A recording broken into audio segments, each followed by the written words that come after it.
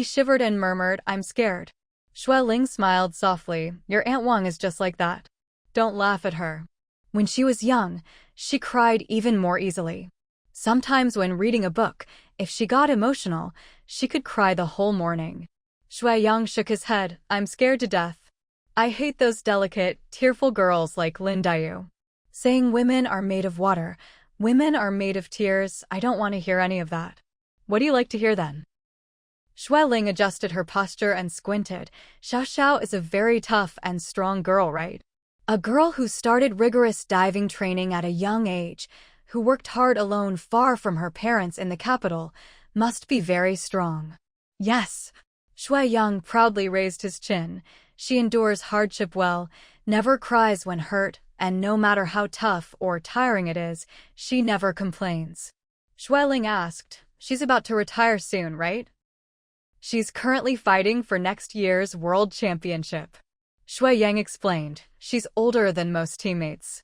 She was supposed to retire last year, but her training is very hard, and the coach thinks her results are stable, so he wants her to hold on for 2 more years. If she wins a big prize next year, she'll probably retire. With her results, the team will definitely recommend her to the capital university. If our relationship stays stable, we'll get our marriage certificate the day she graduates." "Graduation certificate and marriage certificate together?" Shui Ling laughed. "Double happiness?" Shui Yang chuckled. "We'll think about that later. Anyway, our relationship has been stable, so marriage is just a matter of time. The only problem now is her coach keeps pushing me away, saying I affect her performance and telling me to stop pestering her about love before she retires." "You're graduating soon too?" Shui Ling asked. "Are you really planning to start a business?"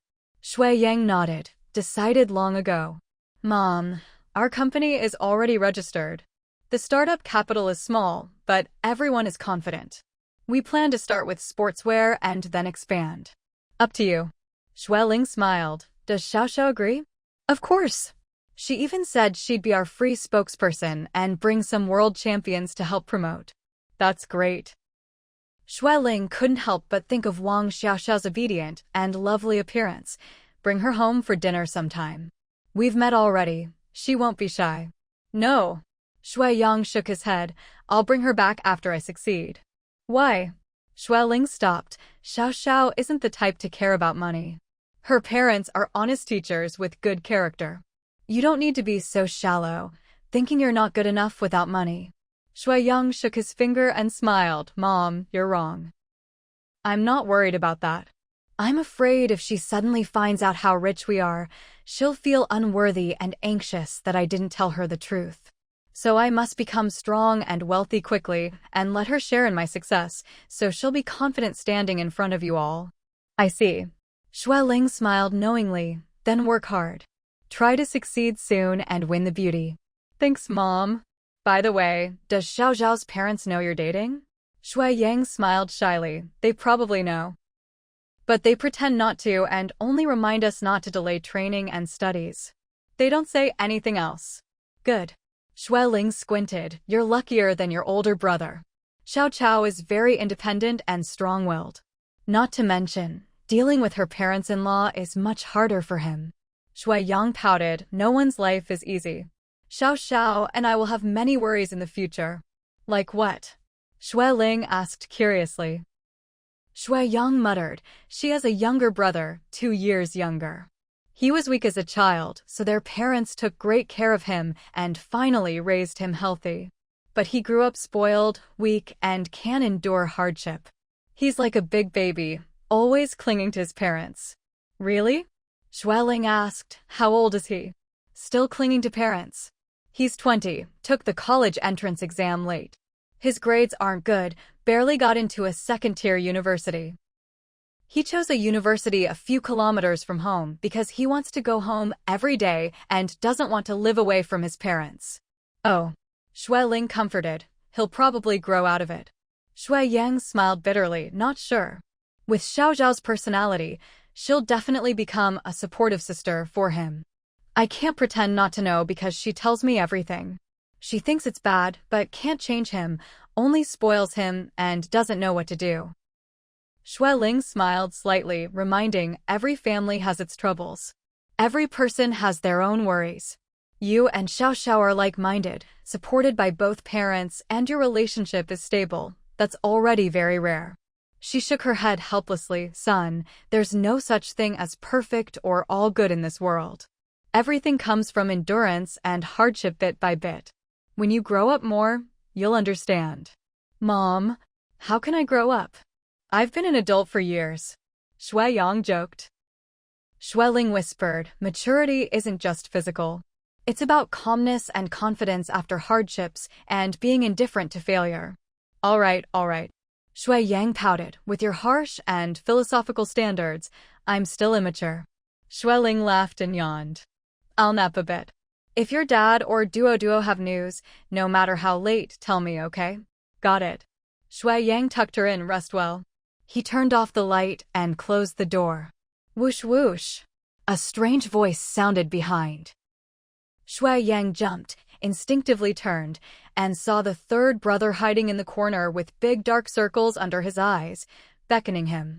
Pandas can scare people to death. Got it. Cheng Huancheng snorted and grabbed his arm, then ran wildly. What's up? Yang followed. Mom just fell asleep. I have to stay and take care of her. Cheng Huancheng didn't take him out but went to his room.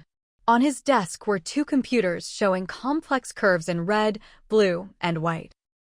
Yang exclaimed, Are you crazy? Learning to trade stocks? The house is a mess and you're thinking about side income. He slapped his brother's head. Cheng Huancheng glared. Which eye did you see me trading stocks with? Ignorant. No wonder Big Brother always says you're all brawn and no brain. Huh? Yang laughed, grabbed his collar, and pointed at the screen. Explain what this is. Cheng Huancheng shushed. Don't shout, or my friend will be mad. Brother, this is a tracking map of Dad and Duo. What? Yang was stunned. What does that mean? Cheng Huancheng whispered. A hacker friend got this for me. I gave him their phone info. He can get any info from their phones, including location, entry/exit, and calls. Really? Yang hugged his brother excitedly. Did they find Xiao Xian?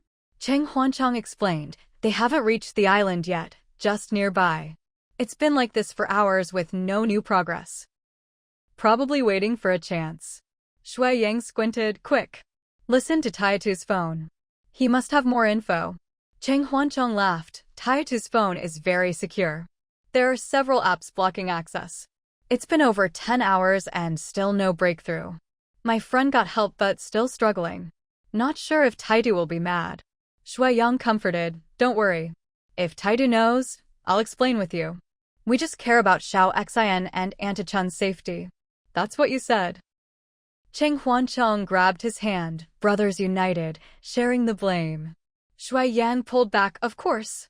We're brothers. They leaned over the screen, waiting. Look. This is Dad's phone signal. His phone is good, signal weak but stable. Of course. Who gave him that phone? Mom. Who else? Dad's stingy, wouldn't buy a good phone. Right? Mom is stingy with us, but generous with others. Grangtai Mom, richest woman's wife, that's our mom's multiple identities and how she treats family differently. I protest. Too biased. Shut up. The signal's fluctuating. Is there good news? Wait. I'll check. Can you? Don't do professional stuff if you're not professional. My heart can't take it. Who's always bragging about a strong heart that can break stones? That's chest muscles, not heart. Screw you. Isn't my mom your mom? Watch out or I'll beat you for her. Cheng Huanran took care of the 3 elders to sleep, stretched, and slowly walked to the living room. Who was lying on the sofa watching TV, covered with a thin blanket, looking pale and weak. Cheng Huanran asked, Ahu, did you take your medicine? Not yet, Ahu mumbled, too hot. Cheng Huanran touched the bowl, found it cold from the AC, and went to reheat it. After a while, he returned. Ahu, you can drink now. Medicine can't be too cold or it won't work. Ahu grimaced, sipped, groaned, then gulped it down, but soon looked worried. Cheng Huanran smiled. Want some rock sugar? No, high blood sugar. He poured warm water for rinsing. Your face still looks bad. Why not go home and rest? Ah, who shook his head, can't sleep at home. There's a nanny, Xiao Xiao and Xiao Yan. No worries about the house. I don't want to go back. Xiao Xiao clings to me all day, riding horses, playing superheroes, kills me. This place is big, just let me stay. Cheng Huanran laughed, stay as long as you like. Ah, who sighed, any news from your dad? Zheng Duo and Xiao Xian. Cheng Huanran shook his head. Ah, who scratched his bald head sighed, if I were 20 years younger, your dad would have let me go. Back then, I was stronger than those young guys doing physical work. Cheng Huanran nodded drowsily, leaning on the sofa. Ah, who bragged until the TV ad ended, then focused on his favorite historical drama. Cheng Huanran half-slept, felt a cheek pain, woke up startled, facing Shui Yang and Cheng Huanchong's close faces. He pushed them away. Just as he was about to scold, Shoo! Shoo! They shushed him, pulled him up, and turned off the silent TV. Cheng Huanran looked at Ahu, sighed, and let them escort him out. Big brother. Good news. They were picked up safely. Cheng Huanran half awake, confused. Shui Yang shook him excitedly, laughing. Xiao Xian and Anta Chun were found. They boarded a ship and left the island. The long-awaited good news finally arrived. The three brothers hugged, excited and joyful. At 3 a.m., Xueling woke from a dream, hurried to find her phone. She saw a message and smiled with tears falling. The next morning, Xi Yuan was peaceful and elegant in the morning light. Ah, who was sleeping soundly in the living room. The three brothers were in their rooms. Xueling and the three elders couldn't sleep and went to the garden to tend flowers. I woke up at midnight. Luing smiled bitterly. I wanted water. Ranan came in, gave me water, and said Xiao Xian and Anta Chun are fine on their way home. I was so happy. I hurried to burn incense to Buddha, thanking for the blessing.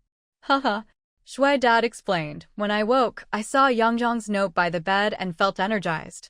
Shui Mom patted her chest, smiling. Felt like a big stone was lifted off my chest, so relieved. The rice milk is cool. Xueling called, come drink. 1 small bowl each. Shui Dad pouted, I want 2 bowls. Greedy? Shui Mom scolded, it has sugar, you can't have too much. Shui Dad laughed, I'm in a good mood, good appetite.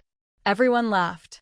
Xueling drank half, saw Xuezong arrive, and went to greet. Sis. Xueling smiled, why so early? Xuezong saw her tired but smiling face, guessed she knew. I came for the good news and breakfast. Xueling sighed, sis, they're all back safe. Xuezong nodded, smiling, just found out, came as soon as dawn. She looked around, lowered her voice. Your son-in-law is impressive, well-connected and tough. I heard he called a bunch of pirates. The ship was full of weapons, carrying small rocket launchers to the island. The island's security was controlled, some injured. He Yuan was hurt. Oh. Xueling's eyes flickered. How bad? Xuezong said, serious, in surgery now. Injured shoulder and calf, but not life-threatening. Xueling nodded calmly. Good lesson for him. Xuezong smiled slightly, asked, what's your plan? The Qi family, no comment. Qi Lao said nothing. Xueling replied, maybe angry young people made him sick. I thanked his assistant last night. He gave Duoduo's group a chance to teach He Yuan a lesson and sent ships to escort them away. That's the biggest help. Xuezong smiled softly. Qi Lao is old but not senile. Qi Songjia is protective. He family only cares for their son. Qi Lao lost face with you, so when things got worse, he turned a blind eye, letting your son-in-law teach He Yuan a lesson, to give you an explanation and teach his grandson a lesson. Taitu was provoked. Xueling sighed, he's usually calm. Xuezong wasn't surprised, he's no ordinary man. His mother and beloved girlfriend touched his nerve. He won't let go. How bad? Xueling asked, much damage on the island? Xuezong smiled bitterly, half the resort is ruins. After clearing people, they blew up the dock and nearby casino. Oh. Xueling raised eyebrows, luckily it's private property. Xuezong lowered her voice. Qi Songjia and he family probably complained to Qi Lao. What will you do? After breakfast, I'll meet Qilao. Shui Ling smiled confidently. They fight outside. I'll negotiate at home. I'll go with you, Xuezong said. Shui Ling frowned, shook her head. No, you're close to Qi family. This will be a tough negotiation, maybe even a fight. I don't want to put you in a difficult position or ruin your friendship. Nonsense, Xuezong said. I'm helping you and them. A mediator makes negotiations better. Okay. Shui Ling smiled. Breakfast is on me. You come with me. Let's go. Qing Huanran woke at 11 a.m., stretched. Brother, come quick, Shui Yang shouted. Qing Huanran, startled, rushed out without slippers. What's wrong? Shui Yang excitedly gestured. Look. Pictures. On the computer. Qing Huanran rolled his eyes, slapped his head. Stop yelling. You scared me. He thought an elder suddenly got sick. Shui Yang ignored him, dragged him into Cheng Huanchong's room. Open it for Big Brother. Cheng Huanchong swallowed, opened the screen. Smoke and ruins filled the screen. Cheng Huanran raised eyebrows. What happened? Another war. Shui Yang sneered. Taitu's men did it last night. Cheng Huanchong stuck out his tongue, amazed.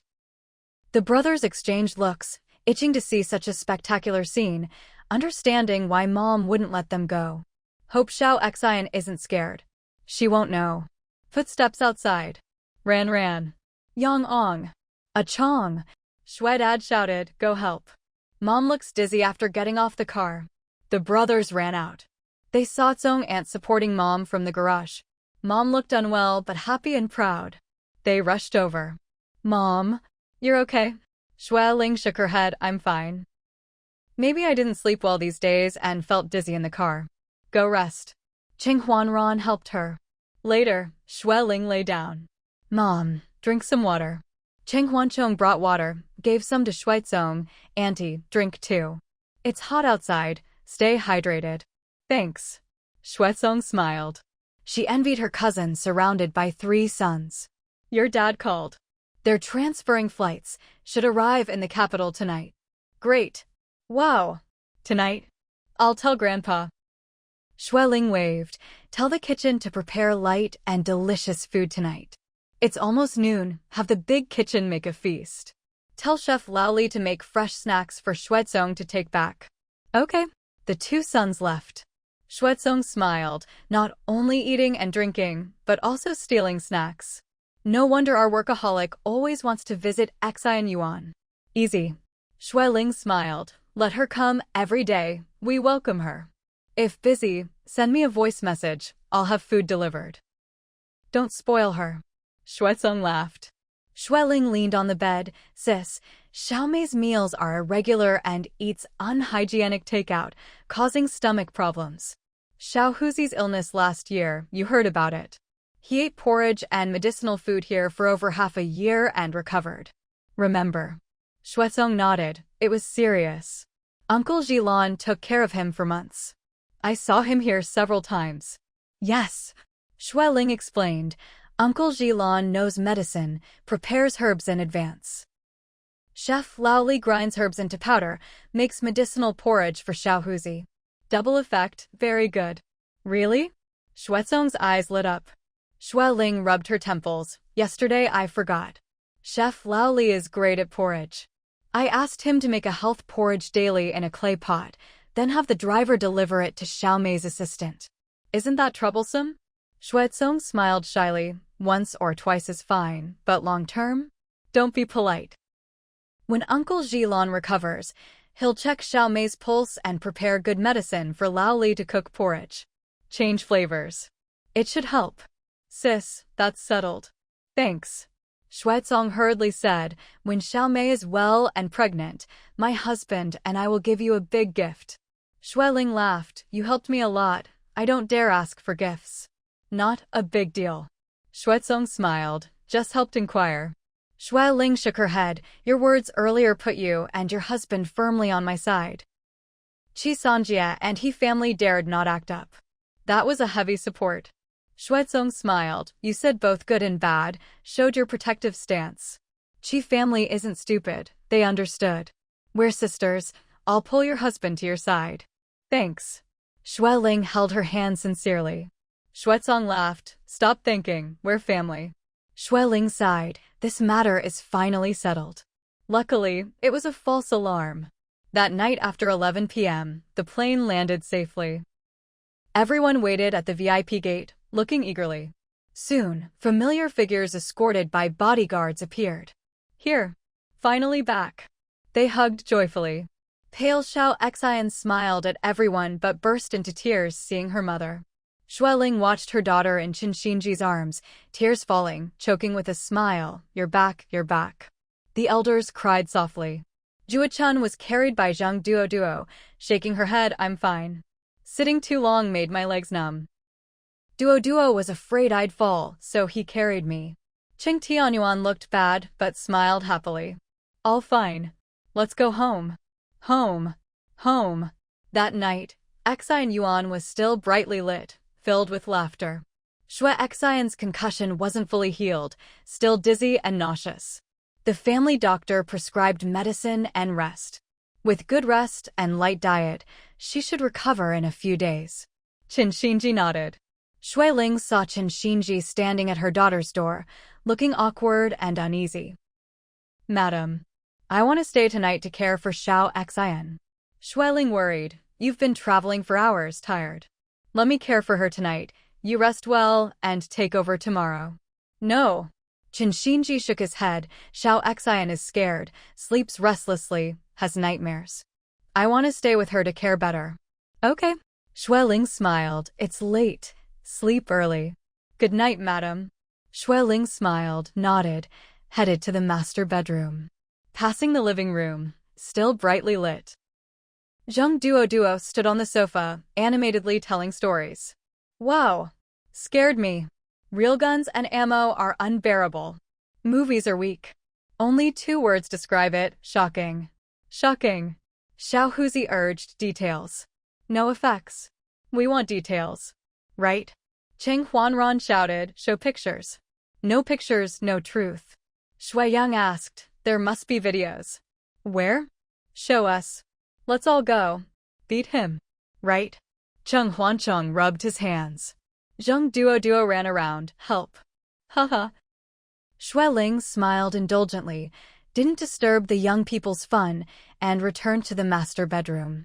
Before reaching the bedroom door, they heard Ahu's loud, hearty voice mixed with occasional laughter. Brother, sometimes a man really has to be ruthless. When family is bullied, the anger just flares up, and the brain stops working. Only one thought remains, fight. I really wanted to ask you to take me along that day. Qing Tianyuan shook his head. No, you're too old. I'm only a few years older than you. Ahu grumbled.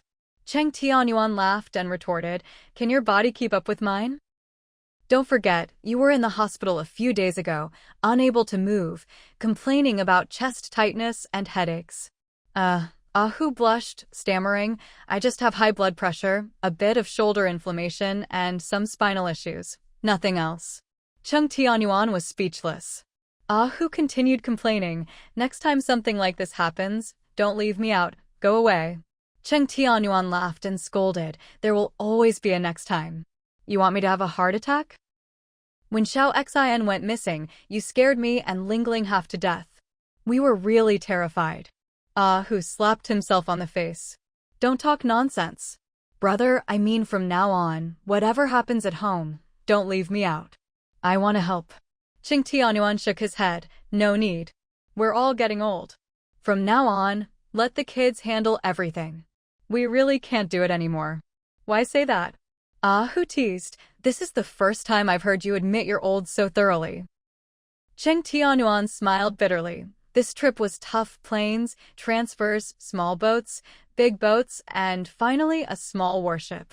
Surrounded by strangers, language barriers, gestures didn't work well. The high-tech stuff on the plane and foreign signs, I couldn't understand any of it, felt like a dumb goose. On the warship, I was completely stunned. Seeing people carrying guns, I was really scared. Even now, thinking about it, my legs feel weak. Wow! Ahu exclaimed, that's really exciting. Exactly, Cheng Tianyuan whispered. Luckily, The bodyguards were trained and helped a lot. Most of the time, Xing handled things, duo, and I couldn't get involved. Not ordinary. Who gave a thumbs up. Your son-in-law is impressive. Worth it. Chung Tianyuan chuckled. This guy has a wide network and knows many people. What pleases me most is his filial piety to his mother, and how he protects Xiao Xin with his life. As a father-in-law, I really can't ask for more. Who laughed heartily. Chung Tianyuan took a deep breath, feeling both emotional and happy. After this experience, I suddenly realized the kids have grown up and can handle things on their own. I feel quite relieved. Whether it's Xing, duo, or the younger ones at home, they can face problems calmly, unite bravely, and work together like a sharp blade. Yes. Who smiled. I wanted to help, but ended up just sleeping and watching TV. Even taking medicine was done by the younger generation. Everything is well taken care of. I don't have to do anything and feel like a burden. They both laughed. Xueling heard clearly outside, poured 2 glasses of water, and walked in. Thirsty from chatting? Here, 1 glass each. Who thanked and took a glass. Chung Tianyuan looked deeply at his beloved wife and drank. Xueling sat beside Chung Tianyuan and looked at Hu. I already told Wang Qing. She was so happy she cried. I told her I'd visit you and Minnie Hu at the postpartum center when I feel better in a day or 2. Hu said, she's there with you and the baby. The postpartum center is quite good. They not only take care of the mother, but also help with the baby. 3 meals and 2 snacks a day, all prepared according to nutritionist standards, perfect for postpartum mothers.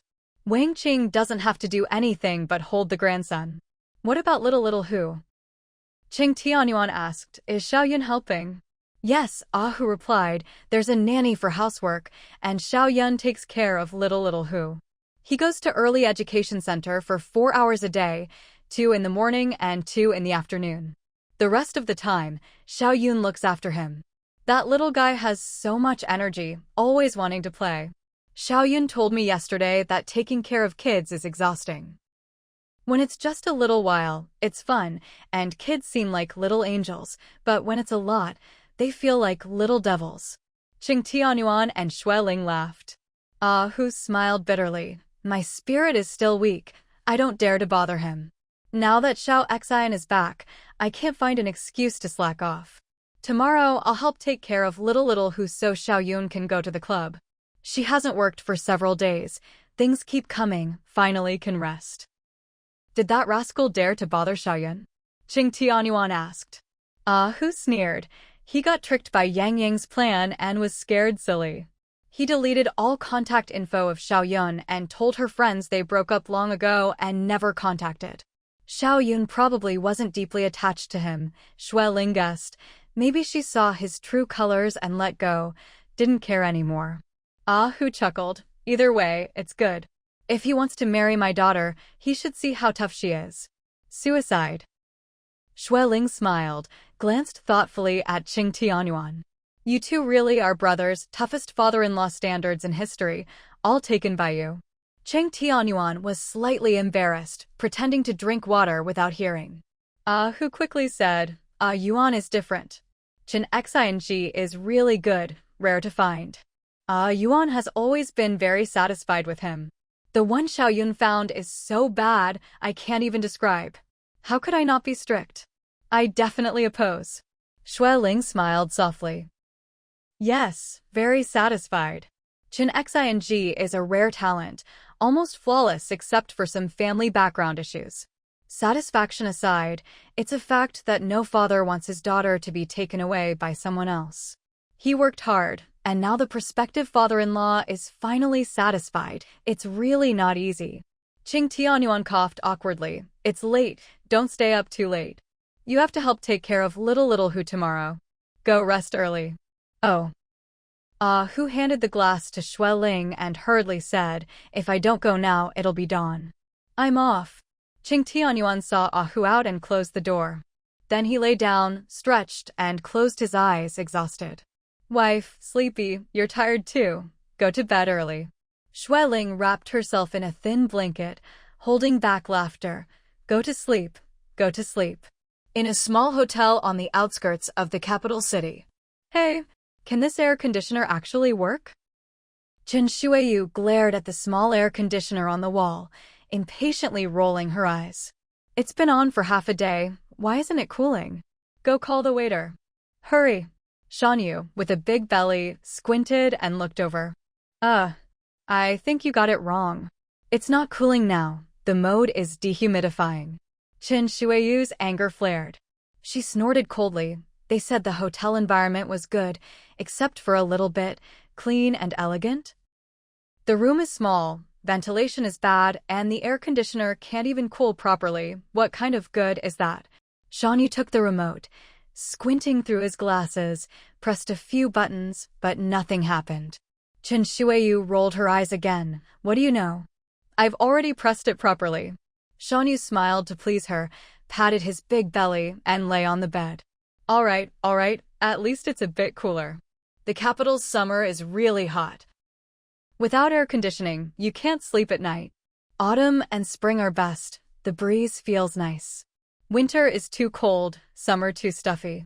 Chen Shuiyu threw the remote aside, snorted. You really know how to dream. This isn't your place. You can't just come whenever you want. Didn't you hear what Yu's mother-in-law said earlier? Shanyu was confused. What did she say? Chen Shuiyu glanced at him and explained. She said at first they arranged for us to stay at their home, but it was too far. To help take care of Yu and Mini Tiger nearby, they arranged for us to stay here. She also said to notify her in advance next time so she can arrange properly. Yeah, Shanyu asked suspiciously, so, what's the problem? Chen Shuiyu pouted, impatient. How can you not understand after half a day? She said everything at home is arranged by her.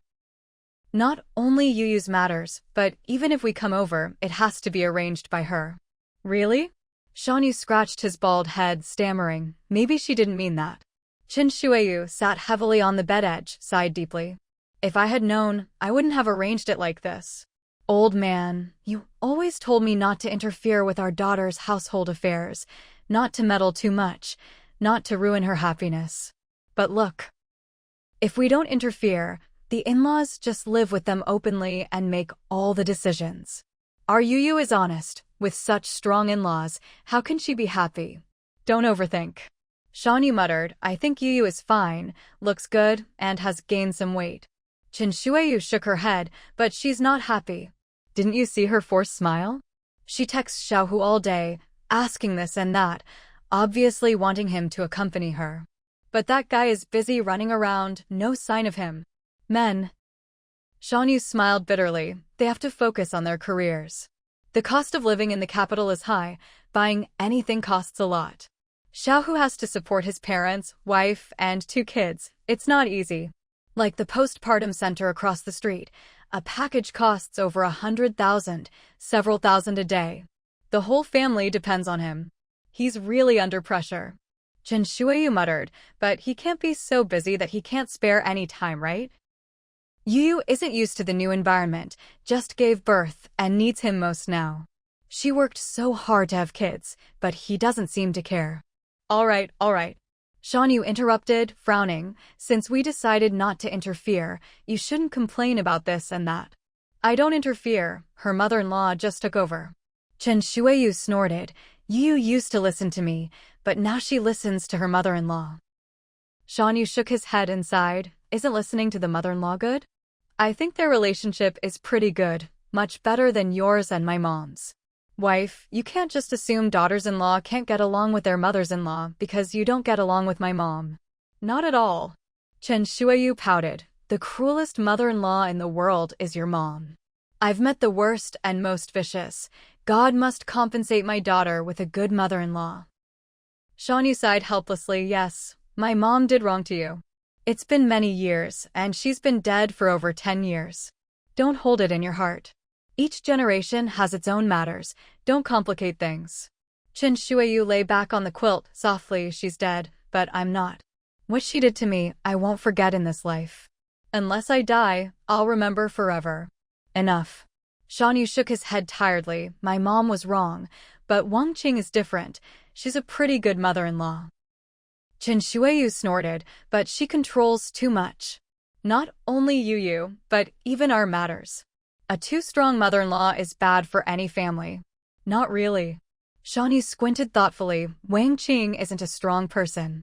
If she says something right, Yu listens. Our Yu is a bit soft. Listening to elders isn't bad. The house in the suburbs is sold. Chen Shuiyu muttered, the original townhouse is sold too. All the money was pooled to buy that courtyard house. Now they won't return to the provincial city. They plan to retire here in the capital. Probably. Shan said. Didn't Xiaohu say? Their properties in the provincial city are all managed by agents, just collecting rent. Everything else is handled by agents. Chen Shuiyu was more depressed. I'm older than Wang Qing, and so is Shan Yu. They stay in the capital to retire. What about us? What? Shan Yu didn't hear clearly. What about what? Chen Shuiyu glared. If we want to retire in the capital, where will we live? We only have Yu as a daughter. She must support us. We're old. If we fall and become disabled, what then? Our daughter's home is in the capital. We'll have to move closer. But Xiaohu only arranged for his parents to retire here. Even his unmarried sister came to the capital. What about us? He didn't arrange anything for us. Shawnee was stunned for a few seconds, then whispered, He bought us a villa on the South Island, probably for us to retire there. The son-in-law's earning ability was quite good. 2 years ago, he made a lot of money, bought an office townhouse, a house in the capital suburbs, and a villa on the South Island as a gift. Chen Shuiyu immediately exploded. That's not right. Do we lack houses? We have several houses on the South Island. What we lack is people. At their age, no matter how much money or how many houses, they can't use it all. They just want their daughter and younger generation around, to care for them when dizzy or weak, to be looked after when sick. Shawnee scratched his head. This problem can be put aside for now. We can still take care of each other. Better not to trouble the young. How many years can we manage? Chen Shuiyu raised an eyebrow. Without a maid, we can't even cook 3 meals a day. I get sore all over when I work. You get back pain and neck problems. Both were old. Their bodies weren't good even when young, let alone now in their 70s or 80s. Let's hold on for now. Shawnee said, Yu's 2 kids are still young. Maybe they'll have 1 or 2 more. We'll hold on and not trouble them. Young people have work, kids, and elders to care for. So much pressure. What about Xiaohu's parents? How come they can come to the capital? Don't they trouble them? Yu gave birth when Ahu was hospitalized. Isn't that a burden? Or help? Different. Shawnee sighed. We have a daughter. They have a son. Our daughter married Xiaohu. He didn't marry into our family. Chen Shuiyu was embarrassed. What society is this? Who cares about sons or daughters? Our daughter carried for 10 months. We raised her. Our Yu is older than Xiaohu. We worked harder raising her. Why does a marriage certificate make her theirs? Women marry out. Don't we have a share? Not exactly. Shan Yu lazily lay down. The old ways still linger in people's subconscious. Our culture has thousands of years. It can't change completely in decades or a century. Most traditional people think sons are better because sons marry in and carry on the family name. So you still blame me for having a daughter? Chen Shuiyu angrily interrupted. Who said daughters are his life? Who said any child, boy or girl, is your beloved treasure? I said it. Shawnee laughed. I truly think daughters are my life, my beloved treasure. But the kids take the husband's surname, not hers. The son-in-law only arranges for his parents to retire, not us. Many men think this way. He was their father-in-law, but once a son-in-law himself. He respected and loved his in-laws, but only sent gifts and greetings, never thought to support them in old age. He can't think like that. Chen Shuiyu snorted. We only have Yu, no other children to rely on. We rely on them. They must support us. Let's wait and see. Shan Yu patted his round belly. Not needed yet. When we really need it, we'll ask the young. We have some savings, not nothing. When we can't move or work, we'll sell some South Island houses, rent some out, and buy a small house near our daughter. We can help with the grandkids, and she can take care of us nearby. That'll do. Why doesn't Xiaohu arrange it? Chen Shuiyu grumbled. He only arranged for his parents. Not us. That's what I can't accept. I said. He didn't think about it. Shawnee smiled. He's not our son, just a son-in-law. The old saying goes, a son-in-law is only half a son. Buying a villa on the South Island for us is already good. Don't ask for too much. Chen Shuiyu was very depressed. In the end, daughters are not sons. The in-laws act like owners, arranging everything, treating us like guests. See through it, that's enough. Shawnee smiled. Chen Shuiyu rolled her eyes. I just can't see through it, or I wouldn't nag so much. In the end, we have a daughter. They have sons.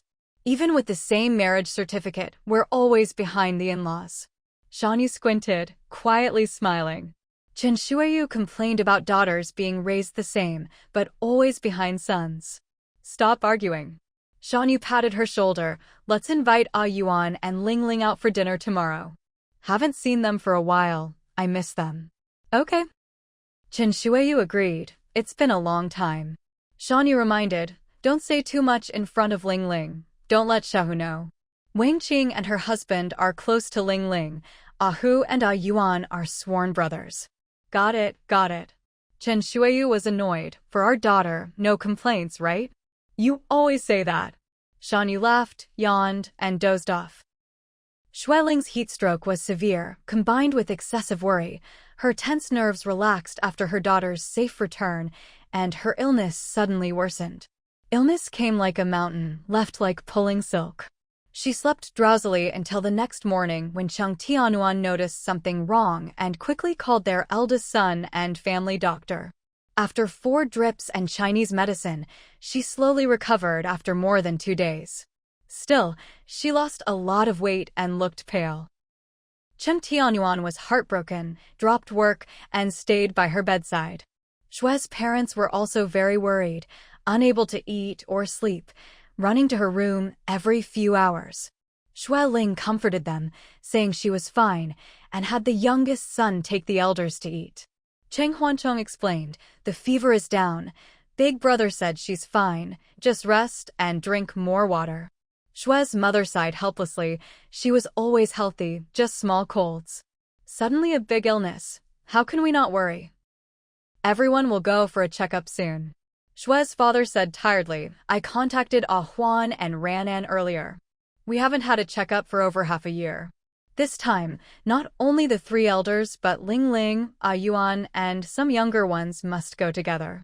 Cheng Huancheng was scared. No way. Grandpa, I don't need one, right? We're young. Checkups are important. Xue's father patted his shoulder. Find small problems early and fix them. If none, great. Checkups help detect issues early and reduce risks. Young people don't like checkups, thinking they're young and healthy. That's why you need them more. Hospitals will show you health standards and that you're all sub-healthy. Grandpa Cheng Huancheng begged, I'm healthy. Xue's father laughed, we'll see after the checkup. Cheng Tianyuan brought a bowl of pear soup, reminding, Dad, Mom, it's hot and dry. Drink a small bowl each. Third son, you too. They nodded. Okay. Cheng Huancheng obediently responded. At that moment, a bodyguard came over. Sir, 2 guests arrived, Shan Yu and his wife. Cheng Tianyuan was surprised, raised an eyebrow, handed the soup to the youngest son. I'll go greet Uncle Shan. You take the soup to your mom and remind her to drink it hot. Okay. Cheng Huancheng took it. Xue's parents stopped, lowered their voices. Chen Shuiyu talks too much. After eating, we'll stay in the big kitchen watching TV. Leave the living room for you to entertain them. Cheng Tianyuan understood and nodded. He turned to welcome Shan Yu and Chen Shuiyu inside. After some greetings, he led them to the big living room. Where's Ling Ling? Chen Shuiyu looked around, not seeing her. She didn't go to work again, did she? I knew it. She can't sit still at home. Cheng Tianyuan's eyes flickered, whispered, it's hot. She has no appetite. After some soup, she went for a nap. Lucky Ling Ling. Chen Shuiyu praised, over 50 and still naps. We can't. If we nap in the afternoon, we can't sleep at night. Shawnee smiled bitterly, exactly. When young, we could sleep soundly on a truck. Now, even the best mattress and air conditioning can't make us sleep through. Cheng Tianyuan shook his head. That's how it is. Getting old, sleep gets worse. The big living room was empty except for occasional shadows on the surveillance. Chung Tianyuan brewed tea, handed each a cup. Chen Shuiyu yawned, explained, "We planned to invite you for dinner days ago, but Yuyu's appetite was bad, and she had mastitis, almost a fever. We stayed at the postpartum center until she felt better before coming out." Chung Tianyuan gently said, "The big kitchen has chefs. You can come anytime for a feast. Yuyu's postpartum is tough. You help take care of her. We'll see each other often. There's plenty of time." Shanyu stopped. "We don't plan to stay long this time. We'll return to the South Island in a few days." "Oh." Chung Tianyuan asked suspiciously, "Why so soon?" "Not waiting for Shanyu to finish postpartum." "No." Chen Shuiyu pouted, "Can't stand the capital. It's annoying. The South Island is our home. We must go back." Shanyu glanced at her, smiled. "The capital is too hot and technology has advanced too fast. We're old-fashioned. We can't keep up with gadgets or phones. The fishing grounds on the South Island need daily shipments. We can't leave long. We must return to check accounts and fish growth." "When will you go back?" Cheng Tianyuan asked. "Won't you stay a few days at the garden?" No. Chen Shuiyu shook her head. "Next time." Shanyu agreed, "Yes, next time." At that moment, Chen Xian came into the living room in casual clothes, surprised to see the prospective father-in-law entertaining guests, nodded politely. Cheng Tianyuan looked at his cup, asked, "Want hot water?" "Yes." Chen Xian explained softly. Xiao Xian sneezed a few times. "I plan to make ginger tea for her." "Ginger tea needs hot water to be effective." Cheng Tianyuan moved aside, gently said, "The kettle just boiled." "Okay." Chen Xian quickly took the hot water and walked out elegantly. Shanyu and Chen Shuiyu were stunned. "Who is this?" Cheng Tianyuan smiled slightly. "Xiao Xian's boyfriend." Chen Shuiyu was surprised. "So that's him." Xiao, who mentioned him, said they were neighbors. "Wow. So handsome. Rich and stylish. Look at his figure and looks, better than TV stars." Shanyu praised. "Thumbs up. The key is he treats Xiao Xian well. See? She sneezes, and he immediately worries. Very considerate. He is now starting a business in the capital?" Chen Shuiyu asked curiously, "Is it going well?" "Planning to settle here." Chung Tianyuan explained, "Business is good, mainly importing fruit. He bought a courtyard house nearby, just a few hundred meters away. Xiao Xian will study and work here. He plans to settle in the capital." "Wow." Chen Shuiyu and Shanyu praised repeatedly. "How can it be so good?" "Perfect." Cheng Tianyuan humbly said, "Not bad. The young man is ambitious and trustworthy." "Buying a Sahiyuan around here must have cost a lot, right?" Shanyu asked curiously. "Over 100 million? Cheng Tianyuan nodded, "Yes." "Wow." Chen Shuiyu was surprised. Did he buy it himself or did Lingling give it to him? Cheng Tianyuan smiled. "He did well in Wagua and has enough ability to buy a Sahiyuan here. Lingling and I never liked to arrange things for the younger generation, as you know." "Wow." Chen Shuiyu was envious. "That's really great. The young man is not only handsome, elegant, and well-built, but also has great earning ability." "Yuan, where did you find such a good son-in-law?" Cheng Tianyuan laughed awkwardly. "Xiaoxin is still young. How could we arrange a boyfriend for her?" "They fell in love secretly. At first, we wanted to oppose it until they promised not to affect their studies and careers. Only then did Lingling and I reluctantly agree." "Wow." Chen Shuiyu was excited. "Xiaoxin found such a good husband. What are you still dissatisfied with? What are you opposing?" Cheng Tianyuan calmly shook his head. "Not dissatisfied, just think Xiaoxin is still too young and should focus on her studies." "Why worry?" Chen Shuiyu calculated. "Xiaoxin and the twins are about 19 or 20 now, right?" 19, Cheng Tianyuan answered. "At this age, dating is normal. When I was this age, I had been with Shanyu for years." Shanyu chuckled and drank tea. "Girls should find a partner early while young and beautiful. All men like young pretty girls, that's a universal rule." Cheng Tianyuan twitched his eye and forced a smile. "But not too young. This age should focus on studies." She and the third son were born in autumn, couldn't start school early, just finished the college entrance exam, and planned to apply to the Imperial Capital University next week. Oh. Chen Shuiyu waved her hand. If you ask me, since there's such a good future son-in-law, better marry early.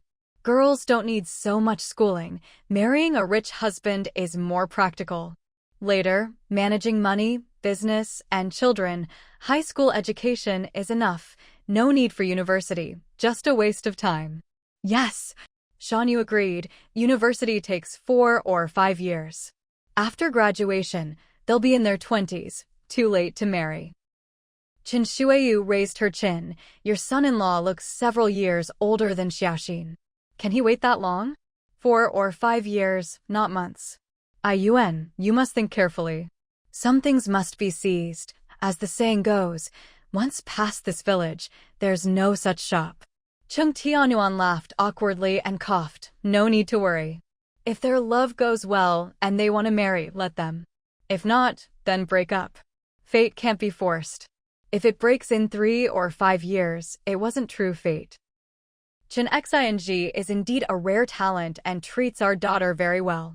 They are now public and even sleep together, just lacking the formal marriage. He doesn't want Xiaoxin to sacrifice her studies for the formality. He promised her that. You're decades old. Chen Shuiyu teased. Why still believe in fate? You're making me laugh. A son-in-law with money and ability should seize the chance quickly. Chung Tianyuan smiled confidently. A good person should be seized. The young man grew up under our watch. We all like him. But Xiaoxin has her own life goals and shouldn't give up studies now. We encourage her to finish school and have her own career, not rely too much on him. Though he can support her, we want her to be strong, hardworking, and independent. He is indeed over 50 and past the age of knowing destiny. Maybe because of the good family environment and his deep love for Lingling, he hopes their children find true love and not just money.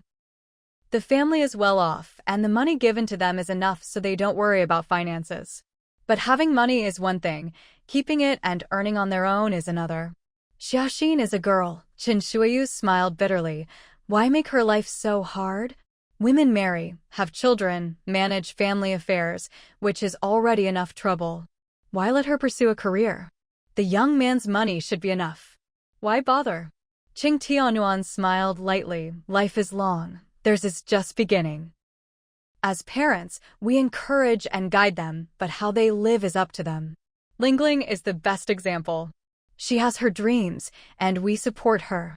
Is Xiaoxin not eager to marry? Chen Shuiyu asked in disbelief. She's not even 20 and her classmates are all top students focused on studies. Maybe because of the environment, she hasn't thought about marriage yet. Definitely you don't want it. Shani laughed. No need to guess. Chung Tianyuan laughed awkwardly, missing Lingling who could handle these conversations better. Talking with Shanyu's couple is always off frequency, except with Lingling. After half an hour, he was already tired. He brought 2 plates of snacks and changed the topic. Here, have some to fill your stomach. Made by the head chef, very fresh. Shanyu thanked and took a small pastry, quickly praising it. Chen Shuiyu loved gossip and kept chatting about the son-in-law, from his plantations and factories to his fruit business in the capital, even asking about his family. Chung Tianyuan was too tired to respond much, giving vague answers to appease her. After several hours, Shan Yu and Chen Shuiyu finally left. Chung Tianyuan heard they came by taxi and asked the bodyguard to drive them back to the maternity center. Old Chin was still hospitalized, so the driver was temporarily replaced by a bodyguard. Chung Tianyuan didn't want them to know too much, just said Old Chin was on leave. Stay longer in the capital and accompany you well. Chen Shuiyu sighed, no choice, the fishing farm can't be left too long. After all, it's for a few lousy bucks. Married to this poor guy, life is a constant struggle for money. Shanyu awkwardly laughed. Ching Tianyuan smiled. Everyone struggles for daily needs. Chen Shuiyu wanted to say more. Chung Tianyuan quickly told the driver to slow down. Okay, the bodyguard responded, easing off the gas and rolling up the windows. Chen Shuiyu had to swallow her words and waved goodbye through the glass. The luxury car left the garden gate, the partition window raised. Shanyu stretched comfortably. Luxury cars are different. Big and wide. Even the air conditioning is extra comfortable. Qin Shuiyu rolled her eyes. You're so ambitious. We can afford it, but don't want to buy. Wrong, Shanyu laughed. If we spent all our money on this car, we'd have none left. Qin Shuiyu was dismayed. Is this car more expensive than the last one? Shanyu nodded. The security system is super expensive, one of the most expensive luxury cars worldwide. Our liquid assets are only 10 to 20 million, not enough to buy it. Qin Shuiyu rolled her eyes. How rich is Lingling? She usually dresses and decorates just a bit better than ordinary. Billions, Shanyu guessed. Her real estate keeps appreciating, so does her net worth. Too much, Qin Shuiyu said sourly. When we made big money, she was just a clothes wholesaler. Shanyu shook his head. Not comparable. We had ups and downs. The paper mill was my fault. Lost a lot. Later invested in Yi's movie. Lost everything. If not for the fishing farm, I wouldn't have confidence to continue. Qin Shuiyu sighed. In the end, it's my bad luck. Married a gambler and a spendthrift daughter. Don't say that. Shanyu scolded. Yu is good, just a bit naive. Useless. Qin Shuiyu choked up. We spent so much on her, hoping she'd be famous, but she's not. The movie almost made her a star, but nothing came of it. She's beautiful and well-shaped. If famous, she'd be a top actress now, and we wouldn't worry about luxury cars. Dear, Shanyu coaxed, Yu is fine now. How? Qin Shuiyu snorted. Housewife, raising kids, revolving around family. And her taste in men is bad. Look at Xiaoxin's boyfriend, mature, stable, rich, handsome, bought a billion-yuan Sihiyuan, moved business to the capital for her. If Xiaoxin's husband was half as good, would we worry about retiring in the capital? He should be rooted in the fishing farm. Shanyu avoided eye contact. Not comparable. Qin Shuiyu rolled her eyes. Xiaoxin has 3 brothers. She's the youngest sister. We have only one daughter, Yu. Xiaoxin's husband never thought of going to the fishing farm. Like I said, not comparable, Shanyu smiled. Comparing people only makes you angry. You'll get mad at yourself. So what if I compare? Qin Shuiyu snorted. Will Xiaoxin's husband listen to me then? Shanyu comforted. Don't shout. If they find out, it'll hurt the couple. When we can't manage anymore, we'll buy a small house in the capital. If we get dizzy or sick, daughter can come quickly. Close to her, we can play with grandkids, and she can take care of us. That's enough. What nonsense. Qin Shuiyu cried. Don't die. If I'm alive, you can't die. Of course not. Shanyu laughed. I promise to live with you forever. Qin Shuiyu finally smiled, wiping tears. So, we have to arrange everything ourselves? Shanyu nodded. Young people have too much pressure. We shouldn't trouble them. We can buy a house nearby, just the 2 of us. Whether Xiaoxin's husband arranges it or not, we might not even like what he buys. Sigh. Qin Shuiyu pouted. Don't know what spell he put on you these 2 years. You help him so much. Are you really his father-in-law? I can't tell. Haha. Shanyu laughed. For Yu. I used to worry he wasn't good enough, like you, secretly against him. Later I saw Yu really liked him, and they lived well. No illness or discomfort. As long as daughter is healthy and happy, I don't care about anything else. Qin Shuiyu glanced at him and finally nodded. Okay, that's the retirement plan for now. At dawn, Xueling woke up. Qing Tianyuan turned over, groggy. What's wrong? So early? It's not even light outside. Xueling smiled. I slept too much these days, can't sleep anymore. You sleep a bit more. I'll take a walk in the back garden. Okay, Cheng Tianyuan mumbled. It's windy. Remember to wear more. Xueling put on a thin shirt, washed up, drank warm water, and slowly walked around the garden. The garden was quiet except for chirping birds. The kitchen light was on. Occasionally, Chef Lao Li coughed lightly and sang some off-key Beijing opera.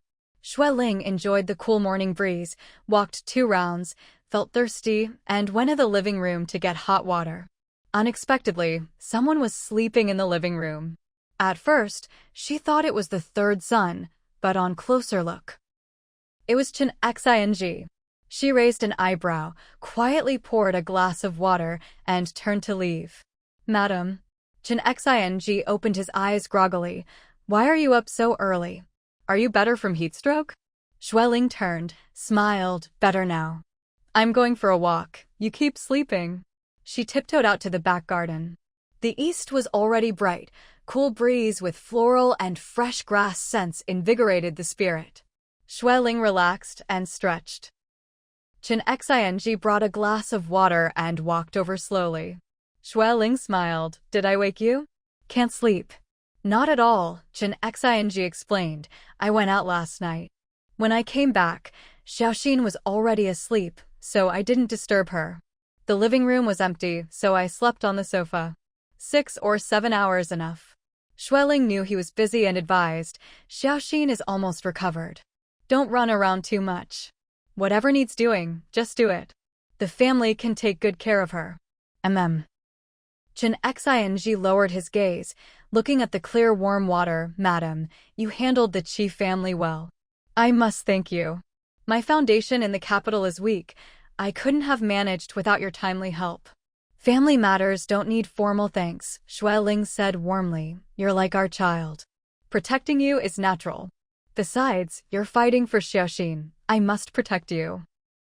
Madam, I hope you don't blame me for being too impulsive, Chen Xing said softly. If you do, please scold me directly.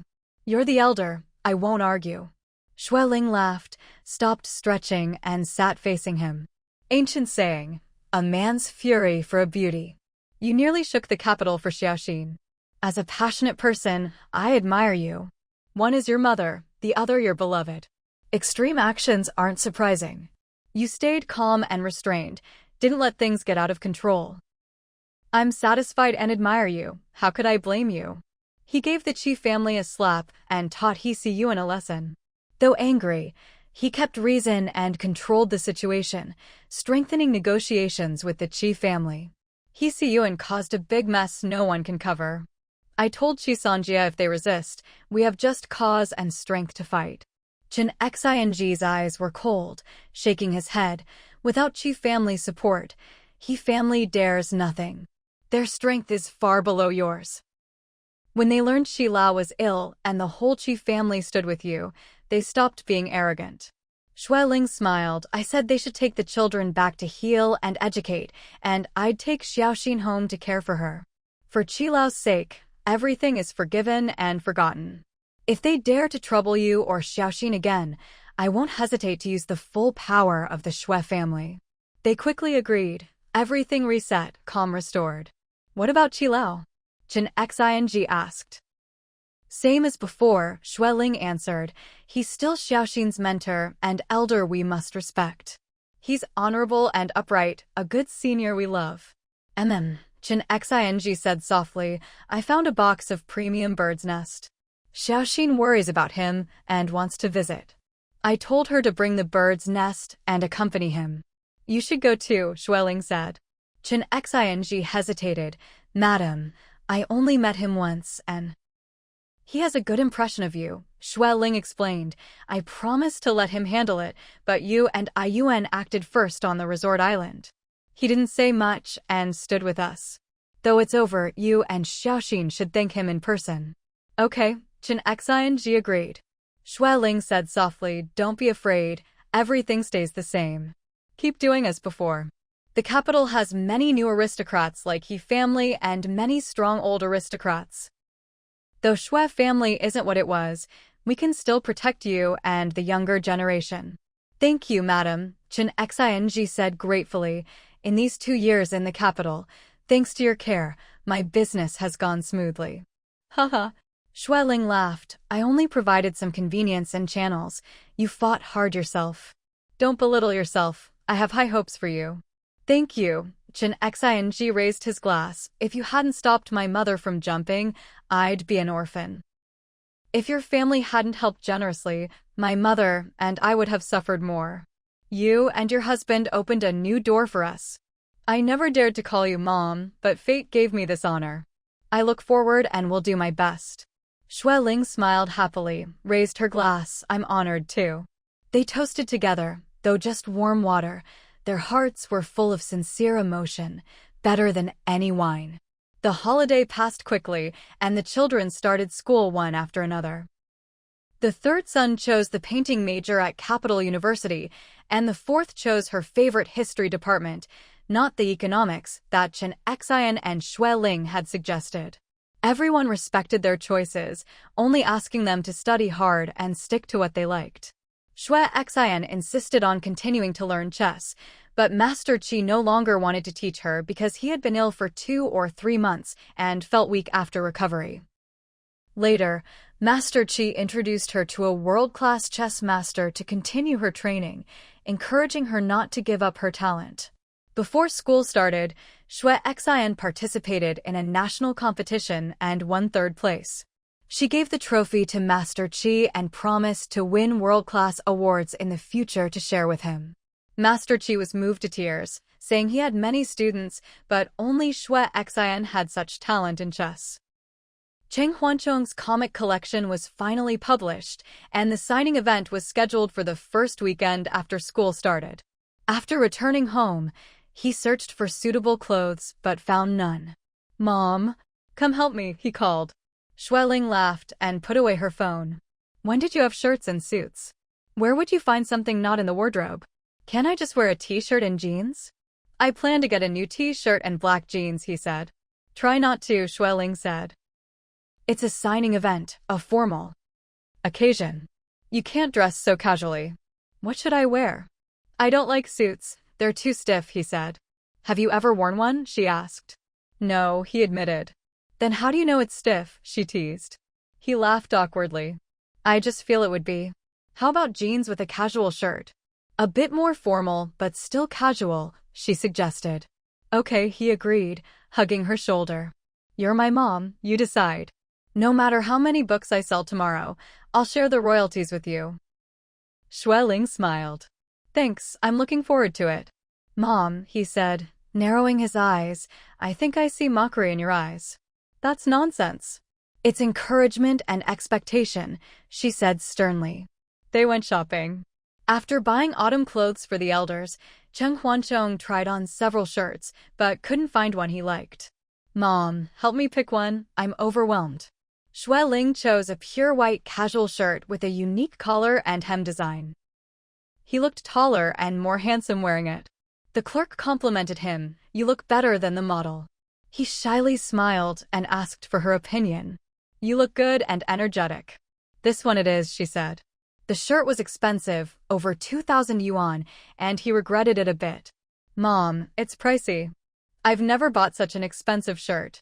"Son, remember to work hard tomorrow and earn back the money," she said. As they turned a corner, Xue Ling suddenly stopped.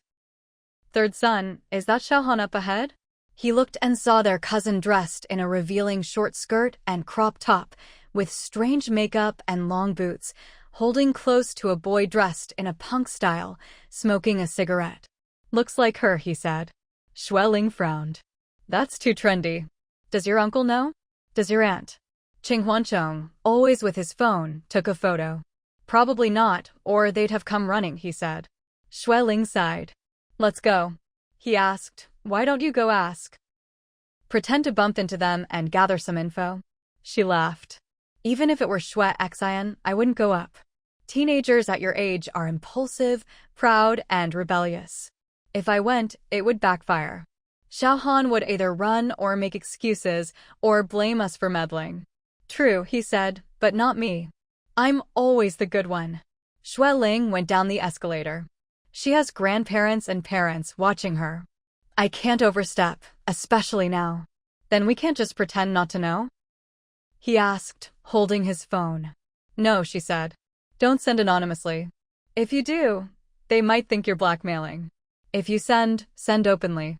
"Really? To Uncle?" he asked. "Fool," she said. "Send it to me. If Xiaohan knows it's you, she'll blame you. If it's me, she won't." "Smart," he said, hugging her. Xue Ling sighed. "Even the oldest can't outsmart you young ones. Later, I'll visit Uncle Jilan. If Xue Heng is there, I'll ask if he knows. Looks like Xiaohan is secretly dating." Recently, your aunt has been hiring tutors because her grades are slipping. She failed 4 out of 7 subjects last semester. He was speechless. That's harsh. Xueling headed to the elevator, and he followed. She asked if he wanted Duo to pick him up or the driver. No, I'll take a taxi. Our cars are too flashy. I don't want fans to know how rich we are. Why? Afraid they'll ask for discounts. He laughed. The price is set by the publisher, not me. If fans find out about our wealth, my mysterious image is ruined. Duoduo's car is also too nice. Okay, she smiled. Go by yourself. If the organizer asks you to socialize, don't agree lightly. Stay alert and call home or the police if needed. Xue Xian's incident scared the whole family. The eldest is often in the hospital, so no worries. The second is a strong athlete low-key. The third and Xue Xian are both outstanding and high-profile, especially Xue Xian. Don't worry, he said. The elevator's here. They entered with several young girls. The third son protected his mother from the crowd.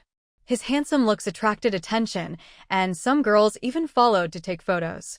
Xueling teased, son, being handsome is a trouble. He laughed. I wish I were less handsome. At the recent reunion, many girls gave me love letters, and I was scared to accept them. The bodyguard drove up, and they got in. Just as they settled, his phone rang. After a short call, his expression changed. Then, figure out a way. If my safety can't be guaranteed, I won't attend the signing. Cancel the contract? Fine. I've told you many times not to organize fan events. I'm just a comic enthusiast, not a big star. Xueling noticed his rising anger and turned to look. He shouted, I don't care. This is your mess, you fix it. Fans can only get signatures, no photos or handshakes. No. The contract only says cooperate with some promotion, not everything. If this is breach, I'll have my lawyer talk to you. Don't threaten me with pity. I said I sell books, not myself. I hate marketing nonsense that ignores true creation. Culture shouldn't be all about profit or it dies. Xueling calmed him. Don't shout. Calm down. He hugged her arm. Mom, get your lawyer to help. I want to terminate the contract. They threaten me with royalties. We're from Xinyuan. None of us bow for a few grains of rice. Xueling smiled. Let's analyze. You're not creating for money, but for your passion and fans, right? Yes, he nodded. Most attendees tomorrow are your fans, right? Including some curious about your looks. He admitted most were true fans. He rarely showed his face. Then don't disappoint them. Go to the signing, but skip the fan interaction or live streaming. What about the platform and contract? He worried. Without the platform, would you have so many fans? Platforms exist to make money, some exploitative. But you need them for promotion. He sighed. True, but they treat us like ants, changing contracts at will, squeezing royalties, demanding cooperation. Xueling said, you must be equal partners, not slaves. Exactly. Whether to attend fan events should be my choice. I'm a comic artist, not a celebrity. I hate marketing that ignores art. She smiled. Good looks fade, talent lasts. He laughed. So I want to be a perfect combo, talented and handsome. Xueling laughed, pinching his cheek. So, what's your plan? I'll have your lawyer meet them, scare them a bit. I'll attend the signing, but refuse the fan event. Good, she nodded, calling the lawyer. Xueling asked with concern, third son, what happened? Why are you suddenly so angry? Chang Huancheng's face flushed red with anger as he shouted, the editor suddenly told me that after tomorrow's signing event, I must hold an additional fan interaction session. They also want to take large posters of me for promotion, shoot videos, and do live streaming. They said the publisher hopes I can cooperate with the promotion because of my good looks to attract more fans. This is not good, Xueling said, stopping him. Don't do real photos, and don't make random big posters. The family should avoid too much exposure, or the consequences could be severe. Recently, Xiaoxin's incident scared everyone deeply. We must not have a second time. Cheng Huancheng explained excitedly, when I signed the contract, I said I would only cooperate with some promotions, not everything they say. Now they come to tell me about this fan meeting just before the signing event. This is clearly forcing me to do something I don't want. Don't be angry, calm down, Xueling said gently. Speak slowly and think of a solution. Getting angry won't solve anything. It will only make you lose your cool and be unable to think clearly. Cheng Huancheng, still young and hot-tempered, found it hard to calm down. They even threatened me with royalties. They said the more fans I have, the more people will buy my work and my royalties will increase. This is a blatant threat. Do they think I would starve without those royalties? I have properties worth millions. My royalties over 10 years wouldn't even buy them. Xueling comforted. Calm down. Cheng Huancheng held her hand and said aggrievedly, Mom, this industry is getting worse. Many people love comics and are loyal fans of my work, millions of them. I signed a contract that says 50-50 split, but the company has multiple channels making money without telling me how much. They never disclose the exact income or how much they deduct for promotion.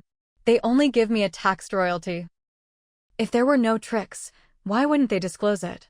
They clearly make money from us authors, but only squeeze us dry, changing contracts at will, acting like capitalists on high, treating us like the weakest and most bullied. The author circle is full of complaints because life is tough and frustrating. Learning to draw requires money from the start, brushes, paper, paint, all expensive and getting more so every year. Authors work hard to create plots and vivid scenes, truly pouring their heart and soul into it. We stay up late, sacrificing playtime and even study time to pursue this dream, but we are so wronged. The platform squeezes us, pressures us to update, cuts royalties, and even forces us to cooperate with everything. I just want to draw comics and share my work with fans. They keep making me shoot self-promotion videos, get friends to boost traffic, do mutual recommendations with other authors, and all sorts of nonsense. I just want to create, not do unrelated garbage. I'm selling my work, not my body. Enough of this. Xueling patted his shoulder, frowning. Enough, calm down. When angry, you lose logic and say whatever comes to mind. Your mom is almost dizzy listening. Mom, Cheng Huancheng clung to her arm, please ask lawyer He to help me. I want to terminate the contract. If they threaten me with my royalties, I am not someone who accepts threats. We from Xinyuan don't bow for a few grains of rice. None of us do, nor will we. Xueling smiled calmly, don't get agitated. Let me analyze it for you. First, your creation is not really for money. It's for your interest and your fans, right? Yes, Cheng Huancheng nodded. Then tomorrow's signing event is mostly for your fans, right? Including some curious ones who want to see your handsome face. Cheng Huancheng was a bit embarrassed. Most are my true fans, many old readers. I haven't publicly shown my face much. Even videos are deliberately blurred. The so-called handsome face is just the platform's hype. But most are your fans, right? Xueling asked again. Yes, he answered seriously. Then you can't disappoint your fans tomorrow. You should go. You're there to introduce your new work, not to please fans. As for fan interaction or live streaming, you don't have to go. Just sell your books. Ignore the rest. Then what about the platform and the contract? Cheng Huancheng worriedly said, I don't want to continue working with them. Xueling thought for a moment. Without the platform's promotion, would you still have so many fans? Every platform is essentially the same, with one goal, to make money. Some are more greedy and disgusting, but that's another matter. Without promotion, definitely not, Cheng Huancheng said gloomily. During the growth phase, promotion channels are important. But now my fan base is stable, all true fans who like my work. Xueling smiled slightly and pointed out the problem. With the platform, you can focus on creating, leaving promotion and profit to them. You rely on the platform. They give you opportunities. In a way, it's mutually beneficial. Cheng Huancheng sighed, yes. But the platform can't just treat us like ants working for them. Ants might breed secretly, but we are humans with pride and dignity. Of course, Xueling said. Serving the platform means being bound by its rules. But legally, you must be equal partners, not signing a slave contract. That's why I'm so angry, Cheng Huancheng said angrily. Whether to attend fan meetings should be my decision, right? I don't want to take photos or interact with fans. That should be my freedom. Why must I obey them? They say I must do it, so I must? I'm a comic artist, not a celebrity relying on exposure. I hate marketing. It ignores true creation and focuses only on profit. Culture shouldn't be fully commercialized, or its spirit will be killed by the market. Xueling raised an eyebrow. Is this clearly written in the contract? If you signed, you must honor it. But if not, it's another matter. No. Qing Huancheng shook his head. Not a word. It only says cooperate with some promotional activities, no specifics. Xueling nodded in understanding, so the contract is vague, no clear requirements. Yes, he explained. I was very cautious when signing. I remember clearly what I can and can't do. They say I'm breaching contract. I told them to talk to my lawyer. They dare not. Xueling smiled. Because the event is already scheduled, they expect you to attend even unwillingly, so they told you last minute to trap you. Yes, Qing Huancheng said excitedly. They never mentioned the afternoon session, only the signing. The editor said my looks add a lot to promotion and that with good promotion, money will come. They even threatened me, saying if I want royalties, I must endure a bit. Too much.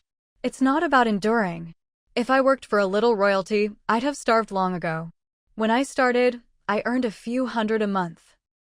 Xueling frowned. Tell them you don't need that little royalty or to attract fans with your looks.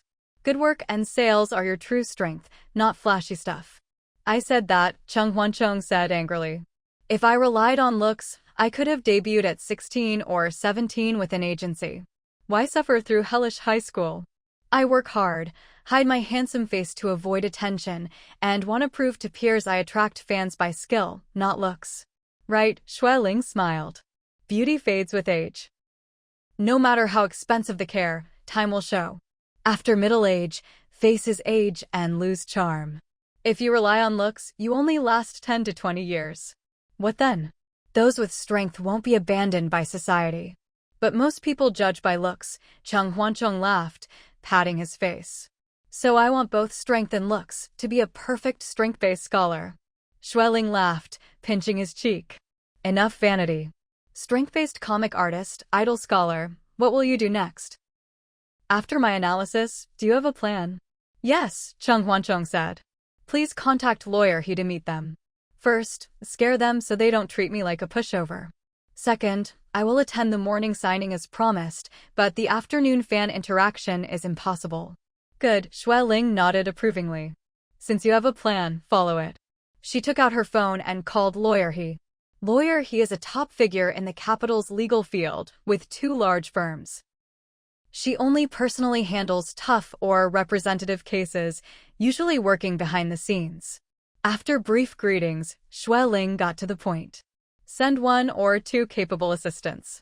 No need to come personally. But lawyer He insisted on coming herself, then hung up. Xueling smiled, putting away her phone. Lawyer He reviewed your contracts before and will personally handle this. She's on her way to Xinyuan now. When we get home, find your contract and show it to her. Leave everything to her. Okay, Qing Huancheng said. With lawyer He, they will be scared. Xueling said calmly, but you must cooperate well with her. She can protect your interests. Of course, your millions of fans are your strength and voice. Thanks, Mom. Qing Huancheng hugged her and kissed her cheek. You're the best mom in the world. Xueling laughed. Am I that old? No, he quickly corrected. You're the best and most beautiful mom. Xueling smiled indulgently, imitating his tone. I'm not about looks. Just want to be a strength-based mom. No matter what happens, tell us. We'll help. You're grown and independent, but still young with less experience and connections than us, so discuss with us. We respect your decisions and solutions and are happy to help. Okay, thanks, Mom. When mother and son arrived at Xinyuan, lawyer He's car was already parked at the gate. Xueling greeted her and shook hands, then asked her youngest son to serve tea. Sorry, I have to visit my uncle in the suburbs, Xueling said, shaking hands goodbye. Please take care of our third son's troubles. Lawyer He responded repeatedly, thank you for your care. I will do my best. Rest assured. Xueling went back to her room to change clothes, fetched some supplements from the storeroom, and asked the bodyguard to drive her to Xue Heng's home. Xue Jilian and Mrs. Chen's health had been poor for nearly 2 years. Xue Heng brought them to live together and hired a nanny to help care for them. Over a month ago, Xue Jilian accidentally fell and fractured his right hand, still under treatment. Mrs. Chen's blood sugar was too high. A few months ago, she suddenly lost much of her vision, scaring everyone to rush her to the hospital. After treatment, her eyesight slightly improved, but still occasionally blurred. Xue Heng worried about her seeing injuries and kept her from going out. Both elderly were ill. Xue Heng was busy hiring a male nanny because he couldn't manage work and care alone. Xueling checked the time and called Xue Heng. Hello? Lingling? What's up? Company stuff. She heard his drowsy voice and asked, Are you still napping? It's already 5 p.m. What? 5 p.m.? Oh my. Time flies. I overslept. Crazy. Xueling asked worriedly, Stayed up late again last night? Yes, until after 3 a.m. My head is buzzing. I couldn't take it this afternoon and napped longer than planned. Next time, I must set an alarm. Xueling asked about the uncle and aunt's condition. Xue Heng said his father was fine but always hid discomfort. His mother had aches and he massaged her. Xueling sighed softly, I'm on my way. You wash up, we'll talk when I arrive. Really? Great. Hurry, I have something to discuss. It was rush hour, but Xue Heng's new home in the suburbs avoided traffic. The elderly liked gardening. The villa had small gardens front and back. Xue Heng and his brother were wealthy but short on time, especially the younger brother, often absent. Xue Heng insisted on caring for the elderly himself, letting others visit occasionally. Xueling's luxury car arrived, security checked and called Xue Heng before allowing entry. The bodyguard helped carry packages inside. Mrs. Chen, using a cane, came out squinting. Xueling smiled and took her hand. Hello, Auntie. It's just me and Ran. Mrs. Chen smiled, can't see clearly, a bit blurry. Xue Heng hurried out apologetically, Mom, you were mistaken. That's the bodyguard, not a Yuan or Ran. At this time, brother-in-law and Ran are busy. Mrs. Chen laughed, my eyes are getting worse. Xueling and Xue Heng helped her inside. Xueling asked about the uncle. Xue Heng said he went to pick fruit in the backyard for her. Mrs. Chen joked about the uncle's restlessness. Xueling smiled, if he wants to go, call me.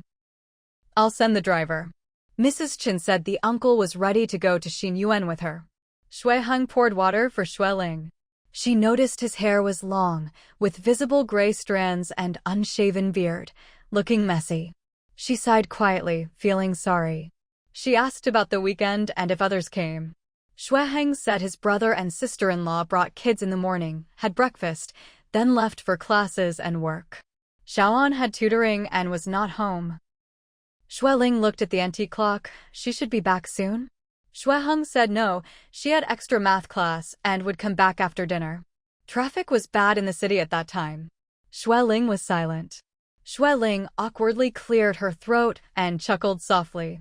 Studying is naturally the most important thing, but the child is currently in puberty, around 14 or 15 years old, still in the rebellious phase. You should try to spend some time with her instead of just focusing on her studying all the time. Xue Heng sighed heavily. Her studies are already terrible. If this continues, she might not even get into an ordinary high school. That bad? Xueling asked anxiously. Qinshe smiled bitterly. Not just bad, it's really bad. This child is extremely beautiful, with lively features, but unfortunately, she's not cut out for studying. Both her parents are intellectuals. Her father was always top of the class and never gave us any worries about his studies.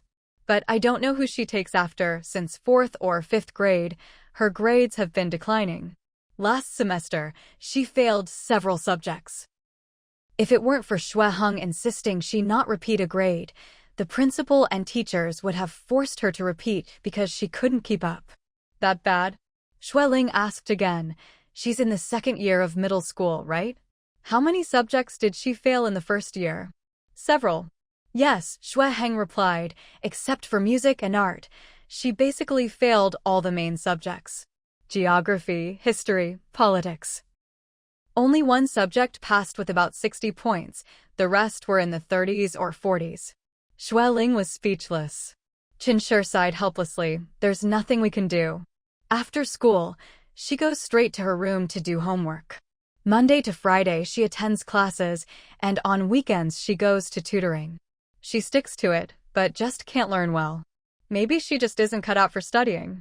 I told Shui Heng to accept it and not force her. People's intelligence is similar, but academic results vary greatly. Some are naturally good students and don't need to study much, while others study hard but still don't do well. I have to accept it even if I don't want to. Shui Heng looked hopeless. She's either in class or doing homework all day, but the teachers say she daydreams during lessons. She sits quietly in class, but never listens carefully or absorbs anything.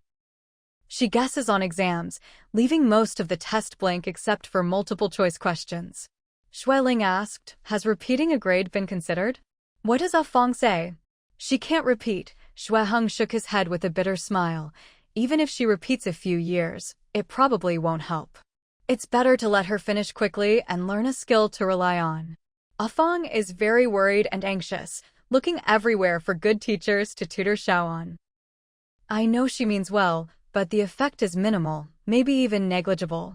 Shui Ling felt a pang of sadness. Xiaoan's problems are serious. Shui Heng rubbed his temples and sighed repeatedly. Sometimes, looking at her report card, I can't help but question life. How did I have a daughter who is so bad at studying? I really can't accept it, but I have to. Cherish stopped him. Don't say that about the child. Xiaoan is actually very well behaved. She's just not cut out for studying, so her grades are poor. As long as she's healthy in body and mind, that's enough. Don't expect too much. At our age, we've seen through everything. Good grades don't necessarily mean a good life. Xiaoan is beautiful and smart-looking. Learning some artistic skills will be enough. Shui Heng only has this one daughter. The family fortune will go to her. She doesn't need to work hard to earn money. A relaxed job is enough.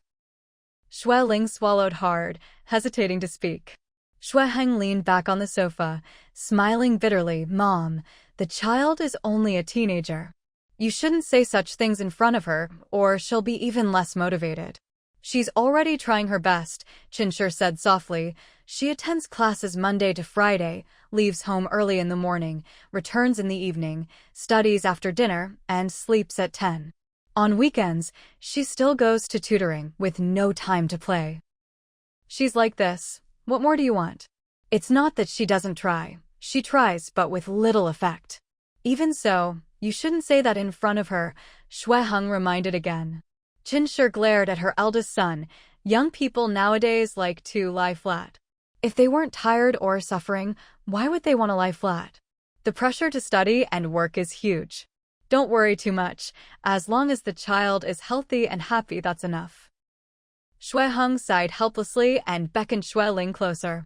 Shui Ling leaned toward him and heard him whisper, Xiaoan is running around for school every day, spending over an hour commuting. Recently, she asked me to buy a small apartment near the school for convenience. I didn't agree, but she's been pestering me to say yes. Do you know any properties near 4th Middle School? Do you have a place there? Shui Ling shook her head. No. Even if she did, she wouldn't lend or sell it. Shui Ling glanced at him and said, I told you, children in rebellion need parental attention. She's just a teenage girl. Do you think she can live alone? Letting her live alone would be like releasing a tiger. Shui Heng explained helplessly, I also think it's not good, but she begs me every day. If she lives off campus, I won't feel at ease. Either Ah Fong lives with her, or we hire a full-time nanny. Neither is acceptable. Shui Ling shook her head firmly. You can't agree. Ah Fong works at a TV station with irregular hours, sometimes working over 30 hours straight. She can't take care of her. The nanny can only help with cleaning and meals, not discipline or tutoring. Not possible? Xue Heng ran his fingers through his hair. I'm exhausted lately, physically and mentally. Afang said she has a month off after her trip and will take Xiaohan to live with her, tutoring her as much as possible. That way, I can focus on caring for the elders. Has Xiaohan dyed her hair? Xue Ling's eyes flickered. Xue Heng shook his head blankly. No. Why do you ask? No. Xue Ling forced an awkward smile, just asking casually. Xiaoxin wanted to dye her bangs to be fashionable recently, but I didn't agree. Dyeing damages hair and smells bad. Her nose is more sensitive than others, so she can't stand the smell. She hadn't mistaken her eyes. Neither Xiaocheng nor she was nearsighted. The girl acted like a good daughter at home, loved and cared for by elders, but secretly skipped classes, wore wigs, dressed provocatively, and secretly dated a punk boy. Typical double-faced behavior. Oh, Xue Heng shook his head. Dyeing hair is definitely not allowed. I also won't let Xiaoan do those crazy things. Young people nowadays pursue personality, letting their temper run wild, claiming it's individuality.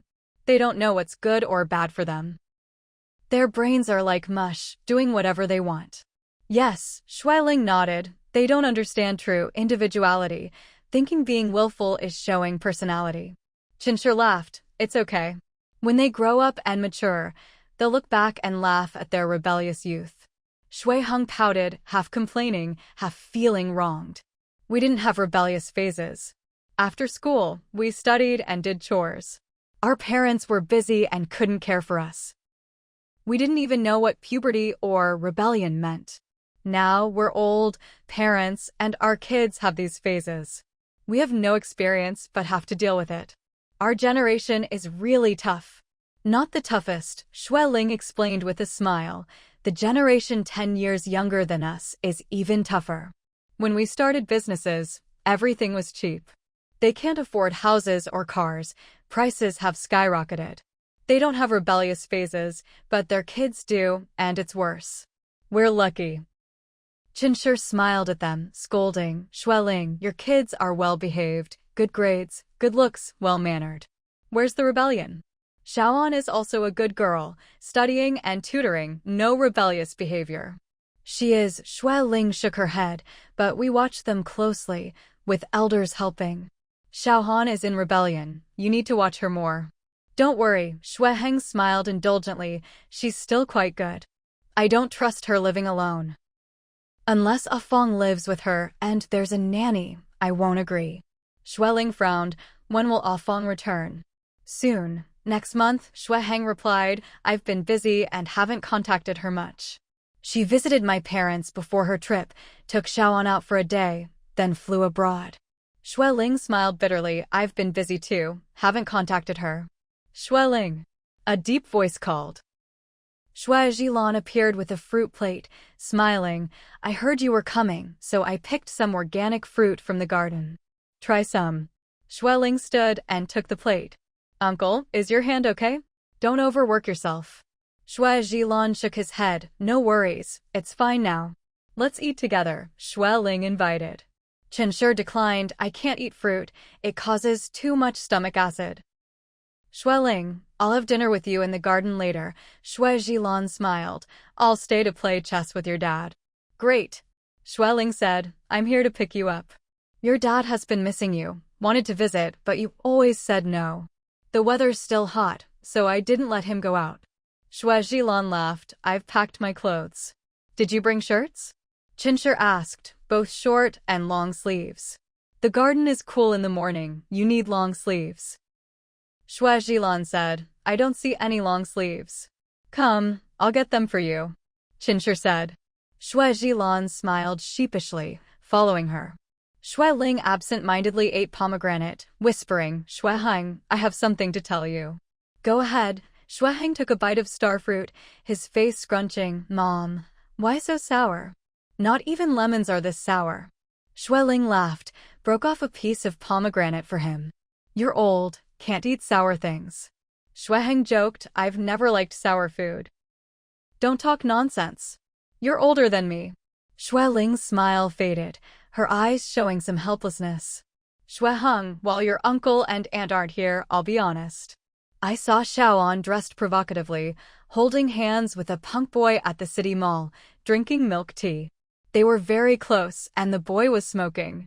Xueheng froze, his smile fading. Really? Are you sure? She went to tutoring early this morning, and I personally took her. Xueling raised an eyebrow, calmly asked, "How good is my eyesight?" I used to work on computers and had slight nearsightedness. In the past 2 years, others' eyesight worsened, but mine improved. I see things more clearly. Xueheng frowned, but she told me. Maybe she lied, Xueling sighed. Maybe Xiaoan hid a lot from you, because you were busy and didn't notice. Xueheng's face changed. He stood abruptly. City Mall? Which one? I'll drive there now. Xueling rolled her eyes and grabbed him. Calm down. Xueheng couldn't calm down and angrily shook off her hand. How can I calm down now? We sent her to tutoring, not to secretly date. Her mother found so many tutors and begged so many people to get her into that so-called gold medal class. The tutoring fees are over 1,000 a day, not to mention, how can she betray our trust like this? No, I don't believe it. Unless I see it with my own eyes, I can't believe it. I've been so busy lately. She's trying to push me to the edge. That brat. Whatever she wants, I'll give it to her. Any learning materials, no matter how expensive, I'll pay for them. Every day I pick her up and drop her off at school. She doesn't have to do any chores at home. Everyone pampers her like a little princess. And this is how she repays our love. Who is that guy? Did you take photos? Is he just an ordinary classmate? A tutoring classmate? Did you ask carefully? Xueling sighed helplessly and looked at him reproachfully. Don't get so worked up, calm down first. Things aren't as serious as you think, so there's no need to panic suddenly. Being flustered and talking nonsense won't help. Xueheng took a few deep breaths and smiled bitterly. I can't calm down. I want to find that little rascal now and ask what their relationship really is. Xueling pressed his shoulder and pushed him to sit down. Even if you beat him up now, it won't change anything. If you do that, Xiaoan won't understand and will get angry at you, pushing her further away. She's not a 5-year-old anymore, she's 15. Girls her age are naturally curious about love and may secretly date. What kind of love is that? Xueheng was furious.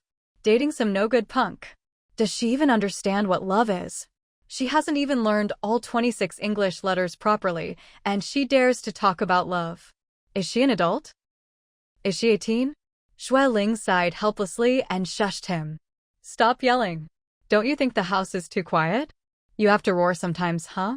Uncle Ji-lan and Auntie are old now. They can't be stressed. You know that, right? Xiaohan's situation seems serious, but from another perspective, it's just a teenage rebellion. It won't cause a citywide scandal, and you shouldn't be like this. After hearing his parents, Xueheng calmed down a bit. Recently, his parents had been sick one after another. He had to act as 3 people, working and taking care of them. At his age, his energy was not what it used to be, and he was exhausted but had to endure. Fortunately, his father's hand had healed, and his mother's high blood sugar was under control. The elderly had underlying conditions and couldn't be angered, or the consequences would be dire. Just recovered, they must not be ruined by a moment of impulse. Seeing him calm down, Xueling lowered her voice to analyze. Xiaoan isn't very smart, but she's not dumb either. If she studied seriously, how could her grades be so bad? She did well in elementary school, not top but above average. Her grades dropped sharply after entering middle school, which is abnormal. She goes to school early and studies in the study room until she sleeps. With that schedule, even if she isn't top, she shouldn't fail so many subjects. Think about it, it's impossible. Hung, why didn't you notice? Xueheng was stunned, his face changed. Xueling squinted and whispered, think again. Why can she go out to date when she's in the gold medal class tutoring? Why didn't the tutors contact the parents? A tutoring class that lasts more than 10 hours a day? Even superhuman teachers would be exhausted. Xueheng's eyes widened, then he turned and looked very bad. Right? I never noticed. The tutors never contacted me. She said Ah Fong paid the fees, tens of thousands a month. The summer tutoring didn't work well. This semester, Afong registered her for the basic class, but still in the gold medal class building. The teacher left Afong's phone and WeChat, and all news was notified to Afong. So, you never contacted the tutors, right? Xue Ling asked sharply. You always dropped her off downstairs and let her go upstairs by herself, right? Xue Heng nodded numbly. Xue Ling sighed bitterly. Call Afong now and ask about the tutoring. I bet she told Afong you paid the fees, and the teacher has your contact info and keeps in touch with you. On weekends, Afong even picks her up. No need to call, Xue Heng said quietly. It's probably a double lie. Xue Ling nodded.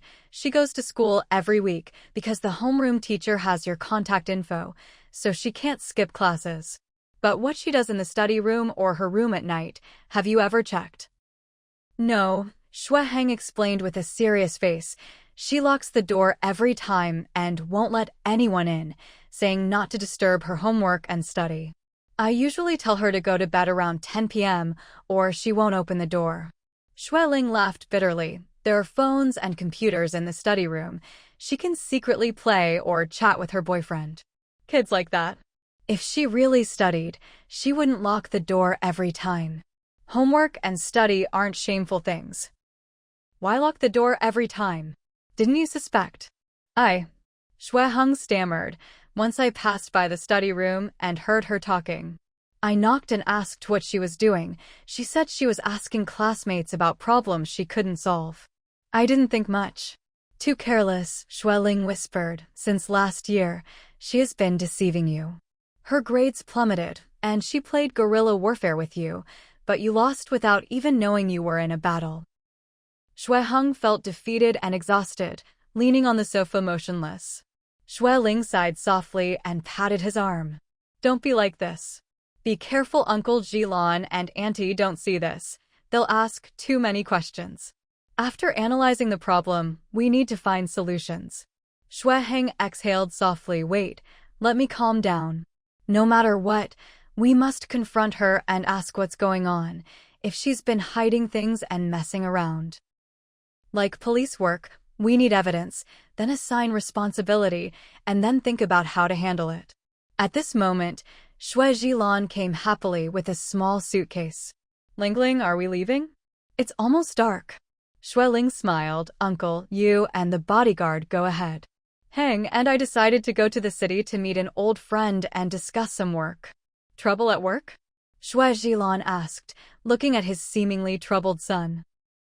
Xue Heng's mind was in chaos and he didn't know what to say to his father. Xue Ling took over and made up a story. Yes, the group recently launched a new product line and plans to improve the packaging. Heng and Duo have different opinions, so we're consulting a professional designer before deciding. I see, Xue Jilan said. So late? Must you go now? It's dinner time. Xue Ling nodded. The designer is very busy. We arranged to eat and talk together. Uncle, let the bodyguard take you to Xinyuan for dinner. I'll come home later. Okay, Xue Heng said. I'll drive Lingling to the city and have the bodyguard take you to Xinyuan. Xue Jilan waved. All right, I'll go first. Don't be too late and drive safely. Xue Ling saw the elder off. Xue Heng had calmed down a lot and used the same excuse to fool the housekeeper, then drove an SUV out of the garage. It's rush hour, Xue Ling reminded. Why drive such a big car? Aren't you afraid of traffic jams? Xue Heng replied. Higher, better view. Once I drove a big car, I can't go back. Small cars feel too low and unsafe. Not psychological, Xue Ling said bluntly. You're just sick in the head. Xue Heng. Soon, Xue Heng drove out of the community gate. You said the guy dyed his hair and smokes, right? Xue Ling nodded. Yes, he dyed his hair. Xiaoan is different. She probably wears a wig. Xue Heng guessed. It's dinner time now. Where would they be? Near the gold medal class tutoring center. Not necessarily, Xue Ling reminded. She said to pick her up after 8 p.m., still 2 hours away. She probably won't go there so soon. Xue Heng sighed. I always thought my little princess was a good girl. No need to worry like other parents. But now I'm searching the whole city for my daughter. Afraid I can't find her, and afraid when I do, she'll scare me with all those lovey-dovey words. I can't imagine it. Find her first, Xue Ling laughed. Face whatever comes. Xue Heng chuckled bitterly. At my age, I'm afraid of everything. Afraid parents get sick or die. Afraid I can't work peacefully. Afraid my daughter won't succeed or live an easy life. Xue Ling felt sorry for him. Calm down, that's normal. We grow up, parents grow old. Everyone must face death. I sometimes fear waking up one day to find my parents gone. But they will leave eventually. The only thing we can do is be filial while they're alive, so we won't regret later. Me too. Xue Heng stopped at a red light, but I'm old, sometimes powerless. Xue Ling suggested, finish your work and let your trusted people take over. You could retire early like me and spend more time with the elders. You, Xue Heng smiled bitterly. Why did you retire so early? Just between us, tell me the truth. Xue Ling was stunned, then gave up. What reason? I don't want to work forever. I want to rest and spend more time with family. I've said this before. That's the truth. What else do you think? Xue Heng laughed softly. I thought you retired because you were lonely at the top, like a lone warrior tired of the peak. Fool. Xue Ling laughed. Where's the peak? There's always someone better. I just do what I can, give my best, and enjoy it. I never aimed for the peak. Parents and mother-in-law are old and need me. Duo and the leaders are excellent. I can retire. You scared many people when you retired, Xue Heng said. Some thought you joked or planned to come back later. Xue Ling laughed loudly. What happened? Duo is the new leader, managing the company. I retired, so how could I interfere? Even if I wanted to, I don't have the strength. So they guessed wrong, Xue Heng said. Xue Ling reminded, you guessed wrong too. I don't think so, Xue Heng argued. You're at the peak, no need to continue. Xue Ling immediately caught the hidden meaning in his words. What? You feel you haven't reached your life's peak, so you don't want to retire. Xue Heng smiled. You know me well, Lingling. I'm in my early 50s, worked with my uncle and then with you for almost 30 years. I feel I still need a peak, or I won't be satisfied. What is a peak? Xue Ling laughed. There's always a higher mountain. Where's the real peak? Xue Heng pouted. The earth is big. The highest peak is Everest. Without seeing or trying, how do you know which mountain is the real peak? Xue Ling leaned back. How do you measure your peak? Money? Position? I haven't thought about it, Xue Heng said, but I have a feeling my peak hasn't come yet. I need to endure more. Fool. Xue Ling scolded. Don't you realize your body and mind aren't what they used to be? Your ideas don't fit society anymore. Every stage had its peak. Can't those be your Everest? No, Xue Heng argued, they aren't. How can I fool myself? Xue Ling rolled her eyes and became serious. Heng, I advise you to retire or your body won't hold up. Look at Uncle Jilan and Auntie, they got sick. You hired 2 nannies, but you work and take care of elders at night, exhausted. They age year by year, and so do you. You can still fight now, but can you in the next few years? Look in the mirror. You have more white hair. I'm old, but my heart isn't, Xue Heng said. I still have confidence. Xue Ling shook her head. We're not strangers. When did you ever lack confidence? You're ambitious, but your energy can't keep up. I just want my own Everest, Xue Heng said. Once I reach it, I'll retire happily. Xue Ling shook her head. Why force yourself? The group has fierce competition and pressure. Duo recently fired many middle managers because their ideas are outdated. They worked hard, but can't keep up with the wolf culture. Business is different now. Maybe I should start a new business, Xue Heng said, so I won't be stuck at this level. After things settle, I'll invest in a new project. What project? Xue Ling asked. A private hospital, Xue Heng said. Oh. Xue Ling asked, which area? It's not your specialty. Don't try lightly. Xue Heng laughed. Can't you have some faith? If I retire, I'll regret it forever. Really? Xue Ling sighed. If so, go ahead. She worried he might regret it, but if he didn't try, he'd always have regrets. Xue Heng snorted. Your tone is dismissive. The city was congested on weekends. They drove slowly, continuing their talk. Xue Ling nodded. I'm dismissive and won't support it. First, I don't have time or energy for a second career. Second, I'm unfamiliar with this field. Shueheng shook his head. Don't worry, Huan and his wife are experienced. I plan to buy land in the suburbs, build a high-end private hospital with the best doctors and nurses, top environment, equipment, and service. Then, how will you reach your Everest quickly? How many chain hospitals? How many years to break even? About 10 to 20 years. I plan to open chain hospitals, franchise, and eventually go public. Xue Ling felt skeptical. Hospital service is more complex. Building a good reputation takes at least 5 years. She reminded, you're in your early 50s. In 20 years, you'll be in your 70s. 70s isn't old. Shueheng said, look at my parents. They're still strong. Xue Ling sighed, strong but can't work hard. Good luck with your hospital. Don't you want to invest? Shueheng asked, if it succeeds, you'll make a lot. No, Xue Ling said, I'm different. When I'm tired, I'll retire. No need to chase peaks. When young, struggle is instinct. Now, I want more time with family. Mindset is key.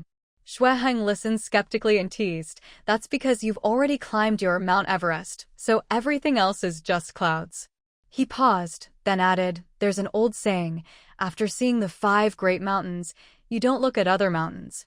After seeing Huangshan, you don't look at other peaks. You've already had many Huangshan, so you can retire without regrets. Do you think you'll have big regrets if you retire now? Xue Ling asked. If so, then invest. Don't hesitate. Shueheng asked again, won't you invest a share? This project is worth investing in. Even if you can't do it yourself, you can leave it to Ran. He's a medical genius. It's best left to him. No, Xue Ling shook her head honestly.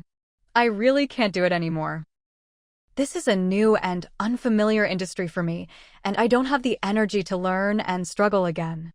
Ran is still working at the hospital and can't quit anytime soon. He's very busy, early to late, no time even for dating.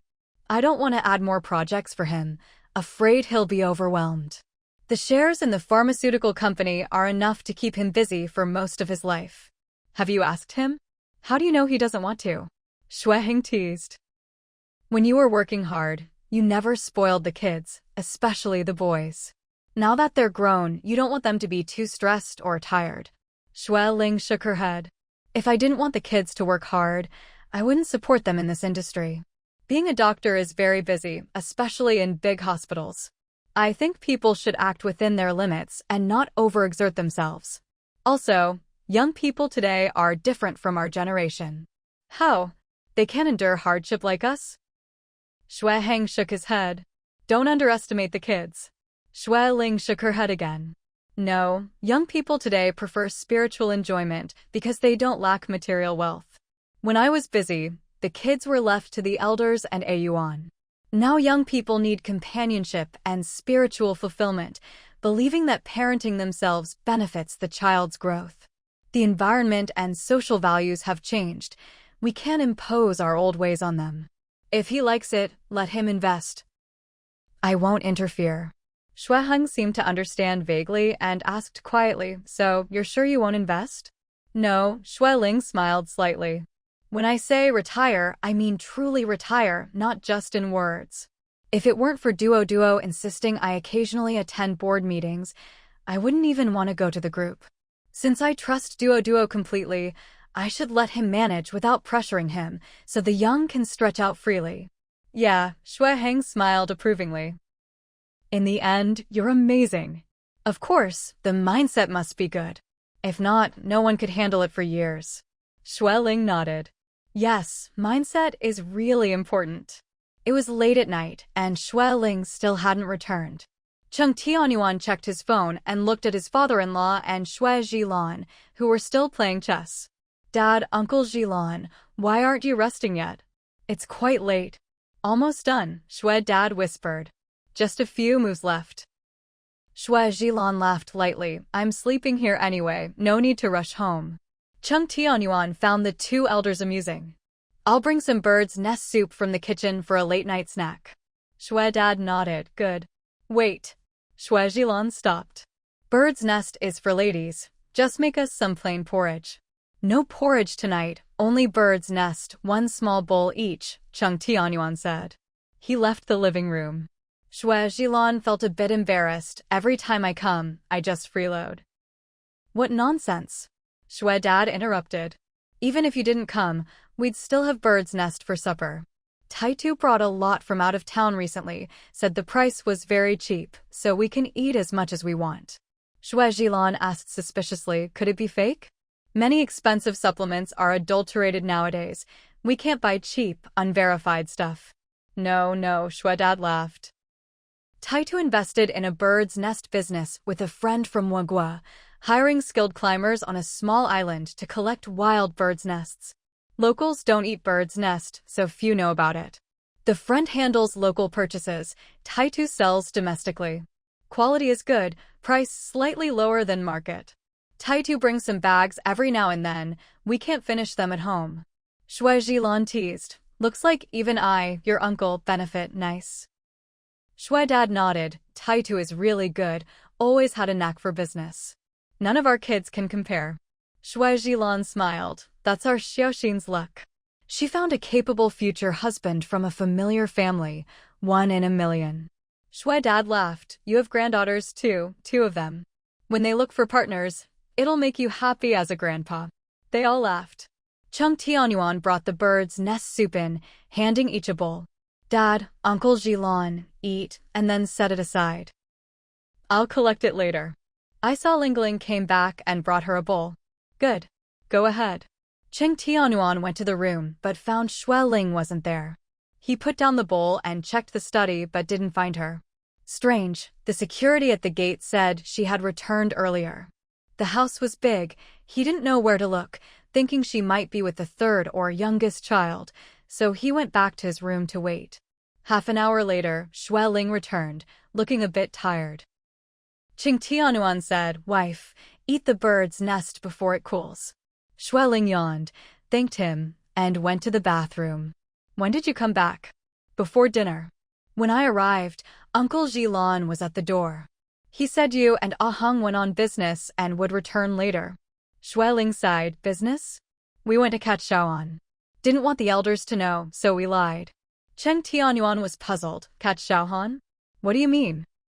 Xue Ling explained everything and pointed toward the guest room. Xue Han was furious, saying foolish things about love being supreme. Ah Hung was nearly mad. Seeing the situation was bad, she brought Xiaoan back to let father and daughter cool off. Chung Tianyuan frowned. Does Ah Fong know? Of course not, Xue Ling smiled bitterly.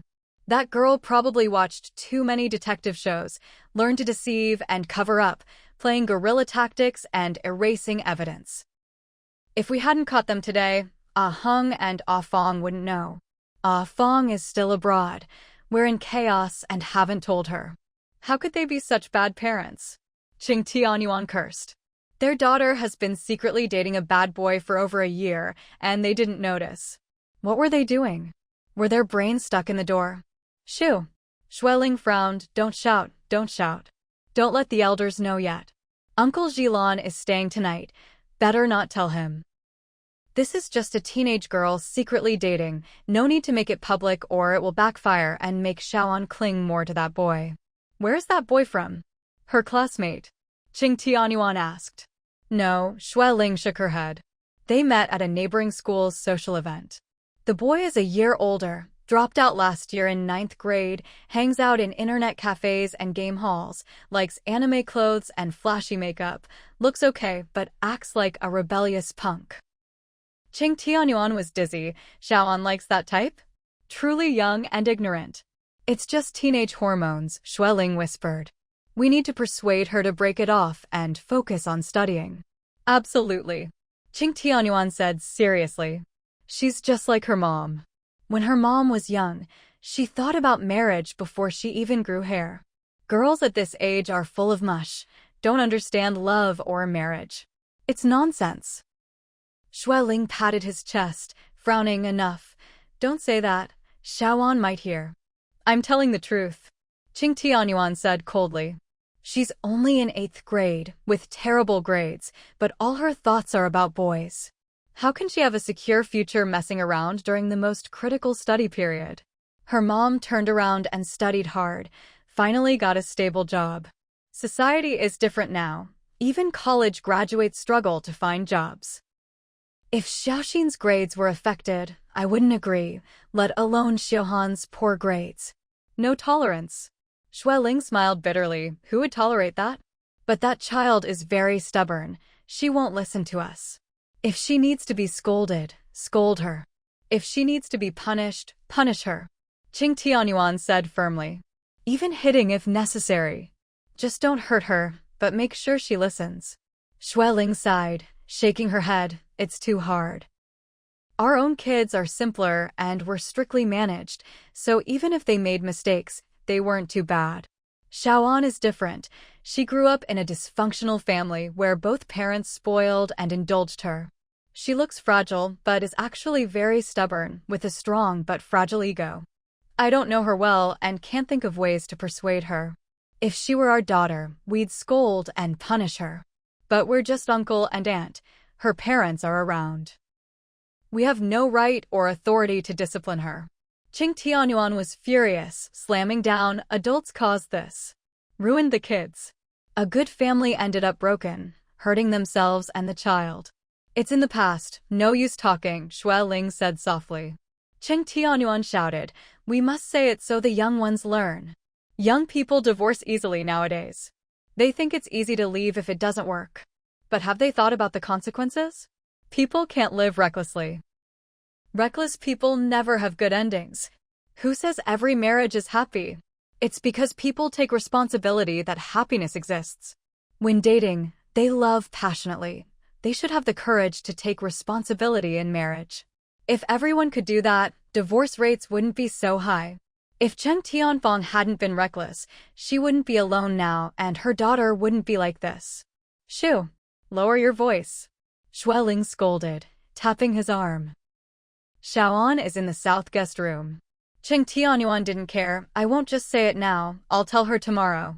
She's only a teenager wanting to date and marry? Someone who still relies on parents for everything. What right does she have to marry? If Xiaoxin didn't study well or work independently and just wanted to rely on a husband, I wouldn't agree. Girls can marry and rely on husbands? If she thinks so, she better find a good husband, not a dropout punk. Have you told her this? No, Xueling said honestly. Hung was furious seeing her dressed strangely, wearing revealing clothes and clinging to that punk. He almost lost it. If I hadn't stopped him, he might have seriously hurt that boy. That boy clearly has no responsibility and can't be trusted. Humph. Qing Tianyuan snorted. Her mom was like that too, easily fooled by a few sweet words. If she hadn't been taught a lesson, she wouldn't be where she is now. You must contact Qing Tianfang to come back and teach her daughter with her own example. Don't be angry, Xueling rubbed her forehead. Hung was so angry he almost burst a blood vessel, saying nonsense. Xiaoan was furious and argued with him on the street, crying and shouting, attracting many onlookers. I couldn't calm them, my throat hurt from shouting. I finally called a car, shoved Hung in, and took Xiaoan away. Cheng Tianyuan rolled his eyes. What a shame, making a scene in public. Hung is over 50, why act so impulsively in public? Better to take her away and talk calmly. This kind of scene only makes things worse. Yes, Xueling nodded.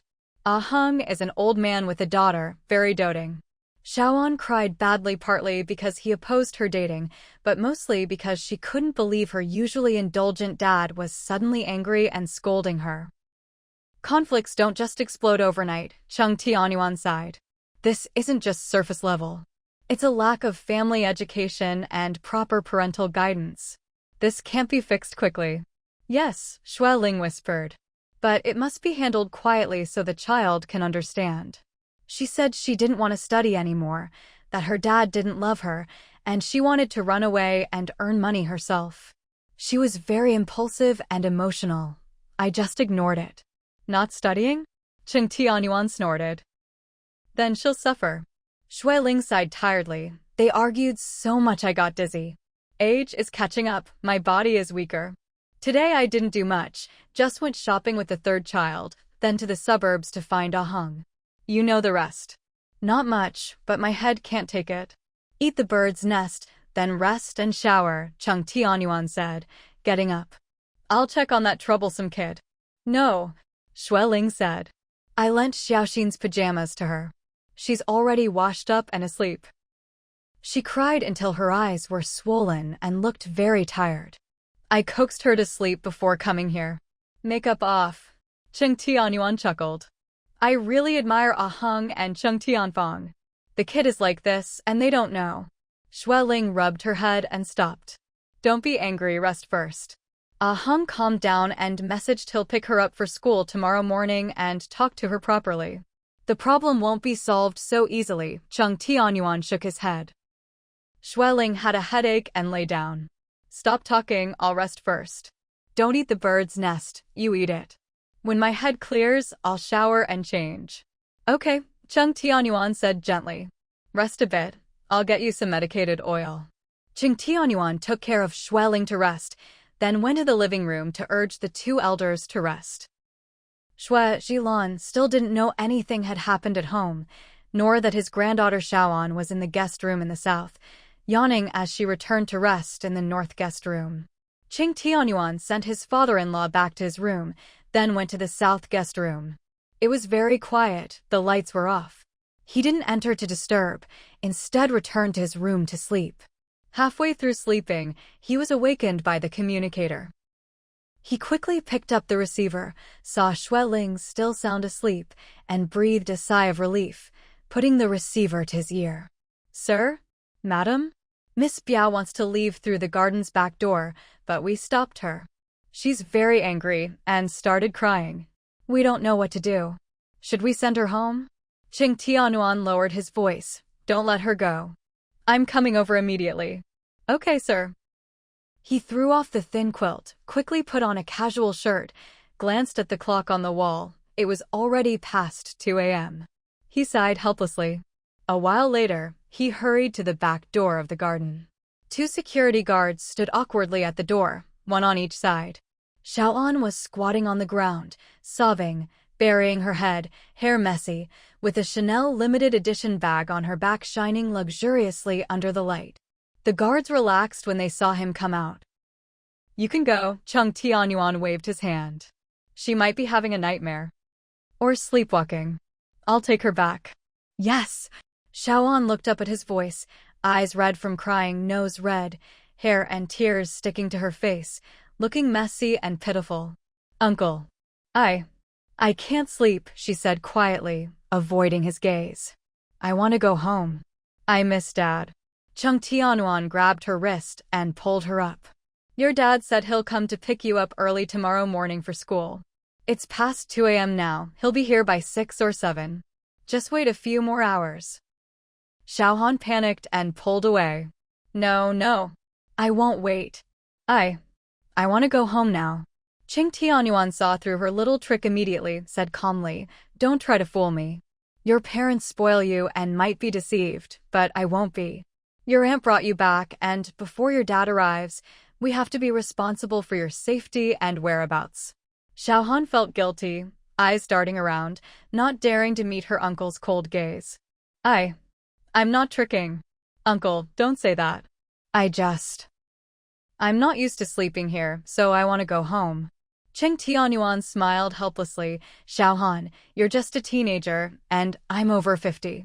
I've been in business for over 30 years, not just sleeping through it. You're lying to me, and I don't want to expose you, but your excuses are too poor. You think I'm a fool? There's someone waiting for you at the main road, right? Xiaohan swallowed nervously, stopped struggling. No. Uncle, don't say that. Chung Tianyuan didn't want to argue, lifted his chin. Go back and rest. If you can't sleep, just stay still, wash your face, drink water, and wait for your dad tomorrow morning. Xiaoan got desperate, grabbed his hand, begging. Uncle, just let me go out for a while, okay? Just 5 minutes. I'll come back after 5 minutes. Chung Tianyuan looked at her coldly, calm and composed. Fine, 5 minutes. I'll go with you. No. Xiaoan shook her head vigorously. No need. I'm not a child anymore. I know the way. I'll just go out for a bit to get some fresh air and come back quickly. Chung Tianyuan stared at her, asked, "Didn't your parents teach you that it's dangerous for girls to be out alone? It's past 2 a.m. now. Do you think you can go out alone at this time?" I'll just be nearby. Xiaoan was still unwilling to give up. "I won't go far, just walk around nearby." Qing Tianyuan's patience was running thin. The garden is thousands of square meters inside and out. Isn't that enough for you to walk around? Now is the time to dream, but that doesn't mean you can talk nonsense. His voice got louder, scaring Xiaoan back a step. She still peeked outside. "Uncle, I actually don't want to go to school anymore. I don't want to wait here for Dad tomorrow.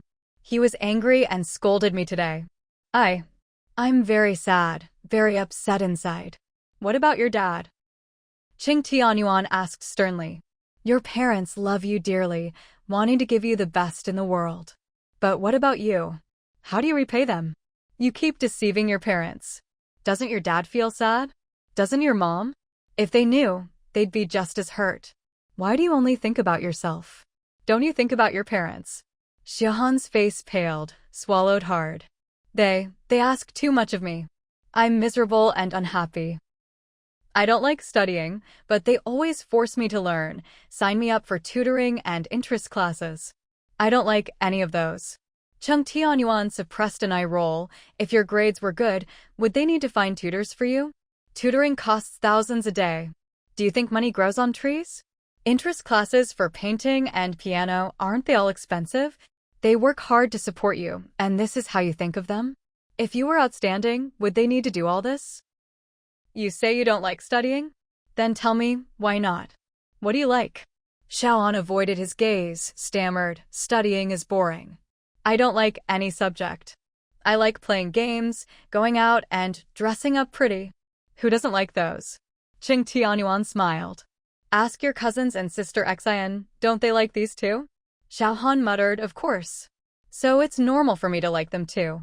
Qing Tianyuan nodded. "They like these, you like these. But they all persist in studying and don't give up on boring subjects. They can do it, why can't you? You're all family. Why can they and you can't?" Xiaoan blushed awkwardly, stammering, I'm not as smart as my cousins." "Wrong," Chung Tianyuan said. "You're very smart, not worse than any of them. Your grades weren't bad before. Why did they drop so badly after entering middle school, even failing to pass? You know the real reason yourself." Xiaoan blinked nervously, stammered, I'm not cut out for studying. I don't like it." "Uncle, can we not talk about this now?" "Fine, go back," Chung Tianyuan said firmly. Xiaoan stomped her foot. "Uncle, just give me a few minutes." "A few minutes, okay? I'll just go out for a bit and come back right away." "No," Chung Tianyuan smiled bitterly. "What do you want to do? Tell me clearly, or you won't go out." "Why at 2 a.m.? If you're hungry or thirsty, there's plenty in the garden. If you're sick, the family doctor can come immediately." "What exactly do you want to do?" I really have an emergency," Xiaoan pleaded. "Uncle, please let me go out for a bit, okay? I just want to talk for a while, I'll be back soon." "What can't you say on the phone?" Qing Tianyuan laughed. "Who doesn't have a phone these days except elementary kids?" "Xiaoan, don't wear out my patience. Go back inside." Xiaohan's eyes reddened, sobbing, "Uncle, when did you become so heartless? You always cared about me. Are you angry with me too?" "Yes," Chung Tianyuan said coldly. "You lied to your parents, kept secrets, and schemed behind their backs. You're in our home, and you want to run around under my nose. How can I not be angry? You want to sneak away with that boy before your dad comes, right?" Xiaoan was shocked, wanted to argue, but faced with his icy gaze, she stammered and finally burst into tears. "Uncle, did Aunt say something to you? Did Dad tell you to watch me closely? I'm not your prisoner. I'm a person. I have my freedom. You can't do this." Chen Tianyuan rolled his eyes. "Are you an adult now? How many years until you're an adult? Do you know your guardians have the responsibility to protect and supervise you? Understand? I'm grown up," Xiaoan argued. "I'm independent, with my own thoughts." "Grown up? Are you an adult? I asked if you're an adult. You don't get it? Independent? How? Financially? Personality-wise? Xiaoan shrank her neck, losing confidence. I'm grown up, I have my own ideas. Cheng Tianyuan nodded. Having your own ideas is good, but it doesn't mean you can do whatever you want. We're your family, responsible for helping and supervising you until you're an adult. Now, go back. Xiaoan cried loudly, Uncle. Don't you love me anymore? I'm just dating, I didn't do anything wrong. Why are you all like this? Dad, Aunt, and you. Don't you want me to be happy? You want me to live the way you want, right? You're too much.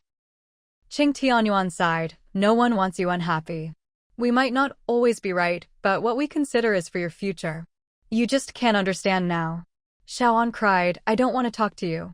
You're all selfish. You never ask what I think. I'm grown up, I know who really cares about me. Who? Cheng Tianyuan shouted. Who really cares about you? Your mom suffered to give birth to you, took injections and medicine, raised you for over 2 years. You're her life. Would she treat you badly? Your dad would give you the stars and moon if he could. Isn't he the one who cares? Who else can do what your parents have done? Tell me. Xiaoan stopped crying, stunned. Cheng Tianyuan grabbed her arm, pulled her up, and strode inside. Xiaoan didn't resist, obediently caught back to the front yard. But she didn't want to go back to the guest room, clinging to the sofa. I can't sleep. I won't go back. Cheng Tianyuan pointed to the wet wipes on the table. Wipe your tears and nose. He poured 2 cups of warm water, placed one in front of her, sat down and drank slowly. Xiaohan's eyes flickered, whispered, Uncle, I'm not going to run away. Why are you guarding me like this?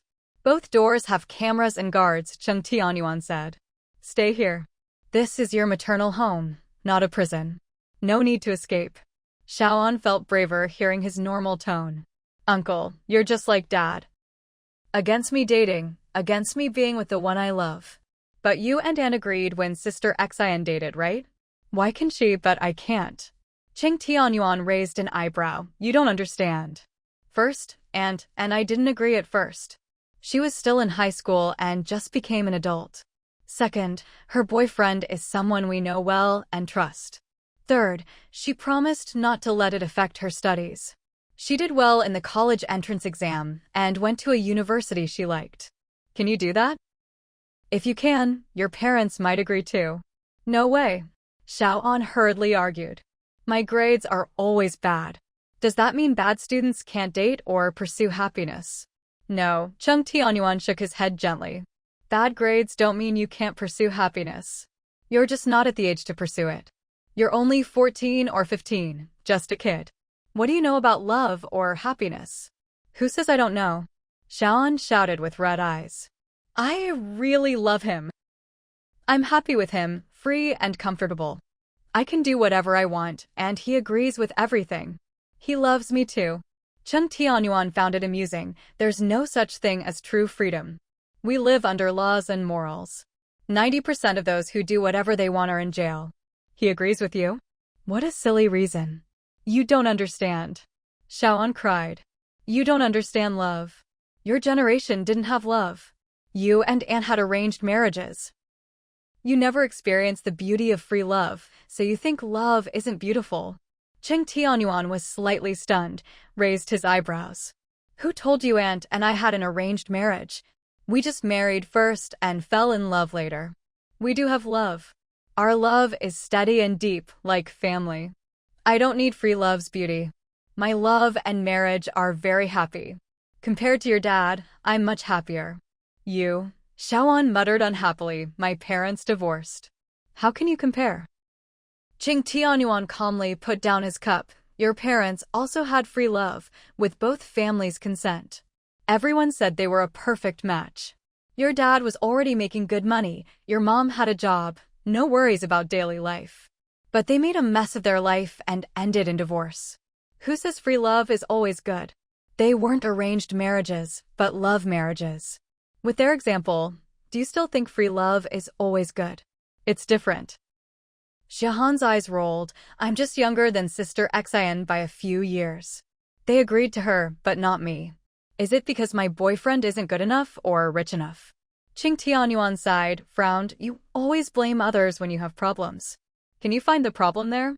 Our family isn't short of money. Marriage is about people, not money. Why chase money? Then what else? Xiaoan cried. Dad said I'm brainless and lied to him. He's disappointed. Cheng Tianyuan asked, if you were deceived for so long, wouldn't you be disappointed? Wouldn't you be hurt? No. I'm just dating, not doing anything terrible. Dating isn't a crime, Cheng Tianyuan said. But you shouldn't lie to your parents or abandon your studies for fun and love. Animals can run soon after birth, but humans need to learn a long time to keep up with the times. If you miss school now, you'll regret it for life. I'm not cut out for studying, Xiaohan muttered. I'm not made for it. Cheng Tianyuan said, you can't quit school. You're just a teenager. Let me tell you something. Our family was very poor. We often ate wild vegetables and rarely had meat. I loved studying and my grandparents supported me. But we were so poor we couldn't pay tuition. I had to work hard, borrow money, and finally got into university. But when I got the admission letter, my grandfather got sick again, and the family couldn't afford it. I tore up the letter and went to work instead. I cried many nights thinking about that letter. Xiaoan was stunned. For a pampered princess like her, this was like a story from centuries ago. Her bag alone cost tens of thousands. How could she understand not having 10 yuan? Cheng Tianyuan sighed. That's why I always wanted your mom to study well. No matter how poor, she had to go to school. But she dropped out halfway, almost didn't graduate. Luckily, she finished vocational school and got a job in the capital with Aunt's help. Not going to university is my lifelong regret. I want my kids to graduate university at least.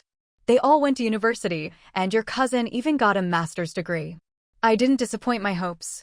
Xiaoan looked at him pitifully. Uncle, actually, university isn't always good. Many students work part-time. Your company has many top graduates who don't earn as much as you. Fool, Cheng Tianyuan smiled. I know university doesn't guarantee money. But it was my lifelong dream, now impossible. It's my first dream and my biggest regret. He sighed. Xiaoan, don't be rebellious and give up what's important. For you, family and studies are most important now. You're a student, you must study. If you quit now, you'll regret it forever. Xiaoan was speechless. As dawn broke, Cheng Tianyuan called Shuiheng.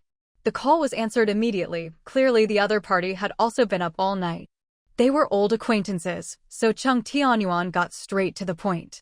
Last night around 2 a.m., she tried to sneak out the back door because that little troublemaker was waiting for her at the corner outside. The security stopped her and I sent her back. What?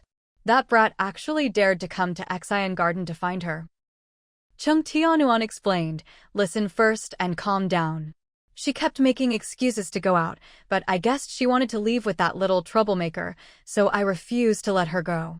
I talked to her for over half an hour and finally got her to stay and go back to sleep. Leave? What do you mean?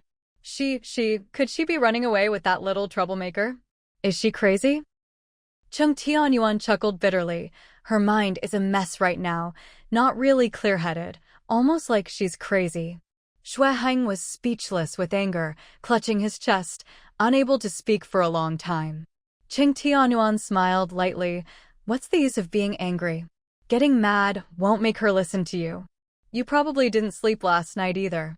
Don't waste time. Drive over before the morning rush. Yeah, I haven't slept all night. Ever since I saw her hugging that little troublemaker last night, my head has been throbbing. She's just a kid.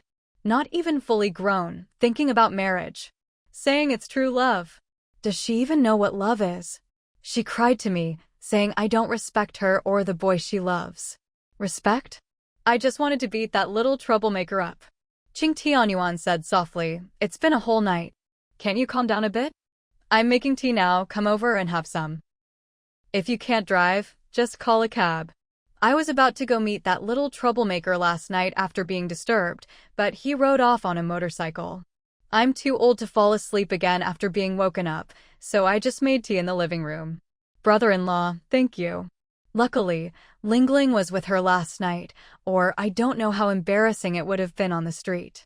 Besides you guys, I don't trust anyone else. Okay, I'm driving over now. Qing Tianyuan ended the call. At that moment, Xueling, in pajamas and messy hair, walked over, yawning and asking, "Did you not sleep last night, or did you get up early?" Cheng Tianyuan smiled helplessly and explained everything that happened last night. That little troublemaker is very cunning. When the gate of Xian Garden opened and he saw it wasn't Xiaohan, he quickly rode off on his motorcycle. I asked Xiao Huang in the monitoring room to check. The motorcycle has no license plate. Motorcycles have long been banned in the capital. It's probably an old bike from some corner. The image is a bit blurry, but we got a general look. I asked Xiao Huang to investigate further, just in case. Xueling nodded approvingly. That's good, at least we won't be completely in the dark. Xiaohan's mind is a mess now. She won't tell the truth, no matter what you ask. Poor girl, Cheng Tianyuan sighed again, recalling last night's conversation. What is she thinking? What's in her head? Xueling yawned. She's still young and doesn't understand much. If we don't guide her properly now, the consequences could be serious. I'll go wash up and change. When Ah Heng arrives, we'll discuss with him. Qing Tianyuan agreed. Half an hour later, Xue Heng arrived, looking very bad. He collapsed on the sofa, rubbing his temples. Qing Tianyuan reminded him, "We haven't told the rest of the family about Xiaohan yet, including the elders. Uncle Jilan stayed here last night and is probably waking up now. If you and Xiaohan appear here and the elders see you, how will you explain? If you don't want to worry the elders, you need to come up with an excuse." "I can't think of one," Xue Heng said, holding his head. "My head hurts so much." Qing Tianyuan asked suspiciously, "Do you want the elders to know?" "No." Xue Heng smiled bitterly. "I really have a headache. Less trouble is better. The elders aren't in good health. Let's not bother them more." Qing Tianyuan nodded. "Okay, we'll try to keep it from them. If Uncle Jilan sees you, just say you brought Xiaohan to school and came here for breakfast." He handed him a cup of hot tea. "Thanks," Xue Heng said gratefully. "My head hurts." Qing Tianyuan reminded him, after drinking the tea, go to the south guest room to wake Xiaohan, get her to wash up and eat breakfast. Take the opportunity to talk to her, coax her to study hard, and tell her not to rush into love. She's still young, and there will be plenty of chances later. Xue Heng agreed and hurried off. At that moment, Xueling brought a plate of steaming char siu buns. "You're hungry. You can't just drink tea on an empty stomach. Here, eat something first. Your parents are already up, walking in the garden." "Okay." Cheng Tianyuan took a bun and started eating. "Is Uncle Jilan still asleep?" Xueling shook her head suddenly. From the south came the sound of Xiaohan and Xue Heng arguing. The couple exchanged glances and hurried over. They saw Xue Heng standing at the door and Xiaohan, with messy hair and pajamas, standing on the bed, shouting at each other loudly. Xueling scolded, "What are you shouting about so early? Making a joke of yourselves in front of everyone." Xiaohan's eyes were red. She jumped off the bed and ran into the bathroom, slamming the door. Qing Tianyuan saw the bad situation and grabbed Xue Heng. "What happened? Did you say something to her? Weren't you supposed to talk to her nicely?" Xue Heng was furious, chest heaving. "I told her to break up with that little troublemaker and focus on studying. When I said that, she got upset and shouted about love and true love, all kinds of disgusting stuff." "Shut up," Xueling said sternly. "Are you crazy? Can you say that now? Kids like to argue with you the most at this age. Saying those things now will only make her completely break with you. Don't say that, just coax her to study. If she can focus on school, you can consider giving her a chance. She needs to get back on track, not go further off it." Xue Heng was so angry he rubbed his forehead and said roughly, "What's so good about that little troublemaker? If she doesn't break up with him quickly, how can she focus on studying? Look at her now. Does she look like someone ready to study? Why can't you try a more indirect approach?" Xueling glared at him, whispering, "Set small goals for her. If she improves by 10 points in each subject in the next test, agree to let her date that boy. If she improves by 20 points in the midterms, continue to agree. If she passes all subjects in the finals, keep agreeing. Isn't that a good way? He's a little punk." Shueheng frowned. You saw him last night. His hair looks like a broom, and his clothes are ridiculous. Even more exaggerated than those guys who run anime salons. Xueling almost rolled her eyes. Kids like what you don't like. You and Xiaohan have almost a 40-year age gap, which is like 8 generations. For teenagers, that style is the trendiest. Using your taste to judge kids 40 years younger is inappropriate. She's only 15, how can she be dating? Xueheng was furious. I can't agree, and I won't.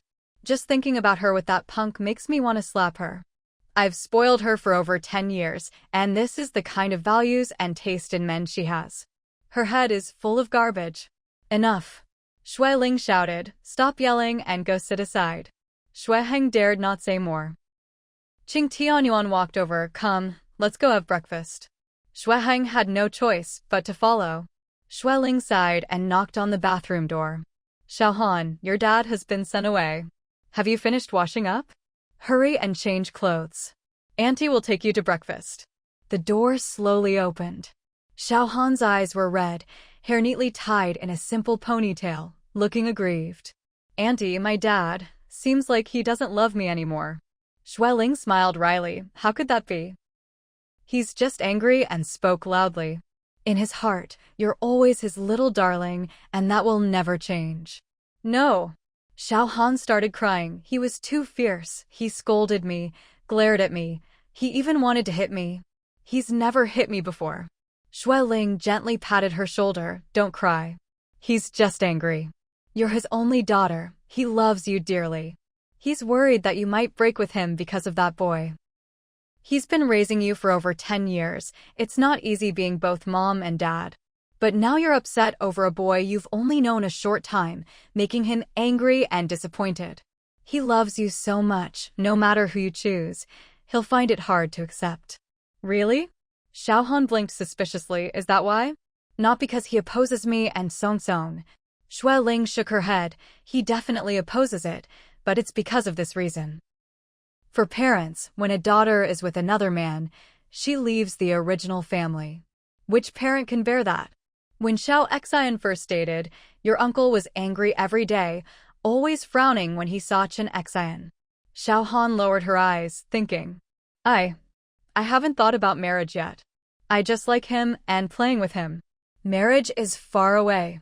I haven't thought that far. You definitely shouldn't think about that now. Xueling smiled. You're just a student.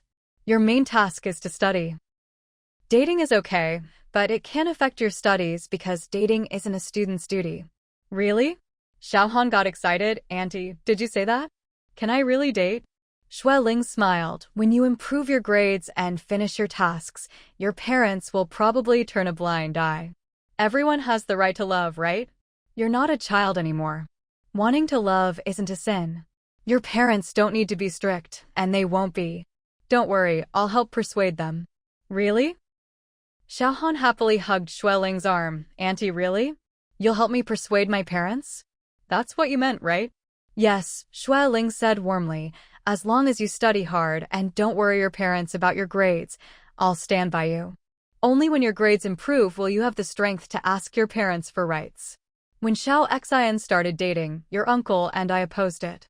Later, she promised not to let it affect her grades and that it was serious love. Then we reluctantly agreed. But my grades aren't as good as Xian's. Xiaohan pouted. I can't do it. Xueling smiled. At least improve, right?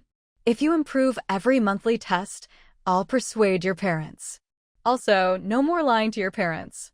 Whatever you want to do, be open and honest. That? Xiaohan hesitated. Do I have to say every time?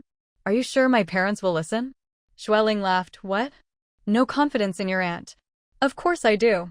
Xiaohan muttered, but telling them every time I go on a date? That might not be good. Xueling smiled. Your parents haven't lied to you, but you've been lying to them. Trust is mutual. If you lie, one lie leads to another and another. Aren't you tired? Put yourself in their shoes. If you were deceived, could you accept it? Xiaohan lowered her eyes, silent. Xueling held her hand, whispering, Auntie was young once too and understands your youthful feelings. You're not wrong to date, Just the timing and method are off. Really? Xiaohan's eyes lit up. Andy, you really think so? Xueling nodded, of course. Why would I lie? Your cousins all dated. Did I ever stop them? No, Xiaohan said quietly. Even Xian, you let her date. Xueling smiled. Yes, because we know you're growing up, learning about love and sharing your feelings. It's natural and everyone experiences it, so we won't stop you. Then why does my dad oppose me like crazy? Xiaohan muttered. You saw how angry he was last night and just now. Xueling explained seriously. Because you're too young. I'm almost 15. Xiaohan argued. Some classmates had boyfriends at 12 or 13. I'm one of the last. Xueling smiled wryly. The legal marriage age is 20. How many years until then? Why rush? Fruit tastes best when picked ripe. If picked too early, it's sour and bitter. If left too long, it rots. Timing is important. Your cousins dated after 18 and didn't let it affect studies, so we didn't stop them. Xiaohan listened, somewhat understanding. Auntie, did you really love Uncle before? Xueling raised an eyebrow, laughing. Why ask suddenly? If I didn't love him, why would I marry him, have kids, and live with him for over 30 years? But Xiaohan hesitated. Uncle doesn't earn as much as you. You have a big company. His business can't compare. Xueling shook her head. Actually, Uncle is better at business. But he sacrificed most of his work time for family, taking care of elders and kids, so his business isn't as big. If he worked as hard as me, who would take care of the family? He knew I liked business, so he focused on family to let me work without worries. He sacrificed part of his career for family until I retire, then he can focus fully. Without his silent support, I wouldn't have time or energy to make money. I respect him deeply for that. Xiaohan suddenly realized, oh, I never thought of that. You make Uncle sound amazing. Many men can't do that. Many boys care about face and don't like girls being better than them. Xueling's eyes flickered. Silly. If a man really loves you, why care about face? The more he cares about face, the more he loves himself, not you. If Uncle cared about face, we'd argue or divorce often because I'm career-driven. But he loves me deeply and sacrifices for me. That's why he has my parents' respect and my lifelong love. Xiaohan looked away shyly. Yeah, Uncle is really good. Xueling smiled softly enough. Don't think too much. Your most important task now is to get your parents' support. Remember, they don't oppose your love because they don't want you to, but because you're too young and still a student with poor grades. If you study well, they won't have a reason to stop you. As you grow older and improve, they can't stop you. Xiaohan was moved, whispering, that makes sense. Dad kept saying I must study and not let love affect it. I'll prove to him that love can help me improve, and see how he opposes then. Yes! Xueling smiled. You're smart and quick to understand. If you study well, you can negotiate with your parents. Okay? Xiaohan nodded firmly. Auntie, I got it. Xueling laughed. Good. Get ready and hurry to breakfast. If you don't eat soon, you'll be late. Xiaohan hurried to get her bag. Andy, time's tight. Driving to number 4 middle school takes over 20 minutes. If I eat here, I might be late. The teacher will make me stand if I'm late. No problem. Eat in the car, Xueling said. I'll drive you. At that moment, Xueheng entered with a small food box and water bottle. Ready? Time's tight. I got some buns and dumplings from the kitchen, plus your favorite corn juice. Eat in the car so you won't be late. Xiaohan looked at him, eyes slightly red. Thanks, Dad. Let's go. Xueheng smiled faintly. I'll drive. Xueling gave Xiaohan a look and whispered, your parents love you the most. Never doubt that. No matter what happens, don't hurt them or make them sad, okay? Otherwise, you'll be the dumbest little darling. Xiaohan blushed and nodded softly. After a while, Xueling watched them drive off and then went to the kitchen for breakfast. In the backyard dining hall, Chung Tianyuan was having breakfast with 4 elders, chatting about how many pomegranates the tree in the back garden might bear this year. Last year was bad. Shue's father said, too much rain during flowering, most flowers fell, and the tree only bore a few fruits. Luing laughed. The pomegranate variety is good. The fruits taste great. Yes, yes. Shue's mother smiled. Few fruits, but big and red, especially sweet juice. Shue's father disagreed. This year is better. It was sunny during flowering, and there was rain when fruits grew, so nutrition and water were sufficient. Less, but better, Shue's mother said. We have 5 or 6 trees. Even if each has only a dozen fruits, that's still dozens. Enough to eat. No need for more. Right? Luing laughed. Too much gets boring. Even eating dragon meat every day wouldn't be tasty. Pomegranates can't compare, right? Everyone laughed. Shue Zhilan joked. Looks like mother-in-law has eaten dragon meat and knows it's better than pomegranates. They laughed again. Shue Ling arrived and sat beside Cheng Tianyuan. Luing offered her some corn juice, explaining, freshly squeezed, tastes great, very sweet. Just a little sugar added. Okay, I'll try, Shue Ling said, looking around. Where's the third brother? Didn't he say he was leaving early today?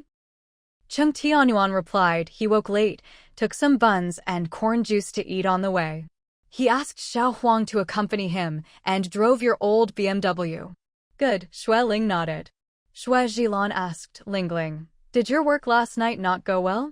Why did Ah Hung and his daughter come for breakfast so early? He looks terrible, with dark circles. Probably didn't sleep all night. Shue Ling's eyes flickered. She looked away and took a small steamed bun. No, it didn't go well. He worked until midnight. To avoid delay, he brought the plan early this morning for me to review. He also had to take Xiaohan to school, so they came here for breakfast. I see. Shue Zhilan smiled bitterly. Recently, his parents fell ill one after another, and he's been holding things up alone. His hair is thinning. Looks like he'll be bald soon. Huan too. His forehead is getting clearer each year. He might be bald before 50 and become a monk. No way. Shue's father disagreed. No such genes in our family. Look at you and me. Though we have white hair, we still have hair on our foreheads. Really, Shue Zhilan laughed. Both brothers are like that. I asked Huan. He said it's probably work stress and hormones not like when young, so hair falls out daily. Cheng Tianyuan asked curiously, Uncle, isn't it genetic? Maybe, Shue Zhilan said. Our side doesn't have that gene, but their maternal uncle's side does. Maybe their mother's genes affect them too. Shue Ling thought. More and more people are going bald, and younger too. At high-level meetings, most men are bald. Even young and middle-aged have thinning hair. I think it's related to stress, diet, and health. Yeah, Shue's father sighed. Young people have a lot of pressure. Luing shook her head. What pressure? Food, clothes, housing, good environment. When we were young, it was tough. No work, no food. We ate meat rarely, worked hard, and still got through. I think young people today live too well and have many problems. Like depression on TV yesterday. How can they be depressed with food and drink? They should work hard for a few days to appreciate life. Everyone laughed. Cheng Tianyuan said softly, Mom, depression is a neurological disease, very complex. You can joke, but don't say it outside, or people might think you're hinting at someone. Yes, Shue Ling said quietly. The recent suicide attempt by a depressed patient in the courtyard is still fresh in memory. You mean well, but mentally ill people are sensitive. If accidentally triggered, it's bad. Luing nodded. Okay, I won't say it anymore. Talking at home is fine, Shue Ling smiled. We won't tell others. Exactly. Shue's mother said. Just joking at home, no harm. Shue Zhilan stood up. Wu Ge, let's go to the back garden for a walk. Let's go. Shue's father gestured. My sugarcane is so tall, I'll show you. Shue Zhilan got interested. Looks like we'll have sugarcane this winter. Homegrown veggies and fruits are sweeter than bought ones. I must pre-order some. No problem. After breakfast, the elders went for a walk, leaving Cheng Tianyuan and Shue Ling. Shue Ling lowered her voice. Do you need to go out this morning? Take a day off and rest. You didn't sleep last night and look bad. Cheng Tianyuan smiled bitterly. I have a contract to sign this morning. I'll be back by noon for a nap. Did you calm the father and daughter down? Are they off to school? Yes, for now. Qing Tianyuan was still uneasy. A hung isn't reliable. You need to watch him. When we worked in the county, Ah Fong ran off quietly, and parents only found out the next day. Communication and transport were poor. Finding her was like looking for a needle in a haystack. Young people are impulsive and foolish. One wrong step leads to many more. If they come back, fine. If not, life is over. He added seriously, we can't let her follow her mother's old path. Xue Ling patted his hand. Don't worry. I had Xiao Chao secretly follow behind. He'll watch Xiao Han closely and contact us immediately if anything happens. Things are different now. Communication and transport are good. Finding someone isn't hard. Qing Tianyuan smiled approvingly. After lunch, Qing Tianyuan returned home exhausted, changed his clothes, and fell into a deep sleep. Xue Ling had slept enough last night, so she only took a short nap before going to the study to read. Unexpectedly, halfway through reading, the door was knocked. Xue Ling looked up and found it was her youngest son with a bad expression. Third child? When did you come back? Cheng Huancheng pouted and answered, just now. After speaking, he walked in angrily and sat down in front of Xue Ling with a thud. Mom, I was severely threatened by someone earlier. I'm angry. Xue Ling asked with amusement. How were you threatened? What did they threaten you with? Cheng Huancheng said in a deep voice, they threatened to ban my works and also to publicly expose to fans that I act like a big shot and refuse to participate in fan meetings and other scandals. Not only that, they also want to cut off my future manuscript fees, make me penniless in this industry, and ultimately get nothing. Oh. Xue Ling calmly raised her eyebrows and asked, are you very afraid? Cheng Huanqing pouted. I'm not afraid, I'm angry. Why don't authors have any autonomy at all? Why? The platform does provide us with a platform, but the relationship between us is mutually beneficial, not selling ourselves to them as slaves. Do you know what the editor said?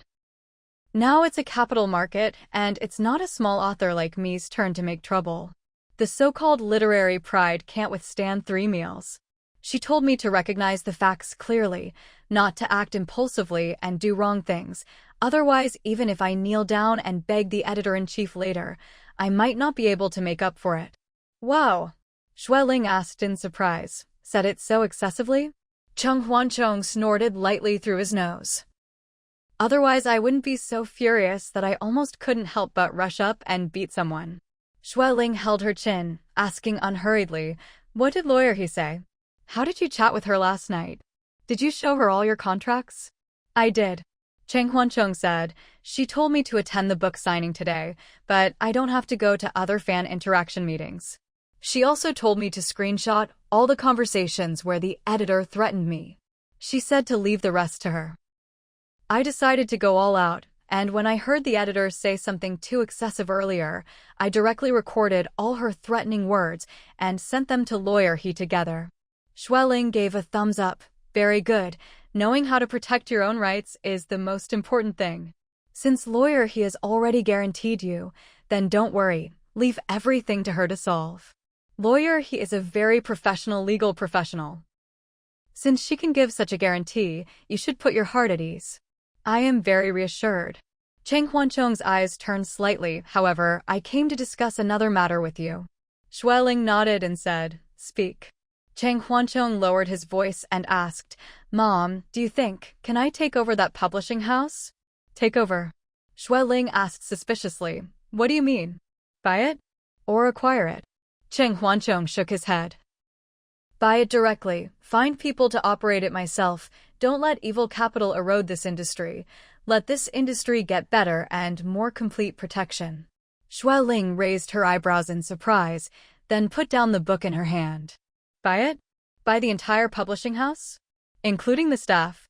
Cheng Huancheng answered yes, explaining, there's no need for major changes, except for replacing me as the boss. Of course, the boss's business philosophy and ideas are completely different from before. I will let authors' talents be better displayed, and as long as talented authors can be cherished on my platform and have opportunities to display their talents. Xue Ling felt a bit uneasy hearing this and advised, son, calm down a bit, don't be impulsive first. Mom, I'm not being impulsive. Cheng Huancheng argued. I've had this idea for many years. Before, I didn't have money in hand, and I only wanted to work part-time in the industry I like, not caring about other things. But now it's different. I've already applied for the art major I like, and I might be involved with this industry for a lifetime. I can use the assets in my hands to buy this company and transform it into the cultural company I envision, to benefit colleagues in this industry and leave a pure land for this industry. Don't rush. Xueling said gently. Let's talk properly, let's not be impulsive. Third child, the cultural industry is a very promising market, but Mom is not a professional, so I can't say specifically what's good and what's bad. It's good that you have such ideas, but I hope you postpone this plan. Postpone? Cheng Huancheng asked anxiously. Postpone until when? I'm already in university, and I have money in hand. Xueling shook her head. First, you just entered university and changed to a brand new learning environment, so you need time to adapt to the environment and can't spare time to do other things temporarily. Second, you still have no business experience and shouldn't impulsively do something that reaches the sky in one step. Acquiring and buying a small entertainment company or publishing house is not difficult, but the difficulty lies in day-to-day operations. Your dream is very good, but unfortunately it's very difficult to realize your dream, especially in the current situation where the cultural industry is mixed with good and bad, and chaos abounds. You need time to observe, slowly adapt, and prepare. Cheng Huancheng swallowed and couldn't quite react. Mom, I thought you would agree quickly. Xueling pursed her lips and smiled. Why would you think so? Didn't I analyze it with you before? The purpose of cultural companies is very simple, which is to make money. There's actually no big contradiction between art and making money. They can promote each other. High artistic value promotes investors' profit income. But if investors' direction is wrong, or even make decisions that go against the market, art will be dragged down and even become a sacrifice of the capital market, which is very, very regrettable. Your ideal is indeed very good, but it's not easy to realize. First, your company needs to rent places, hire people, water and electricity expenses, etc., which means your company must be profitable. Otherwise, everyone will not be able to continue sooner or later. If dreams and reality conflict, which side should you stand on? If you don't face reality, your company can't survive. If the company can't survive, what dreams are there to talk about, and how can you escort dreams? Cheng Huancheng's eyes turned and he said in a low voice. If the money is not much, it's still worth trying. Moreover, Mom, you give me so much money, there's no need to worry at all. After hearing this sentence, I'm already starting to worry. Xueling asked with amusement, even if Mom gave you mountains of gold and silver, you should find ways to guard them, not think that it doesn't matter to dig out a piece. A piece here, a piece there, a mountain will soon be completely gone. Son, starting a business is easy, but maintaining it is difficult. When you experience it later, you'll understand Mom's meaning. Mom, don't rush. Xueling said softly, let Mom investigate the specific situation of this cultural company and publishing house first, and then discuss it with you in detail later. As for your suggestion, it's temporarily not adopted. If after investigation it's found that it's really worth investing in, we'll reconsider then. How do you feel about this arrangement? Good. Cheng Huancheng readily agreed. Xueling coaxed away her youngest son and found that the clock on the wall already showed after 3 in the afternoon, so she hurried to the room. Cheng Tianyuan was still sleeping deeply. Xueling thought that he had nothing to do in the afternoon anyway, so she couldn't bear to wake him up. She took his phone from the bedside table, set the alarm to ring after half an hour, and turned to walk out. Just as she reached the study door, she heard the communicator on the wall beeping. Madam. Madam. Madam. Xueling hurried forward and answered, I'm here. Madam, Xiao Chao called, requesting your instructions. Xueling raised her eyebrows and ordered, connect immediately. Yes, madam. The screen flashed, and Xiao Chao's voice immediately sounded. Madam, I'm a Chao. It's still Miss Biao's class time, but she quietly slipped out of the classroom and hid behind a tree to make a phone call. After a while, A 16 or 17-year-old boy climbed over the school wall to get in. The two of them are now hiding in the school's small bushes, not knowing what they're talking about. Miss Biao cried and seemed to be chatting very emotionally, possibly arguing with that boy, and they're still arguing now. I'm worried that there might be sudden situations later, so I want to ask Madam in advance to coordinate actions. Xueling's eyes moved slightly, and she calmly gave orders. Xiao Chao, don't pay attention to them. You're only responsible for tracking her and reporting her whereabouts and the people she contacts. Never go forward to disturb them. Remember, no matter where she goes, even if she goes home, you follow her home and hide in a corner to watch. Around 8 o'clock in the evening, I'll find a colleague to replace your shift. Your task these days is to track Miss Biao and report her whereabouts in time. Unless she's in life danger and must be rescued, don't appear in front of her. Yes, madam. I understand. Xueling praised him with satisfaction and said, Thank you for your hard work. If there's any urgent matter, please call my mobile phone immediately. Yes, madam. After Xueling finished giving instructions, she turned and went to the monitoring room, inquired about the shift arrangements of bodyguards and security guards these days, and assigned one bodyguard from home to cooperate with Xiao Chao to secretly track Xuehan. The person was quickly decided. After Xueling carefully explained, she walked out of the monitoring room. At this time, the communicator rang. Madam, lawyer, he is here. She says she wants to see you and third young master. Xueling hurriedly ordered, let her come to the study side. I'll wait for her in the study. Also, notify third child and tell him to come to my study. Yes, madam. Xueling turned back to the study, remembering that Miao was used to drinking coffee, and quickly called the main kitchen, asking Xiaoli to quickly grind a cup of coffee and bring it over. Xiaoli agreed, hesitating that it would take more than half an hour. Xueling said okay, asking her to prepare and send it over as quickly as possible. Just after hanging up the phone, she found Miao walking quickly to the office door, as always in a hurry, striding like flying. Xueling couldn't help but tease, in the future, when there are walking competitions, you must participate. I guarantee you'll be first every day and win prizes every time. Haha. Miao was dressed as a professional woman, elegant and intellectual, no choice. I'm busy spinning around every day. If I can't turn around, I can only walk fast.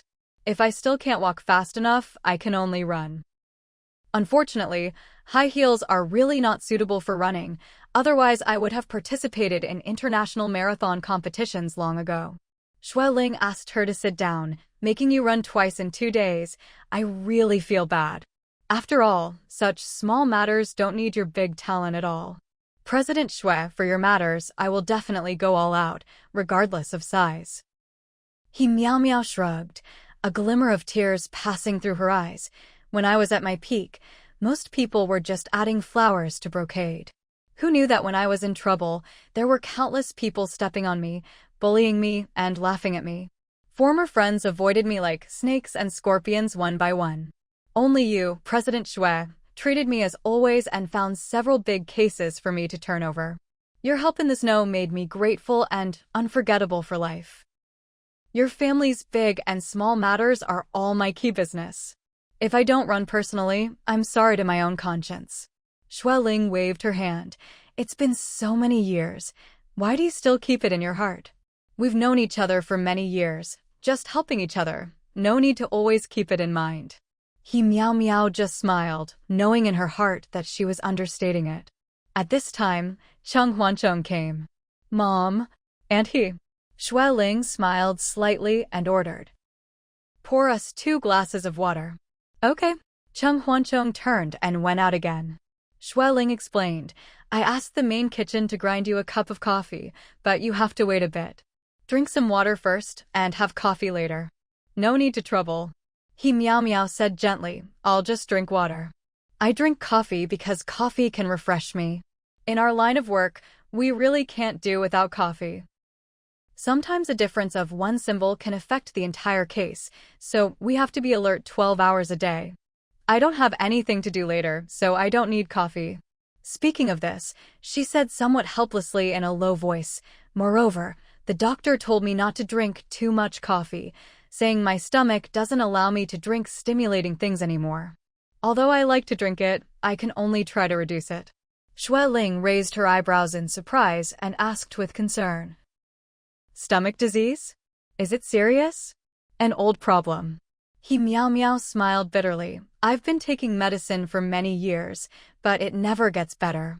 The doctor said stomach disease depends on nourishment, but I just can't nourish it.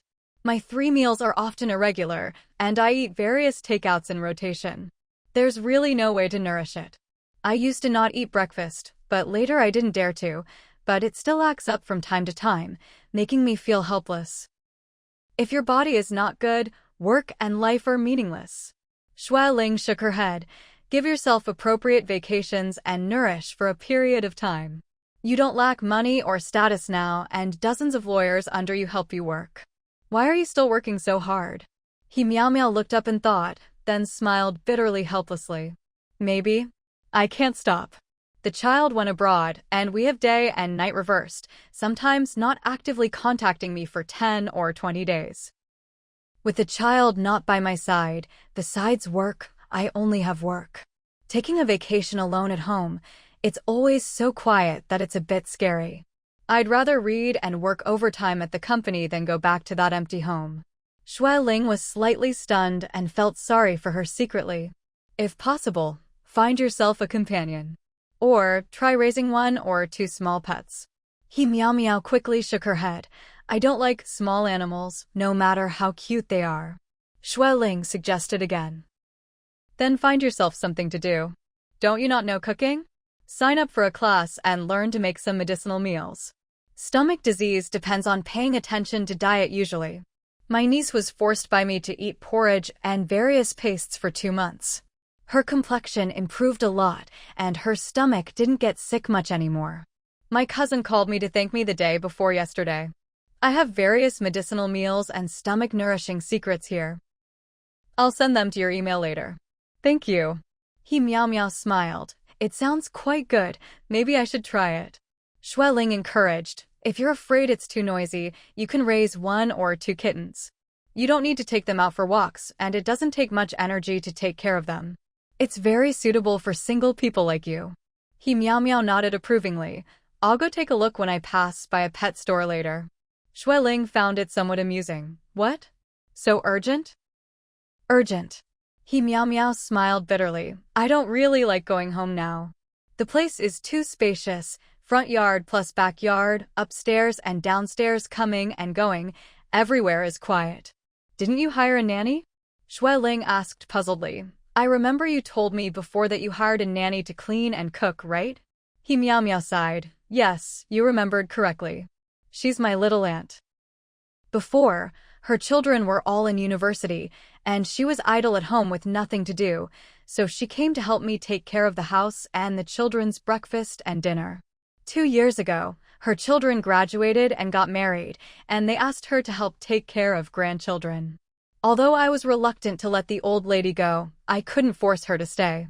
Now the house cleaning is handled by a housekeeping company once every 3 days. I often don't have time to cook. Either I eat something at the company or order takeout, or I see which restaurant is still open on my way home from work and go in to fill my stomach. Xueling felt sorry for her secretly and leaned forward. We've known each other for 10 or 20 years. Although most of our dealings were business, privately we're good friends who get along well. I'll cross the line once today. If there's a suitable person, partner up. Young couples become old companions. When you were young, you pursued love and marriage. But as we get older day by day and year by year, now we just hope to have a companion by our side to take care of each other and keep each other company. The so-called old companion is actually just for companionship. Lawyer, he sighed helplessly upon hearing this. It's not that I haven't thought about it. Many people have advised me this way. It's just that I really can't find anyone. My child grew up in an incomplete family since childhood, much more sensitive and strong than other children. He told me that if I meet someone pleasing to the eye, I should consider it, but no matter from which angle I look at it, I feel I can't possibly find someone pleasing to the eye. It might be related to your profession. Xueling couldn't help but sigh. You've seen too many joys and sorrows, too much human evil and things that can't stand scrutiny. Right. He meow smiled. After seeing too much, people inevitably become much calmer, and their hearts become increasingly listless, completely unable to muster interest. When I arranged for my child to go abroad, I was very happy and excited. But when the child left, my side suddenly became empty everywhere. I suddenly felt a bit scared. When I wake up in the middle of the night, there's no need to groggily check if the child has kicked off the blanket, but I toss and turn unable to sleep. When storms come with lightning and thunder, I run to the front yard to turn off lights, run upstairs to close windows, busy up and down, then get into bed, suddenly unable to sleep anymore, unconsciously shedding tears. If someone could help me, even just caring enough to ask would be good. Xueling felt waves of heartache and said in a low voice, "Try raising pets first. As for people, keep looking." Still looking. He meow smiled bitterly. I've been looking for most of my life. Still looking? If I could find someone, I would have found them long ago. Xueling asked back, if you can look for most of your life, don't you think you're missing just these few years? You should also have plans for early retirement, right? Unless you go abroad to accompany your child, or your child comes back to live with you, otherwise you'll still be alone at home. When I was young, I had some hope of finding someone. He meow explained. Later, the more I looked, the more disappointed I became. The more I looked, the less motivated I became. I'm very calm and would rather have nothing than settle for less, so opportunities will only become more and more remote. In my situation, finding young men to leech off my money and status, I'm not interested and don't like it. Finding successful mature men, but they don't want me because they prefer sweet, cute, naive girls. Xueling laughed dumbly. I hope my child will come back after graduation. He meow frowned slightly, but he doesn't seem to have such plans. He doesn't like the capital area and doesn't want to have too much contact with his father's side, so he's always wanted to stay abroad. I'll continue to persuade him, hoping he can come back to accompany me, so I can also accompany him and continue to depend on each other. Xueling nodded. He loves you very much. He grew up by your side and will consider you. At this time, Cheng Huanchong came in with water glasses and handed one to each of them. Xueling thanked him and said gently, ask the main kitchen if they've started making coffee. If they haven't prepared it yet, then don't bother. Andy doesn't want coffee today. Okay. Cheng Huanchong turned and went out. He meow looked at third child's handsome back and couldn't help squinting her eyes in admiration. President Shui, you're the happiest big boss I've ever seen, bar none. Xueling was slightly stunned, then laughed dumbly. How so? I might be quite lucky, but happiest seems too much praise. He meow smiled slightly and said with certainty, really, I'm not lying to you, and there's no flattering component. First, the relationships between your family members are all excellent, and the family atmosphere feels relaxed and comfortable. Look at your children. Not only are they good-looking and have excellent academic performance, but the confidence and sunshine unconsciously revealed in their eyes make me very envious. I only have one child. I can provide him with quite good material conditions, but I can't give him a complete family and a warm, growing environment. Plus, his father's side has reorganized a family, which has had a great psychological impact on the child, mostly negative. The child studies very well, but his eyes rarely relax, always giving people a melancholy and depressed feeling. Some people say it's mature beyond his years, but I know that's not the reason. Speaking of this, she sighed deeply. It wasn't until later that I realized children who grow up in happy, warm families, even if material conditions are worse and the environment is worse, the children's psychological quality will be better, and the children will be more confident and sunny. This is something I can't make up for with anything else. All right. Xueling waved her hand with a bitter smile. Don't say any more. So the so-called happiest was compared to you. That's still not worth it. The reference and standards are not set well, so even mediocre results are not believable. Actually, maintaining a family, especially a big family like ours, is really not easy. The simplest summary: no effort, no gain. To have a warm and happy family, especially a big family, requires more material and spiritual investment. He meow meow laughed and said, I didn't intentionally use my own family as a reference. I accidentally revealed my overly envious thoughts. Haha. Xueling laughed heartily. After a moment, third child strode in and sat beside he meow meow. Cheng Huancheng looked at her eagerly and asked with a smile, Auntie, how did it go? Is it settled? It's more or less settled. He meow meow explained, today's incident, plus the recording I asked you to make, and the WeChat screenshots between you and the editor. I brought them all over. In the contract they signed with you, there are several very hidden clauses that violate certain provisions of our country's copyright law. I picked them out one by one and said a few more words. What happened next? Cheng Huancheng asked anxiously. Did you tell them I want to terminate the contract? Did you? Xueling glanced at her son and said in a low voice, Calm down, listen to Aunt finish speaking, don't interrupt. Oh. Cheng Huancheng obediently agreed. He meow meow smiled, it's fine, it's fine. After I pointed them out, their manager's face turned black, and he called in the editor and chief editor, continuing to threaten whether you don't want to mix in this circle anymore. I originally thought there was no need to make things too ugly, but who knew their attitude was too arrogant, so I directly threw out my business card and told them to prepare to go to court. I also said that you would publicly release the editor's recording and screenshots on Weibo, and because you received personal safety threats, you would also report to the police for help next. They were immediately scared, grabbed me, and kept apologizing and pleading, even promising to apologize to you and so on. But I still want to terminate the contract. Cheng Huancheng said aggrievedly in a low voice. Originally, everyone maintained a cooperative relationship on the surface, and although they were dissatisfied in their hearts, they tried to endure it without showing it. After this quarrel, this layer of veil was torn off, and everyone could see each other's true faces clearly. It's really disgusting, and we can't continue cooperating. He meow meow nodded. I understand. But you also need to think clearly. The copyright of your works is signed with their platform, which means your future work promotion rights and ownership belong to their platform. Once the relationship breaks down, your works might be shelved, and they might even quietly unite with other peers in the circle to isolate you. Moreover, your pen name is signed to their platform, which means you can't use your pen name to publish comic works elsewhere, otherwise they will see you with the contract.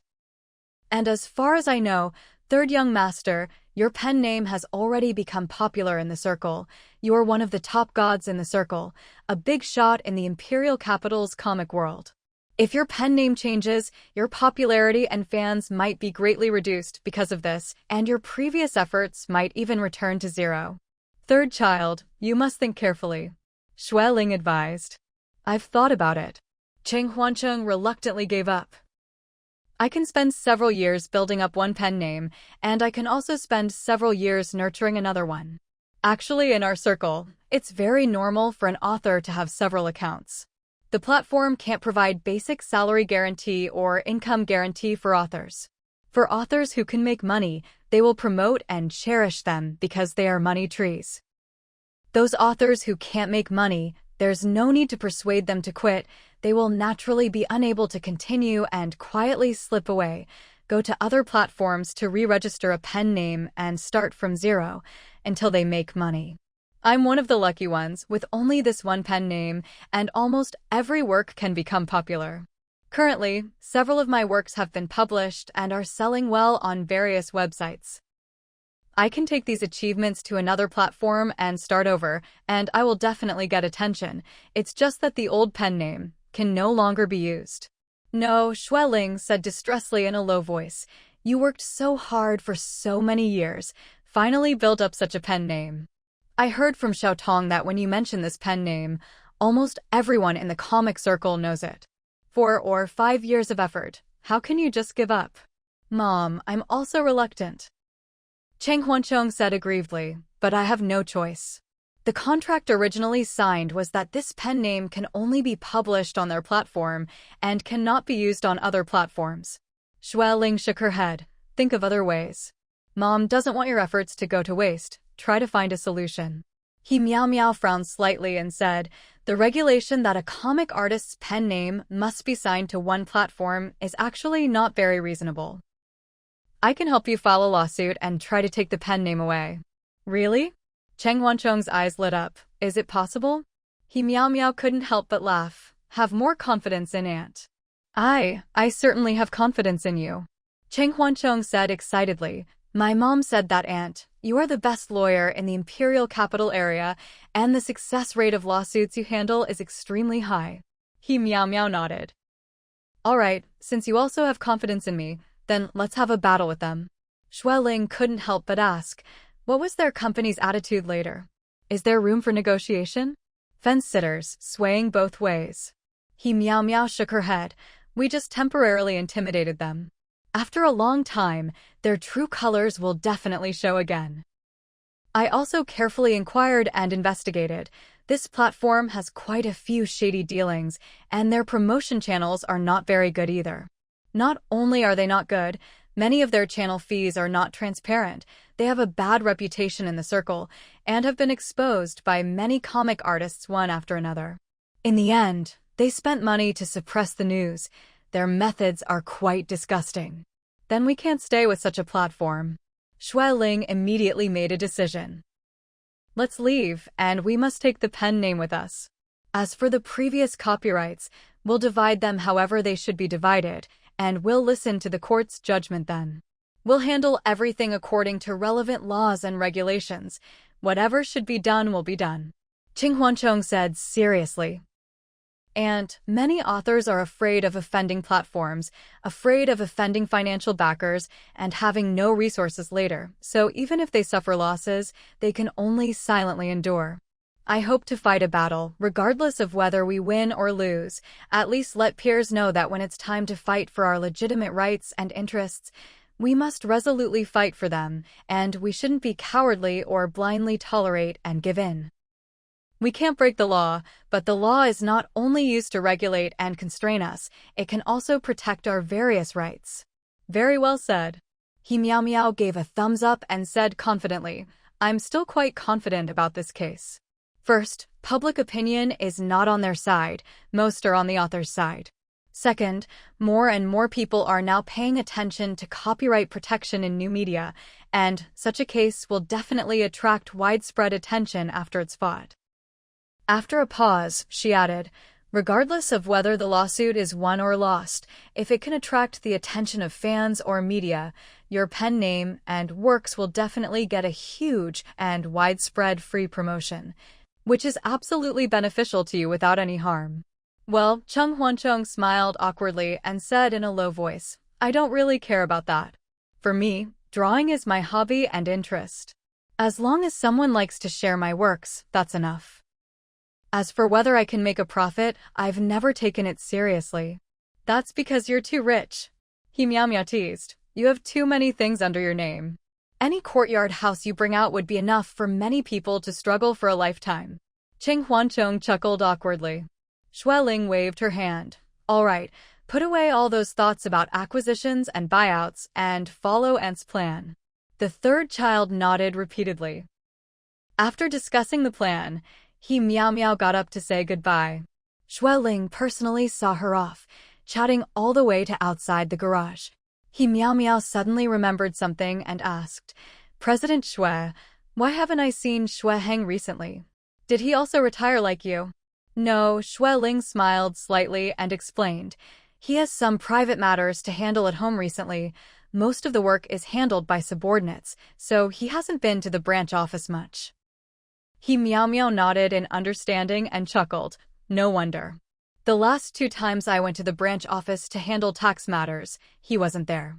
My uncle and aunt are getting old and their health isn't very good. Xue Ling sighed in a low voice.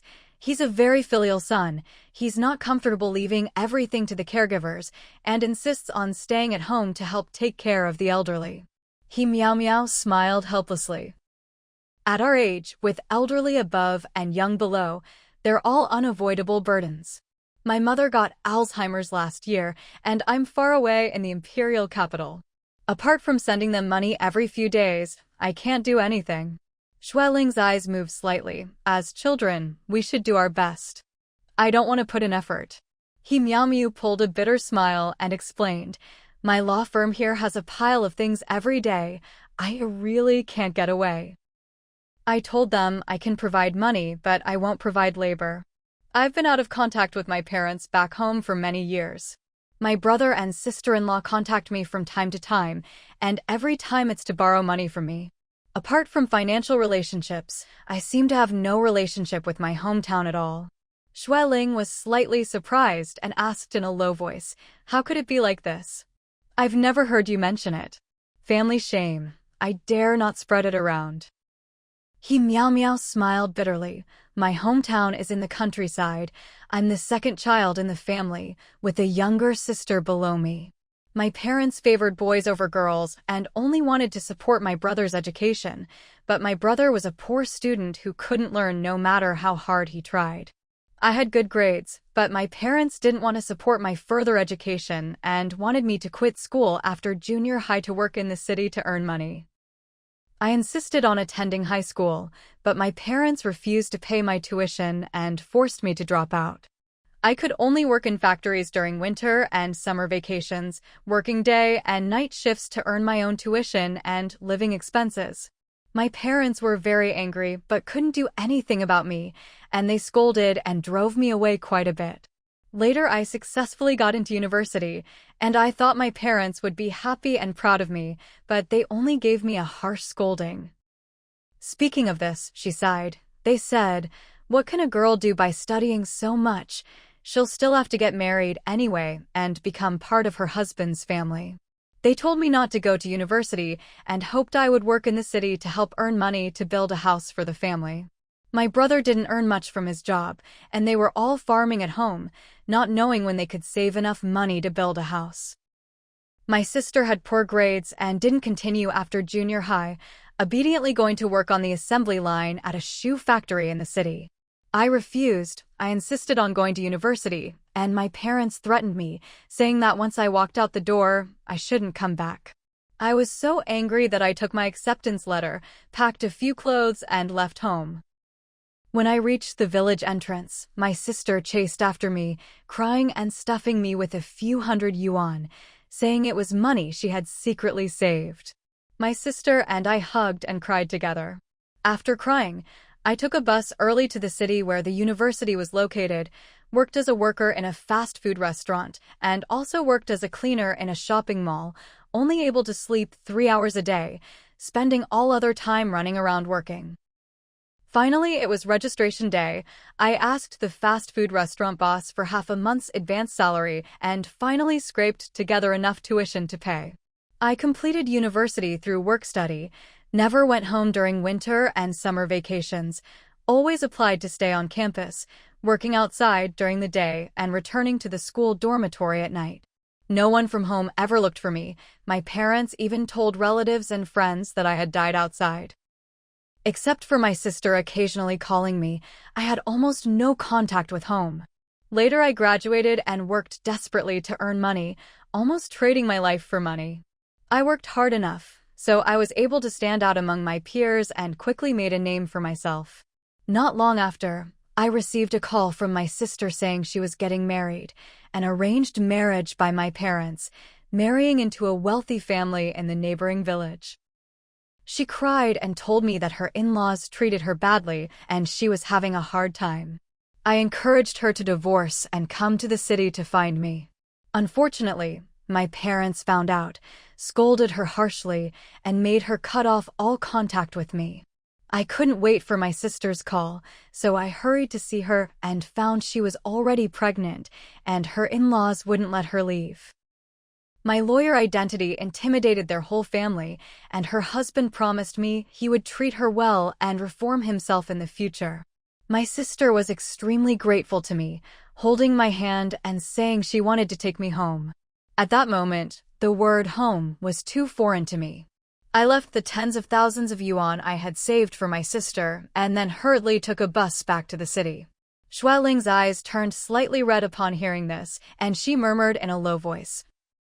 Walking this path alone must have been very tiring. Very, very tiring. He meow smiled bitterly, but I had no choice. I could only hold on, because there was nothing behind me, only myself. In those years, I worked desperately, taking on any case that could make money. Later, people in the circle called me Desperate Third Lady. My parents somehow found out that I had made a lot of money and had my sister come to ask me for money, demanding that I must provide a sum of money to help build a new house for the family. They also said that they gave birth to me and raised me until my teens, and this kindness must be repaid to them. I tearfully withdrew 300,000 yuan for them in one go and completely cut off relations with them. Later I heard from my sister that they used my money to build a 3-story building. My brother got married the following year and lived a fairly stable life. My parents never mentioned me, only saying I died outside. In recent years, they occasionally got sick, and every time they got sick, my brother would have my sister contact me to help pay for medical expenses. My sister-in-law heard that I was doing well in the imperial capital and kept asking me to buy a car for my brother and send money home to support our parents. I refused, saying that 300,000 yuan had already repaid the kindness of giving birth to and raising me, and I had no more relationship with the family. My ex-husband and I had incompatible values and eventually divorced peacefully, initially with joint custody of the child. During that period, I worked desperately to numb myself while also taking care of the child. I was mentally and physically exhausted and almost couldn't hold on due to depression. But for the sake of the child, I gritted my teeth and climbed out step by step. My career grew bigger and bigger, and I earned more and more money. Later I heard from my sister that our father was bedridden and could no longer work. After all, he was the father who gave me life, and I really couldn't bear it, so I secretly sent money for my sister to take him to see a doctor. But his illness was too serious and couldn't be cured, and he passed away soon after. My mother was devastated and remained confused, often needing to spend money on medical treatment. My brother and sister-in-law called from time to time to borrow money, and I tried to satisfy them, giving them as much as they asked for. Having become a mother myself, I knew the hardship of being pregnant for 10 months and the difficulty of raising a child to adulthood. No matter how bad our relationship was, she was still my biological mother, the one who gave birth to me and raised me for over 10 years. I couldn't provide care for her old age or put in effort, so I could only persist in providing money. Xueling's eyes glistened with tears as she held her hand and said in a low voice, "You're doing the right thing. After all, they're your biological parents. You can't just ignore them completely." "Yes." He meow wiped away the tears from the corners of her eyes and forced a smile. When I was pregnant, I kept vomiting at first, couldn't eat or sleep well, and could only take leave and push away the cases at hand. At that time I was thinking, when my mother was pregnant with me, she had to take care of elderly in-laws and my brother who was 3 years older than me, while also carrying a hoe to work in the fields. The elderly and children were responsibilities she couldn't push away, and neither could the farm work, otherwise our family would have nothing to eat during autumn harvest. Putting myself in her shoes, I was much luckier than my mother. A child is born crying and needs to be fed, and for several years, eating, drinking, defecating, sleeping all need adult care. Even if I was the most obedient and well-behaved, I could only help with some household chores when I was 5 or 6 years old. No matter what, they gave birth to me and raised me until I was 17. It's only right that I take care of them for 17 years in return. It's just that I can't provide physical care, only financial support. The wealth I have now isn't very much, but it's enough to spend. The old lady is already confused and can't recognize anyone, only repeatedly mumbling the childhood names of my brother, me, and my sister. Every time I hear it, I can't help but shed tears. Perhaps, even though she says she doesn't have me as a daughter, she still can't deny it in her heart. I'm not short of money. I can only give some money to let her have a more comfortable old age. She's already sick like this. She won't be able to spend my money for much longer. Speaking of this, she was in tears again, but smiled softly. President Shui, when I came in earlier, I saw your father and mother-in-law, and there should be Shui Hang's father too, right? The scene of the four of them sitting together chatting and eating fruit with smiles, talking and laughing, the atmosphere harmonious and warm. At that time I was thinking, this is one of the reasons why President Shui is the happiest boss. Parents are alive, healthy and kind, enjoying their golden years. Isn't this the happiest thing for children? Shui Ling smiled slightly and nodded gently. I envy you very much. He Meow Meow's voice was slightly hoarse. I envy your complete and happy family, envy that you can have your parents by your side in your old age, and they can also enjoy family happiness with their children and grandchildren. This is something I can never have in my lifetime. Shui Ling sighed softly. Everyone has their own path to walk, and everyone has their own destiny. You've worked hard all the way to today, and you should be proud of yourself. Thank you. He Meow Meow smiled with tears. Thank you for listening to me ramble about these old matters. I haven't talked about these things with anyone for many years. Today I don't know why, but I suddenly wanted to share them with you. We're friends. Shui Ling said warmly. Friends should share each other's joys and sorrows. If you need any help in the future, just let me know.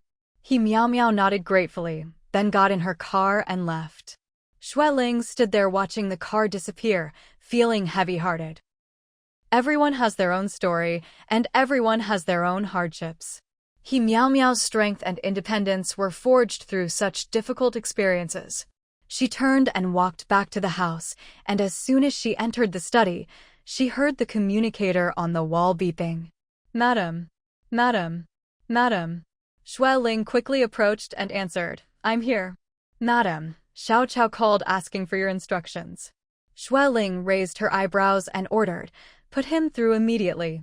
Yes, madam. The screen flashed, and Xiao Chao's voice immediately came through. Madam, this is Ah Chao. It's still class time for Miss Cousin, but she quietly slipped out of the classroom and hid behind a tree to make a phone call. After a while, a 16 or 17-year-old boy climbed over the school wall to get in. The two of them are now hiding in the small grove at school. I don't know what they're talking about. Miss Cousin cried. They seem to be having an intense conversation, possibly arguing with that boy, and they're still arguing now.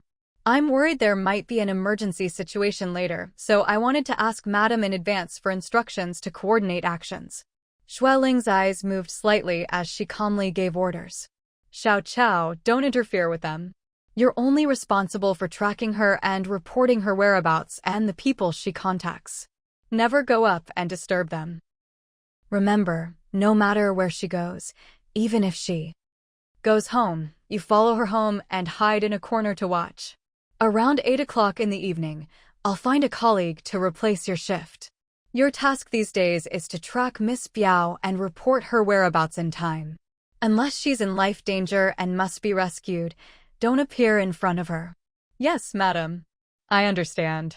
Shui Ling praised him with satisfaction and said, Thank you for your hard work. If there's any urgent matter, please call my mobile phone immediately. Yes, madam.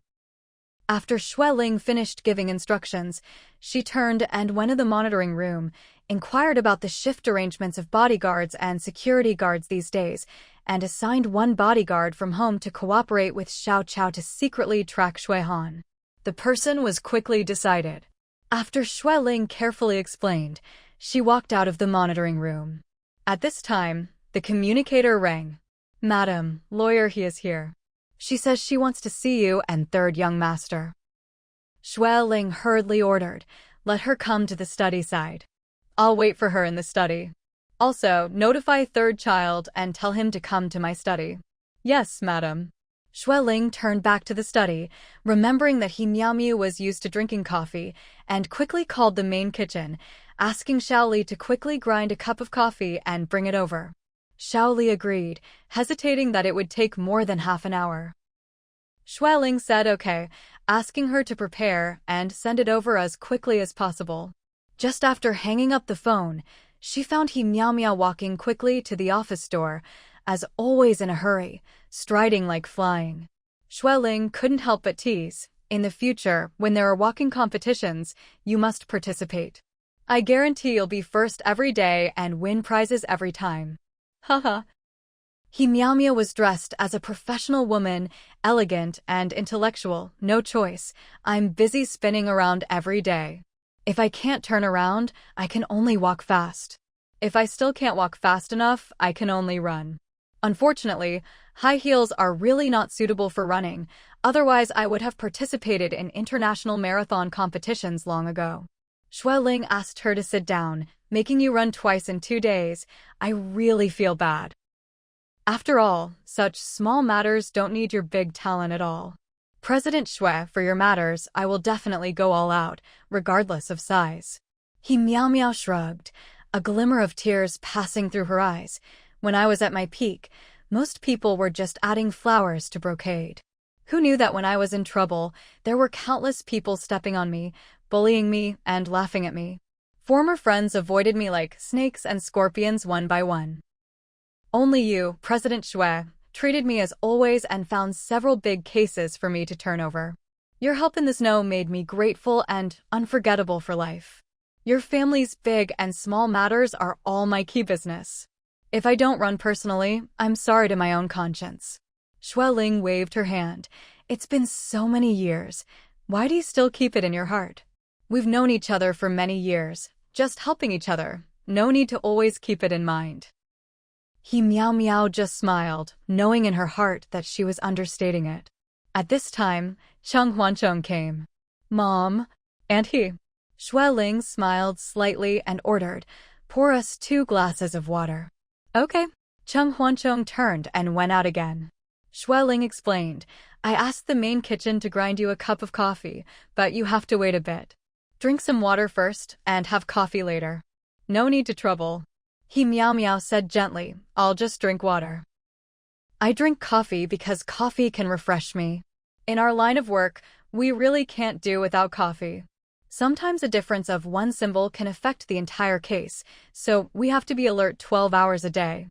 I don't have anything to do later, so I don't need coffee. Speaking of this, she said somewhat helplessly in a low voice, moreover, the doctor told me not to drink too much coffee, saying my stomach doesn't allow me to drink stimulating things anymore. Although I like to drink it, I can only try to reduce it. Ling raised her eyebrows in surprise and asked with concern, stomach disease? Is it serious? An old problem. Miao smiled bitterly. I've been taking medicine for many years, but it never gets better. The doctor said stomach disease depends on nourishment, but I just can't nourish it. My 3 meals are often irregular, and I eat various takeouts in rotation. There's really no way to nourish it. I used to not eat breakfast, but later I didn't dare to, but it still acts up from time to time, making me feel helpless. If your body is not good, work and life are meaningless. Ling shook her head. Give yourself appropriate vacations and nourish for a period of time. You don't lack money or status now, and dozens of lawyers under you help you work. Why are you still working so hard? Miao looked up and thought, then smiled bitterly helplessly. Maybe. I can't stop. The child went abroad, and we have day and night reversed, sometimes not actively contacting me for 10 or 20 days. With the child not by my side, besides work, I only have work. Taking a vacation alone at home, it's always so quiet that it's a bit scary. I'd rather read and work overtime at the company than go back to that empty home. Ling was slightly stunned and felt sorry for her secretly. If possible, find yourself a companion. Or try raising 1 or 2 small pets. Miao quickly shook her head. I don't like small animals, no matter how cute they are. Ling suggested again, then find yourself something to do. Don't you not know cooking? Sign up for a class and learn to make some medicinal meals. Stomach disease depends on paying attention to diet usually. My niece was forced by me to eat porridge and various pastes for 2 months. Her complexion improved a lot, and her stomach didn't get sick much anymore. My cousin called me to thank me the day before yesterday. I have various medicinal meals and stomach-nourishing secrets here. I'll send them to your email later. Thank you. Miao smiled. It sounds quite good. Maybe I should try it. Ling encouraged. If you're afraid it's too noisy, you can raise 1 or 2 kittens. You don't need to take them out for walks, and it doesn't take much energy to take care of them. It's very suitable for single people like you. He meow nodded approvingly. I'll go take a look when I pass by a pet store later. Ling found it somewhat amusing. What? So urgent. Urgent. He meow smiled bitterly. I don't really like going home now. The place is too spacious, front yard plus backyard, upstairs and downstairs coming and going, everywhere is quiet. Didn't you hire a nanny? Ling asked puzzledly. I remember you told me before that you hired a nanny to clean and cook, right? He meow sighed. Yes, you remembered correctly. She's my little aunt. Before, her children were all in university, and she was idle at home with nothing to do, so she came to help me take care of the house and the children's breakfast and dinner. 2 years ago, her children graduated and got married, and they asked her to help take care of grandchildren. Although I was reluctant to let the old lady go, I couldn't force her to stay. Now the house cleaning is handled by a housekeeping company once every 3 days. I often don't have time to cook. Either I eat something at the company or order takeout, or I see which restaurant is still open on my way home from work and go in to fill my stomach. Ling felt sorry for her secretly and leaned forward. We've known each other for 10 or 20 years. Although most of our dealings were business, privately we're good friends who get along well. I'll cross the line once today. If there's a suitable person, partner up. Young couples become old companions. When you were young, you pursued love and marriage. But as we get older day by day and year by year, now we just hope to have a companion by our side to take care of each other and keep each other company. The so-called old companion is actually just for companionship. Lawyer, he sighed helplessly upon hearing this. It's not that I haven't thought about it. Many people have advised me this way. It's just that I really can't find anyone. My child grew up in an incomplete family since childhood, much more sensitive and strong than other children. He told me that if I meet someone pleasing to the eye, I should consider it, but no matter from which angle I look at it, I feel I can't possibly find someone pleasing to the eye. It might be related to your profession. Ling couldn't help but sigh. You've seen too many joys and sorrows, too much human evil and things that can't stand scrutiny. Right. He meow smiled. After seeing too much, people inevitably become much calmer, and their hearts become increasingly listless, completely unable to muster interest. When I arranged for my child to go abroad, I was very happy and excited. But when the child left, my side suddenly became empty everywhere. I suddenly felt a bit scared. When I wake up in the middle of the night, there's no need to groggily check if the child has kicked off the blanket, but I toss and turn unable to sleep. When storms come with lightning and thunder, I run to the front yard to turn off lights, run upstairs to close windows, busy up and down, then get into bed, suddenly unable to sleep anymore, unconsciously shedding tears. If someone could help me, even just caring enough to ask would be good. Ling felt waves of heartache and said in a low voice, try raising pets first. As for people, keep looking. Still looking. He meow smiled bitterly. I've been looking for most of my life. Still looking? If I could find someone, I would have found them long ago. Ling asked back, if you can look for most of your life, don't you think you're missing just these few years? You should also have plans for early retirement, right? Unless you go abroad to accompany your child, or your child comes back to live with you, otherwise you'll still be alone at home. When I was young, I had some hope of finding someone. He meow explained. Later, the more I looked, the more disappointed I became. The more I looked, the less motivated I became. I'm very calm and would rather have nothing than settle for less, so opportunities will only become more and more remote. In my situation, finding young men to leech off my money and status, I'm not interested and don't like it. Finding successful mature men, but they don't want me because they prefer sweet, cute, naive girls. Ling laughed dumbly. I hope my child will come back after graduation. He meow frowned slightly, but he doesn't seem to have such plans. He doesn't like the capital area and doesn't want to have too much contact with his father's side, so he's always wanted to stay abroad. I'll continue to persuade him, hoping he can come back to accompany me, so I can also accompany him and continue to depend on each other. Xueling nodded. He loves you very much. He grew up by your side and will consider you. At this time, Cheng Huancheng came in with water glasses and handed one to each of them. Xueling thanked him and said gently, "Ask the main kitchen if they've started making coffee. If they haven't prepared it yet, then don't bother. Andy doesn't want coffee today." Okay. Cheng Huancheng turned and went out. He Meow Meow looked at third child's handsome back and couldn't help squinting her eyes in admiration. "President Shui, you're the happiest big boss I've ever seen, bar none." Xueling was slightly stunned, then laughed dumbly. "How so?" "I might be quite lucky, but happiest seems too much praise." He Meow Meow smiled slightly and said with certainty, "Really, I'm not lying to you, and there's no flattering component. First, the relationships between your family members are all excellent, and the family atmosphere feels relaxed and comfortable. Look at your children. Not only are they good-looking and have excellent academic performance, but the confidence and sunshine unconsciously revealed in their eyes make me very envious. I only have one child. I can provide him with quite good material conditions, but I can't give him a complete family and a warm, growing environment. Plus, his father's side has reorganized a family, which has had a great psychological impact on the child, mostly negative. The child studies very well, but his eyes rarely relax, always giving people a melancholy and depressed feeling.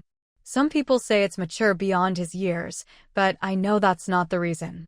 Speaking of this, she sighed deeply. "It wasn't until later that I realized children who grow up in happy, warm families, even if material conditions are worse and the environment is worse, the children's psychological quality will be better, and the children will be more confident and sunny. This is something I can't make up for with anything else." All right. Xueling waved her hand with a bitter smile. "Don't say any more. So the so-called happiest was compared to you. That's still not worth it. The reference and standards are not set well, so even mediocre results are not believable. Actually, maintaining a family, especially a big family like ours, is really not easy. The simplest summary: no effort, no gain. To have a warm and happy family, especially a big family, requires more material and spiritual investment." He Meow Meow laughed and said, "I didn't intentionally use my own family as a reference. I accidentally revealed my overly envious thoughts." Haha. Xueling laughed heartily. After a moment, third child strode in and sat beside He Meow Meow. Cheng Huancheng looked at her eagerly and asked with a smile, "And he, how did it go? Is it settled?" "It's more or less settled," He Meow Meow explained. "Today's incident, plus the recording I asked you to make, and the WeChat screenshots between you and the editor, I brought them all over. In the contract they signed with you, there are several very hidden clauses that violate certain provisions of our country's copyright law. I picked them out one by one and said a few more words." "What happened next?" Cheng Huancheng asked anxiously. "Did you tell them I want to terminate the contract?" "Did you?" Xueling glanced at her son and said in a low voice, "Calm down, listen to Aunt finish speaking, don't interrupt." "Oh." Cheng Huancheng obediently agreed. He Meow Meow smiled. It's fine. After I pointed them out, their manager's face turned black, and he called in the editor and chief editor, continuing to threaten whether you don't want to mix in this circle anymore. I originally thought there was no need to make things too ugly, but who knew their attitude was too arrogant, so I directly threw out my business card and told them to prepare to go to court. I also said that you would publicly release the editor's recording and screenshots on Weibo, and because you received personal safety threats, you would also report to the police for help next. They were immediately scared, grabbed me, and kept apologizing and pleading, even promising to apologize to you, and so on. But I still want to terminate the contract," Cheng Huancheng said aggrievedly in a low voice. Originally, everyone maintained a cooperative relationship on the surface, and although they were dissatisfied in their hearts, they tried to endure it without showing it. After this quarrel, this layer of veil was torn off, and everyone could see each other's true faces clearly. It's really disgusting, and we can't continue cooperating. He meow meow nodded. I understand. But you also need to think clearly. The copyright of your works is signed with their platform, which means your future work promotion rights and ownership belong to their platform. Once the relationship breaks down, your works might be shelved, and they might even quietly unite with other peers in the circle to isolate you.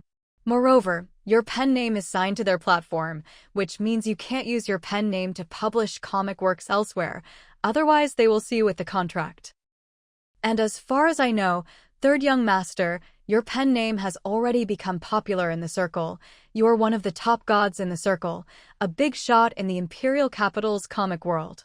If your pen name changes, your popularity and fans might be greatly reduced because of this, and your previous efforts might even return to zero. Third child, you must think carefully. Xue Ling advised. I've thought about it. Cheng Huancheng reluctantly gave up. I can spend several years building up one pen name, and I can also spend several years nurturing another one. Actually, in our circle, it's very normal for an author to have several accounts. The platform can't provide basic salary guarantee or income guarantee for authors. For authors who can make money, they will promote and cherish them because they are money trees. Those authors who can't make money, there's no need to persuade them to quit. They will naturally be unable to continue and quietly slip away, go to other platforms to re-register a pen name and start from zero until they make money. I'm one of the lucky ones with only this one pen name, and almost every work can become popular. Currently, several of my works have been published and are selling well on various websites. I can take these achievements to another platform and start over, and I will definitely get attention. It's just that the old pen name can no longer be used. No, Xue Ling said distressfully in a low voice. You worked so hard for so many years, finally built up such a pen name. I heard from Xiaotong that when you mention this pen name, almost everyone in the comic circle knows it. 4 or 5 years of effort. How can you just give up? Mom, I'm also reluctant. Cheng Huancheng said aggrievedly, but I have no choice. The contract originally signed was that this pen name can only be published on their platform and cannot be used on other platforms. Xue Ling shook her head. Think of other ways. Mom doesn't want your efforts to go to waste. Try to find a solution. He meow meow frowned slightly and said, the regulation that a comic artist's pen name must be signed to one platform is actually not very reasonable. I can help you file a lawsuit and try to take the pen name away. Really? Cheng Huancheng's eyes lit up. Is it possible? He meow meow couldn't help but laugh. Have more confidence in Aunt. I certainly have confidence in you. Cheng Huancheng said excitedly. My mom said that, Aunt, you are the best lawyer in the Imperial Capital area, and the success rate of lawsuits you handle is extremely high. He meow meow nodded. All right, since you also have confidence in me, then let's have a battle with them. Xue Ling couldn't help but ask, what was their company's attitude later? Is there room for negotiation? Fence-sitters, swaying both ways. He meow meow shook her head. We just temporarily intimidated them.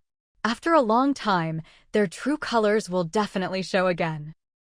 I also carefully inquired and investigated. This platform has quite a few shady dealings, and their promotion channels are not very good either. Not only are they not good, many of their channel fees are not transparent. They have a bad reputation in the circle, and have been exposed by many comic artists one after another. In the end, they spent money to suppress the news. Their methods are quite disgusting. Then we can't stay with such a platform. Xue Ling immediately made a decision. Let's leave, and we must take the pen name with us. As for the previous copyrights, we'll divide them. However, they should be divided, and we'll listen to the court's judgment then. We'll handle everything according to relevant laws and regulations. Whatever should be done will be done. Cheng Huancheng said seriously, Aunt, many authors are afraid of offending platforms, afraid of offending financial backers, and having no resources later, so even if they suffer losses, they can only silently endure. I hope to fight a battle, regardless of whether we win or lose.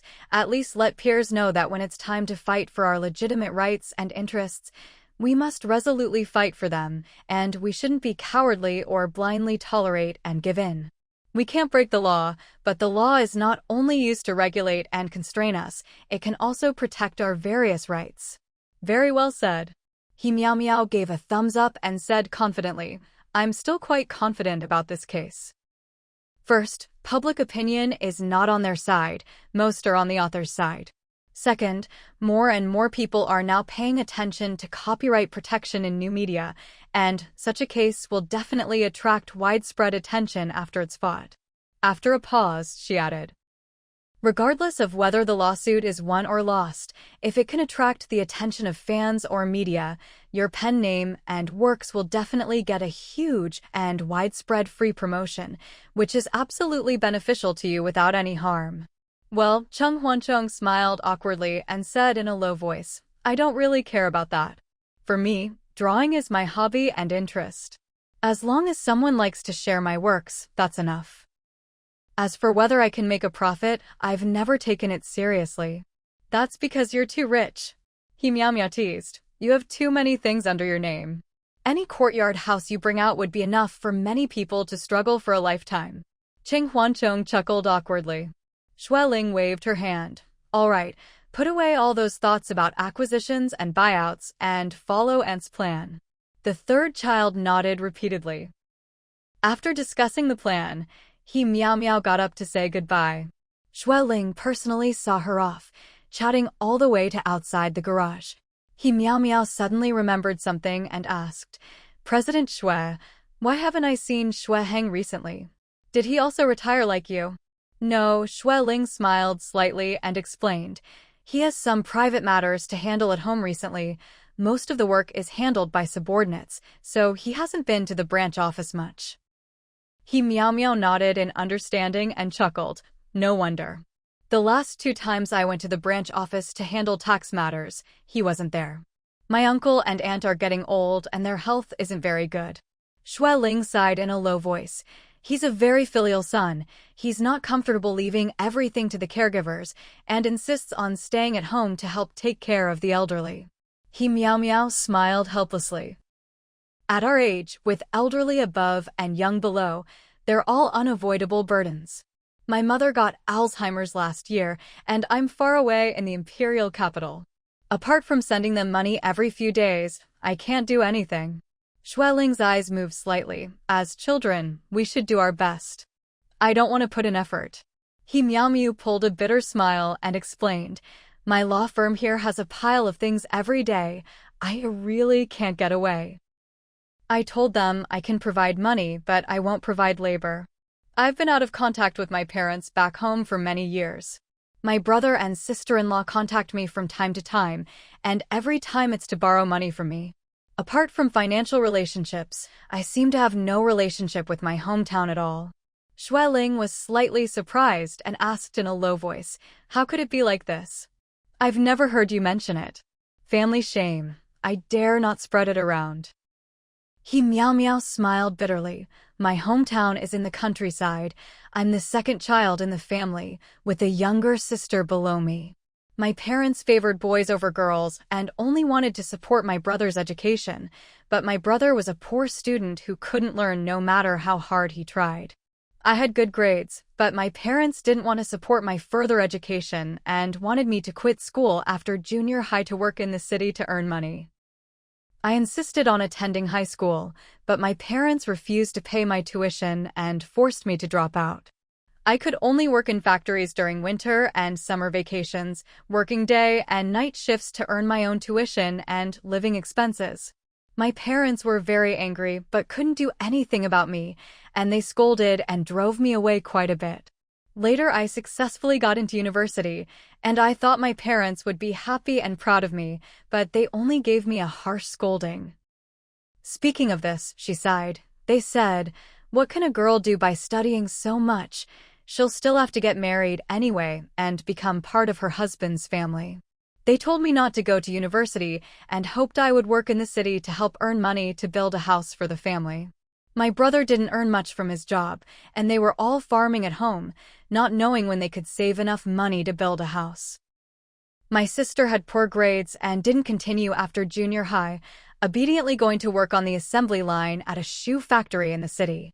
I refused. I insisted on going to university, and my parents threatened me, saying that once I walked out the door, I shouldn't come back. I was so angry that I took my acceptance letter, packed a few clothes, and left home. When I reached the village entrance, my sister chased after me, crying and stuffing me with a few hundred yuan, saying it was money she had secretly saved. My sister and I hugged and cried together. After crying, I took a bus early to the city where the university was located, worked as a worker in a fast food restaurant, and also worked as a cleaner in a shopping mall, only able to sleep 3 hours a day, spending all other time running around working. Finally, it was registration day. I asked the fast food restaurant boss for half a month's advance salary and finally scraped together enough tuition to pay. I completed university through work study, never went home during winter and summer vacations, always applied to stay on campus, working outside during the day and returning to the school dormitory at night. No one from home ever looked for me. My parents even told relatives and friends that I had died outside. Except for my sister occasionally calling me, I had almost no contact with home. Later I graduated and worked desperately to earn money, almost trading my life for money. I worked hard enough, so I was able to stand out among my peers and quickly made a name for myself. Not long after, I received a call from my sister saying she was getting married, an arranged marriage by my parents, marrying into a wealthy family in the neighboring village. She cried and told me that her in-laws treated her badly and she was having a hard time. I encouraged her to divorce and come to the city to find me. Unfortunately, my parents found out, scolded her harshly, and made her cut off all contact with me. I couldn't wait for my sister's call, so I hurried to see her and found she was already pregnant, and her in-laws wouldn't let her leave. My lawyer identity intimidated their whole family, and her husband promised me he would treat her well and reform himself in the future. My sister was extremely grateful to me, holding my hand and saying she wanted to take me home. At that moment, the word home was too foreign to me.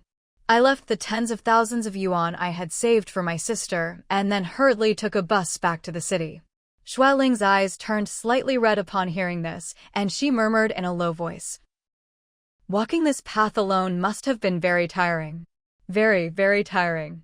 He meow smiled bitterly, but I had no choice. I could only hold on, because there was nothing behind me, only myself. In those years, I worked desperately, taking on any case that could make money. Later, people in the circle called me Desperate Third Lady. My parents somehow found out that I had made a lot of money and had my sister come to ask me for money, demanding that I must provide a sum of money to help build a new house for the family. They also said that they gave birth to me and raised me until my teens, and this kindness must be repaid to them. I tearfully withdrew 300,000 yuan for them in one go and completely cut off relations with them. Later I heard from my sister that they used my money to build a 3-story building. My brother got married the following year and lived a fairly stable life. My parents never mentioned me, only saying I died outside.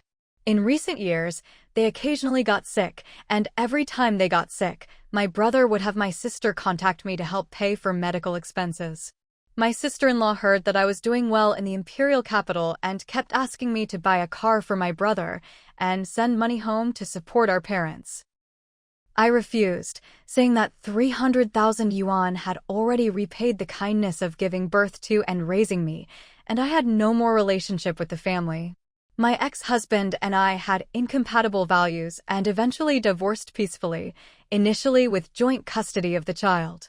During that period, I worked desperately to numb myself while also taking care of the child. I was mentally and physically exhausted and almost couldn't hold on due to depression. But for the sake of the child, I gritted my teeth and climbed out step by step. My career grew bigger and bigger, and I earned more and more money. Later I heard from my sister that our father was bedridden and could no longer work.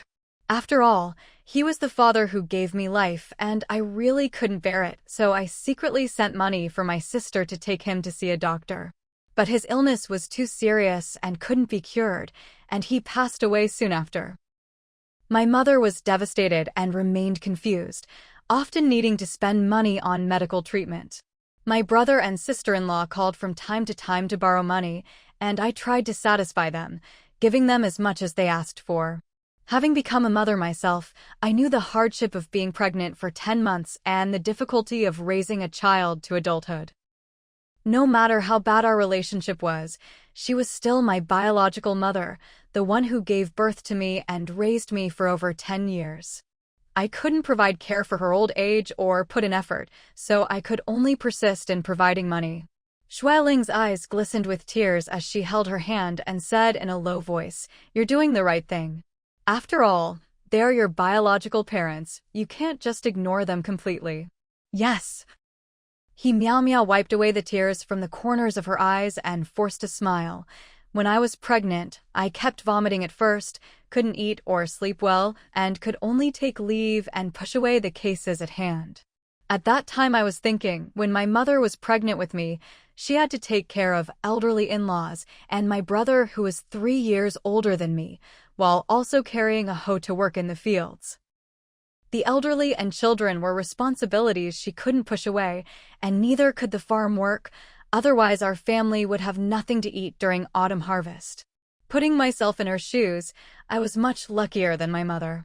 A child is born crying and needs to be fed, and for several years, eating, drinking, defecating, sleeping all need adult care. Even if I was the most obedient and well-behaved, I could only help with some household chores when I was 5 or 6 years old.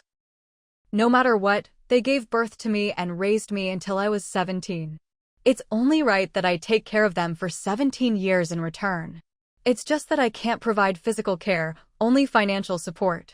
The wealth I have now isn't very much, but it's enough to spend." The old lady is already confused and can't recognize anyone, only repeatedly mumbling the childhood names of my brother, me, and my sister. Every time I hear it, I can't help but shed tears. Perhaps, even though she says she doesn't have me as a daughter, she still can't deny it in her heart. I'm not short of money. I can only give some money to let her have a more comfortable old age. She's already sick like this. She won't be able to spend my money for much longer. Speaking of this, she was in tears again, but smiled softly. "President Shui, when I came in earlier, I saw your father and mother-in-law, and there should be Shui Hang's father too, right?"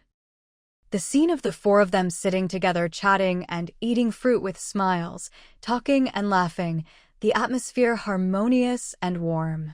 At that time I was thinking, this is one of the reasons why President Shui is the happiest boss.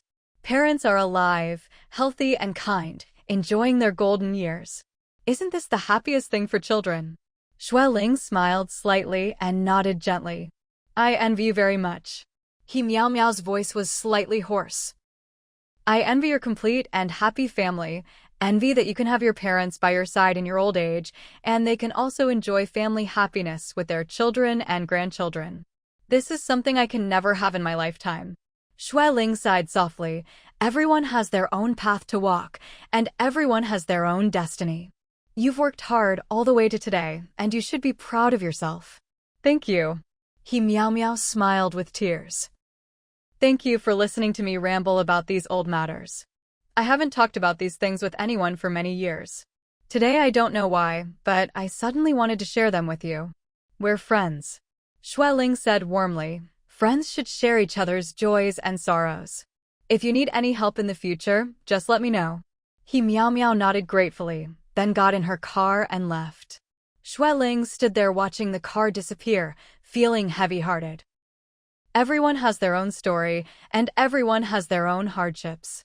He Meow's strength and independence were forged through such difficult experiences. She turned and walked back to the house, and as soon as she entered the study, she heard the communicator on the wall beeping. "Madam, madam, madam." Shui Ling quickly approached and answered, "I'm here." "Madam," Xiao Chao called asking for your instructions.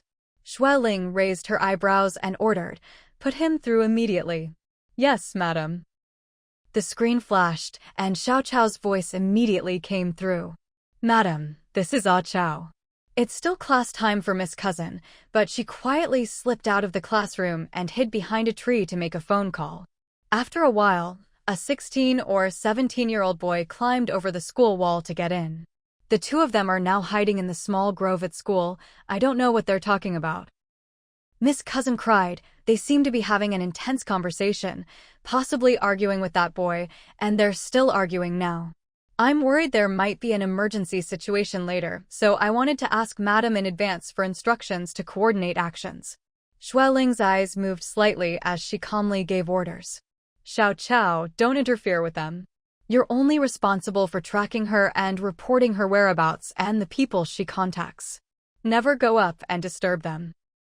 Remember, no matter where she goes, even if she goes home, you follow her back and hide in a corner to watch.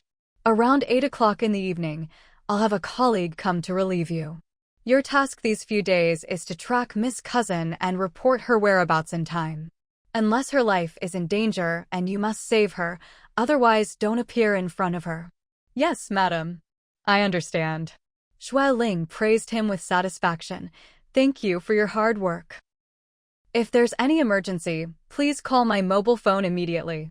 Yes, madam. After Shui Ling finished giving instructions, she turned and went to the monitoring room to inquire about the bodyguard and security shift arrangements for the past few days, and assigned one of the family bodyguards to cooperate with Xiao Chao in secretly tracking Shui Han. The person was quickly decided, and after Shui Ling carefully explained everything, she walked out of the monitoring room. At this time, the communicator rang. Madam, lawyer he is here.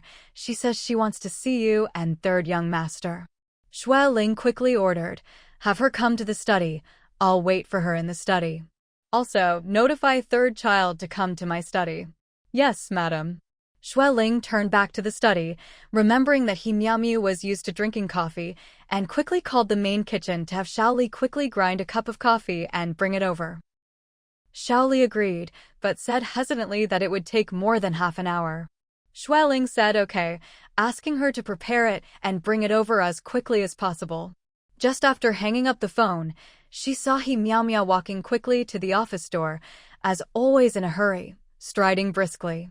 Shui Ling couldn't help but tease, when there are walking competitions in the future, you must participate. You're guaranteed to be first every day and win prizes every time. Haha. He Miao Miao was dressed in professional women's attire, elegant and intellectual. No choice, I'm busy spinning around every day. When I can't keep up with walking, I can only walk fast. When I can't keep up with fast walking, I can only run. Unfortunately, high heels really aren't suitable for running, otherwise I would have participated in international marathon competitions long ago. Shui Ling invited her to sit down. Making you run back and forth twice in 2 days, I really feel bad about it. After all, such small matters really don't require your expertise. President Shui, I will definitely go all out for your matters, regardless of size. He Miao Miao shrugged, a glimmer of tears passing through her eyes. When I was at my peak, most people just added icing on the cake. But when I was in trouble, there were countless people who stepped on me, bullied me, and laughed at me. Former friends avoided me like snakes and scorpions. Only you, President Shui, treated me the same as always and even found several big cases to help me turn things around. Your help in my time of need moved me to tears, and I'll never forget it. All matters big and small in your family are my priority business. If I don't handle them personally, I'd be letting down my conscience. Shui Ling waved her hand. It's been so many years. Why do you still keep it in your heart? We've known each other for many years, just helping each other. No need to always keep it in mind. He Miao Miao just smiled, knowing in her heart that she was downplaying it. At this moment, Cheng Huanchong came in. Mom, and he. Shui Ling smiled slightly and instructed, pour us 2 glasses of water. Okay. Cheng Huanchong turned and went out again. Shui Ling explained, I had the main kitchen grind you a cup of coffee, but you'll have to wait a bit. Have some water first and drink coffee later. No need to trouble yourself. He Miao Miao said gently, water is fine for me. I drink coffee because it helps me stay alert. In our line of work, we really can't do without coffee.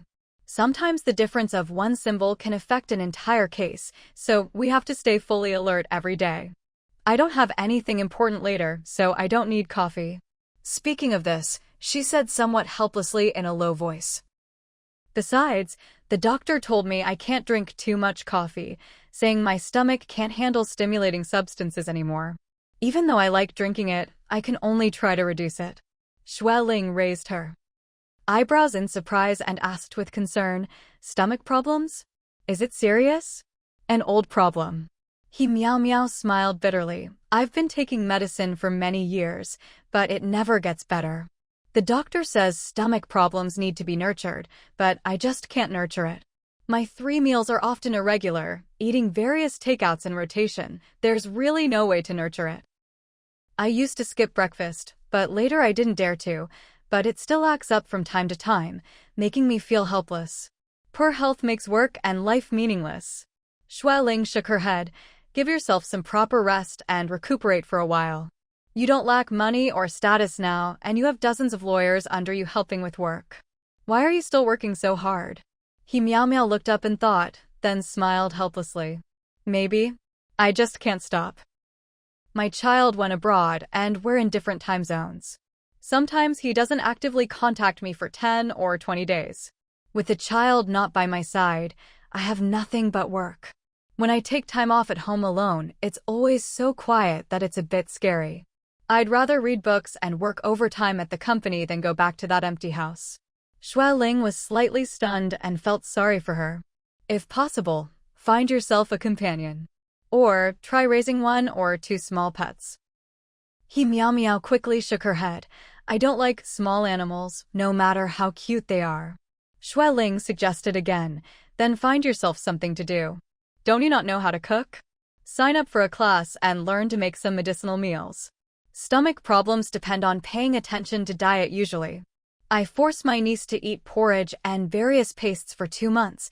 Her complexion improved a lot, and her stomach hasn't been acting up much.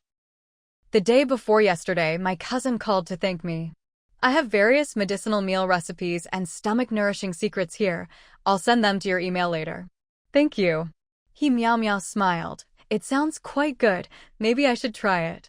At this moment, Cheng Huanchong brought in water glasses and handed one to each of them.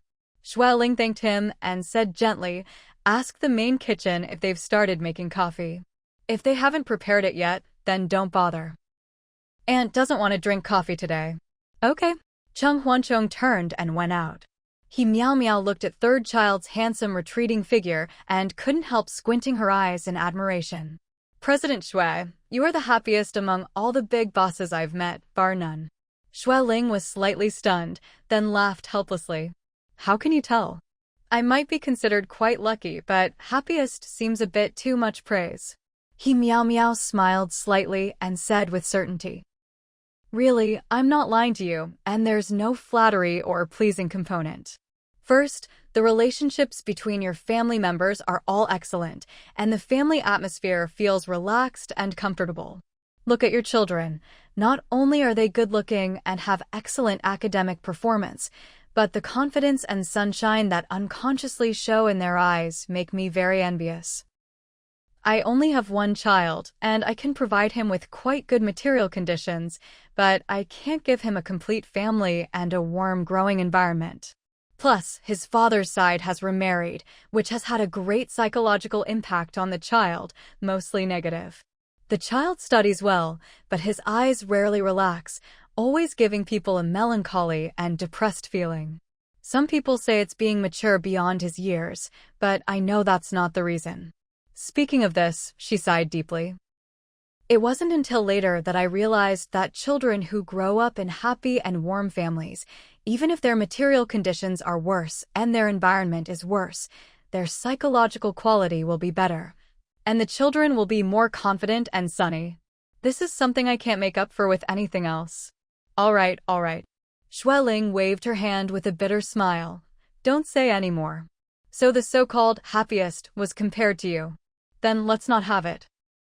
The reference and standards are not set well, and even mediocre results can't be trusted. Actually, maintaining a family, especially a big family like ours, is really not easy. The simplest summary is no effort, no gain. To have a warm and happy family, especially a big family, requires much more material and spiritual investment." He meow laughed and said, I didn't deliberately use my own family as a reference. I just accidentally revealed my envious thoughts. Haha. Xueling laughed heartily. After a moment, third child strode in and sat beside he Meow Meow. Just then, Xueling's phone in her pocket suddenly vibrated. She glanced at it and saw it was Xiao Chao's phone number, quickly sliding to answer. Hello? Is this a Chao? This is Madam. Xiao Chao's voice carried a hint of urgency, as if he had just been running and was still slightly out of breath. Madam. Miss Cousin left school early and went to a fast food restaurant outside the school to eat. Earlier, that young man ate hamburgers and cola with her in the fast food restaurant. Then they were pulling and tugging on the roadside. Miss Cousin was dragged by him with no choice but to get on his small electric scooter and leave. I'm now tracking them to the old city district. They've entered a small internet cafe, and I'm temporarily guarding outside. Xueling frowned upon hearing this. Send me your location. Yes, madam. I'd like to ask for your instructions. Do I need to follow them inside? It's quite noisy inside and the lighting isn't very good. I'm afraid of being exposed when I call you, so I'm temporarily staying at the corner by the entrance. Xueling thought for a moment and answered, yes, you follow them in and try to keep a close watch. Ah, Chao, they might go to other places next, and it might be difficult for you to follow alone. After you send me the location, I'll immediately have Xiao Huang come over to assist you. Yes, madam. He quickly hung up. Xueling opened WeChat and found that the location had already been sent. She quickly clicked on it, looking at the somewhat unfamiliar street names and neighborhood names above, unable to think of which specific district it was for a moment, until she saw some old-style shop signs and confirmed it. We've always lived in the city center and new districts, and haven't been to the unrenovated old districts of the imperial capital much. I was almost stumped just now. Cheng Tianyan was changing clothes and came over to ask, what's wrong? Which old district? Xueling showed him and explained that Xiaohan couldn't resist that little delinquent and went with him to an internet cafe to play. Cheng Tianyan rolled his eyes upon hearing this.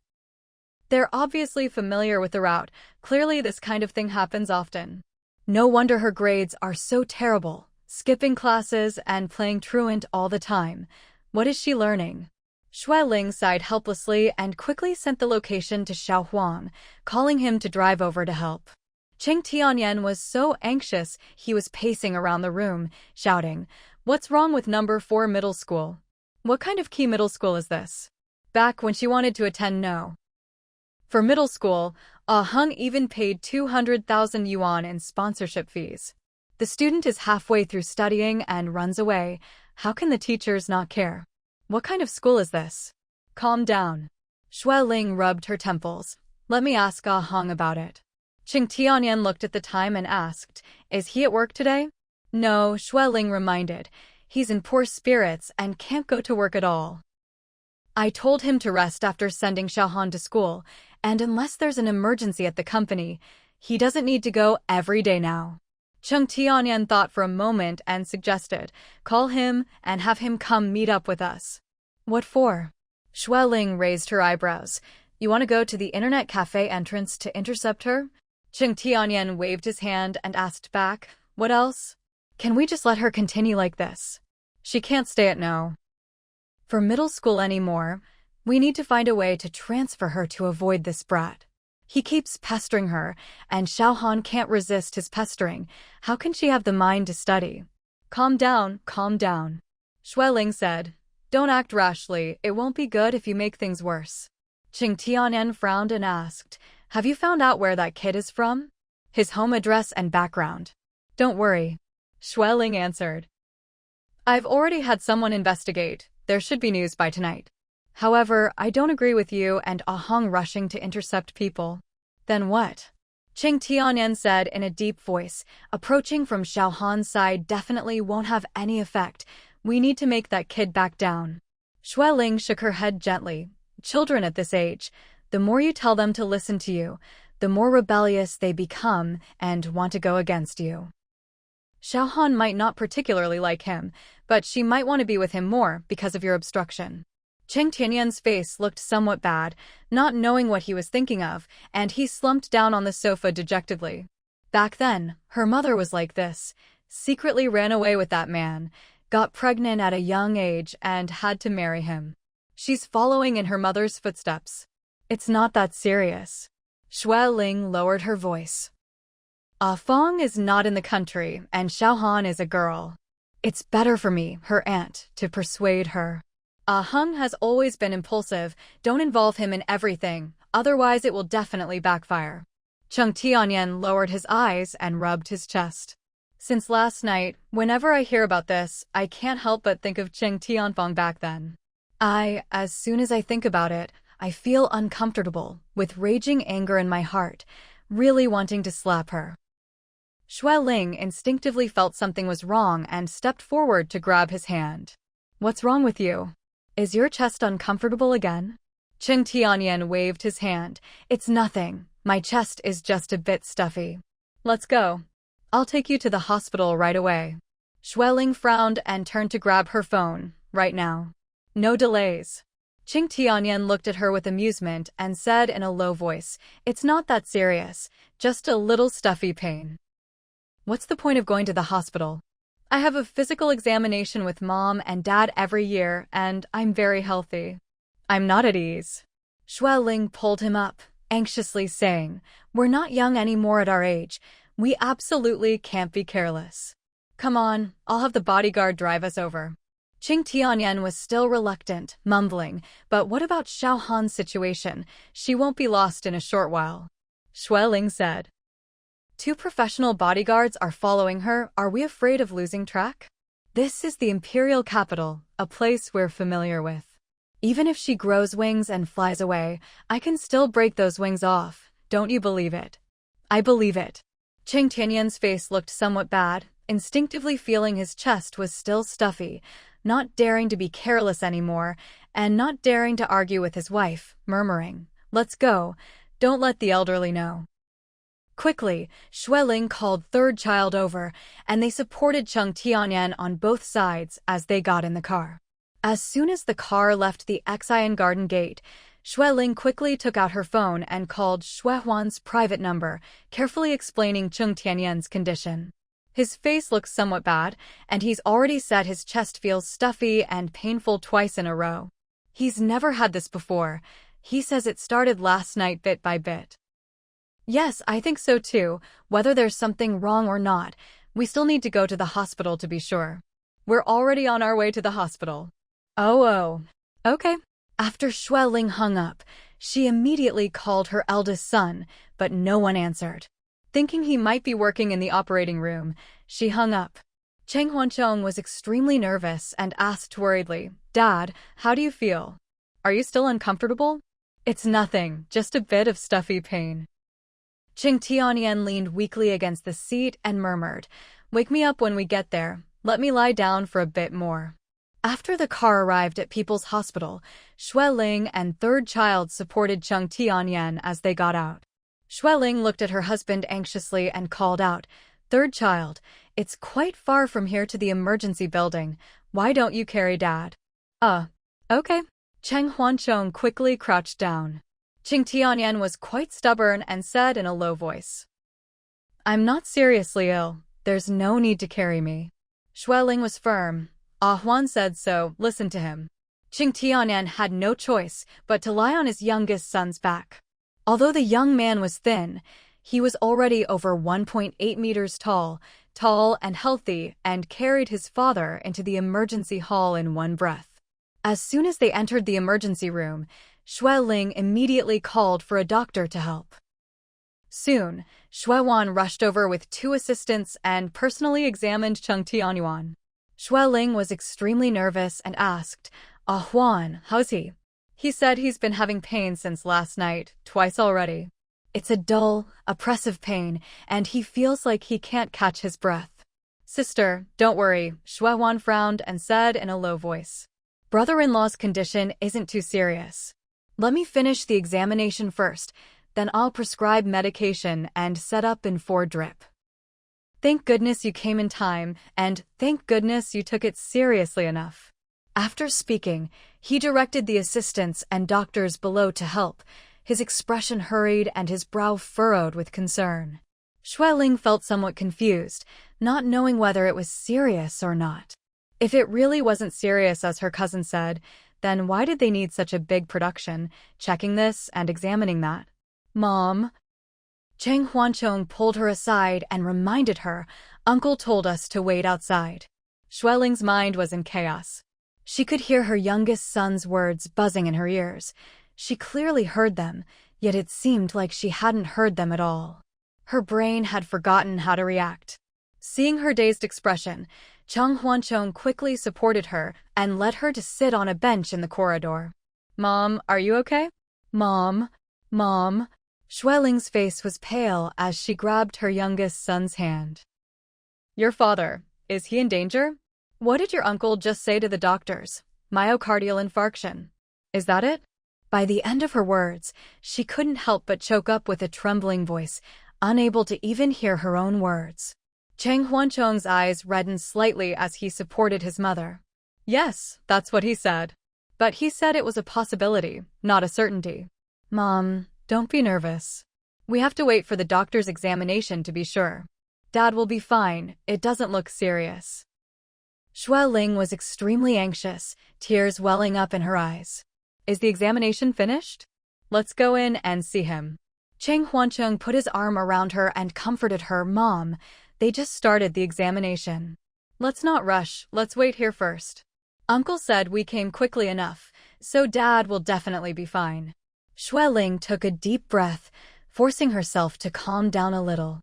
His previous medical reports were all good. We just didn't have a checkup this year. He never had this kind of problem before. How could he suddenly have chest tightness and pain? Myocardial infarction is no small matter, it's not. Cheng Huanchong was also anxious and worried inside, but he felt he had to be strong and stay calm. Mom, let me call Big Brother and ask him to come over right away to help. Xueling nodded and frowned, saying in a low voice, if he doesn't answer, don't keep calling repeatedly. He's definitely busy treating patients right now and can't be interrupted. We can't disturb him. Our own father is hospitalized. How can he still worry about other people? Cheng Huanchong pouted. I'll urge him a bit. Xueling shook her head and said softly, you brat, you can't say that. In the hospital, he's first a doctor, then your father's son. He's doing life-saving work, holding patients' lives in his hands. That's his responsibility. So he must first shoulder the responsibility of being a doctor, then the responsibility of being a son. Oh. Cheng Huanchong hung up the call and said quietly, Mom, I understand. Xueling looked at the white curtains surrounding them, anxiously waiting. Taking advantage of his mother's distraction, Cheng Huanchong quickly contacted his second brother and sent a message to his sister. Considering that the elderly at home were also in the family group chat, he didn't dare send voice messages or texts directly to the group, afraid of scaring the elderly at home and causing them to have problems too, one wave of trouble after another. Soon, Shui Yang answered the call. As soon as he heard what his younger brother said, he immediately asked in a rough voice, Where? Which emergency room? People's Hospital, right? Yes, Cheng Huanchong answered. Mom and I are both here. Dad is undergoing examination, and his condition seems okay. I'll be right there. Shui Yang said hurriedly and immediately hung up. Xueling didn't stop her youngest son, only instructing, don't scare your sister, she's a girl after all. Also, tell them to be careful on their way here. Don't rush recklessly without regard for anything. I know, Cheng Huanchong nodded. I told second brother not to rush, to try to take a car over and remember not to ride his bike. Xiao Xian probably hasn't seen the message yet. We'll talk when she replies. Xueling reminded him once more, never let the elderly at home know, don't scare them. Her youngest son agreed. More than half an hour later, the examination reports and blood test results were quickly printed out. Xuehuan looked carefully, then examined the electrocardiogram, and finally breathed a sigh of relief. Sister, don't worry. Brother-in-law was discovered very timely and came in time. If not, He would very likely have had a myocardial infarction next, and might even have been in danger of sudden death or fainting. Shueling was so frightened her face turned pale, and she asked with a trembling voice, "How's he now? Can he be cured?" "Yes," Shuehuan comforted her. "Brother-in-law is already on N4 drip. The uncomfortable feeling of chest tightness will disappear soon. However, his condition still requires great care. His diet and lifestyle habits must be watched, and he should have medical checkups every 6 months from now on to ensure safety." Shueling nodded repeatedly. Shuehuan said hurriedly, "I'll go in and discuss with the attending physician again. Don't worry for now. When the nurse says you can go in, then you can go in. The nurse will also teach you how to read the instruments inside." "All right. Go ahead, go ahead." Shueling secretly breathed a sigh of relief and leaned against her youngest son as if exhausted. "We'll go in to take care of him in a while." The mother and son sat back down, their expressions much more relaxed than before. An old man sitting on the bench diagonally across from them looked at them enviously, sighing with tears in his eyes. "You brought your patient in time. That's wonderful." "My wife said her chest hurt for quite a while, but the children all said it was nothing and told me to go to the pharmacy to buy some heart medicine for her. It wasn't until yesterday when she fainted at home that I was scared to death. Called an ambulance, all kinds of busy examinations, and finally had to rush into emergency surgery overnight. Now she's in the ICU, and we can't even see her. They say she hasn't passed the critical period yet." Shueling's face alternated between pale and green as she listened, feeling waves of fear. Earlier, Yuan had planned to call Shueheng to go to the Old City District to find Xiaohan. If she hadn't stopped him in time, running around outside plus being furious, how could his heart have handled it? The consequences would have been unthinkable. Fortunately, she insisted on dragging him to the hospital immediately, taking a car to rush here quickly, plus Shuehuan's very timely examination and treatment. Otherwise, oh my god. She didn't dare to think about it further. Cheng Huanchong secretly swallowed and said, "Grandpa, don't be sad. After the surgery is successful, Grandma will wake up soon and reunite with you." The old man wiped his tears and choked up, "Thank you." A while later, the second son arrived covered in sweat. "Mom." "Third brother. How's Dad? Where is he? Where is he?"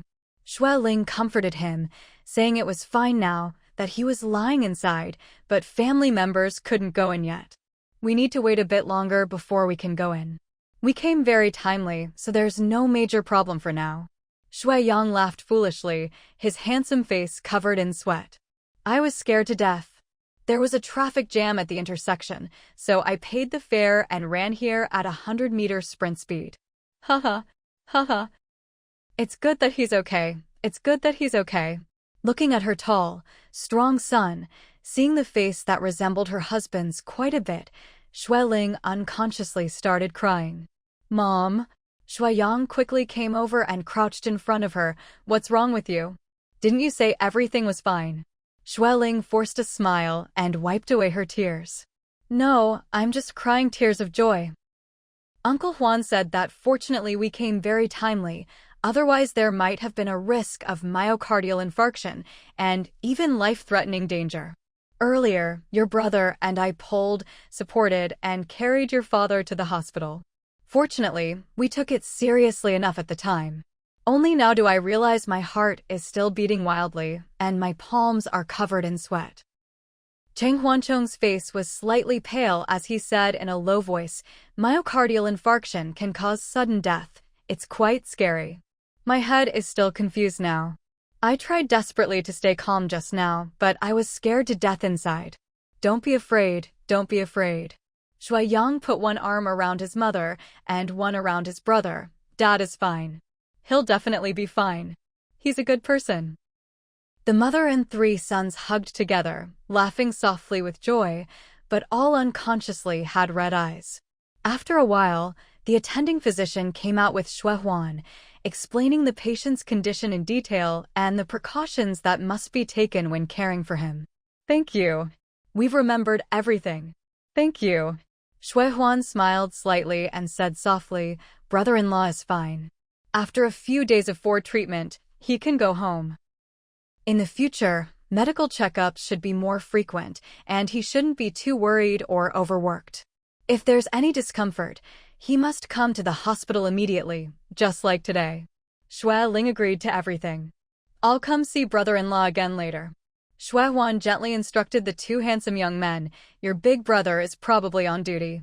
You two need to help take care of Dad and don't let Mom get too tired. Got it, Uncle. Okay, Uncle Huan. Xue Huan patted their tall, strong shoulders before hurrying away with his two assistants. Cheng Huancheng took out his phone and glanced at it, raising his eyebrows. It's almost 7 o'clock. How did time pass so quickly? Xue Ling was slightly stunned, then remembered the elderly at home. Your father needs to stay in the hospital for a few days. The elderly at home are sharp-minded and not senile yet. We might be able to hide it for a while, but it would be difficult to hide it for several days. Just say Dad went on a business trip. Cheng Huancheng suggested. Dad occasionally goes on business trips for 4 or 5 days. Anyway, Grandma and the others don't understand Dad's work, so they probably won't ask many questions and won't easily be exposed. Xue Yang quickly agreed. That's good. Let's make up that story. All right. Xue Ling lowered her voice. When your big brother comes later, we must coordinate with him. Oh right, Xiao Xian knows too. If she knows, Tai Tu will definitely know too. Third brother, you're responsible for coordinating with them. I'll talk to Awan's side. Anyway, we must hide it from the several elderly at home. Okay. Cheng Huancheng nodded. Xue Ling took out her phone and said softly, I'll call Grandpa first and say your father suddenly had to go on a business trip.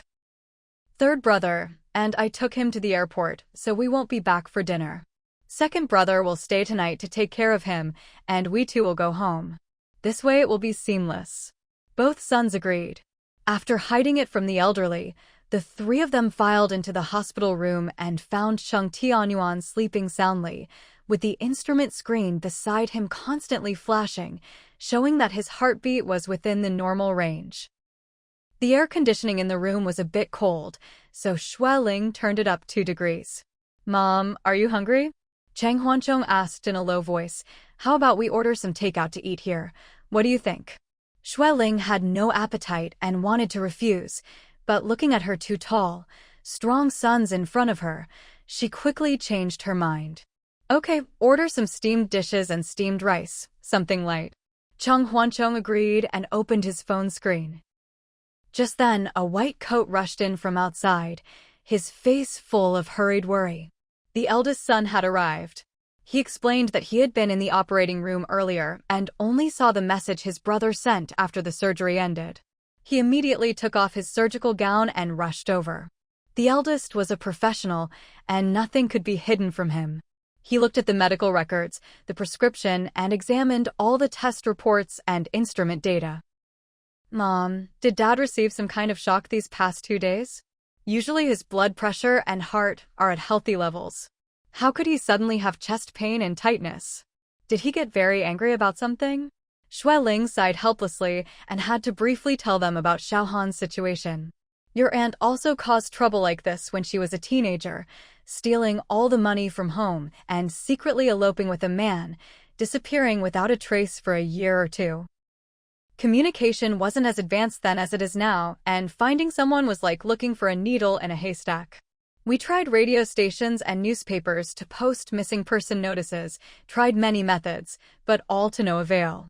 Later your aunt was abandoned by that man after he cheated her of money and her body. She lost her child and almost lost her life. Your father was angry and heartbroken, feeling terrible. Xiaohan's incident stimulated your father, reminding him of your aunt's suffering during that period, and the family's disappointment and heartache over her. He couldn't handle it emotionally for a while. He didn't sleep all night last night, brooding with anger.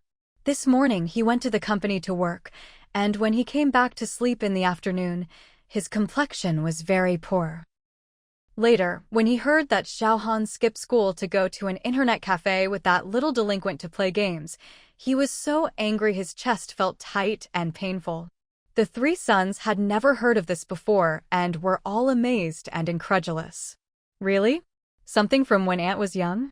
How come we never knew about this? So, this must have been before Aunt married Uncle Hung, right? History repeats itself. No wonder Dad got so angry his heart couldn't take it. Shui Ling shushed them several times and lowered her voice. You weren't born yet then. How could you possibly know? Even now that you know, pretend you don't know and don't say a word about it, understand? Understand. The three sons said in unison. Shui Ling sighed. Your father has never had much of a temper, but he was disappointed in your aunt for several years, and later, because of your grandfather's death, he refused to speak to your aunt for many years. This time being angered by Xiaohan's situation, he was obviously stimulated. People of advanced age should be most careful about protecting their hearts. Cheng Huanran reminded in a low voice, this time gave us a warning. We need to be more careful in the future. Shui Yang blinked his eyes and asked, very gossipy, Mom, so how is Xiaohan now? Uncle Heng must be furious, right? Shui Ling laughed helplessly. What can he do even if he's furious? She's still young now, and she's in her rebellious phase. The key is still proper guidance, otherwise the consequences would be unthinkable. There's nothing to be afraid of. Cheng Huanchong suppressed a laugh and muttered, Uncle Heng is so rich. As long as she doesn't spend recklessly, she could live comfortably for 3 lifetimes, let alone 1. Yes, Shui Yang laughed, at least there's still money at home. Shui Ling glanced at both of them and laughed while scolding, what nonsense are you talking? If her thinking isn't right and she's not mature in how she conducts herself, even the most money could be ruined in an instant. Cheng Huanran pursed his lips and chuckled, if Xiaohan's side is hard to handle, then find a way to persuade that little delinquent to quit. Young people's affairs should be handled according to young people's logic and thinking. I'm best at this.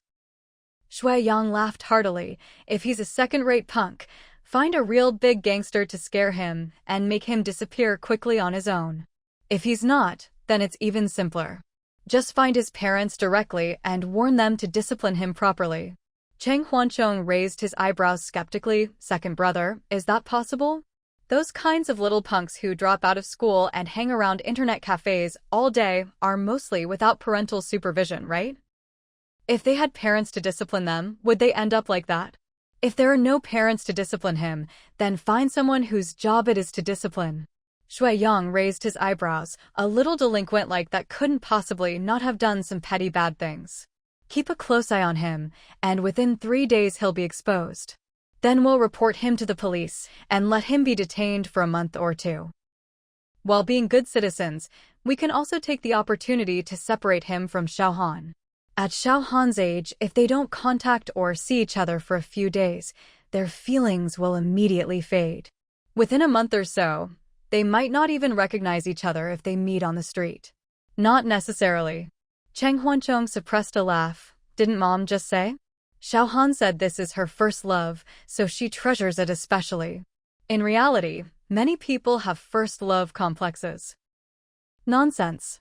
Shui Yang lifted his chin. I don't. I've long forgotten what my first love looked like. Me too. Cheng Huanran raised his eyebrows and his hand. Shui Ling listened and directly held her forehead, waving her hands. All right, stop adding to the chaos. Now is not the time for jokes. This matter is complicated. Isn't it just a little girl secretly dating? Cheng Huanran asked with amusement. Mom, isn't that a bit much? You've always been very open-minded. How come you're complicating things this time? Who hasn't secretly had feelings for the opposite sex when they were young? What normal person hasn't? Yes. It's human nature. A common trait of adolescence. If you don't have feelings, you've wasted your youth. Shui Ling listened with mixed feelings inside as she explained. You all seem to have forgotten one point. Xiaohan lacks family education. With Ah Hung and your aunt not around, I can say without exaggeration, they have many shortcomings in Xiaohan's education, seriously lacking proper guidance. The worst part is the incomplete family, which makes Xiaohan very sensitive, with rapidly changing emotions and constantly changing ideas that are very unpredictable. I just convinced her this morning, but she turned around and forgot everything. Her thinking fluctuates too much, her emotions are sensitive and changeable, and no one knows what she'll do next. and she's too confused.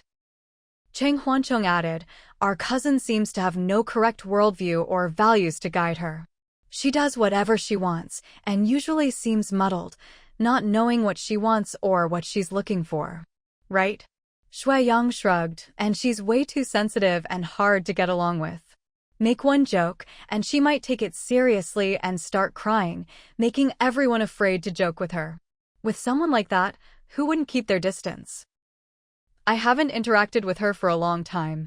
When I see her, I just say hello and quickly run away. First, we have a big age gap and generation gap, so we don't have common topics. Second, her temperament is unbearable. Me too. Cheng Huancheng pursed his lips. When talking to her, you have to be very careful, thinking this sentence should be okay, right? Before daring to say it. If she's even slightly unhappy, she'll wipe her tears and pout pitifully. I'm naturally not good at comforting people, so I can only find some good food and drinks for her, then escape quickly. Cheng Huanran touched his nose and smiled bitterly. I've been busy with studies and work these years, and haven't really interacted with her for several years. Occasionally at family dinners, I just say hello from afar. I think it's been 5 or 6 years since I've really played with Xiaohan. She wasn't like this when she was little. Shui Yang interjected, before, big brother, and I often carried her around to play. Right. Cheng Huanran nodded in agreement when we lived at the shopping center and often left her with us. We had to help take her out to play every day after school and sometimes even feed her. Back then, we didn't notice Xiaohan would be like this. She was quite a nice little sister. Xueling said helplessly in a low voice, of course it's different now. Later, your aunt and Uncle Hung divorced, and your aunt was imprisoned for several years, which caused tremendous harm to her at such a young age. The completeness of a family and the cooperation of parents are crucial for a child's growth. Otherwise, Xiaohan wouldn't have become so sensitive and emotionally volatile. Mom, so what solution do you have now? Cheng Huancheng asked curiously, what have Uncle Hung and Aunt decided to do? Xueling shrugged, I don't have any good solutions. She's full of lies now, deceiving people all the time. To consider her self-esteem and emotions while also controlling her is very difficult. My idea is to first coax her into studying at school and not waste her education. No matter how bad or complicated school is, it's much simpler than the big dive out of society. Your Uncle Heng is only focused on being angry and impulsive right now. His head is muddled. What good ideas could he have? Your aunt is on a business trip abroad and won't be back until next week or the week after at the earliest. She doesn't even know about this yet. Even Mom is stumped. Shui Yang laughed. You can see how difficult this problem is. Cheng Huanran thought for a moment and said, first understand the situation, then think of appropriate solutions. Mom's concerns are very correct. Right now Xiaohan has no interest in studying and is wasting her education. We must first get her to do what she should be doing. As long as this general direction isn't wrong, her future path won't go too far astray. Let's wait and see for now. Xueling said, I advised your Uncle Heng not to confront her directly and to turn a blind eye for the time being. Also, I had Chao and Xiao Huang secretly follow her to prevent her from being foolishly seduced into doing illegal things. As for how to solve it, we'll have to take it one step at a time. We can't rush. Also, this matter needs to be discussed with your Uncle Hung and Aunt together. After all, they are Xiaohan's parents. They need to take the lead and fight the main battle. We can at most cooperate with them. Oh. All right then. Then let's wait and see. Qing Tianyuan looked at his little daughter, her hair messy and her eyes red-rimmed, and his heart instantly softened. It's nothing at all. Why are you all sweaty on your forehead? Come, sit down and rest. Xue Xian noticed that her father was able to speak, though his complexion was a bit pale. His arms and legs were fine. She could no longer hold back and burst into tears with a loud wah. Dad, you scared me to death. Sob. I didn't check my phone earlier. I had no idea. When I saw the message from third brother, I was completely stunned. I was terrified. He said it was nothing, but then he mentioned something about a heart attack, which scared me silly. I stumbled and dragged Brother Taitu and ran. Finally, I made it. Dad, as long as you're okay, sob sob sob. At that moment, two men slipped in through the side door. One was tall, upright, reserved, handsome, and elegant. The other was the tall and handsome second brother, Shui Yang. They walked in while discussing the illness. Qin Xinji quickly approached and nodded in greeting to Shui Ling and Cheng Tianyuan. Sir, are you feeling better? How do you feel now? He stood behind little Xian, gently placing one hand on her shoulder and handing her a tissue with the other. Cheng Tianyuan smiled faintly. It's nothing, just a little chest tightness. Look at how scared you all are. It's nothing, nothing. Xian, don't cry, don't cry. I'm fine, really. You're making a mountain out of a molehill, scaring yourself. Since childhood, Shui Xian had always seen her father as the most powerful Ultraman in her heart. Able to fight monsters, play with her, cook delicious food, and take her to and from school, the all-powerful dad. In her impression, her father had never been sick. He was the strongest and most capable. But suddenly one day, her father fell ill. This news was like a bolt from the blue, with no warning or mental preparation, terrifying her into panic and leaving her unable to react. Especially when third brother said, the doctor said there might be a life-threatening risk. She was so scared she almost collapsed. Her godly dad suddenly collapsed with a crash, and she didn't know how to accept it for a while. The little girl hugged her father's arm, sobbing softly. Dad, I'm not just scaring myself. I'm really scared because of you, truly scared. Do you have heart problems? Could you have a heart attack? Will something happen to you in the future? No, no, no. You absolutely cannot have anything wrong. I'm going to apply to change my major at school next week. I want to study medicine like Big Brother. I'll specialize in cardiology. What are you talking about? Shui Ling laughed and glanced at her. You're a literature student. What medicine can you study? The school has already set your major, and you're halfway through the courses. You can't just change your major like playing house. We already have one doctor in the family, your big brother. We don't need you to study medicine too. There are so many of us in the family. How can none of us get sick? Do you expect to change your major for every single person? Cheng Tianyuan looked at her indulgently and said softly, You're already this old, still acting like a child? What? University and majors are not like playing house where you can change whenever you want? Silly child. Shui Xian was a little embarrassed, stopped crying and wiped her tears. I. Qin Xinji spoke up at just the right moment. Xian is just overly worried about Sir, hoping he can stay away from pain and live a life without worries. In a moment of urgency, it's natural to speak without much thought, saying whatever comes to mind. Everyone laughed, including Cheng Tianyuan on the hospital bed. Shui Yang sat down, peeling an apple while smiling. There are thousands of diseases in the world. If we think like you, with one person studying one field, how many children would Dad and Mom have to handle them all? Exactly. Cheng Huanran teased, there are so many departments inside and outside the hospital, even having 10 or 20 kids wouldn't be enough. Everyone laughed again, and Xian was forced to smile through her tears. Qin Xinji, not wanting his girlfriend to be teased, quickly changed the subject. Sir, when do you think you can be discharged? How about tonight's arrangements? Let me stay and take care of you.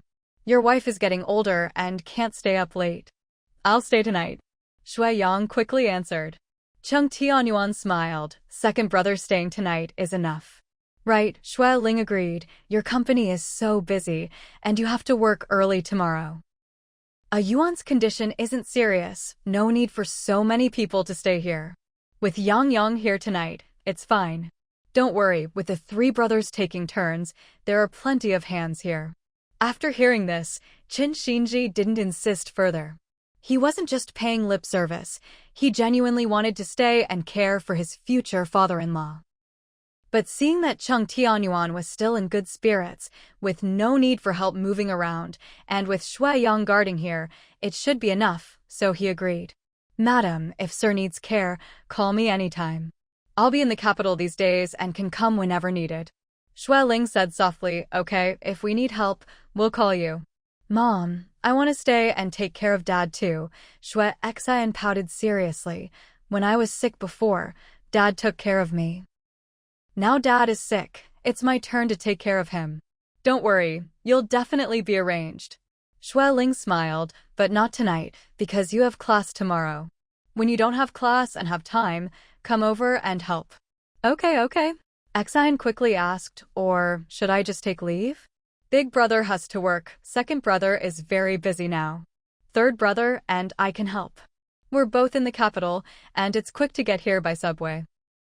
Cheng Huanran smiled and raised his hand. There's vacation even when working. I can come during my leave. No matter how busy, you can find time. Shui Yang shrugged. I don't have shifts or leave, but I can give myself a holiday every day. Don't worry, you all go to work and class, I'm here. Shui Xian grumbled unhappily. I can find time too. Taking leave is easy anyway. No need. Cheng Tianyuan laughed and cried. There are so many people in the family, your mom and your 3 brothers. Why do you need to come? Besides, I know my illness well. It's not a big deal, just a little chest tightness. No need to make such a fuss. But Xian was still uneasy, seeming afraid of falling behind her brothers. Then I'll come over when I don't have class? I don't have many classes, and I can study by myself. I don't have to attend every class. Shui Ling held her husband's hand to stop his refusal, then said to her daughter, don't take leave.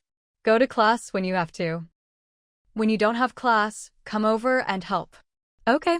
Xian showed a relaxed smile and sweetly said, I want to help take care of Dad too. Cheng Tianyuan looked at his daughter's smile, feeling a warm comfort in his heart. The children had grown up, all competing to take care of him. When they really grow old and sick, he shouldn't worry about having no one to care for him. That's enough. It was past 10 in the evening when Shui Ling finally returned to Xian Garden. The weather was hot, and the elderly family members were still awake. Shui Ling hurriedly took a shower, then walked toward the back garden with a glass of warm water in hand. Lu Ying and Mother Shui were enjoying the cool evening air under the trees, chatting and occasionally laughing. Father Shui and Shui Jilan were playing chess in the pavilion, each holding chess pieces in one hand and old-fashioned paper fans in the other. Why are you all still up? Shui Ling asked. Lu Ying smiled and replied, it's cooler outside. We don't want to go inside and use the air conditioning. At our age, we prefer the natural breeze to the cold, artificial air from the AC. Mother Shui frowned and asked, why are you so late? And why did Yuan suddenly have to go on a business trip to the south? He didn't mention it this morning. It was a last-minute decision this afternoon, Shui Ling replied smoothly, having prepared her story. Someone recommended a good paper mill, and he wanted to personally inspect the quality and ensure standards. The factory manager happened to be available these days, so he asked Yuan to fly over immediately. There was only an evening flight available, so he had to rush to the airport without time to inform everyone. Lu Ying waved her hand dismissively. No need to explain. What matters is that he travels safely. Shui Jilan turned around and asked with a smile, when will Yuan return? When he gets back, you should advise him not to work so hard. I heard from Brother Wu that Yuan has been very busy lately, with frequent business trips. He'll be back soon, Shui Ling answered. The day after tomorrow, or at the latest, 3 days from now. The tissue paper business has been quite good these past 2 years, but customers are becoming increasingly demanding about quality. Since we don't have our own factory and rely purely on sourcing products, we must maintain strict quality control. Father Shui felt sorry for his son-in-law and glared reproachfully at his daughter. Our family isn't lacking money for food and drink. Can you quietly advise him to take it easier? Yuan has lost weight recently. This morning, Jilan mentioned that Yuan's complexion looked poor. My eyesight is failing, so I didn't notice. Shui Ling chuckled, her eyes flickering slightly. Uncle Jilan is an experienced doctor with sharp eyes, like the advanced equipment in hospitals. When faced with sophisticated medical diagnostic equipment, probably few people could meet the standards of perfect health. Everyone laughed heartily. Xue Zhilan fanned himself with his paper fan and suggested, when Yuan returns, I should check his pulse and prescribe some sleep aid medicine for him. This morning I noticed his under-eye circles were quite dark, probably from insufficient sleep. People who are overly busy and under too much work pressure generally don't sleep well. Excellent. Xue Ling nodded eagerly. Please examine him when he returns and prescribe some medicine to help him recover. Whether there's illness to treat or just general health to strengthen, it's all beneficial. She chatted with the elderly family members for a while longer before encouraging them to rest. The elderly folks gradually returned to their respective rooms. Xue Ling was exhausted after the long day and hurried back to her room to lie down. However, just as she had fallen asleep, Xue Heng's phone call woke her up. Ling? What are you doing? Already asleep? Isn't it rather early? Xue Ling yawned and replied, I was tired and sleepy, so I went to bed early. What's wrong? Is there something urgent? Nothing urgent. I just wanted to tell you that I've contacted Ah Fong and quietly informed her about Xiao Han's situation. The truth can't be hidden forever, she'll find out eventually. By telling her in advance, she can arrange her work schedule and return to the country sooner. Xue Ling agreed, saying softly, you and Ah Fong are Xiao Han's parents, so ultimately you must take the lead in handling this matter. Exactly. That's why I contacted her and asked her to arrange to return home as soon as possible. Xiao Han seems normal today. When I picked her up, she was a bit late and said she was in the classroom doing homework while waiting for me. After we got home, she stayed in the study for a while, then went to her room to sleep. Xue Ling, so his daughter had snuck out of class to meet the young delinquent, then went to an internet cafe with him before class ended. Yet this father remained completely unaware, thinking his daughter showed no unusual behavior. If she hadn't sent bodyguards to follow Xiao Han, she would also be kept in the dark. Xue Ling couldn't help but sigh softly. Ah Hung, Xiao Han is a very sensitive child, and she's not entirely truthful in her speech. You and Ah Fong need to watch her more closely. Also, I suggest you transfer her to a different school as soon as possible. Transfer schools? But she says she really likes the environment at 4th Middle School and even mentioned wanting to rent an apartment nearby. 4th Middle School has had decent teaching environment and quality in recent years, though it's not outstanding. Are you hoping we'll send her to a stricter private school? Xue Ling thought for a moment and replied, discuss it with Ah Fong when she returns. However, I support giving Xiao Han a change of environment. That young delinquent has already dropped out and isn't studying, which will inevitably influence Xiao Han. I hope to use allowing her to date as bait to encourage her to study hard, but while she agrees verbally, she may not follow through privately. I think a change of environment would be good for Xiao Han. Xiao Han had already learned to say one thing and do another. This morning she clearly promised to study hard, but then immediately skipped class to hang out at internet cafes instead of studying. The investigation into that boy was complete, and Xue Ling felt they needed to both appease Xiao Han while minimizing her contact with the young delinquent. She continued, from what I understand, 4th Middle School is a public school where teachers don't manage student discipline strictly enough. Students have considerable free time, and there are no teachers supervising study halls. Students can come and go freely. Xiao Han shouldn't be in such a relaxed environment where she can do whatever she pleases. When you have time, start looking for schools with stricter management. Then when Ah Fong returns, discuss it with her carefully. All right, I'll talk to Ah Fong about it. I knew from the beginning that 4th Middle School had a relatively relaxed learning atmosphere. Initially, I thought since her grades weren't great, she shouldn't go to an overly strict school to avoid excessive pressure from being unable to keep up. By the way, Ling Ling, earlier you mentioned sending people to investigate that young delinquent's background. How did it go? Did you find anything? Xue Ling smiled bitterly. The investigation is complete. I received the report earlier. The young delinquent's surname is Sure. His parents met while working at a factory in the capital, then hastily married after she became pregnant. Both parents were young when they married and lacked responsibility, never properly caring for this child. The boy was left with elderly relatives in his hometown, then brought to the capital for school. His parents didn't supervise him much, and he didn't like studying, constantly fighting and causing trouble. Later his parents divorced and went their separate ways. He was assigned to his father, but his father rarely came home, so the boy simply lived on the streets. Sometimes he does odd jobs for money, sometimes he sleeps overnight in internet cafes, essentially homeless. He's accustomed to petty theft and has even participated in extortion and criminal activities. Xue Heng was nearly furious and secretly terrified upon hearing this. My God, is she blind? How could she get involved with such a young thug? Xue Ling sighed. She's only a few years old.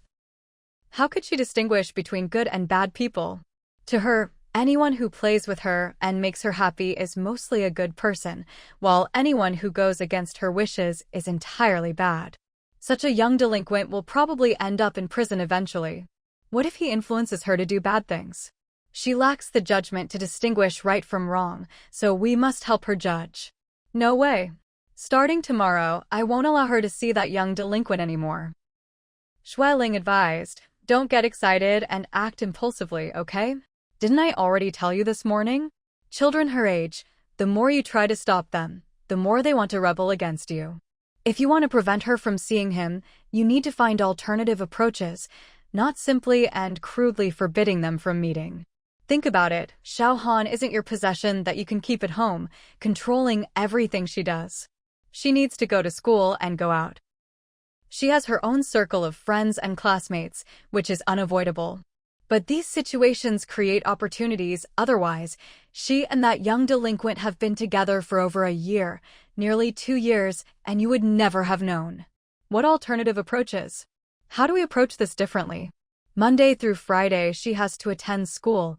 I drop her off at school in the morning and pick her up in the evening. Aside from secretly texting him at night, she doesn't have other opportunities. Now the most important thing is to watch her more strictly on weekends, preventing them from secretly meeting and completely cutting off their hopes. Upon hearing this, Xue Ling couldn't help but smile bitterly. Transfer her to a school with stricter management, and on weekends you and Ah Fong can take turns tutoring her. Don't let her attend outside tutoring classes. When she encounters difficult problems, she can also come here for Lao San and Xiao Xin to help tutor her. They're only freshmen now with light coursework, and they come home regularly every week. One day at home, one day here, the weekend passes quickly. I'll visit schools tomorrow to inquire, first selecting a few that aren't too far from home, then carefully investigating them. When Ah Fong returns, we'll visit the schools together and make a decision quickly. Xue Ling agreed. Starting tomorrow, I'll confiscate her phone and get her a phone watch instead, so she can only call home. Smartphones are too convenient. They can access the internet and chat. Who knows, she might be hiding under her blanket right now texting that young delinquent. Xue Ling's eyes flickered as she said softly, that's a good idea, but you can't simply and crudely confiscate it, or Xiao Han will immediately make a scene. You could find an opportunity to secretly break the phone, then have her temporarily use the phone watch as a substitute. If she demands to buy a new phone immediately, tell her that if her midterm exam grades improve, you'll take her to choose and buy a new phone. Like that? All right. As they say, all's fair in war. We need to use some clever tactics. Dealing with these troublesome young people requires some cunning. Xue Ling yawned and said, take it slowly. This problem can't be resolved in just a few days. Ling, there's something I want to discuss with you. What do you think about finding some people to intimidate that little punk? If he's smart enough to leave Xiao Han alone, I might even give him some money. Xue Ling, she laughed helplessly and asked back, what? Have you been watching too many TV dramas? The wealthy father threatens the young man, stay away from my daughter, and you can fill in any amount on this check. Impossible. I'd rather beat that little punk to death. I'm not the richest man in the capital who can spend whatever amount I want.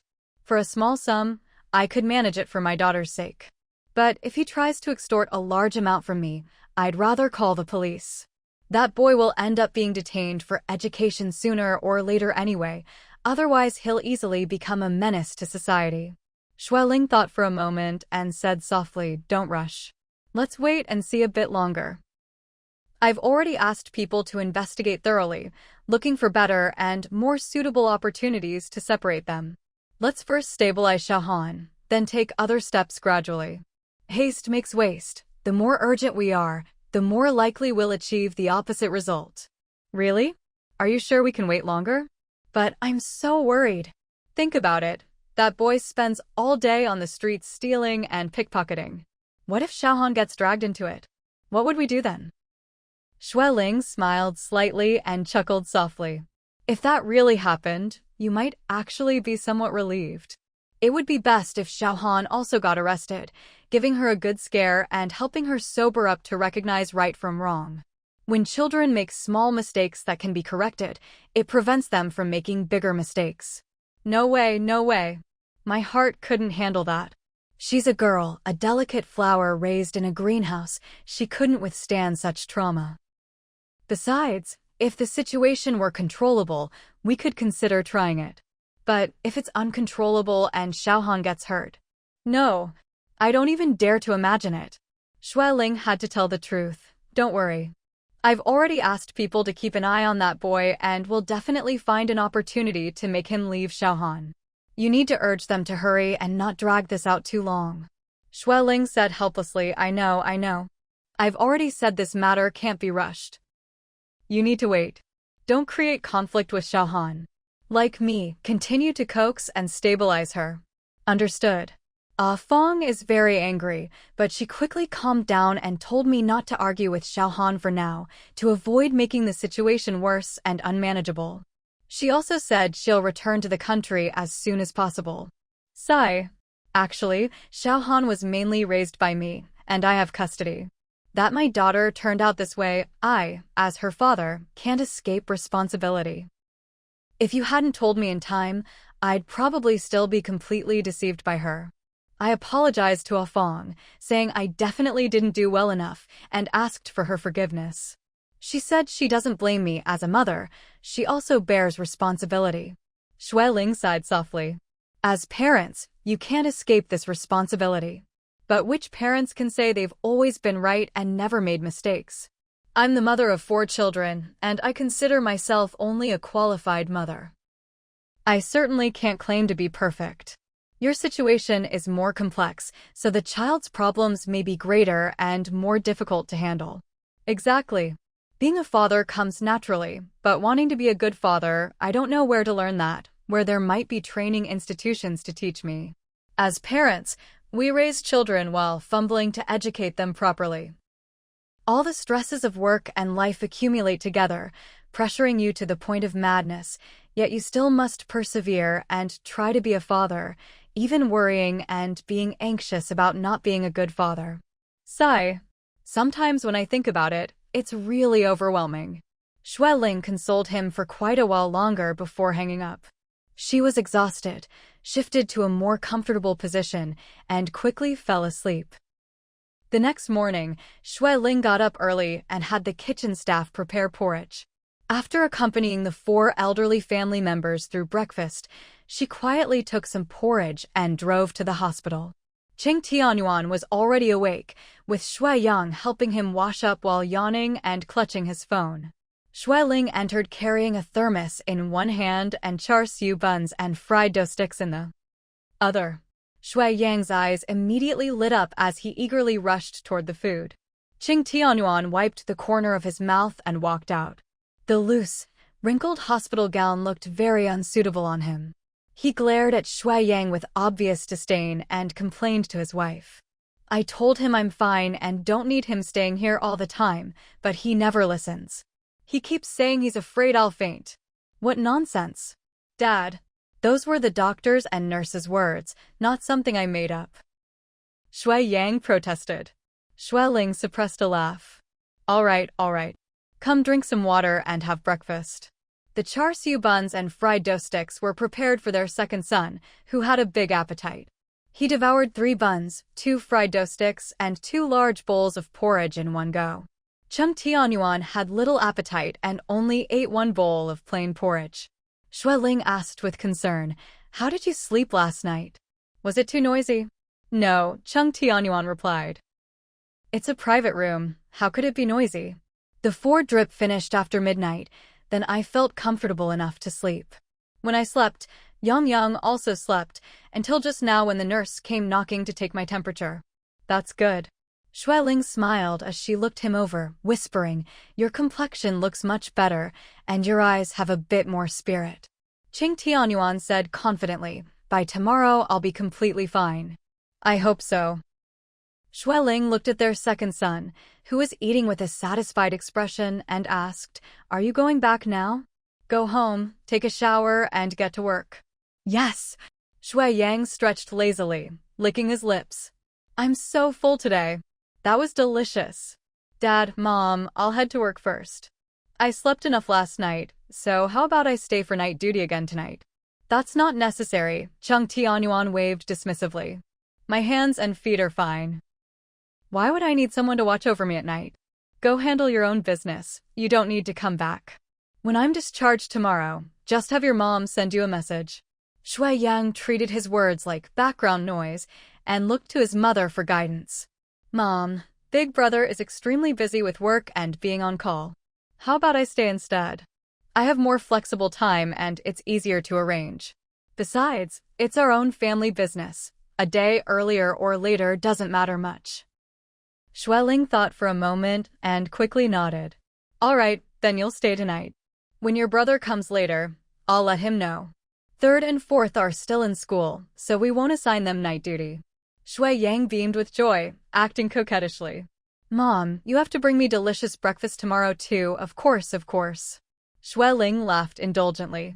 "Tonight when the driver comes to pick me up, I'll have him bring you some late-night snacks from the kitchen. The autumn wind is picking up and the cool breeze feels a bit dry.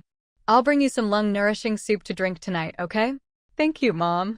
Shui Yang hugged his mother and praised her with a smile. "Mom is always the best mom." With that, he cheerfully swaggered out with his tall, sturdy frame, looking quite pleased with himself. Qing Tianyuan couldn't help but roll his eyes and laughed, scolding, "Outrageous. Among all our children, he's the most cheerful," Xueling chuckled softly. "Say less about it. In a few more years, after society gives him enough hard knocks, he might not be as cheerful and sunny as he is now." Chung Tianyuan felt his wife made sense and silently agreed. A while later, Chung Huanran arrived. "Dad, you'll need to continue with the 4-drip later. I just went to see the attending physician, and he's arranging the medication for you."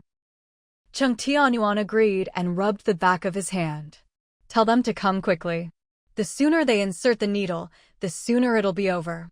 Cheng Huanran told him not to be nervous, that the nurse would come soon, then sat down nearby. But just as he sat down and they'd barely exchanged a few words, his phone rang and WeChat messages came in. Xueling waved her hand. "Go handle your business. I'm here." Qing Tianyuan said sternly, "Here you're a doctor, and you must prioritize your professional responsibilities." "Got it." Cheng Huanran stood up with a wry smile. "I'll come back during lunch break." "Oh, Dad, Mom, I'll take care of lunch for you. Don't order takeout from outside. The delivery here isn't very good. By the time it arrives, it's basically cold." Xueling agreed. As soon as Cheng Huanran left, Xue Huan arrived with 2 or 3 assistants following behind. He had just sat down when his phone immediately rang. It seemed to be a leader from another hospital calling to consult about a special case, so he had to apologize and hurry away. Chung Tianyuan watched his retreating figure and couldn't help but whisper, "Being a doctor is really busy. Saving lives and healing the wounded requires racing against time." Xueling smiled wryly. Fortunately, Huan and his wife understand each other, and both children are grown up. Otherwise, the house would be in chaos every day. Xue Huan often traveled for work, and even when he wasn't traveling, he frequently worked overtime, sometimes not coming home for days, even having a record of not stepping foot in the house for half a month. Zheng Xiaoyi had been promoted several levels in position. Although she didn't have to work night shifts as an obstetrician-gynecologist, she had to rush to the hospital whenever she received a call, since childbirth couldn't be scheduled within fixed 24-hour periods. Fortunately, Both children had grown up and were very independent. When their parents weren't home, they would go downstairs to buy food when hungry and return to their rooms to sleep when tired. They always completed their homework independently without parental supervision, having been forced to be independent from a young age. Cheng Tianyuan couldn't help but sigh. Every profession, no matter how busy, needs someone to do it. If everyone complains it's too busy and hard and shirks responsibility, who will save lives and heal the wounded in the future? Since your son and his girlfriend can handle it, let them continue for now. When they have children later, we'll help as much as we can, just don't let the children suffer. Let them be, Xueling laughed. Today's young people advocate for late marriage and childbearing, and there's even a large group promoting being dink, dual income, no kids. Looking at them this way, late marriage and childbearing is inevitable. As long as they don't go dink, we can secretly celebrate. Cheng Tianyuan frowned and shook his head, grumbling with dissatisfaction. I don't know why there are so many strange things on the internet and phones nowadays. They're all corrupting young people. Unless there are physical problems preventing childbirth, that's a different matter. In the past, our lives were harder, pressure was greater, work was busier, but didn't we still strive to have 1 or 2 more children? Always pursuing so-called individuality and enjoying life. What about future generations? In the end, it's still selfishness at work. Times are different now, Xueling consoled. The children might not think the same way you do. However, our family is large with many people, so the children probably won't have such strange thoughts. Cheng Tianyuan couldn't help but remind her, we still need to guide them appropriately, especially the eldest. He's too busy with work and has seen too much life and death at the hospital. We can't let him develop any bizarre ideas that would harm him. All right, we'll supervise them more, Xueling nodded. The next afternoon, Cheng Tianyuan was finally able to be discharged from the hospital. Xueling had instructed the family's driver and bodyguards in advance not to reveal their whereabouts to the elderly family members, fearing they would worry and rush to the hospital. The children also kept their mouths shut, so when Cheng Tianyuan changed into his usual business suit and came down with his suitcase, the elderly family members had no suspicions and kept asking if his business trip had gone smoothly. Eating and sleeping must have been poor outside. Look, your complexion doesn't look good, and your cheeks look thinner. Exactly. Your complexion looks terrible. Don't work so hard. In the future, let your subordinates handle business trips. All that running around, catching trains and planes is the most exhausting. Cheng Tianyuan just smiled and nodded, finally managing to reassure the elderly family members. I'll go take a shower first, then join you for dinner in the main kitchen later. The elderly family members agreed. Xueling arrived late, carrying a large bag of items. These are southern specialties that Ah Yuan brought back for everyone, plus some fish maw supplements. Uncle Jilan, this is for you. Dad, Mom, these are yours. Mom, this one is for you. Oh, there are specialties too? Haha. Ah Yuan is so thoughtful, bringing back gifts for us every time he travels. I won't be polite then. That's just how Ah Yuan is. No matter where he goes, he always thinks of home first. What did he buy for me? Oh, the color looks so beautiful. Hee hee. The elderly family members each took their gifts and happily returned to the living room to continue watching TV. Xueling breathed a sigh of relief and returned to their room. Cheng Tianyuan was changing clothes and asked with amusement, "Where did you buy the specialties? Don't get it wrong. When have you ever needed to worry about your wife's arrangements?" Xueling replied, "The day before yesterday, I had our eldest order them online with express delivery. They arrived in the capital at noon and I brought them home just in time." Impressive. Cheng Tianyuan shook his head helplessly. I was focused on changing clothes and handling the suitcase, couldn't think of anything else. Xueling helped him organize his change of clothes, but halfway through, a phone call came in. Cheng Tianyuan came over to take over, saying gently, "I can handle this myself." Okay. Xueling glanced and saw it was Ah Chow quickly answering the call. "Madam, there's a new development." Xueling frowned and asked, "What happened?" For the past 2 days, Ah Chow and Xiao Huang had been taking turns secretly following Xiao Han around the clock. That boy surnamed Sure came to find Xiaohan almost every day, either during lunch break or in the gap between school dismissal and going home. Xiaohan's phone had accidentally been damaged by water, but her wallet never lacked small money. While she couldn't afford a new phone costing several thousand, she could easily pull out 200 or 300 yuan for daily expenses. When the two went out to eat fast food or go to internet cafes, Xiaohan paid for everything, even proactively giving the young punk 200 yuan to repair his motorcycle. Although the two secretly went out together, they always controlled the time to within an hour, not daring to miss lunch break or evening study hall. Afraid of being punished by teachers and even more afraid of being discovered by Xue Heng, who came to pick her up after school. Today the school organized a sports meet. Miss Biao participated in her classes' cheerleading activities in the morning and left school around 11 o'clock. Sure Xiaodong picked her up to go play in the city center, and they had lunch at a barbecue restaurant in the city. Then they went to a bar and got a small private room to sing karaoke. Halfway through singing, Sure Xiaodong received a phone call, cursing and saying he needed to go beat someone up, then rushed out the door. Miss Biao seemed very scared and clung to him not to leave, so he simply pulled Miss Biao onto his motorcycle and rode toward the outskirts of the city. I'm currently driving and following them. I feel Miss Biao might be in danger on this trip, so I'm asking for your instructions in advance. Xue Ling frowned upon hearing this. Protect Miss Biao secretly and don't let her get hurt. Contact your colleagues on duty and immediately send 2 people to support you. Don't be careless. Yes, madam. Xue Ling thought for a moment and whispered, after you reach the destination, don't appear rashly. If something happens, Xiaohan might blame you for following her or even blame me, instead of being grateful that we protected her secretly. Yes, madam. Xue Ling added, contact colleagues immediately for backup and keep in touch with me at all times. Yes, madam. The call ended and Xue Ling looked at Cheng Tianyuan, who was waiting nearby. Don't worry, nothing has happened yet. Cheng Tianyuan's face was extremely dark as he said sternly, no, you misunderstood. I've thought it over. A girl like Xiaohan who doesn't know the dangers of the world must be taught a lesson. Otherwise, small mistakes will continue and eventually lead to big ones. Huh? Xue Ling asked suspiciously. What do you mean? Do you want me to call the police? Yes.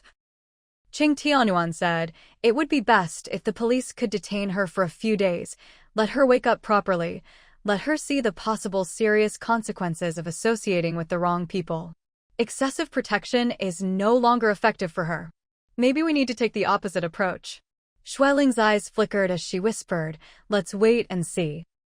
If they're involved in group fighting, we'll have a Chao report to police in advance, protect Xiaohan secretly, and appropriately reveal that she's a participant who just didn't fight. After a pause, she added, given Xiaohan's timid personality, she couldn't possibly fight. Our family's children all tend to be timid. They wouldn't dare do anything illegal or criminal. If the situation isn't too serious, report to police immediately, Cheng Tianyuan thought and said. If the consequences would be unbearable, have Ah Chao and the others take her away to avoid being implicated and injured. Of course, after taking her away, still report to police. Everyone has a responsibility to oppose criminals. Let's wait and see. Xue Ling was still somewhat hesitant, as such actions could easily backfire. Let's wait for news from Ah Chao and the others. Cheng Tianyuan threw his clothes aside and sat on the opposite sofa, staring at her phone. All right, then we'll wait. Xue Ling couldn't help but frown. You just got out of the hospital. Don't forget the doctor's instructions. You absolutely cannot get furious or overly excited. I know. Cheng Tianyuan waved his hand, his expression calm and composed. When I watched Cheng Tianfang fall into depravity but was powerless to stop it, missing the best opportunity to intervene, I regretted it deeply afterward. Now it's different. She's being followed closely by our people, watched so tightly there are no gaps. I don't need to worry about missing the best opportunity anymore. I don't need to be anxious, and I won't be. Xue Ling chuckled softly. If you had been like this earlier, why would you have gotten so angry you ended up in the hospital? All right, let's wait and see. About 10 minutes later, Xue Ling received a message from Ah Chao saying they had stopped outside a certain abandoned factory in the suburbs, and he could only abandon the car and follow on foot to avoid being discovered. The colleagues all had each other's locations, and they were currently speeding on the highway, estimated to arrive in more than 10 minutes. Madam, there are two groups of young men, about 7 or 8 people each, seemingly negotiating something. I recognize the leader of the other side. He's a small-time thug from the west side of the city. Xue Ling wasn't surprised at all and whispered, "Be careful and focus on protecting Miss Biao. Don't let her get hurt. Please rest assured, madam." Shi Xiaodong is holding her and standing at a distance. They haven't approached the negotiating parties yet. If they start fighting, I'll rush out to save Miss Biao immediately. However, this would expose myself. Xue Ling quickly said, "Don't worry about that. In urgent situations, use your judgment. If Xiaohan asks later, just say you happen to be there on business. Leave the rest to me." "Yes, madam." Right now both sides are shouting loudly. It seems their subordinates got into a drinking and fighting brawl at a bar. It might have been handled poorly, so both factions plan to seek justice. Xue Ling didn't understand these matters and only cared about Xuehan's safety. "Keep a close watch and don't be careless." Cheng Tianyuan beside her urged, "Tell Ah Chao to call the police. While they haven't started fighting yet, call the police immediately. When the police arrive, they can arrest them all in one sweep." Xue Ling laughed helplessly. "Ah Chao, do you have another phone? Record their arguing and fighting process, it might be useful." "Madam, please rest assured. We carry such equipment and have already started recording." The two colleagues are now about 10 minutes away from here, and they're carrying defensive weapons. Xue Ling whispered, "I've always been confident in your work." "Ah Chao, have they started fighting now?" "Not yet, still arguing." Cheng Tianyuan beside her urged, "Have Ah Chao call the police." "If he's too busy to call, then I will. Tell me Ah Chao's exact location, and I'll call the police immediately." Xue Ling frowned slightly and whispered, "Quiet down, let's wait and see. If they don't fight, what's the point of calling police? People might think you're making a false report." Cheng Tianyuan had to close his mouth and wait patiently. A while later, Ah Chao's voice came through, slightly anxious. "Madam." The West Side thugs suddenly demanded that Shi Xiaodong apologize to them, and it seems they want him to kneel down. He's pushing back and forth with them. Shi Xiaodong threw the first punch, and they're fighting now. Xue Ling frowned and asked, "What about Xiaohan?" Miss Biao is crying and hiding to the side, not daring to move. Xue Ling immediately said, "Ah Chao, call the police right now. Do you have a phone? If not, pause this call and report to police first. That's the priority. You can give the specific location, but I can't report without knowing the exact place." "Yes, madam. Give me 1 minute." The call quickly ended. Xue Ling was so anxious her palms were sweating as she explained to Cheng Tianyuan. She's crying in the corner, not daring to move. Cheng Tianyuan rolled his eyes disdainfully. Hanging around with people like that, she was bound to encounter such situations sooner or later. When you bring disaster upon yourself, it's unforgivable. When heaven brings disaster, it's still pardonable. Xue Ling whispered, "Ah Chao has already called the police. I said that from the beginning. But you kept saying it wasn't necessary." Cheng Tianyuan grumbled with dissatisfaction. How could impulsive little thugs like that not fight? Xue Ling said helplessly, "I was afraid things would get too serious and Xiaohan might get hurt. Plus, I was worried Ah Heng and Ah Fong wouldn't approve of our approach. You and I both know clearly how they raise Xiaohan. It's precisely because they spoil her too much and coddle her too much." Cheng Tianyuan said angrily. "That's why it's become like this now. Without giving her some lessons, who knows what other trouble she'll cause." "Don't get angry," Xue Ling reminded him. Cheng Tianyuan paused, helplessly took a deep breath, then breathed deeply again. At this moment, Xue Ling's phone rang. Cheng Tianyuan immediately leaned over. Xue Ling quickly answered, "Madam, I've already called the police. Shi Xiaodong has been beaten and injured, and Miss Biao is very scared, crying loudly." Xue Ling thought for a moment, then steeled her heart and said, "Let her cry. Don't approach for now. Remember, unless she's in danger, there's no need to appear." Since Xiaohan wouldn't listen to advice and dared to secretly meet with him behind everyone's back every day, she had to bear the consequences. If she hadn't had Ah Chao and Xiao Huang take turns following her, the family would have no idea she was on the edge of danger right now, thinking instead that she was participating in the school's sports meet. "Yes, madam. The colleagues have arrived and are now running over to join me," Xue Ling acknowledged. But before her voice faded, the phone suddenly filled with the sound of rushing wind, as if Ah Chao was running. "Madam, someone is approaching Miss Biao. I'm rushing down." Xue Ling and Qing Tianyuan looked at each other, their hearts instantly jumping to their throats. Then they heard cries of pain, shouting, mixed with Xiaohan's faint screams and crying. Xue Ling couldn't bear to listen anymore and frowned with distress. "This girl." Qing Tianyuan squeezed her hand and whispered, "3 people went to protect her. Don't worry." In the chaotic noise, they heard calls for help, loud scolding and cursing, and people howling in pain, cursing that they were dying. Xue Ling couldn't help but call out, "Ah Chao? Ah Chao." However, there was no response from the other end, as if he was busy. Fortunately, half a moment later, they heard Ah Chao's voice.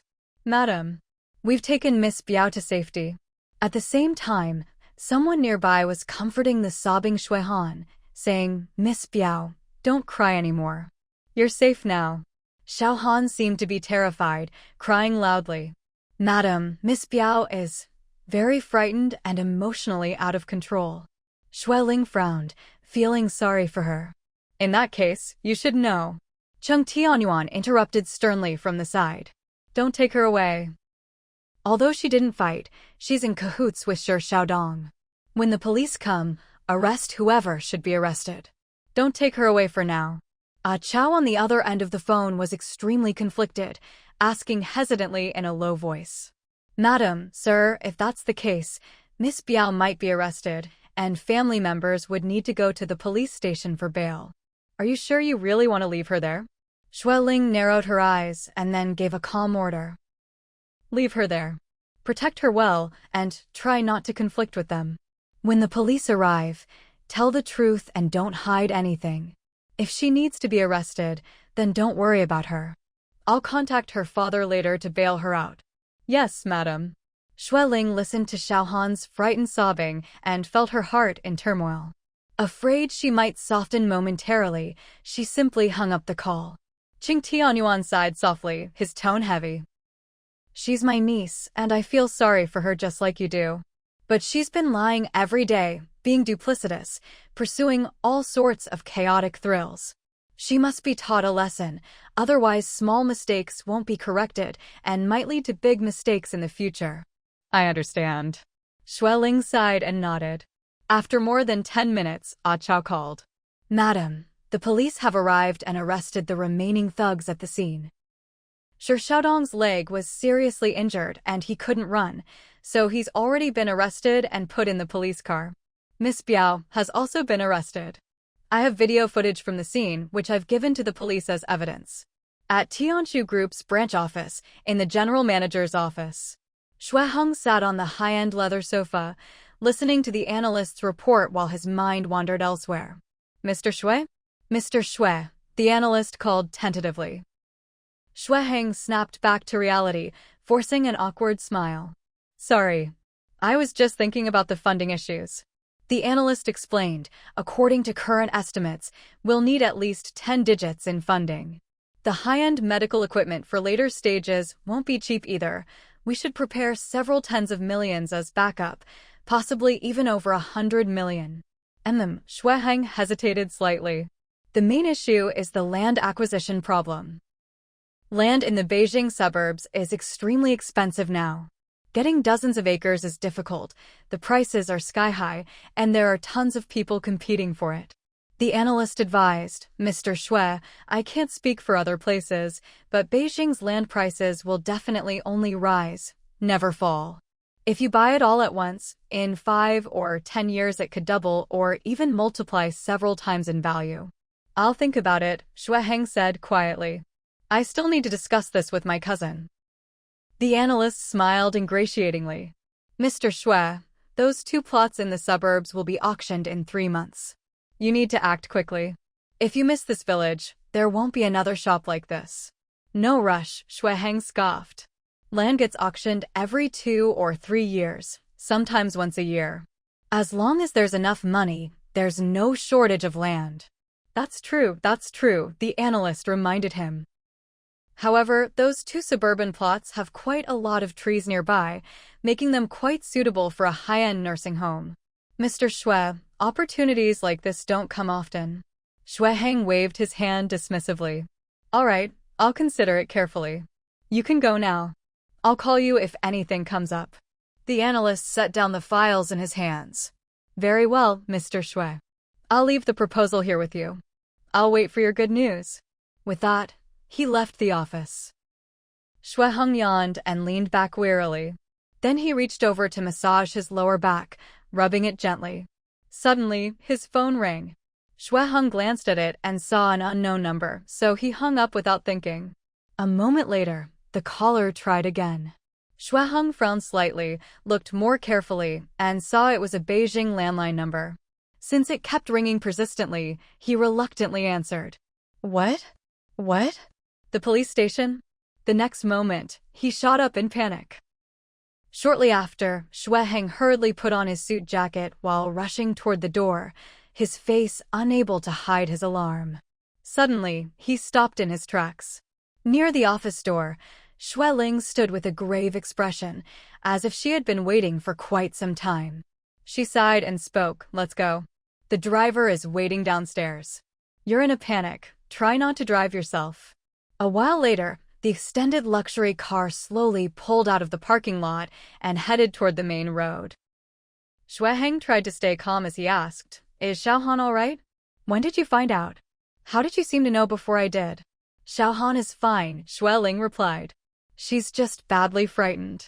I had a chow and the others secretly protect her, and they're at the police station giving statements now. As for Xiaohan, since she didn't directly participate, the problem isn't too serious. My God. Xue Heng was furious. Things have gotten this bad and the problem still isn't serious. That girl. She's lost her mind. Completely lost her mind. Xue Ling rubbed her temples and said quietly, Stop shouting. Let's go see what's happening first. So, is it enough to just go like this? Xue Heng asked. I have my ID with me and a couple of bank cards. Xue Ling explained gently. I already contacted lawyer He Miao Miao earlier and had her rushed to the police station to help. She's a professional, so having her handle the procedures would be more appropriate. Thank you, Xue Heng sighed helplessly. My head is about to explode right now. It's all chaos. Xue Ling sighed and reminded him, there's still a tough battle ahead. You need to stay strong for me.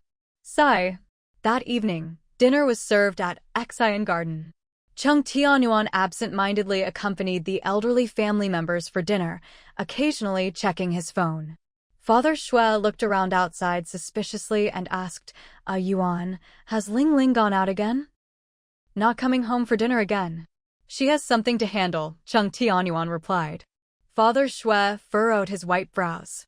These past few days, you've been busy with business trips, and she seems very busy too, leaving early and returning late. When I ask her what's going on, she never explains in detail. Since she retired, she's never been this busy running around. Yuan, has something happened at the group? Though the old father was elderly, his mind remained sharp. Even though his daughter had retired, she was still his treasure in his heart. He carefully watched his daughter's daily life, and no disturbance could escape his notice. Cheng Tianyuan made a confused sound, inwardly finding it both funny and exasperating. No. Dad, don't worry, there's nothing wrong on Ling Ling's side. The main thing is that Yang Yang is in a startup phase, and he seems to have encountered quite a few problems. Ling Ling couldn't stand watching, so she decided to secretly help him out. Afraid the elderly would worry, he could only deflect by shifting the blame to prevent them from asking too many questions and exposing the truth. I see, Mother Shui laughed heartily. She didn't even tell us. Yang Yang definitely didn't want her to say anything, afraid we'd worry and also afraid we'd laugh at him. Luing wiped the corner of her mouth and gestured, young people. It's normal to face more challenges. Shui Zhilan smiled and said, as a mother, how could she bear to see her child without guidance and help? Giving a helping hand at the right time might make his career smooth sailing and prosperous. Ling Ling has been coming and going these past few days, clearly putting her heart into it. A mother's love knows no bounds, the other elderly people chimed in. It's all like this. Isn't it all like this? Qing Tianyuan smiled bitterly to himself, silently pitying a certain pitiful father. After dinner, Shui Ling returned home, accompanied by a Chow and several others. Cheng Tianyuan went out to meet them and quietly asked, how did it go? The police station matter has been handled. Later, Ah Heng took her to the hospital. Shui Ling yawned tiredly and said quietly, her emotional state isn't very stable. She keeps trembling with fear. She witnessed Shi Xiaodong stab someone with a knife and saw him get his leg broken. A girl who's been afraid of blood and needles since childhood, how could she handle such a bloody scene? Though Cheng Tianyuan felt sorry for her, he didn't regret calling the police. If it weren't for a Chow and the others secretly following to protect her, she might have gotten hurt too. She chose that boyfriend herself, and she was the one who snuck out to meet him. She wouldn't study properly or stay in school properly. She can't blame anyone else. Shui Ling turned to let a Chow and the others rest, saying, you'll get an extra 500 in bonuses at the end of the month. A Chow and Xiao Huang have worked hard these past few days. You'll get 2 days off next and an extra 3,000 in bonuses at month's end. A Chow and Xiao Huang were overjoyed and happily expressed their thanks. Shui Ling waved them off and walked toward the bedroom. I'll take a hot shower first, then I'll need to make another trip to the hospital. No need, Cheng Tianyuan said. You go rest. I'll make this hospital trip. Shui Ling wouldn't agree to that, saying quietly, you just got discharged today. You're hardly qualified to turn around and visit other patients. Cheng Tianyuan, then I'll go with you. Around 9 o'clock that evening, Shui Ling and Cheng Tianyuan quietly left the house. The elderly family members were playing chess and chatting in the back garden, unaware of their departure, and still knew nothing about Shui Han's recent troubles, including grandfather Shui Zhilan. Shui Ling and Cheng Tianyuan went directly to the emergency building of People's Hospital. Even late at night, the hospital remained brightly lit with people coming and going, everyone walking hurriedly. Shui Heng sat outside the hospital room, wearily leaning against the white wall with his eyes drowsily closed, one hand reaching back to massage his lower back. As soon as Cheng Tianyuan and Shui Ling stepped out of the elevator, they saw the scene and couldn't help feeling both heartbroken and sad. Hearing footsteps, Shui Heng casually opened his eyes, then broke into a smile. Brother-in-law, why did you come too? Sit here. Cheng Tianyuan sat on one side of him, while Shui Ling sat on the other. How is she? Is everything all right now? Shui Heng sighed quietly and explained, it's not serious, just got a fright and her nerves are a bit frayed. The doctor just prescribed some sedatives, and she's sleeping now. Cheng Tianyuan hummed in acknowledgement and said, how about letting Ling Ling stay tonight to take care of her, and you go home to rest? No need, Shui Heng shook his head. I already told my mom to just eat with the housekeeper. I said I had to work overtime and travel to a nearby city tonight, taking Xiaohan along to have fun, and we'd be back in a day or two. Cheng Tianyuan's voice was low. That's not the reason. Your complexion looks poor. You probably haven't been resting well lately worrying about Xiaohan. Why don't you go get a hotel room outside and get a good night's sleep? Ling Ling and I will be here tonight. No need, Shui Heng smiled bitterly. I wouldn't be able to sleep anyway. Hearing his tone, Shui Ling couldn't help asking, what? You haven't been sleeping well these past few days. Shui Heng smiled helplessly. I don't know what's wrong. I always sleep very restlessly. Sometimes I lie there for half the night and still can't fall asleep. I'm clearly exhausted, but my mind is unusually alert, thinking about all sorts of random things, yet I can't figure anything out. I don't know why, I just can't sleep well. Qing Tianyuan reminded him, when Ah Huan comes later, have him prescribe some medicine for you. Something to help with sleep, he should be able to prescribe that, right? No need, Xue Heng sighed deeply. This is a heart condition, and heart conditions can't be cured with medicine. Qing Tianyuan was momentarily speechless, not knowing how to continue the conversation. Xue Ling couldn't stand listening anymore and said sternly, "What nonsense are you talking about? Heart condition? Even heart disease has medicine to treat it. You're not sleeping well and your spirits are poor. The worse your spirits get, the more likely your body is to develop problems. Prescribing some sleep aids to help you rest well and give you energy to work and take care of your parents and child, what's wrong with that?" After hearing this, Xue Heng smiled bitterly. Yes. I probably can't even take care of myself now. I haven't taken good care of my parents. They've both fallen ill recently and still haven't fully recovered. I haven't taken good care of my child either, and now this mess has happened. Sitting here just now thinking about it, I suddenly realized I seem to have accomplished nothing. I'm already past 50, but I still can't accept my fate. I still have to shoulder my responsibilities, take good care of the parents who gave birth to and raised me, and raise my daughter well. But, unfortunately, the more I try, the worse it gets. I don't even know what I've been doing all these years, how I could be such a failure. Hearing this made Qing Tianyuan's heart ache, and he said quietly, "You've already done very well." Xue Heng couldn't help but tear up, choking out, but the reality is powerlessness and helplessness. I don't know what to do now.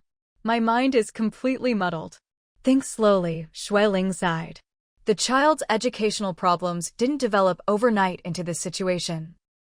Similarly, solving these deep-rooted problems won't happen in a day or two either. Xue Heng pounded his legs and said quietly, "This incident was too big. I still can't quite process it." Seeing her so frightened she was trembling, seeing her crying and calling Daddy, my heart nearly broke. "Did Lingling tell you?" Qing Tianyuan spoke up proactively. "I was the one who insisted on calling the police this time." Xue Heng smiled bitterly. She said she instructed a chow to do it. "It's fine, you don't need to feel guilty. You were able to call the police in time and send people to rescue and protect her. You saved her life. Such a big incident. How could we not call the police? Kids like that who love fighting and causing trouble should be arrested and detained for a few days for proper education, or what will happen in the future. If she hadn't been so frightened, I really would have wanted her to be detained for a few days." The fact that you can think this way shows your educational philosophy regarding Xiaohan has changed, Qing Tianyuan praised sincerely. "Very good. You can't continue spoiling and indulging her like before. It's time for proper strict guidance." Xue Heng nodded. "I was too impulsive before. When I got angry, I'd end up arguing with her instead, which is why she wouldn't communicate with me about anything. Lingling was right, she's too sensitive and rebellious.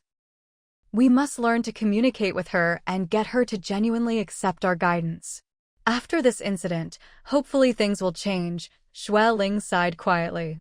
"We've protected her too well. She doesn't know that this world actually has a lot of darkness and evil, and many, many dangers and unsavory things." Qing Tianyuan couldn't help frowning and asking, "What about that punk? He was arrested, right?" "We didn't see him," Xue Ling replied. "His leg was broken, so he was taken by ambulance to the central hospital." Xue Heng's face darkened as he said grimly, "He deserved it." Seeing him getting angry, Qing Tianyuan quickly changed the subject. "When is Afong coming back? Didn't she say she was returning? Why isn't she here yet? Did you tell her about what happened earlier?" Xue Heng shook his head with a bitter smile. "I didn't dare tell her, afraid she'd be too upset to handle it. She's still abroad and can't let her worry and rush back frantically. She said before that she'd hurry to finish her work and try to come back quickly. If she could return, she would have already."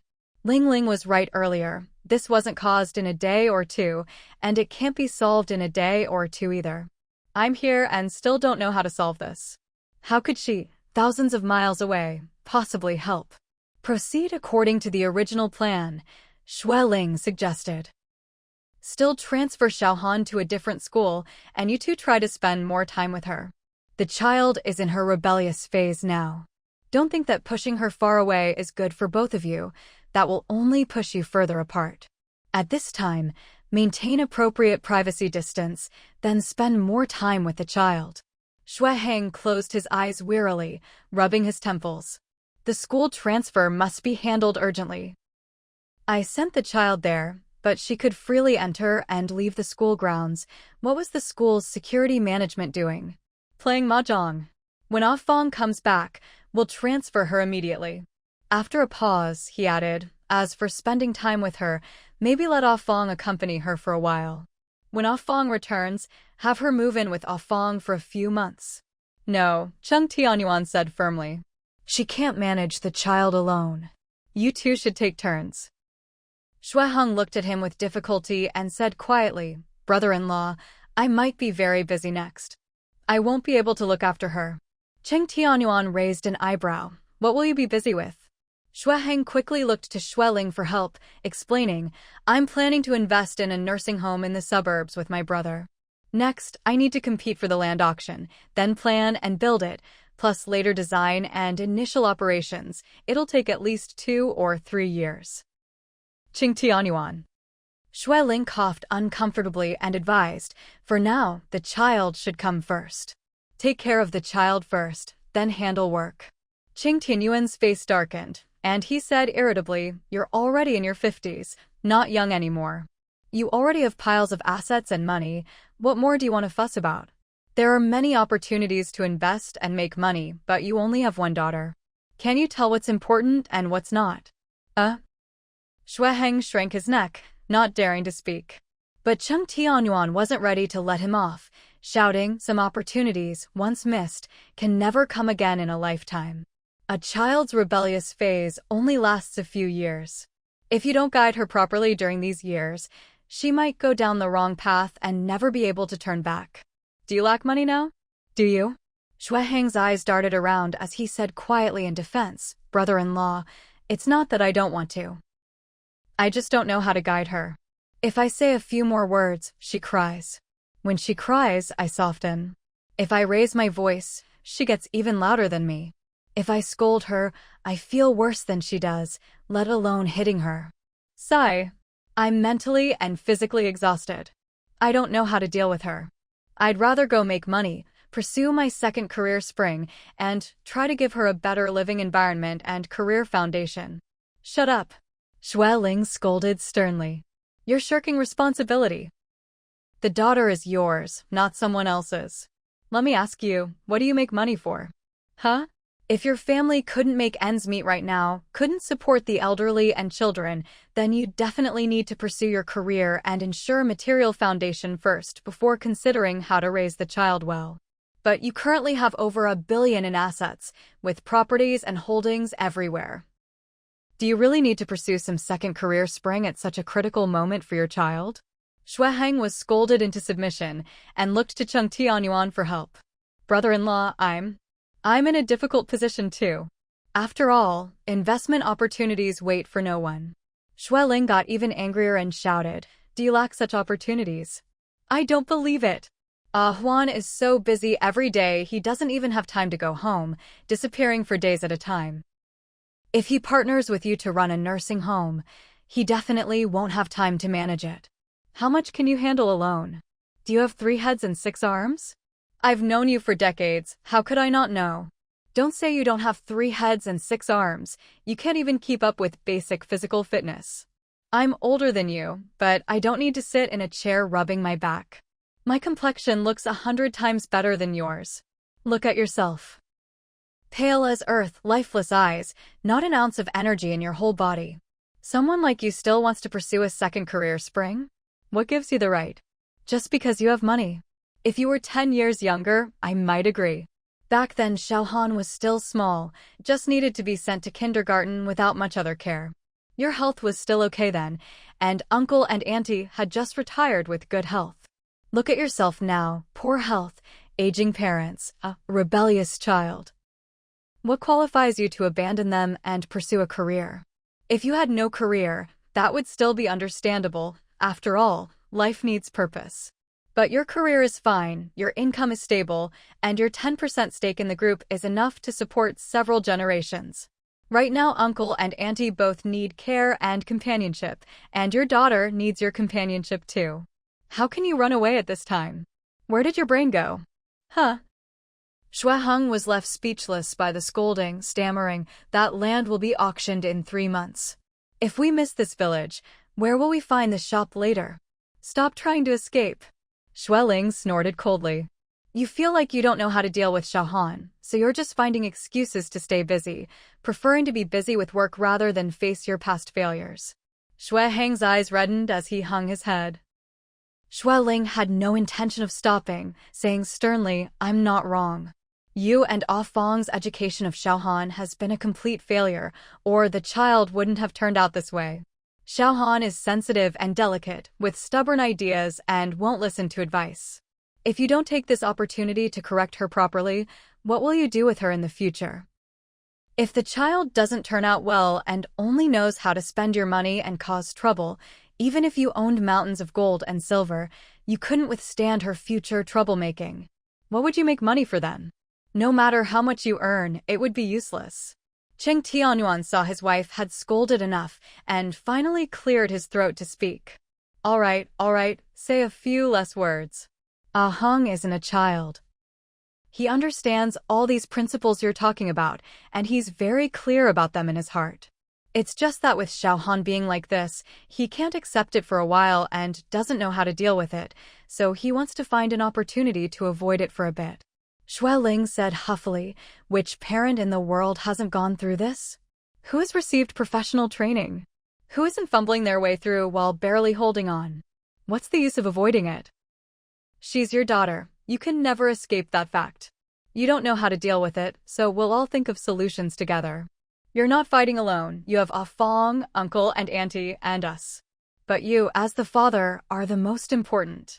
You cannot shirk this responsibility." "I understand," Shui Heng said quietly. Cheng Tianyuan finally nodded with satisfaction. "Good. When Ah Fang returns, transfer Xiaohan to a new school immediately. You two take turns picking her up and dropping her off, tutor her homework yourselves, and spend time with her morning and evening. On weekends, I'll have Ah Chong and Xiao Xin take her around Beijing University and to places where young people hang out. The rest of the time, Ling Ling and I will help you watch her." "All right," Shui Heng quickly agreed, murmuring, "Brother-in-law, you've raised all your children so excellently, you must have good methods. I'll have to trouble you to help more with Xiaohan in the future." "We're family, no need for such talk," Cheng Tianyuan said warmly. "Before, you spoiled her too much, treating her like a little princess, plus the special family environment created her personality. Fortunately, she's only in her teens. As long as we pull back from the brink and correct things in time, there will still be plenty of opportunities in the future. If she's not cut out for studying, after she graduates from university and her temperament settles down, she can learn business management by your side. Then father and daughter can work together, and with young people helping, you won't have to worry about not having enough energy for a second career spring. You might even have a chance at a third career spring." "I hope so." Shui Heng finally showed a hint of a smile. Shui Ling, having finished her scolding, also offered her olive branch at the right moment. "Which plot of land are you interested in? I can help you inquire about it. If it's really suitable for a nursing home, we can bid on it first, do some simple planning, and plant some flowers, grass, or fruit trees in advance. When I find someone at the branch office who can replace you, and Xiaohan doesn't need as much attention, then you can do whatever you want." Shui Heng smiled happily and nodded repeatedly. Good.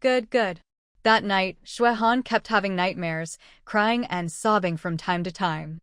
Shui Ling stayed by her bedside, holding her hand and soothing her continuously, occasionally hugging her to lull her to sleep. It wasn't until dawn that Xiaohan finally fell into a deep sleep. Around midnight, Cheng Tianyuan was taken back home by their eldest son. Shui Heng, meanwhile, suffered from back pain and tossed and turned, lying on a bench outside the door. Whenever their daughter cried, he immediately came in to help soothe her. Xiaohan was sleeping drowsily, but he barely closed his eyes all night. Seeing his pale face, Xueling took out her phone to check the time and found it was already around 5 a.m. She quickly went to the nurse station and asked for 2 thin blankets. Hung, get up. Xueheng rubbed his sleepy eyes and asked, what's up? Though he asked, he obediently got up. Xueling carefully spread 1 thin blanket on the bench and placed a pillow at one end. Sleeping like this will be more comfortable for your back. Xueheng was in great discomfort, but still asked, what about you? Aren't you going to rest? No need, Xueling replied. I'll nap at noon, so I'm pretty energetic. Xiaohan is sleeping deeply now. I'll just lie beside her and rest a bit later. You should sleep quickly. When it gets bright, the hospital will be noisy and definitely wake you up. Xueheng shook his head. You should sleep instead. Hospital beds are really tight. Luckily, Huan spoke up, or we wouldn't have gotten such a good single room.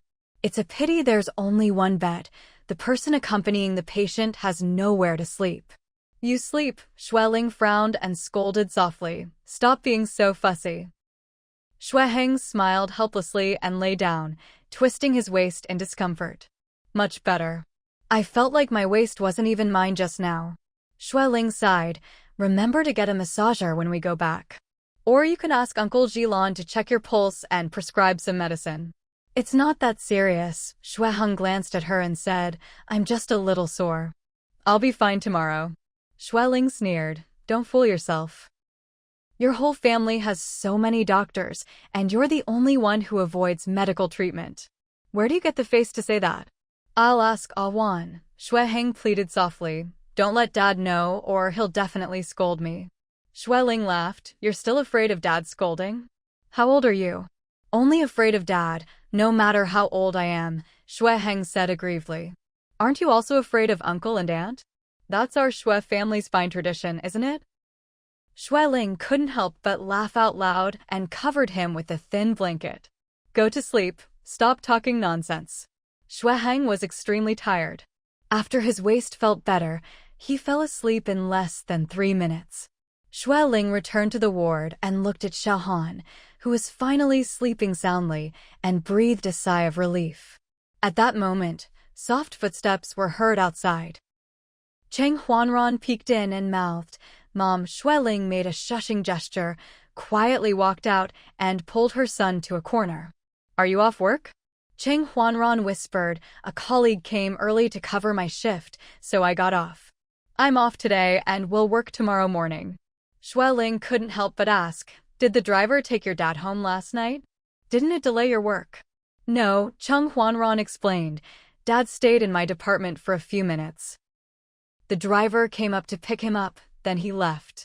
Xueling laughed and asked, stayed a few minutes? Did he suddenly get curious about where you work? Exactly, Cheng Huanran suppressed a laugh. He saw 2 skull models in my department and asked if the female colleagues weren't scared seeing them at night. It made me and some colleagues laugh a lot. He looked very serious, but everyone thought he was joking and said Uncle was really funny. Xueling chuckled. Cheng Huanran asked with concern, is Xiaohan better? Sleeping deeply? She cried several times earlier, Xueling said helplessly. The doctor said to ease it up, not to give too many sedatives. The doctor also said it's better to stay in the hospital these 2 days. Cheng Huanran reminded, the key is to have family accompany her and comfort her well. Aren't we all here? Xueling whispered. Your aunt already bought a ticket and will arrive here tomorrow evening. She's been working far away and can't just come back whenever she wants. This trip she finished her work and can take a long leave, said it could be a year-long leave. That's great, Cheng Huanran said. Xiaohan really needs her parents' company now. Aunt's long leave is very timely. Xueling looked at him with complicated eyes and whispered, your aunt doesn't know about this yet. I'm afraid she won't handle the emotions well and might have an accident on the way. Earlier, she contacted Cheng Tianfang, asking how busy she was recently and when she could come back. Cheng Tianfang's voice was hoarse, saying she had been working overtime for 2 or 3 nights straight, rushing to finish the remaining work. Xueling asked if she had a sore throat from staying up late. Cheng Tianfeng bitterly laughed and said she had severe pharyngitis from overwork, which might not get better in 10 days. She took some anti-inflammatory medicine, but it didn't help, so she decided to wait until she returned to the country. Cheng Huanran explained, "It's not easy to see a doctor abroad like here. Don't worry, when Aunt arrives tomorrow, I'll help her see a doctor and get some medicine." "I advised her to rest well on the plane," Xueling said. "Buy a business class ticket and get a good sleep. When she arrives, she should treat her pharyngitis quickly." Cheng Huanran raised his chin, indicating Xueheng, who was sleeping ahead. "Uncle Hung looks strange, and I saw his waist is weak. He has to lean after standing for a while and often rubs his waist. It's obviously not right." In the evening, Uncle Huan had dinner with me. "He suspects Uncle Hung has kidney problems and told me to make sure he gets an ultrasound and urine test after sleeping this morning." Xueling frowned and asked, Huan said that? Really? Why would I lie to you?" Cheng Huanran retorted, "Mom, haven't you noticed Uncle Heng's face has looked bad for the past 6 months? And his constant back pain. This isn't something to joke about." Xueling was secretly alarmed and took a deep breath. "Don't scare me. I'm already scared." Cheng Huanran quickly supported her and smiled bitterly. "Mom, if there's illness, treat it. Isn't that normal? Don't worry, Uncle Huan is here. With him around, Uncle Hung will be fine." Xueling sighed helplessly. "Your dad got so angry once, almost had a heart attack. Xiaohan is still in the hospital bed, your aunt is struggling herself, and if Uncle Hung has something happen now, I can't even imagine." "Mom, maybe Uncle Hung just has kidney deficiency." "Don't worry, my dear mom. Don't think too much," Cheng Huanran said. "Let's wait for the checkup results this afternoon. Or we can do it in the morning. I'll go back to sleep in the afternoon." Then morning it is, Xueling frowned and whispered, "He needs to rest in the afternoon." Around 7 o'clock, the hospital duty room started to get busy. Doctors and nurses arrived for their shifts, and various tests, prescriptions, and checklists flew around chaotically. Cheng Huanran was twisting the hot water kettle to fill water, while Xueling sat nearby, listless. Xiaohan had been greatly frightened and was emotionally unstable. Any slight noise outside would wake her up. Xueling held her hand and spoke softly to her. Xiaohan, with red eyes, murmured, "Auntie, where is my dad?" "He's exhausted and fell asleep outside," Xueling whispered. "He's sleeping on the bench." Xiaohan lowered her eyes, pouting with grievance, "Auntie, I miss Dad. I want him to stay and talk to me."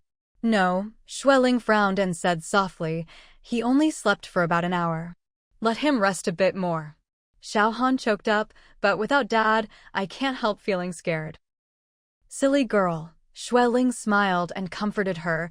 "Auntie is here with you, Dad is outside protecting you, and there's also cousin Ran. What's there to be afraid of? The bad guys have all been caught by the police. They won't and can't hurt you anymore. This is a hospital, the biggest in the capital, full of doctors and nurses protecting your health. Security guards are at every entrance, making sure no dangerous people get close." Xiaohan sniffled and whispered, "Auntie, I'm still very scared." "Don't be scared," Xueling said. "Your mom has already taken a plane back and will arrive in the capital by evening. She's going to take a long leave and will be with you all the time. Your dad will also stay with you." Xiaohan couldn't help but think of her mother and cried again, feeling wronged. "Why does mom have to go away for so long? Does she not love me anymore? She hasn't sent me many messages these days. Does she not want me anymore?" Xueling frowned and asked, "Who told you your mom doesn't want you? She loves you dearly. How could she bear to give you up?" Xiaohan fiddled with her fingers and complained, "She hasn't come to keep me company for a long time. Adults need to earn money and work," Xueling explained. "Your dad needs to work, and your mom too. Without earning money, how would there be money to support your schooling and living?" Xiaohan muttered, "But Dad already has a lot of money. Why can't he give Mom some? If Dad gave her a few $100 million, Mom wouldn't have to work." "That's wrong," Xueling said. "Even if your dad wanted to give her money, she wouldn't accept it. Even if your mom had a few $100 million herself, she would still insist on working. For example, Your dad has more than a few hundred million, but he still insists on working. Xiaohan pouted. In the end, in your adult eyes, money is the most important thing. Who said that? Xue Ling shook her head. Money is important, but not the most important. Although your dad has money, if he doesn't work hard to earn it, the money in his account will quickly depreciate. Business always has risks.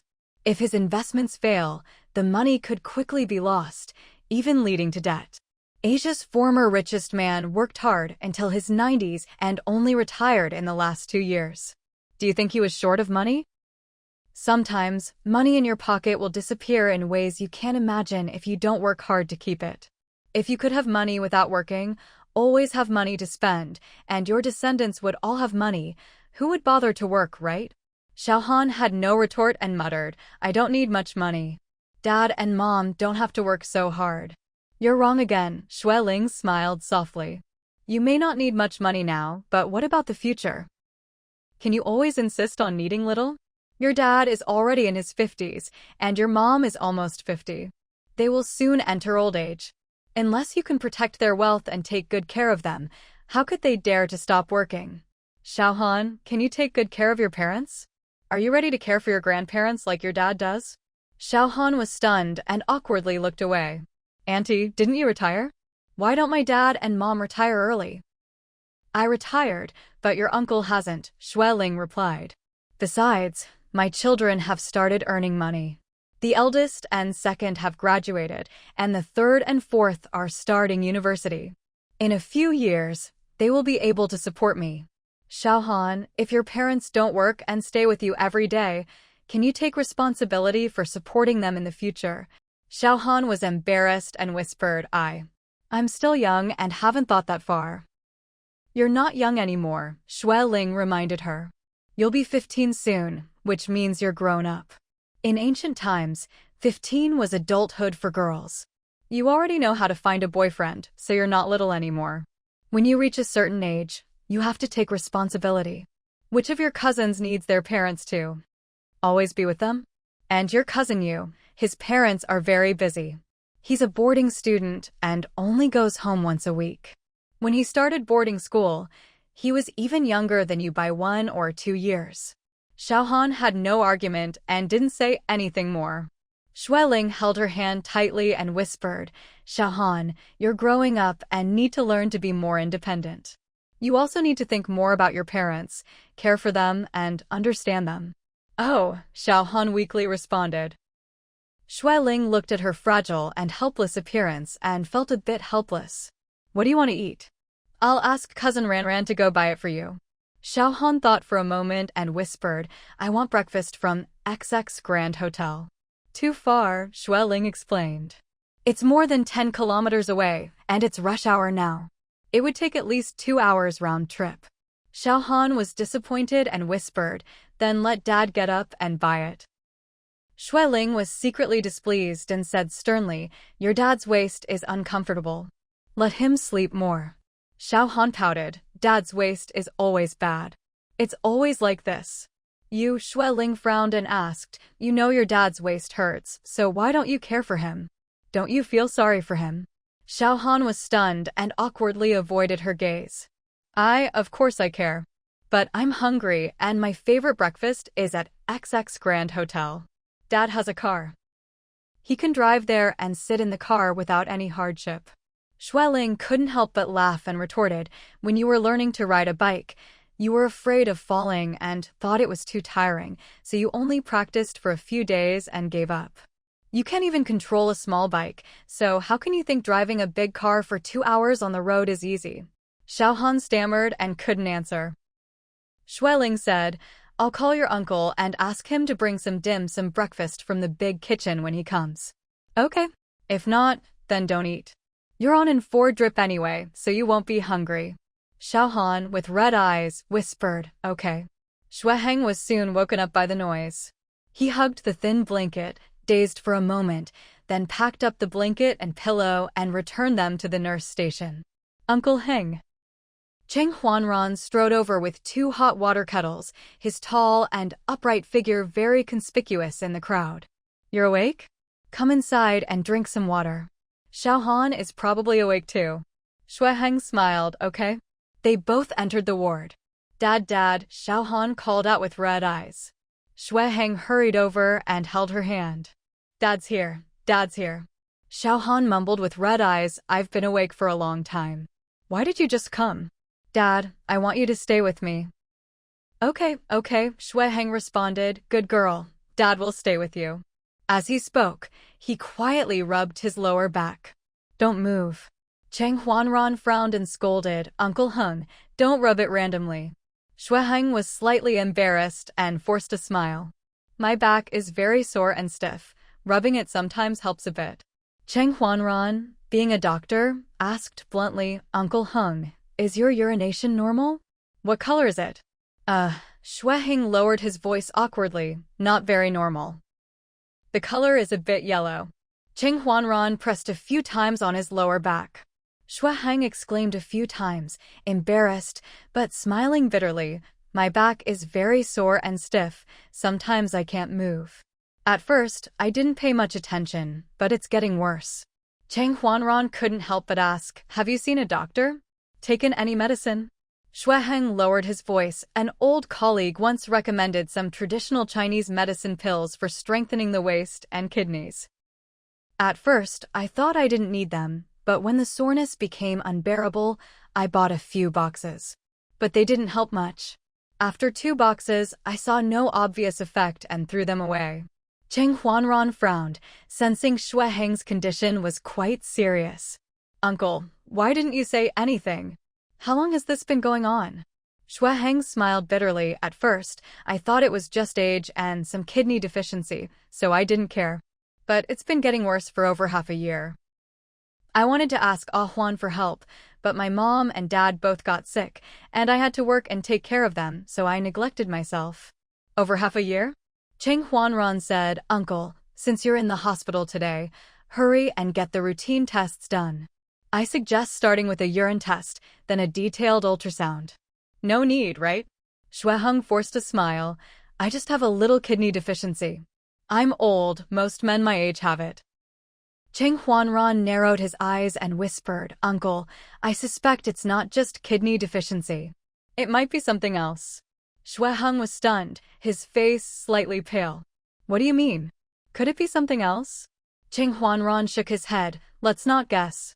Wait for the test results and see. Don't worry, the hospital's equipment and medical skills are the best and most professional in the country. No. Shuiheng blushed and smiled bitterly. It's just a little kidney deficiency, not that bad. Ran, it's not that I avoid doctors. I just think it's not necessary now. It's just back pain. Also, Xiaohan was frightened and emotionally unstable, so I have to stay with her. Uncle, Xiaohan has my parents helping to take care of her, so it's not a problem, Cheng Huanran whispered. Compared to that, I think your condition is more serious. Shuiheng, being a man, already felt embarrassed admitting kidney deficiency in front of his nephew. The thought of seeing a doctor, letting more people know, and answering some embarrassing questions made him reluctant. Ran, let's talk about it later. I feel embarrassed. Cheng Huanran laughed and cried, Uncle, if you're uncomfortable, you have to treat it. What's there to be embarrassed about? Don't worry, we keep all patients' conditions confidential. Shuiheng sighed helplessly. Can it wait a few days? Maybe after Xiaohan's situation settles and your aunt comes back, I'll have time and then get checked. Cheng Huanran grabbed his arm and insisted, drink some water now and get an ultrasound. It's quick, just a few minutes. Just an ultrasound? Really? Shuiheng hesitated, staring at him. Cheng Huanran nodded and assured, only an ultrasound. Okay then, Shuiheng finally agreed, I'll go later. Cheng Huanran hurried, drink some water now and we'll go soon. My mom said my dad will bring breakfast. Since the ultrasound room is just opening, I'll take you there first.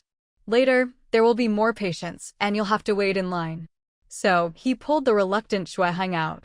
Dad, Xiaohan called after them, unable to stop herself. Auntie, what is Dad going to do?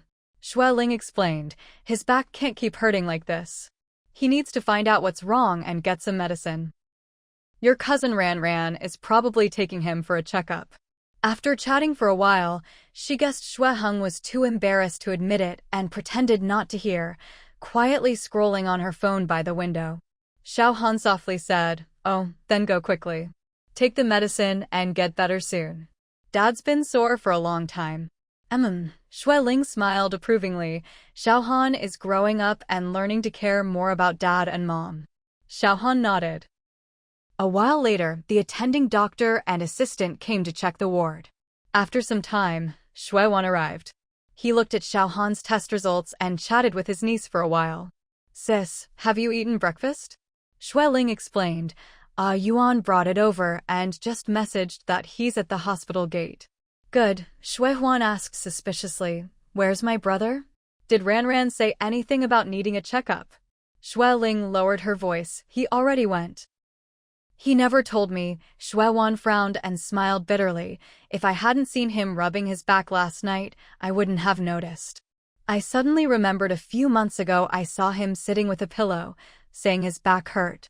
Looks like it's been over half a year."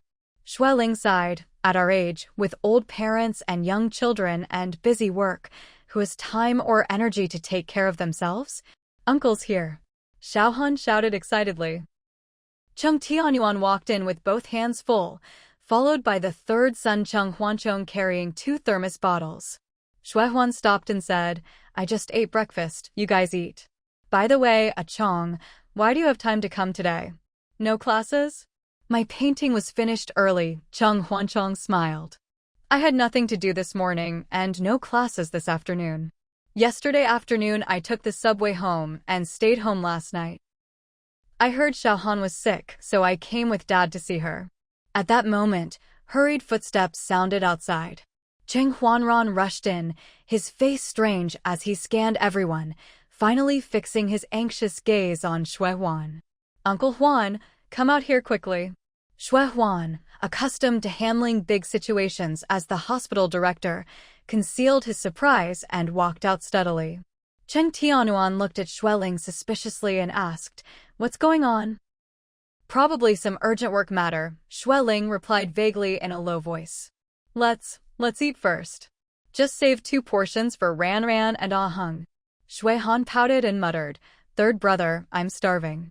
I want shrimp dumplings and crab roe buns. Hurry up." Cheng Huanchong quickly washed his hands and opened the shrimp dumpling box. "Eat first. I'll get you some soy milk and crab roe buns." Xue Han happily ate and mumbled, "Thanks, third brother." Seeing her mood almost back to normal, Cheng Huanchong breathed a sigh of relief and turned to hand a vegetable bun to Xue Ling. But Xue Ling, distracted and absent-minded, let the bun slip from her hand onto the floor with a plop. "Mom?" Cheng Huanchong quickly picked it up and said, "It's okay, just set this aside. We brought plenty, there's definitely enough. I'll get you another one." "No, thanks," Xue Ling said uneasily. "Just some plain congee is fine. I'm not hungry." Cheng Huanchong agreed and started scooping the congee. Today's congee is made with rice and millet, a bit watery, but tastes okay. "Mom, want some pickled vegetables? There's also dried radish." Xue Ling absent-mindedly said, "Sure, anything's fine." Cheng Tianyuan looked at his wife suspiciously and stepped closer. "What's wrong? Didn't sleep last night? Feeling dizzy?" Xue Ling nervously squeezed his hand. Heng's been having back pain and soreness. Earlier, Ran took him for an ultrasound. You saw Ran's expression just now. I'm worried Heng might have a serious illness. Their eldest son had always been the most steady among the children. A mother knows her child best, and Xue Ling clearly saw what Ran's expression implied, which made her secretly terrified. Cheng Tianyuan's face immediately paled. I'll go check." Xue Ling nodded anxiously, whispering, "I think it's on the 2nd floor of the building behind." Cheng Tianyuan hurried out. Xue Han kept her head down eating, unaware of the tension in the room. Cheng Huanchong handed the congee to Xue Ling and curiously asked, "Mom, where did Dad go? Did something happen? Why is he in such a hurry?" Nothing, Xue Ling mumbled. "Adult matters, don't ask. I'll eat congee, you take care of Xiao Han." Cheng Huanchong nodded obediently. Xueling had no appetite but forced herself to finish a bowl of congee and a bun, not even noticing the taste or filling of the bun. Cheng Huanchong cleaned up the disposable bowls and asked, "Mom, why haven't Big Brother and Uncle Hung come back yet? It's already past 8. Being too hungry isn't good. Shouldn't you urge them?" "No need." Xueling narrowed her eyes and whispered, "They should be back soon. Don't rush them. If they could come back earlier, they would have." It was probably because Xueheng's condition was complicated. Otherwise, the eldest son wouldn't have been so flustered earlier. Cheng Huanchong took out his small tablet and played with Xiaohan. Xueling paced anxiously in the corridor, waiting. After more than half an hour, Cheng Tianyuan returned with a frown and a dark expression. Xueling hurried to him, nervously watching. Cheng Tianyuan's eyes were complicated as he whispered, "Kidney stones, quite serious." Xueling was stunned, frozen on the spot. "Serious? How serious? Can it be treated? Right?" Cheng Tianyuan nodded gently, "Definitely treatable, but the situation is complicated and serious. They suspect internal infection or something." Xueling frowned tightly and asked, "What did Huan say? He should have a way to handle it, right?" "Yes," Cheng Tianyuan whispered, "but they need to check more carefully. He said the big stones can be broken up, but the process might be very painful. For the small ones, he suggests conservative treatment, mainly using traditional Chinese medicine to adjust and nourish. This is the preliminary plan. The specific treatment depends on urine and blood test results. Ran is already arranging it. We just need to wait for the reports." Xueling sighed deeply and slumped onto a bench. "Why are there so many troubles lately?" Cheng Tianyuan sighed too, "No choice. Some things build up until they explode. Heng's condition has been long-standing, it's just now discovered. If it weren't for Ran insisting, that bastard wouldn't have gone for a check at all." Xueling couldn't help but get angry. He's from a family of doctors. How can he have zero awareness? If it's serious, it could cause hydronephrosis or even uremia. How can he have no disease prevention awareness at all? "Don't be angry," Cheng Tianyuan smiled bitterly. "It's come to this. We can only try to stop the damage and treat it promptly, hoping for a quick recovery." Xueling took a deep breath and said, "No matter what, he can't keep pushing himself. He must rest and cooperate with treatment immediately." Then she took out her phone hurriedly. "At the branch, his position will be temporarily replaced by the vice president. I'll go help oversee major matters. I'll discuss with Duo and the secretary to make sure he doesn't work for at least a year or so." "Better to just retire," Cheng Tianyuan whispered. Huan said this illness needs intermittent treatment. His condition is quite serious. Both kidneys are dirty, full of little stones. Now isn't the time to worry about work or money. Saving his life is the priority. "Okay," Xueling's eyes reddened as she sighed. "When he comes back, let him apply for early retirement with the group HR. If he's willing but unable, no need to force himself." Thinking about how he still wanted to start a sanatorium business, she felt bitter and ironic. His work, which was already hard to manage, plus the elderly and children to care for, yet he was still greedy for a second career. Now, forget the elderly and children, he might even need others to take care of him. Plans can never keep up with changes. Cheng Tianyuan frowned and asked worriedly, "What about the elderly and Xiaohan? This isn't a minor illness." "It can't be hidden for a few days." Xueling quickly had an idea. "The elders will have to know sooner or later. Uncle Jilan will help with the medicine, so they'll find out soon. As for Xiaohan, she's not a child anymore and needs to know too. Let her take on some responsibility for caring for her parents early. It will help her grow." She sighed and added, "There are many ways to make a person mature quickly, but the best is family hardship. When the environment is comfortable, the only things that can challenge people are emotions and health." Cheng Tianyuan nodded in agreement. "Good." Around 10 o'clock, Cheng Huanran returned. The congee and soy milk in the thermos were still warm, and Xueling prepared them for him. Cheng Huanran ate heartily and asked, "Mom, where's the third brother?" "He went to pick up Uncle Jilan," Xueling whispered. "Today the driver brought your dad and him together. Your dad went with Ah Hung. I told him to first go back to Xinyuan and pick up Uncle Jilan. Although the elder was old, he was still the backbone of the family. Ah Heng's situation was serious and couldn't be hidden from him. Cheng Huanran looked at his cousin who was buried in her tablet and sighed softly. You watch over Xiaohan. I have to go help take care of Uncle Heng. Xueling frowned and lowered her voice. How serious is Uncle Heng's condition? Quite serious, Cheng Huanran whispered. There's fluid accumulation and infection. Fortunately, it was discovered in time, or the consequences would be terrible. Uncle Huan is discussing the best treatment plan with several chief physicians, but nothing is finalized yet. Xueling nodded and asked, You worked the night shift last night. Do you need to rest? No, Cheng Huanran shook his head. I'll sleep in the afternoon. I'm busy this morning. Don't worry, a few hours nap in the afternoon will be enough. Xueling sighed helplessly. Don't ruin your health. If you don't take care of yourself first, how can you have the energy to care for others? Cheng Huanran agreed. Xiaohan finally lifted her head and murmured, Brother Ran, where's my dad? Didn't he go out with you? Why hasn't he come back to be with me?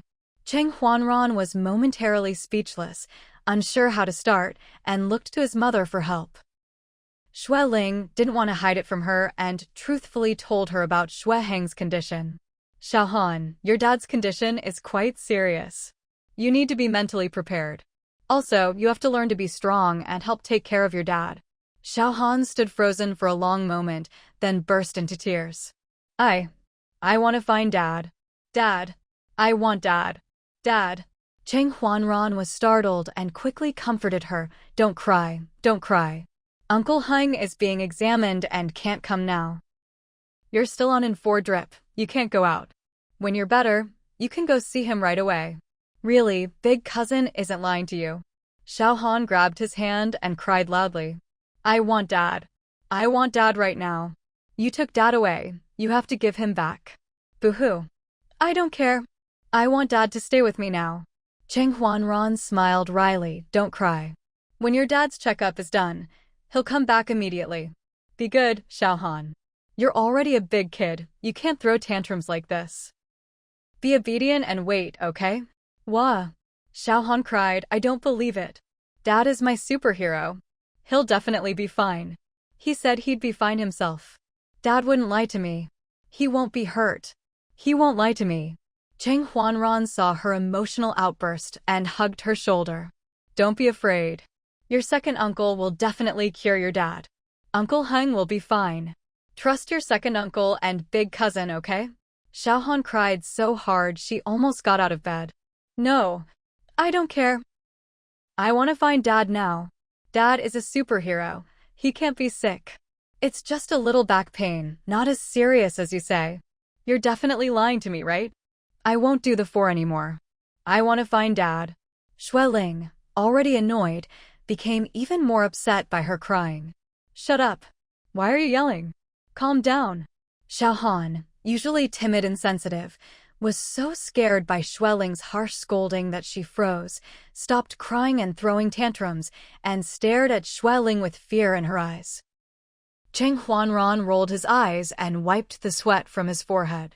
Luckily, his mother was there to calm his cousin. Otherwise, he'd be in trouble. Xueling's eyes were cold as she said sternly, You're already a teenager, not a little kid. When something happens, you can't even stay calm and just cry. You disobeyed and almost got into trouble. Your dad is here enduring back pain, guarding and taking care of you. Your mom stayed up late, working to come back to you sooner, even hoarsening her voice. Your family has done so much for you, and you take it all for granted. When will you start thinking about them? Huh? Your dad is sick and still worries no one is taking care of you. You were just scared, but if your dad's illness isn't treated in time, it could be life-threatening. Do you know what life-threatening means? But he ignores his own pain and only worries about you. It's already so serious. We're all overwhelmed, and you're still throwing tantrums wanting Dad. Where's your brain? Taking care of yourself and not giving your parents trouble is the greatest filial piety. Is that too much to ask? Too little? If you were my daughter, I'd have slapped you a few times by now. After saying this, Xue Ling grabbed her phone and stormed out angrily. Xiaohan didn't dare cry or scream anymore, only sobbing quietly, her face flushing red and pale alternately.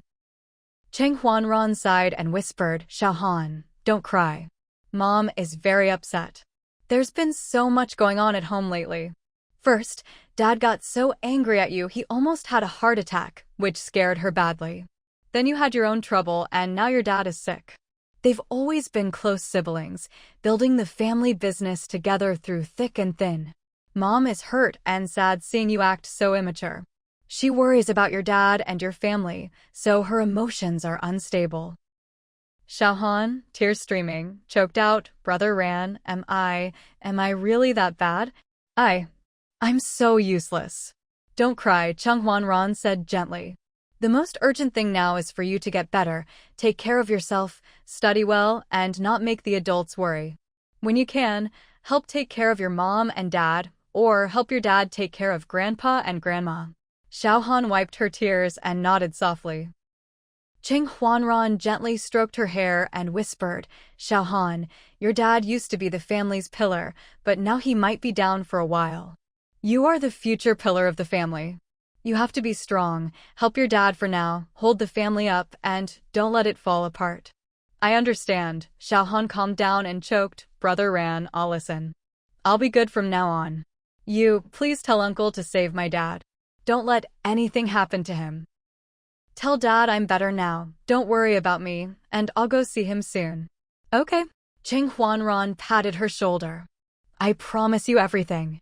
He stood up and couldn't help but look outside. Xiaohan bit her lip and whispered, "Brother Ran, please tell Auntie for me. I'm very sorry." "I'm sorry."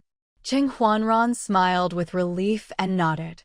That afternoon, Xue Huan contacted the most authoritative expert in urology in the capital and personally took his older brother to visit and consult. 2 days later, Xue Heng's treatment plan was finalized. Xue Zhilan was already elderly and had specialized in orthopedics before retirement. Worried about crossing into a different field and aware of his own age and limited energy, he asked Huan to invite a famous traditional Chinese medicine doctor to assist.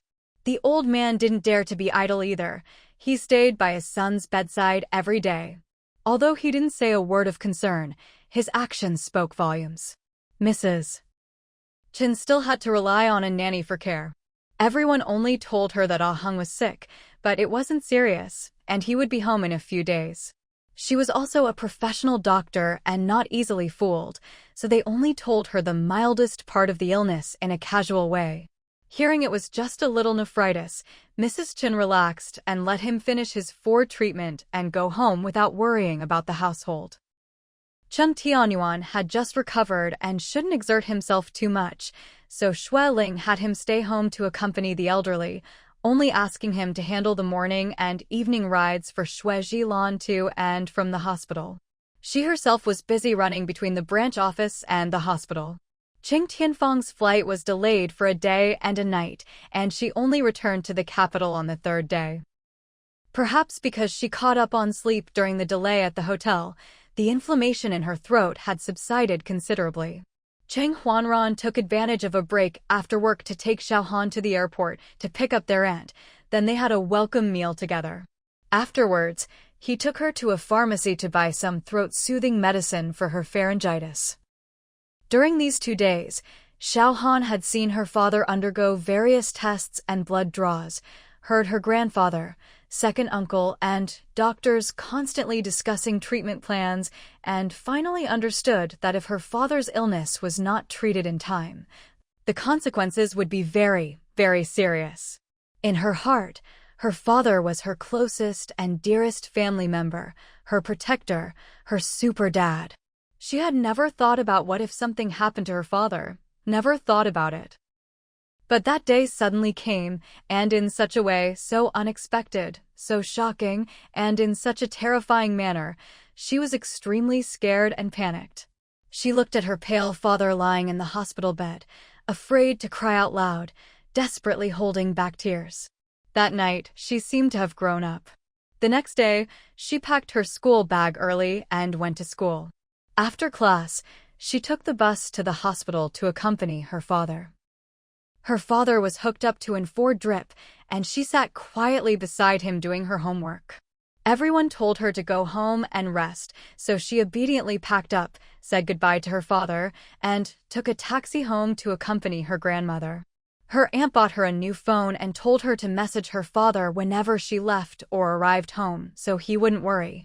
She did exactly that, reporting her safety to her father after arriving home and sending messages before and after school. Cheng Tianfang noticed her daughter seemed different, less delicate than before, and secretly suspected something. She thought it was because her eldest cousin Cheng Huanran was around, so she didn't dare to lose her temper. Only when her daughter tearfully told her about Cheng Huanran's illness did she become shocked and worried, finally understanding why her daughter had suddenly become so composed. Cheng Tianfang hugged her daughter tightly, her eyes instantly reddening. "Don't be afraid, Mom is back. Your dad will be fine, he definitely will be. He's sick now, but Mom will take care of him with you. When he recovers, we'll make a big cake to celebrate." Xiaohan finally found comfort in her mother's embrace and couldn't help but sob softly. Cheng Huanran felt a bit helpless, not knowing how to comfort them. "Auntie, Xiaohan, don't cry. Auntie, do you want to go to the hospital to see Uncle Heng now? You just came back from a long trip. I suggest you rest well tonight and go to the hospital tomorrow." No. Cheng Tianfang sniffled, choking up. "I have to see him first. He's always been fine. How did it suddenly get like this? And so serious." "I have to see him now." Cheng Huanran shook his head. "Auntie, you just flew a long distance and must be very tired. Take care of yourself first, take your medicine, and get some sleep. It's not too late to see Uncle Heng tomorrow morning." I'll go change now." Cheng Tianfang hurriedly looked around. "There's a hotel nearby. I'll book a room to wash up and change." Just a moment.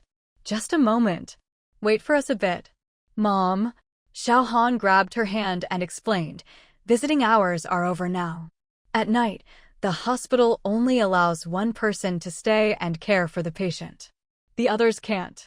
Auntie hired a male nurse, so the nurse is taking care of him at night." Cheng Tianfang looked to her eldest nephew for help, asking, Ran, you're a doctor inside. You can surely make some exceptions, right? Maybe you can tell your colleagues I'll just see him briefly and then leave." "Auntie, don't worry," Cheng Huanran gently reassured. "Uncle Heng's condition is very good now. The infection has been controlled, and the symptoms are very mild. He looks almost like a normal person. He should be able to be discharged temporarily in a day or two, but he still needs to wait for the stone removal." "Really?" Cheng Tianfang was flustered and suspicious. "You're not just trying to comfort me, right? Cheng Huanran firmly shook his head. "No, I'm not lying. First, Uncle Heng's condition is very stable, so you don't need to rush to see him now. Second, you just came back from out of town, and you have many bacteria on you from the trip. Going there now would be bad for the patient." Cheng Tianfang calmed down a bit and finally listened to her eldest nephew's advice. "All right. I'll rest first and see him tomorrow." Cheng Huanran couldn't help but ask, "Auntie, no one has cleaned your apartment, right? How about I temporarily take you to stay at Xingyuan?" "No," Cheng Tianfang explained. "It's almost 10 o'clock now, and going there might disturb the elderly. My schedule is uncertain. I had originally arranged with the housekeeping company to clean a month later, but I came back early, and they can't send anyone until the day after tomorrow. I'll stay at a hotel nearby tonight and move back the day after tomorrow. It's just 2 nights. Moving back and forth is troublesome, so I won't stay at Xingyuan." Since having friction with her mother and eldest brother, she tried to appear less in front of them. Her mother had forgiven her, but their mother-daughter relationship had been strained for years, and they never got close. She knew all this was her own fault and didn't dare to ask for much. Usually, just being able to visit her mother, talk with her, and eat with her, knowing she was healthy, was enough. Xiaohan whispered, "Mom, tomorrow is Saturday. I want to stay with you tonight, okay? I already told Dad, and he agreed. Dad also said that since he needs treatment, he wants you to take care of me for a while." "Okay." Cheng Tianfang sobbed, "Of course. Xiaohan, after this business trip, I'll have a year or more off. I'll take good care of you. Also, you and I have to help take care of Dad. Xiaohan obediently nodded. Seeing the mother and daughter insist, Cheng Huanran had no choice but to take them to check into a big hotel. Late at night, in the hotel room, the dim bedside lamp was on. Xiaohan tossed and turned in bed, unconsciously waking up groggily. Suddenly, she noticed the bed next to hers was empty. Xuehan rubbed her eyes and blurted out, "Mom." At that moment, Cheng Tianfang hurried in, her voice soft with concern. "Mom's here. Mom's here. What's wrong? Did Xiaohan have a nightmare?" Xuehan hugged the blanket in front of her and shook her head. "Mom, why aren't you sleeping yet? It's so late." Cheng Tianfang forced a bitter smile and whispered, "Mom's still adjusting to the time difference. Maybe you're not used to sleeping with the light on? Mom will turn off the light for you, okay?" "No," Xuehan murmured. "I need a little light in an unfamiliar place.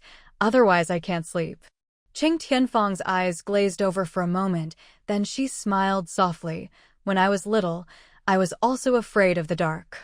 I couldn't sleep without a little light on." "Oh?" Xuehan yawned and lazily lay back down. "Then I guess I'm especially like you in that." Cheng Tianfang gently pulled up her daughter's silk pajamas and smiled warmly. "Now there are street lights and lights everywhere. Even if you turn off the light, various lights still shine in, so the room is somewhat bright unless you draw 2 layers of curtains. When I was little, I lived in the countryside. After dark, everything was pitch black. I was afraid of the dark, so my uncle had to light an oil lamp to lull me to sleep while he did handicrafts under the light. When the moon was bright, my grandparents had to work in the fields. If there was no moon, they would eat and go to bed early because they had to start work before dawn and were very tired at night. I couldn't sleep, so I would stare at the oil lamp, zoning out until I fell asleep." "Oil lamp? What's that?" Xuehan asked curiously. "What kind of oil did they burn?" "Gasoline." Cheng Tianfang answered, "Kerosene. When lit, it was just a small bright spot and couldn't light up most of the room." Xuehan felt a pang of sadness and couldn't help but ask, "No electricity? When did you get electric lights?" Cheng Tianfang thought hard and replied, "Later, my uncle stopped studying and went to the city to work at the supply and marketing cooperative to earn money. Half of what he earned went to pay debts, and the other half helped improve the family's life. I remember after he earned money for 2 months, the house finally got electricity. You just pulled a rope and the light would turn on. Electric lights were much better than oil lamps, lighting up the whole room. I loved it so much that I wanted the light on even when I slept. Grandma wouldn't allow it and always coaxed me to sleep quickly because electricity was expensive and the family couldn't afford it. I was little and didn't understand how hard money was to earn, so I threw tantrums to keep the light on." Grandpa sighed helplessly, and Grandma secretly wiped her tears. "Uncle told me to sleep well and not cry. As long as I didn't cry, he would let the light stay on." As she spoke, tears unknowingly streamed down her face. Xuehan felt a deep ache in her heart and asked, "Mom, was your family really that poor before?" "Yes," Cheng Tianfang replied, "very poor, often so poor we couldn't even afford to eat. But most families were like that then. Just having enough grain to eat was considered good. It wasn't until my uncle started earning money that things gradually improved. After he earned money, he even took me to elementary school and specially bought me a military green little school bag from the city with a little red star on it. It was very pretty and made the kids in the village jealous." Xuehan thought for a moment and asked, "Then why didn't Uncle start earning money earlier?" Cheng Tianfang smiled bitterly. He was very good at school, always first in class. But the family was too poor to pay tuition. He had already been accepted to university, but the family couldn't come up with a few bucks. He quietly tore up the acceptance letter and went to the city to work. As soon as he earned money, he sent me to elementary school and urged me to study hard because he wanted to support me through university. He was frugal, eating steamed buns and pickles every day, splitting every penny in half to spend. Sometimes, to save bus fare, he would run home instead of taking the donkey cart. He would leave late at night, walk for hours on mountain paths, and arrive home at dawn with mud all over his cloth shoes. Then he would immediately help with farm work and remind me to pay attention in class and not to whisper and play around. Unfortunately, I was not interested in studying and let him down, wasting his hard work and effort. Shuehan was stunned, her mind suddenly blank. Suddenly, she recalled the night her uncle stopped her from sneaking out. Under the bright streetlight, her uncle's face was dark, trying to control his temper to persuade her, his eyes full of frustration and helplessness. At that time, her uncle was disappointed and angry because she was not focused on studying, sneaking out during class to date, even using her training class fees to buy a phone and top up for a boy, buying junk food to eat, and spending the rest on online games. Because he had placed such deep hopes on his own mother and on her. Her father, who readily gave her training fees, was still working late in the study at night, taking care of sick grandparents, even ignoring his own back pain. Thinking of this, her guilt surged again and again, tears slipping down her cheeks. Chung Tianfong lowered her eyes and didn't see, whispering, "I disappointed my grandparents, my uncle and aunt. So many disappointments, too many. I regret it, I still regret it, living in regret all the time. But what can regret do? The most impossible medicine in the world is regret." "Mom," Shuehan called softly. Qing Tianfong suddenly snapped back to reality, suddenly hugged her daughter tightly, sobbing painfully. "Xiaohan, earlier when your eldest cousin was here, I couldn't tell you too much. No matter how good your relationship with that guy is, I beg you to open your eyes wide and see clearly. Don't ever be like me. I regret it to death. Don't live your life full of regret like me. Please don't. Don't repeat your mom's mistakes." Sob, sob, sob. Shuehan was stunned and couldn't help but ask, "Mom, you know? What do you regret?" Qing Tianfong choked up, "Yes, your dad called me. He said you got involved with a little hoodlum and often went out with him, neglecting school. While I was abroad, your grades kept dropping, even becoming second to last in class. Your dad was helpless and said he was very angry at first, even arguing with you on the street. Luckily, your aunt stopped you both. He said he hoped I would come back soon to help find a school for you to transfer to. He was secretly worried, afraid you would go down the wrong path and never recover. I know I was wrong." Shuehan wiped her tears and whispered, I won't contact him anymore. He's a bad person." Qing Tianfong looked at her suspiciously. "He's bad? Why didn't you know before? How did you get involved with such a hoodlum?" Shuehan lowered her head, voice very low. "He borrowed online loans. Couldn't pay back and asked me for money." Qing Tianfong narrowed her eyes, voice serious. "Tell me clearly." Shuehan was startled by her mother's furious gaze and shrank back. "Mom, I already said. I won't pay any attention to him anymore. I won't contact him again." Qing Tianfong grabbed her hand and said seriously, "I believe you, but you have to tell me how you met him. You study at number 4 high school, and he's a dropout hoodlum. How exactly did you two meet?" Shuehan swallowed nervously and whispered, He has no one to look after him, no dad or mom. He said his parents don't care about him, don't care if he lives or dies. He owed money and went to borrow from people, but got tricked into online loans. He borrowed a few hundred, which quickly became thousands. He couldn't pay back, and people wanted to beat him up. So he had to go outside our school and force students to pay him protection fees. He heard my shoes cost several thousand yuan a pair and knew I had money, so he came straight to me. He told me he'd take me to find excitement and could protect me, but I had to pay him protection fees." Qing Tianfong frowned deeply and asked, "Then? Did you give it to him?" "Xiaohan, be honest with Mom. As long as you promise never to do it again, Mom can forgive you." Shuehan timidly nodded. "At first, I thought he was cool and had personality, so I gave him a few hundred yuan.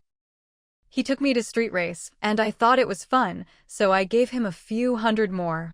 Later, he said studying was boring and that we should enjoy youth because no one knows if they'll live till tomorrow. I wished I didn't have to study, so I agreed. Besides pocket money, there was also tutoring fees, right?" Chung Tianfong squinted. "How much money did you give him in total? Have you counted?" Shuehan shook her head blankly. I don't know. I've never cared much about money. There was always money in my wallet. If not in the wallet, then on my phone. You and Dad each paid part of the tutoring fees. I didn't give it to the teacher, I gave it all to him. Every weekend, he waited for me downstairs at the tutoring center. After I went upstairs, I would sneak down another stairway and then go play with him. Since when? Qing Tianfang asked. Shuehan whispered, last semester. Qing Tianfang sighed, rubbing her forehead. Since last semester, your grades have plummeted. Besides not going to tutoring, was there another reason? Yes, Shuehan said softly. Sometimes I'd ask the teacher for leave and sneak out of school to go to internet cafes or go cruising with him. Qing Tianfang couldn't help but ask, the teachers didn't suspect? Why didn't your homeroom teacher tell me? Shuehan shrank her head and answered, in the afternoons at no.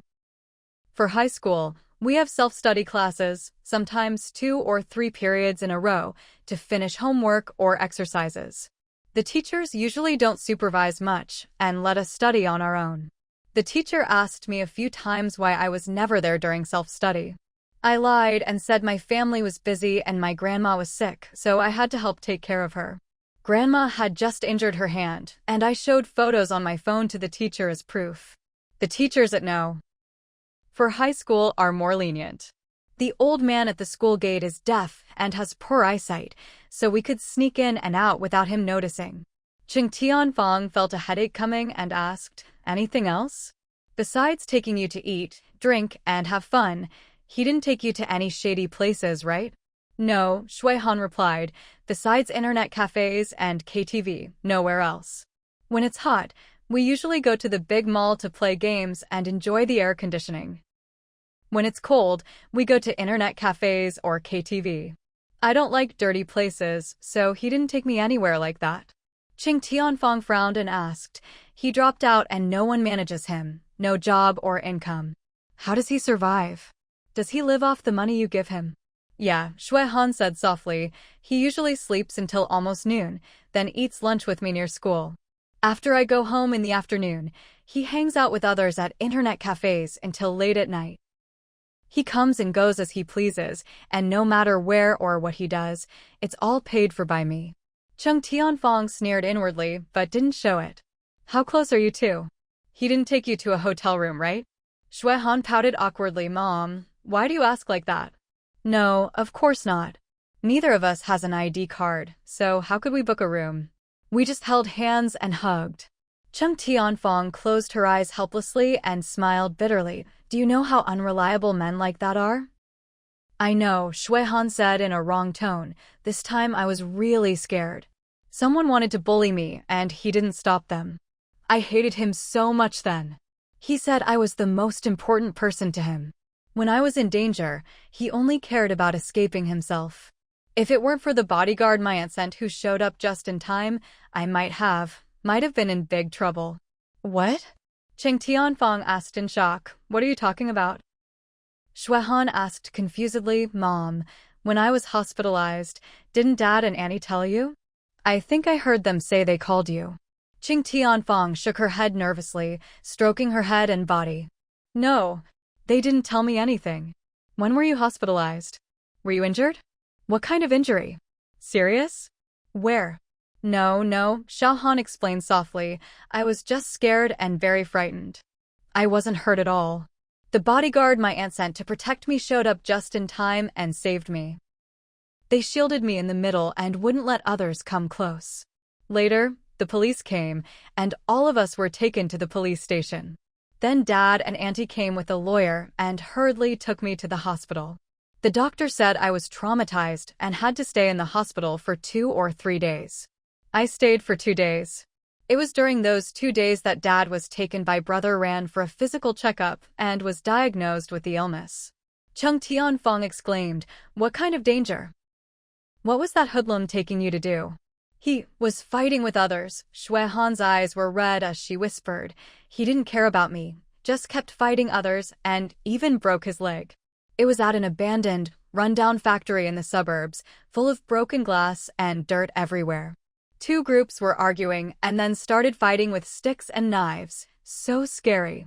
Luckily, Auntie's bodyguard happened to pass by and contacted Auntie. Auntie told them to protect me and call the police quickly. Otherwise I might have lost my life. Chung Tianfeng listened, shuddering with fear, took several deep breaths, and finally calmed down a bit. From what she heard, it must have been that sister-in-law secretly sent someone to follow her, otherwise it wouldn't have been such a coincidence to rescue her at that abandoned factory in the suburbs. It must have been after discovering she was secretly dating a hoodlum that sister-in-law worried she would be led astray, so she sent her bodyguard to protect her secretly. Fortunately, sister-in-law was always resourceful and thoughtful, otherwise, she didn't dare to imagine what could have happened. Qing Tianfeng was filled with lingering fear, tears streaming down her face. You silly child, how could you be so foolish? Shuihan shrank back, speaking in a pitiful, low voice. Mom, I won't dare anymore. I'll never dare again. Then she moved forward to help wipe away her mother's tears. Qing Tianfeng looked at the tender face so close to hers, feeling both helpless and angry. She felt helpless because she couldn't provide her daughter with a complete family, and both of them were too busy with work to properly attend to their daughter's growth. She was angry because her daughter had secretly been living it up with a young hoodlum for over a year, and she had known nothing about it. Xiaohan, why didn't you tell Mom what you were doing? Didn't you say that Mom was your best friend? Shuihan choked back tears and spoke softly. Mom, I'm sorry. I didn't dare tell you. I don't know what was wrong with me then. My head was in a daze all day long. Schoolwork was so boring, but the places he took me to were so fun and exciting. Someone accompanied me to eat, to play, and to chat and play games. I felt so happy. I didn't dare let you know because I was worried you would object. I knew something about his fights with people, but I didn't see it at first and thought it was just minor scuffles. Until that day when I saw them wielding knives and sticks, slashing and hacking, blood splattering everywhere. I was terrified. He only cared about running away himself and completely ignored me. When the police officers took me away, I was scared to death, thinking I might go to prison. At that moment, I felt so regretful, and cried nonstop from fear. She threw herself into Chung Tianfeng's arms, sobbing loudly. Mom, I was wrong. I really know I was wrong. I'm sorry. I'm sorry. I will definitely correct myself and study hard from now on. I won't be with that kind of person anymore. I'm scared. I don't dare anymore. Really? Qing Tianfeng held her daughter tightly, feeling both heartbroken and sad. If it weren't for her mistakes, she and Shuiheng wouldn't have reached this point. The family wouldn't have broken apart, and how could the child have been so desperate for companionship? She almost foolishly went down the wrong path. If she could have been by her daughter's side every day, instead of just half a day or a day on weekends, how could she have failed to notice her daughter's abnormal behavior? Shuiheng was busy with work, and his parents' health hadn't been good in recent years. He was definitely overwhelmed and couldn't take care of their daughter properly, otherwise he wouldn't have noticed nothing for over a year. In the end, the reason their daughter had reached this point was because both she and Shuiheng had been inadequate in educating and caring for their daughter. Xiaohan, it's Mom who has wronged you. It's all Mom's fault. I'm sorry. I'm sorry. Mom is truly, truly sorry. Shuihan listened in a daze and asked back, Mom, what's wrong with you? Why are you suddenly saying this? Qing Tianfeng gently stroked her hair and spoke softly. Xiaohan, you're still young and don't understand the evil in people's hearts, much less the complexity of society and all its dirty affairs. We girls are different from boys. We're not as strong physically, so when physical conflicts occur, we're at a great disadvantage. Also, a girl's purity is very important. If you're harmed, it could hurt you for life and even affect your health. Mom, I know these things, Shuihan said. Qing Tianfeng shook her head. No, you don't really understand. If a girl has physical intimacy with boys too early, it will affect her body. Without protective measures, you might contract some deadly sexually transmitted diseases. Also, you might get pregnant. Having children too early is bad for the child and bad for your body. Abortion causes even greater damage to a woman's body and is absolutely unacceptable. Shui Han's face paled with fright, and she waved her hands frantically. I didn't. I didn't do that with him. He just hugged me and kissed me, nothing else. Qing Tianfang asked hesitantly, Really? Xiao Han, don't lie to Mom. If it really happened, you can tell me honestly, and I'll take you to the hospital for a checkup immediately. Don't be afraid. Dad and Mom are here for everything. No. Really no. Shui Han's face flushed red with embarrassment, and she stammered, How old am I? How could I do that with him? He said he likes full-figured girls and told me to grow up quickly, that he's not interested now. Qing Tianfang snorted coldly. What does he know? Don't listen to his nonsense. Xiao Han, you're developing a little slower than other girls, but you've really started growing taller and filling out these past 2 years. You have about 2 more years to continue developing, so there's no need to worry about this at all. Shui Han nodded. I'm not worried. I'm fine. Qing Tianfang secretly breathed a sigh of relief and gently caressed her face. Xiao Han, a girl's body is very precious. It's our most important asset for life, so we must cherish it well. Also, we can only give our bodies to men who love us and truly care for us. We can be affectionate, but not promiscuous, and certainly not indulgent. Do you understand what Mom is saying? Shui Han nodded shyly. Qing Tianfang sighed softly. Mom didn't set a good example for you. I hope you can learn from Mom's mistakes and never follow in Mom's footsteps. Mom. Shui Han's eyes flickered, and she couldn't help asking the question that had been in her heart for years. Did you really divorce Dad because you were unfaithful to him? None of their relatives had ever mentioned this to her. But she wasn't stupid. She had heard some whispered conversations from neighbors, and these doubts had remained in her heart for many years. Qing Tianfang was stunned, lowered her eyes, and her face darkened. Yes. I wasn't working at the time, and my mental state was very poor. I was daydreaming all day long. Your father is a good man who worked hard to earn money and loved his home and family. But I didn't know how to cherish him. I picked fights with him every few days, complaining about this and that. At that time, I had no career but foolishly fantasized about making big money. That man sweet-talked me, constantly bragging about how good he was at making money. I didn't know he was actually a big hoodlum who specialized in cheating women out of their money for eating, drinking, whoring, and gambling. Later, I was not only cheated out of all my money, but was also harmed into going to prison. I regretted it so much then. Because of my momentary confusion, trusting that scumbag, I ruined myself and also ruined my family, making you live in a single-parent family at such a young age. Woo woo woo. Shui Han listened in shock, unable to process it all. Mom, what you're saying, is it all true? Qing Tianfang nodded. It's true, I'm not lying to you. Your grandparents and father are all good people who couldn't bear to tell you such ugly things for fear of affecting you. Your uncle and aunt are the same. However, you've grown up now and you have the right to know the truth. If it weren't for Mom's mistakes, your father and I wouldn't have divorced, and you wouldn't have had to live in a broken family atmosphere. Xiao Han, it's Mom who has wronged. Shui Han was stunned for several seconds, unable to process what she'd heard. Her mother's words had just branded several deep marks on her tender heart, painful and numbing. Qing Tianfang didn't dare meet her daughter's pure, large eyes and lowered her gaze while wiping away tears. Xiao Han, all of this is Mom's fault. It has nothing to do with your father. After I developed feelings for someone else, I looked for opportunities to fight with him every day. He later became afraid to come home, becoming dejected and anxious. Seeing him like that made me even angrier. I had a bad temper and was too emotional.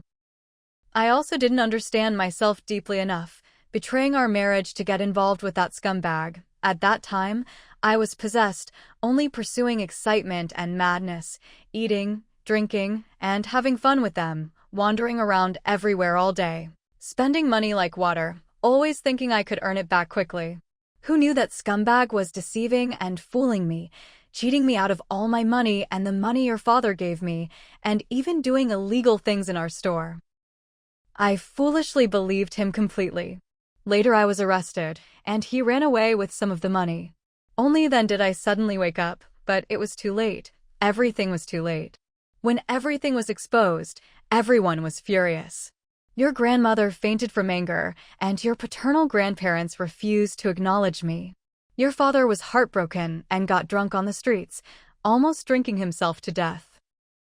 That scumbag even went to the shopping center, and when your grandfather discovered his ill intentions, he was later stabbed to death by that scumbag. At that time I was locked up and didn't even know. I couldn't even see your grandfather one last time. At that time, I just wanted to die. I felt I had no face to continue living in this world. Later, when my suicide attempt was stopped, your aunt found ways to bring you to see me, telling me to live well for your sake and start over. But life is life. Where is there any real fresh start?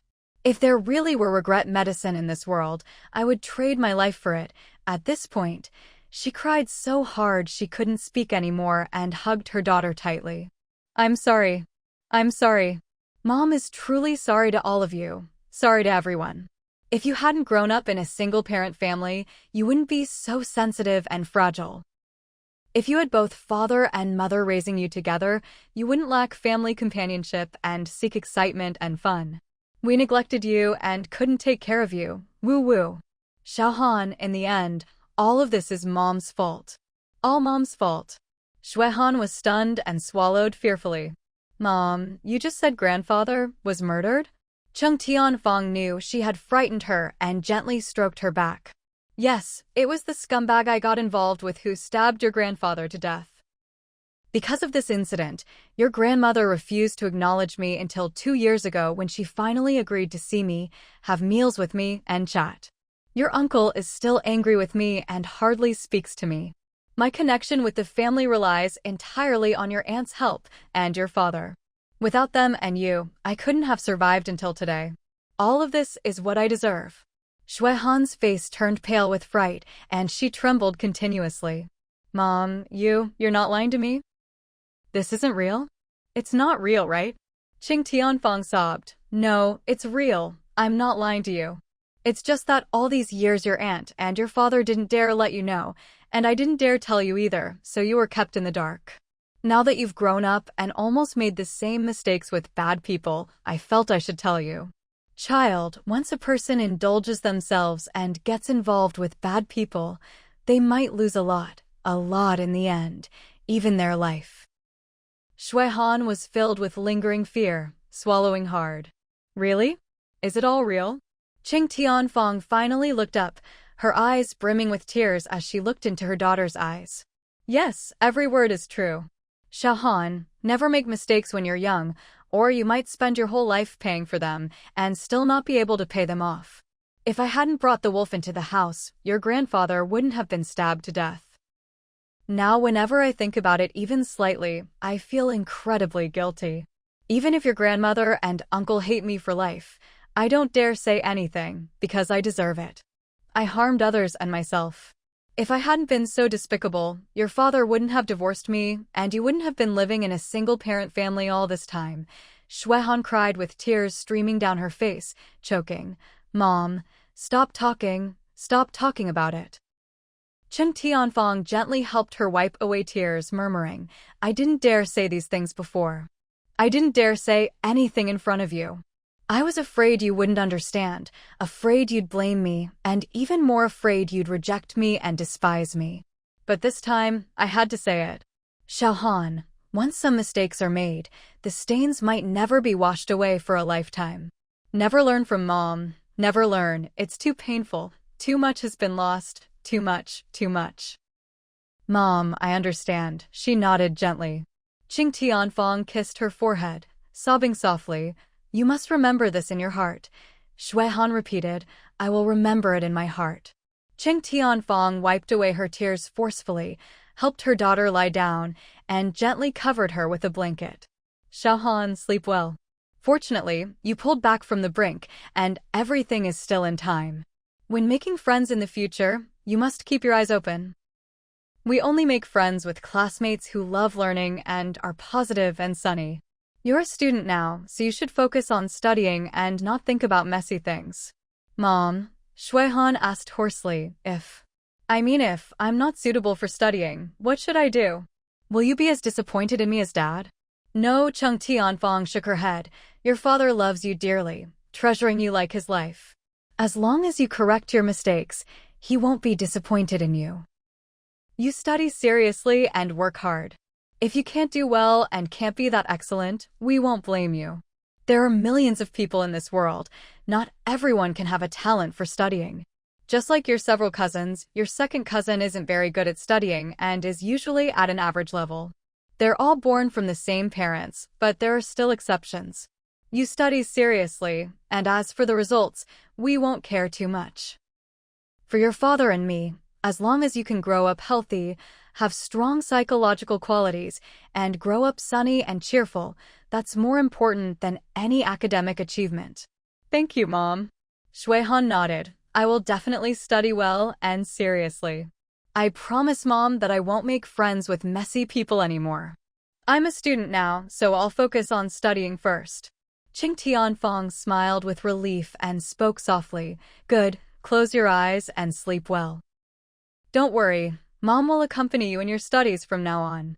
Also, Mom will help take care of your father next, so he can recover quickly. Mom, can you remarry Dad? Xiaohan asked tentatively. Qing Tianfang was slightly stunned, then smiled wistfully.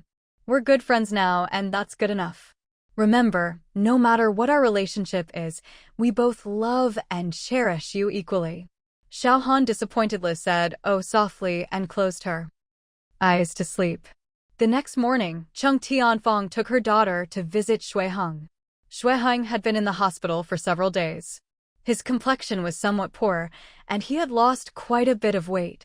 I don't have any serious problems, so there's no need to worry. Now I can lie down, sleep, and watch TV every day, with a bunch of people bustling around taking care of me. This is truly unprecedented excellent treatment. It's just hard on my father, Lingling, and brother-in-law, running back and forth between the hospital and home every day. Chung Tianfang gently patted her daughter's arm and said warmly, I'm back now, so leave Xiaohan to me. You focus on recovering. I don't need to work now, so I can come help out morning and evening. With you back, I feel much more at ease. Shuiheng looked at his daughter with a loving smile and said softly, my sudden illness scared Xiaohan badly. I need to recuperate next, taking medicine for a year or two and going to the hospital from time to time. I'll have to trouble you with Xiaohan's transportation and studies. Qing Tianfang laughed lightly. What are you saying? She's my daughter too, and it's all my responsibility. While I was abroad, you had to work, take care of Xiaohan's grandparents, and also manage her during her rebellious teenage years. You must have been extremely tired, even neglecting your own illness. I was too careless myself. Shuiheng smiled bitterly. I always thought it was just getting older and my body getting weaker, didn't think in other directions. If it weren't for the inflammation and pain, and Ranran and her son seeing it and insisting on taking me for a checkup, I probably would have collapsed by now. Ah Huan said one kidney was already inflamed, and the situation was quite serious. Fortunately, medication was used in time, otherwise he would have quickly collapsed from pain and been hospitalized. Qing Tianfang poured him a glass of water and sighed softly. You always take care of others, but not yourself. You must learn from this lesson and never be so careless again. Thank you. Shuiheng thanked her and took it, drinking most of the glass. Qing Tianfang took the glass back and set it aside. Have you had breakfast? Does the caregiver handle your 3 meals? Do you need to be particular about what you eat? Shuiheng smiled bitterly. I can only eat bland food for now, can't eat many things. The caregiver only takes care of me. Now brother-in-law or Lingling brings me all 3 meals. Occasionally, when Ranan is free, she'll drive back to the garden to get food. Actually, outside food would be fine too, but they're afraid the bland taste won't be good enough, and I won't be able to eat it, so they insist on delivering 3 meals. To be honest, I had almost no appetite at first, and my mouth was full of bitterness. Without the fragrant porridge cooked by the garden's head chef, I really couldn't eat. How about I help with 1 or 2 meals? Qing Tianfang suggested. I'll move back to the residential area tomorrow, so cooking will be convenient. When I pick up and drop off Xiaohan, I can bring food for you too. No need. Shui Heng smiled politely. Don't trouble yourself. I can be discharged in a day or two, so let's continue troubling brother-in-law and them for these 2 days. You just returned to the country and still need to adjust to the time difference and handle the handover at the TV station. You're busy enough with your own affairs. Qing Tianfang had to give up. All right then. After they chatted for a while, Cheng Tianyuan came carrying breakfast. Shui Han politely and obediently called out, "Uncle." Qing Tianfang quickly took the thermos and bag from his hands, respectfully calling out in a low voice, "Brother." Cheng Tianyuan responded indifferently, his gaze turning to Shui Han. "No classes today, right?" Shui Han answered yes. Qing Tianyuan said warmly, "Come to Xian Garden for lunch. The head chef will make your favorite hibiscus osmanthus fish. Stay at the garden in the afternoon. Your third cousin and sister Xian will help you review your lessons and play games with you." Shui Han's eyes lit up, and she nodded eagerly.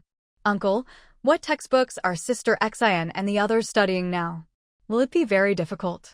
Cheng Tianyuan shook his head and chuckled. "How would I know that? When you go there this afternoon, look at their textbooks and you'll know, won't you?" Shui Han couldn't help feeling somewhat expectant. "I haven't seen Sister Xian since she started university." Qing Tianyuan said warmly, "Then have a good reunion. They come home on weekends. Your father needs to recuperate next, and your mother can't always watch over you. She needs her own space too. Come play with your third cousin and sister on weekends. They can help tutor you on homework you don't understand and take you to read comics and play games." "Okay." Shui Han happily agreed. Qing Tianfang still needed to pack her luggage in the afternoon and was happy that her daughter would have company. "All right, I'll pack my suitcase this afternoon and then come pick you up. I bought some gifts for everyone and will bring them over then." Shui Han nodded. Cheng Tianyuan urged, "It's getting late. Hurry and pour out the porridge for Ah Hung to eat. By the way, where's the caregiver?" Shui Heng answered. Seeing that they came, he went out to have breakfast first. "Then I'll do it." Cheng Tianyuan took out disposable bowls and chopsticks and had Xiaohan get napkins. Shui Heng slowly sat up, struggling to move his body upright. Qing Tianfang saw this and quickly went forward to support him. Slowly. "Is this okay? Is this position comfortable?" Shui Heng shook his head. "Raise it a bit more, add another pillow." "Okay." Qing Tianfang quickly complied and smoothly straightened his wrinkled hospital gown. Shui Heng thanked her in a low voice. Shui Han, watching this rare interaction between them, couldn't help but wonder. That evening, Cheng Tianfang came to Xian Garden carrying a bunch of gifts, had dinner with her elderly mother, chatted, and didn't leave with her daughter until after 9 o'clock. Mom paid extra money to urge the housekeeping company to temporarily add several more workers. This afternoon, they cleaned the apartment inside and out. Fortunately, there was bright sunshine, so our bed sheets and blankets were also dried and put on together. From today on, you'll officially live at Mom's place. "Oh, I've already told your paternal grandparents." "Oh." Shui Han answered absent-mindedly, "Okay." While driving, Cheng Tianfang asked, "What's wrong? You seem a bit tired? Was it difficult when your brother and sister were tutoring you?" "No," Shui Han smiled bitterly. "They're all so amazing. They know the answers just by glancing at the problems. Sister explained things to me very seriously, and I could understand most of it. Third brother even drew a beautiful comic for me. I really like it." Hearing this, Cheng Tianfang was secretly delighted. "Then you should try to come on weekends as much as possible. Mom, I have something to ask you." Shui Han interrupted her, asking in a low voice, "You and Dad seem to get along very well, just like an old married couple. Why can't you two remarry? Dad has never found anyone, and neither have you. I think Dad still loves you, and you love Dad too." Qing Tianfang was slightly stunned, then smiled wistfully. "Silly girl, there's no longer the kind of love you're talking about between us. After all, we were married for many years, slept in the same bed for so many years, and had you together. It's perfectly normal that we get along without awkwardness or constraint. But none of this is love, it's the care and affection of family members. Shuehan asked quietly, Mom, then why don't you both find other people? Qing Tianfang stopped the car at a red light, seeming to sigh helplessly. Maybe we just don't want to. After I got out, I only wanted to work well, accompany you well, and try to earn your grandmother's and uncle's forgiveness. I didn't dare think about anything else. Later, being busy every day, I had no time to think about it, so I stopped thinking about it. Shuehan couldn't help asking, what about my dad? Have you never thought about remarrying him? Qing Tianfang raised her eyebrows and asked, your father dated someone before, but unfortunately, before it really started, you objected. Your father later broke up with her, saying he didn't feel anything and didn't want to make you sad. Really? Shuehan frowned sadly and said in a low voice, I've forgotten. It's my fault. Qing Tianfang said gently, your father didn't blame you. He later told your aunt that he didn't feel anything with that person and wasn't suitable to be together. All these years, he probably just doesn't want to, otherwise he would have found someone long ago. Shuehan still didn't want to give up and asked quietly, Mom, you don't find a companion and Dad doesn't find one either. Why can't you consider remarrying? Just like Grandpa and Grandma, taking care of each other and keeping each other company like family. Let's see. Qing Tianfang understood her daughter's thoughts and said, when we're old, if we still haven't found other companions, we might all live together with you. Even if we don't remarry, we can still keep each other company. That your father doesn't hate me and can get along well with me, I'm already very content. Shuehan sighed, Mom, I think you still have feelings for each other. Qing Tianfang shook her head. It's not love anymore, it's family affection. The romantic love between us is long gone. What remains is only family affection. Shuehan wouldn't give up. Isn't family affection even better? Love can change, but family affection won't. Qing Tianfang laughed. Your little brain thinks quite deeply. Shuehan said seriously, Mom, I sincerely hope you two can remarry. I don't want you to be alone, and I don't want Dad to be alone either. Qing Tianfang said gently, Xiaohan, some things aren't as simple as you think. That your father and I can manage our current relationship is already very difficult.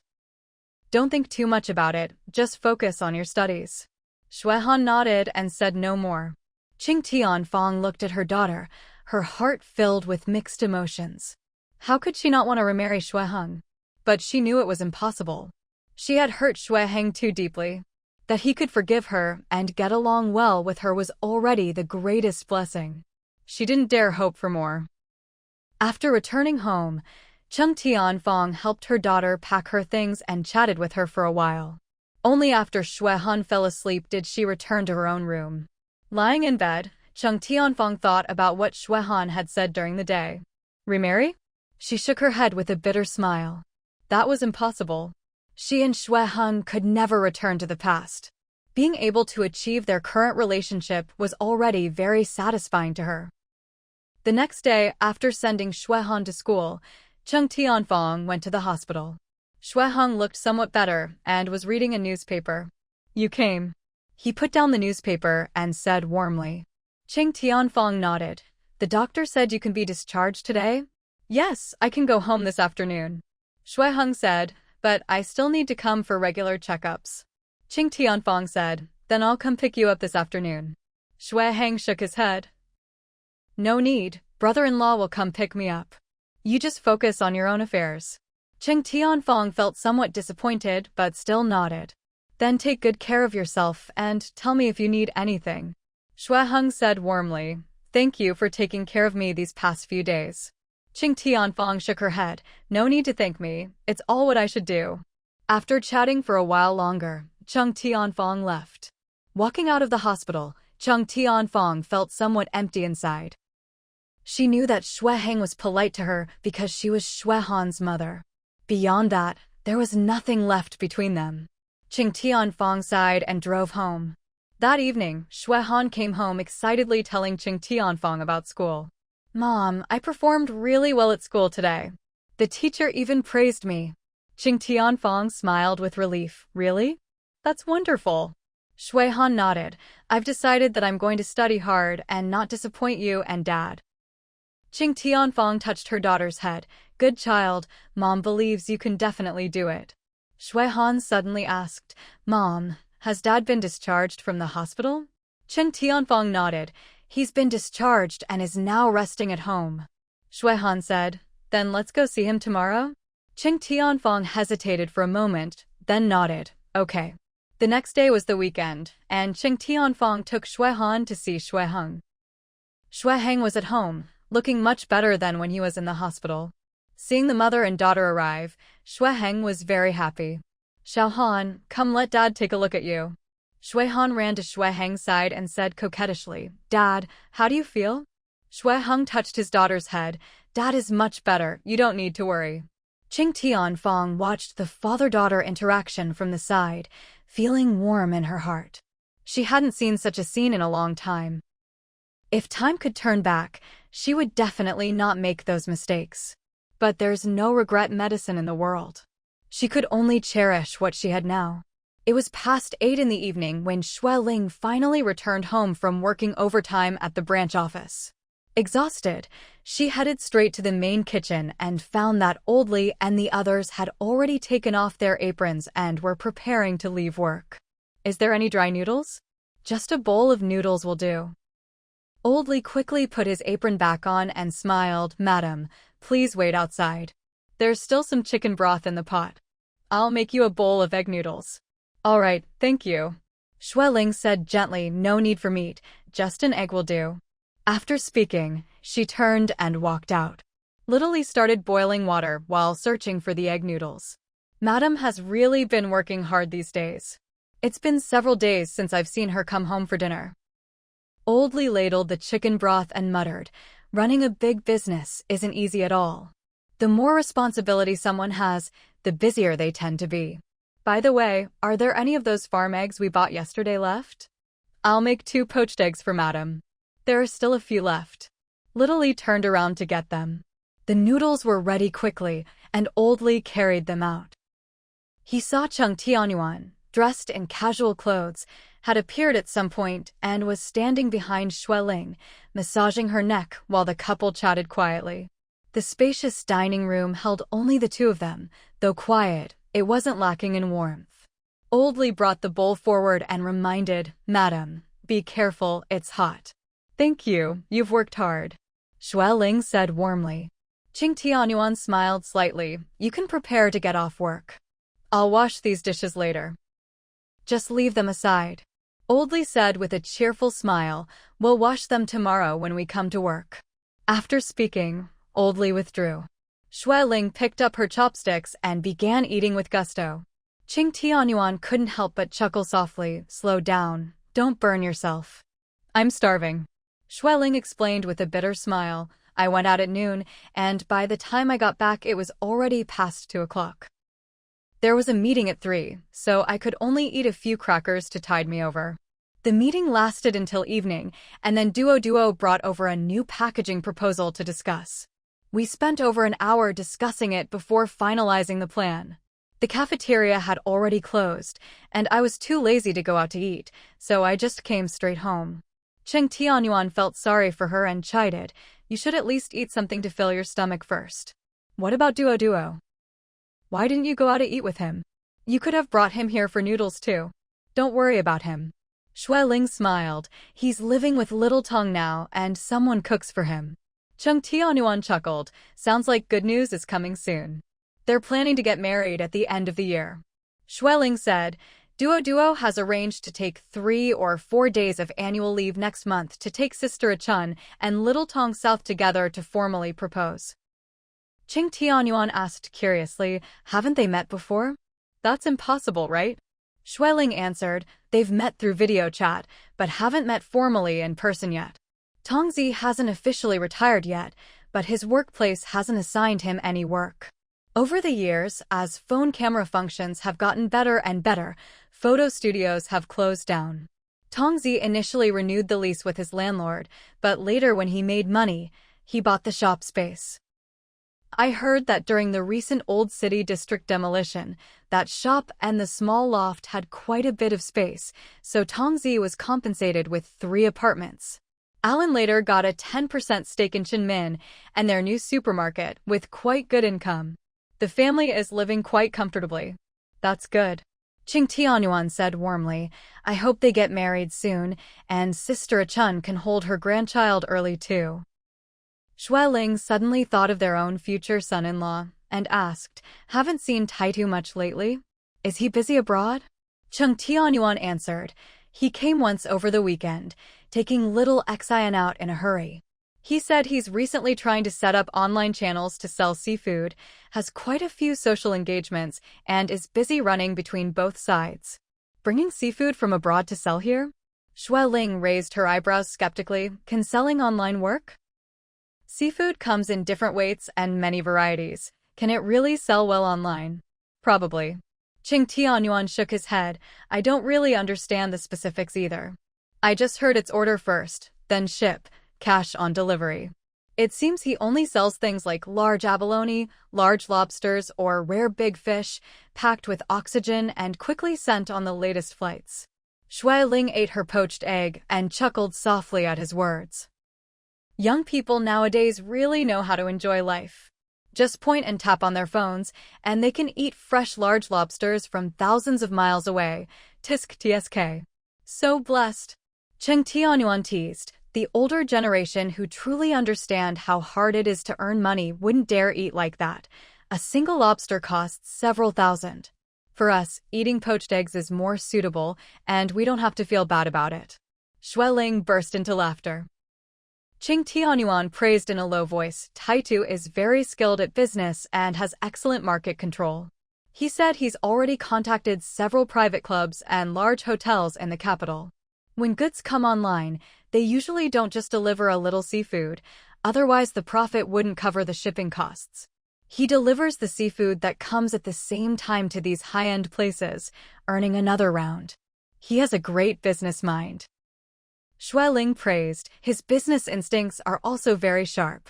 Compared to him, the kids in our family are simply weak. When the second child learns to do business, I practically have to teach him hand by hand. Taitu understands immediately, can adapt flexibly on his own, has thriving business, and handles everything perfectly. Chung Tianyuan chuckled, our children don't have the talent, and we don't know how to teach them either. Let's take it slowly. Xueling explained, there's no comparison. Taitu has exceptional talent, plus his environment forced him to strive, which is why he's so outstanding. Our children have lived in comfortable and peaceful environments since childhood, so their personalities aren't strong enough. As long as they don't have bad habits, follow legal and moral standards, don't mess around or cause trouble, study well and work well, that's already our highest requirement. Qing Tianyuan nodded. Let's teach them well. There are quite a few of them, so let's try to improve the quality. Xueling finished the last bite of noodles and drank all the soup. Comfortable. The feeling of being warm and full is really good. Chung Tianyuan remembered Lawyer, his phone call from earlier and briefly explained it to her. Lawyer, he said your phone couldn't get through, probably because you were in an important meeting, so she called my phone. She has to travel abroad tonight, can't turn on her phone on the plane, and was afraid of delaying things, so she informed me in advance. Xueling narrowed her eyes and said, Little Han's phone number has already been changed, and she's now living at Ah Fong's place. Also, Ah Fong has arranged for her to transfer to a new school next week. Even if Shi Xiaodong still wants to pester her, he won't have much opportunity. Better safe than sorry. Chung Tianyuan frowned and said in a low voice, even if Little Han is determined to avoid him, we still have to worry about him being persistent and clingy. She's still naive and doesn't understand things, so we need to help guard against him, lest she be blackmailed or deceived. You're right. Xueling took a tissue to wipe her mouth, thought carefully for a moment, and suggested, how about we have a KO and Little Huang quietly investigate and keep a closer watch? Qing Tianyuan nodded in agreement. All right, let's do that. A KO was extremely efficient, bringing back news the very next morning. Madam, we had previously monitored Shi Xiaodong's phone, so it was very easy to investigate. He wasn't the mastermind of this fight, and he was quite seriously injured. Plus, he's still a minor, so the police immediately contacted his parents. But his parents kept passing the buck to each other and never showed up from beginning to end. Xueling frowned as she listened and asked, "Their own son broke his leg and is hospitalized, and they can still pass the buck?" "Yes." Akeo explained. His father claimed he was out of town and couldn't come to the capital for now, telling him to find his mother instead. His mother claimed the child wasn't her responsibility, that he was awarded to his father in the custody arrangement, so it had nothing to do with her. Xueling scoffed. What kind of parents are these? Really irresponsible. Akeo was also full of disdain and snorted coldly. His father only called twice, cursed him out thoroughly, sent him 500 yuan, and then ignored him completely. Sure, Xiaodong did participate in the fight, but according to regulations, he only needs to be detained for a few days and fined. The police are looking for him now, not pursuing him, mainly because he owes the fine and also owes the hospital over 10,000 in medical expenses. Xueling frowned and asked, "Has he lost his phone?" "Yes." Akeo explained. He has no fixed residence, lost his phone at the hospital, and it's been disconnected due to unpaid bills. The police friend said the guy is quite pitiful, bedridden in the hospital, unable to move, with not a single relative or friend to take care of him, relying on nurses to help him get meals. Xueling sighed softly. His leg was surgically reattached. Won't he need another surgery later to remove the pins? Where will he get the money for another surgery?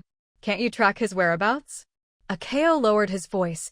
The police found him right away, but he's like a frightened bird, worried that if he continues treatment, he'll owe even more money he can't repay, so he simply escaped from the hospital. The police advised him to go back for treatment first, saying they'd try to contact his parents and help him figure something out, but he refused. Xueling couldn't help asking, "Where is he now?" "Has he gone to look for Xuehan?" "No," Akeo explained. He sent a message to Mrs. Old Number before, saying he was sorry to her, that he momentarily thought it would be exciting to take her to see the big scene, but who knew it would blow up like this? Not only did he get hurt, but he also implicated Mississippi. He didn't go look for Mississippi. Last night he slept at the McDonald's in the east part of the city, and he's still there now. His leg can barely walk, so he can't go far at all.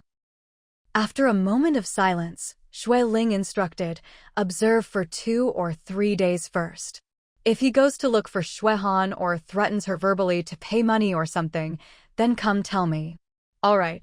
Akeo nodded and turned to leave. "Wait." Xueling called him back and said in a low voice, "After all, he's still a half-grown child. If he gets too hungry, buy him a hamburger. He's still carrying such serious injuries." Akeo smiled and nodded again before walking out. Over the next few days, Xueling helped Xueheng investigate that piece of land in the suburbs, personally going to the site twice to inspect it, finding geological survey experts to help, and consulting several old friends in real estate. She was so busy going in and out that she almost forgot about Xiaodong. It wasn't until Akeo called her that she remembered this matter, while she was sitting exhausted in the back seat of her car resting. "What's wrong? Did he go look for little Han?" Akeo lowered his voice. "No, he hasn't looked for anyone these past few days, just staying in McDonald's the whole time. When hungry or thirsty, he eats other people's leftover food, always hiding in the seat next to the restroom, sleeping there at night too. His parents haven't cared about him, and no one has looked for him. He's very listless. Don't know if it's because of his leg injury or something else." This evening he suddenly stumbled out of McDonald's, walking and stopping along the way, and now he's sitting by the river, looking like he wants to jump in. Xueling frowned as she listened and said in a low voice, "Akeo, if we don't see it or notice it, then we're powerless. But since we've seen it, we can't just watch someone die. After all, that's a living life." "I understand, madam," Akeo replied. Xueling reminded him, if he really wants to end his life, remember to stop him, then send him to the hospital. "Madam, this is bad," Akeo suddenly exclaimed. He jumped in. Xueling was startled and shouted, "Save him! Akeo! Akeo!" After a few whooshing sounds of wind, the other end of the phone had already hung up. Shui Ling anxiously rubbed her hands and gripped her phone. "Madam, what's wrong?" Little Chin in front turned around and asked calmly, "What happened?" Shui Ling said urgently, "Something seems to have happened on Akayo's end." "You have his location, right? Let's hurry over and take a look." The bodyguards always stayed in close contact and were very clear about their colleagues' locations. Little Chin tapped on his watch and immediately read out the location. "By the moat, about 5 kilometers from here." "Go there immediately," Shui Ling ordered. Little Chin responded and immediately turned the car around to head there.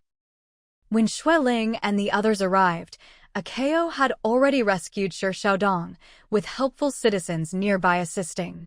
Akayo was soaking wet, explaining breathlessly, "I'm fine, just a bit exhausted. This kid choked on some water but didn't drown, but his condition isn't good. He has a fever, probably because of his leg injury." A helpful citizen nearby said, "We've already called 120. The ambulance will be here soon."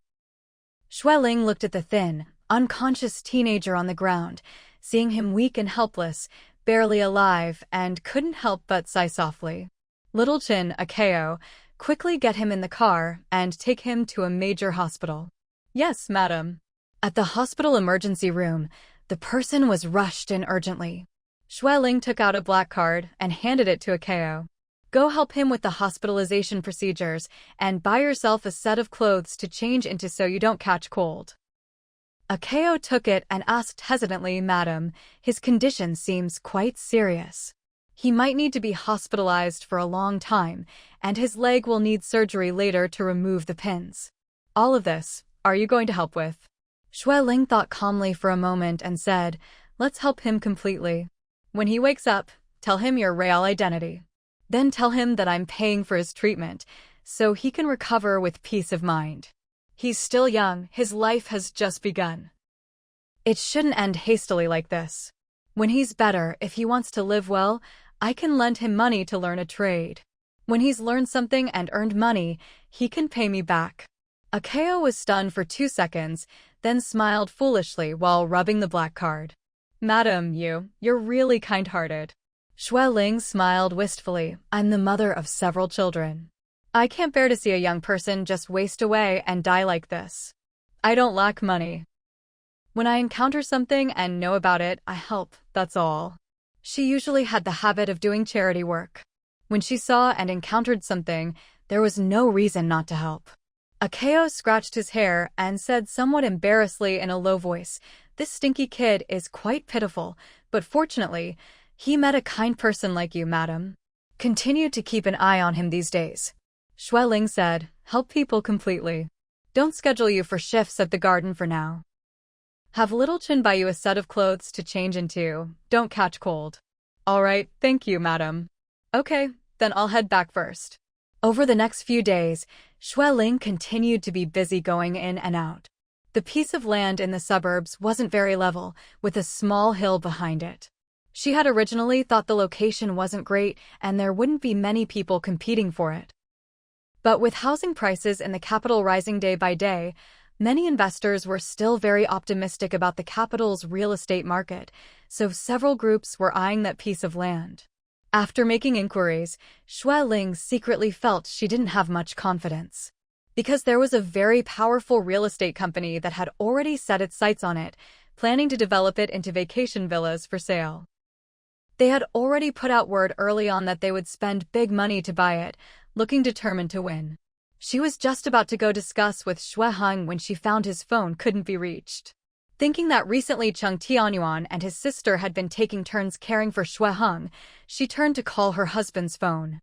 Cheng Tianyuan told her that Shui Hung had undergone minimally invasive surgery to break up kidney stones at the hospital today. The surgery was very successful, and after resting, he could be discharged tomorrow. After hearing this, Shui Ling quickly had her secretary order a basket of fruit, picked it up, and headed to the hospital. "How are you feeling? You look like you're in good spirits." Shui Hung was lying on his side watching TV and managed a bitter smile. "Not bad, nothing uncomfortable." Qing Tianfeng handed Shui Ling a glass of water. "Sister-in-law, have some water." "Good." Xueling looked around and asked, "Where's Yuen?" "He seemed to be here earlier." Qing Tianfang answered, "He took little Han's grandfather home. The old man probably didn't rest well last night, and today he was worried about a hang, so his mental state was a bit poor. Big brother quickly sent him home to rest." Xueling sat by the bed and pulled a Fong to sit down too. "Little Han transferred schools, right? Is she adapting well?" Chung Tianfang smiled and explained. She was a bit uncomfortable at first, saying there were a bunch of rules there and the management was very strict. Aheng and I both encouraged her to persevere and told her to make more new friends. Children at this age all like to have companions. Since she made new friends, she hasn't complained about anything, and she's been adapting quite well these past 2 days. She goes in the morning and comes out after evening self-study. I usually wait for her at the school gate around 7, let her eat something to supplement her nutrition, then accompany her to review and check that day's homework. After finishing, she bathes, changes clothes, and sleeps. If there's time left, I watch TV with her and chat. Xueheng couldn't help but praise, having her mother's company recently, she's obviously become much more sensible. Not at all. Qing Tianfang chuckled. She's experienced more things and started to become sensible. After the three chatted for a while, Xueling began to get to the main topic. "I don't have complete confidence in this piece of land, unless you're willing to throw in another 100 million. Xueheng stared in surprise and asked, "That much? Really? The competition is very fierce." Xueling explained, "And someone has already put out word that they must buy it, and their financial strength is very formidable, definitely above yours." Xueheng was unwilling to give up and asked, "What about you? What do you think? The place isn't big, do you think it's worth it?" "It's okay," Xueling said, "but I'm afraid we can't get it. If the other party wants to fight to the death, I don't recommend buying it." Xueheng couldn't help asking, "Isn't there any other way? That land is really quite good. There will definitely be better places in the future."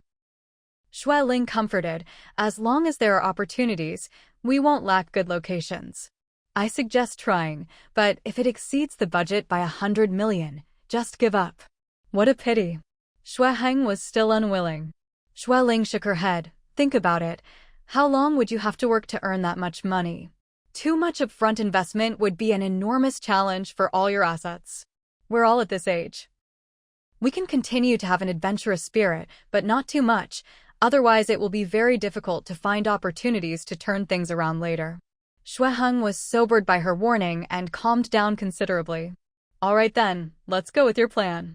Xueling smiled lightly. "Okay, I know what you mean now." Chen Tianfang didn't understand much, but didn't feel comfortable asking too many questions.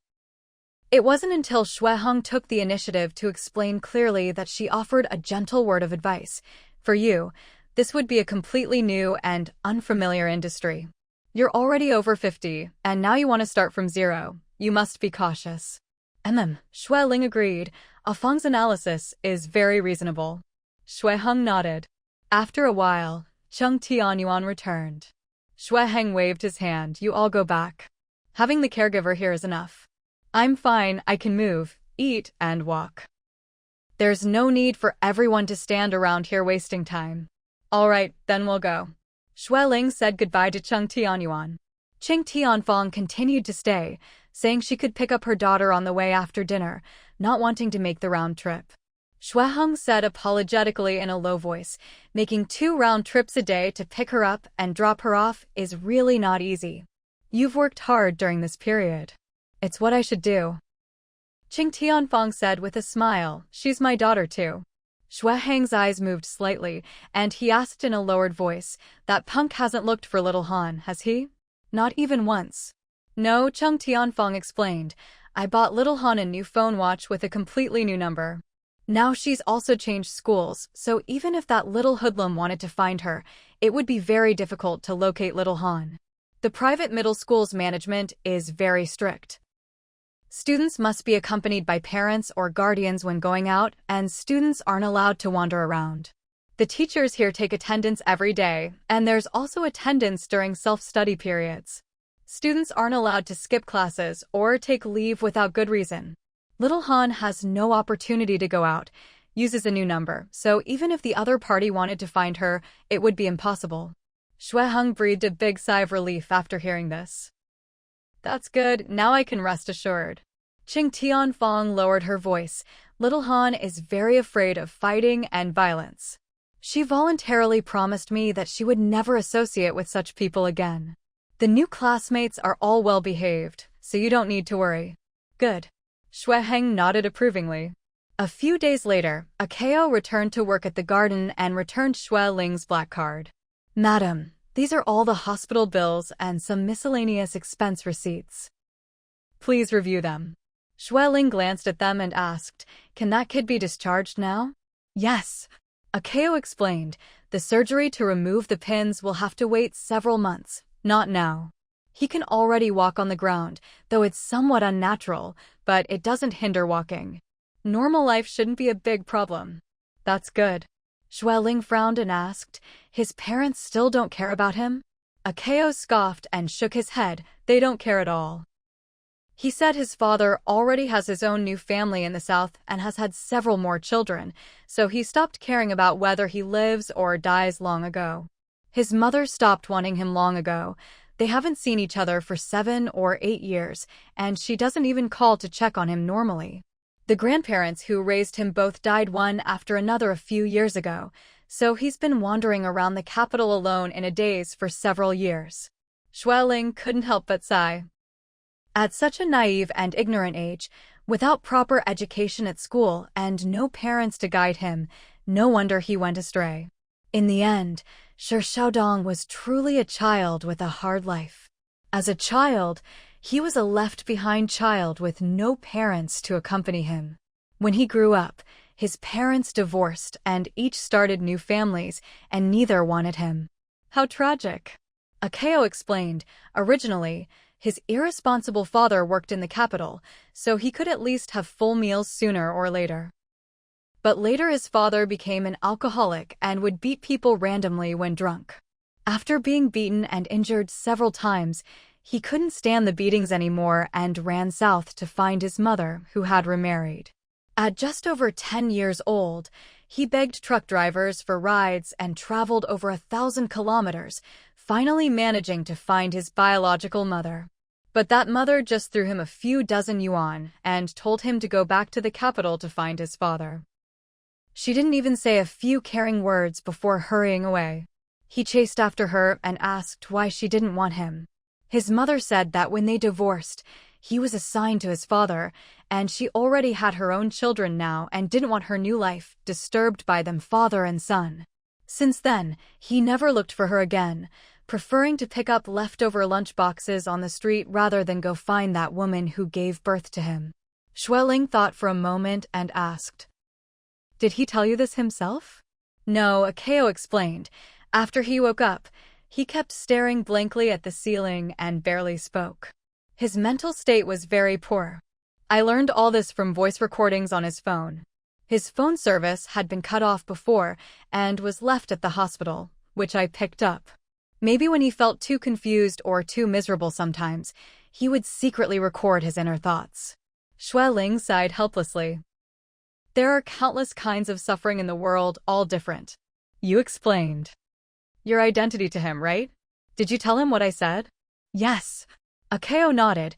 He said he never intended to harm Miss Biao. He also said he didn't dare to pester Miss Biao relentlessly.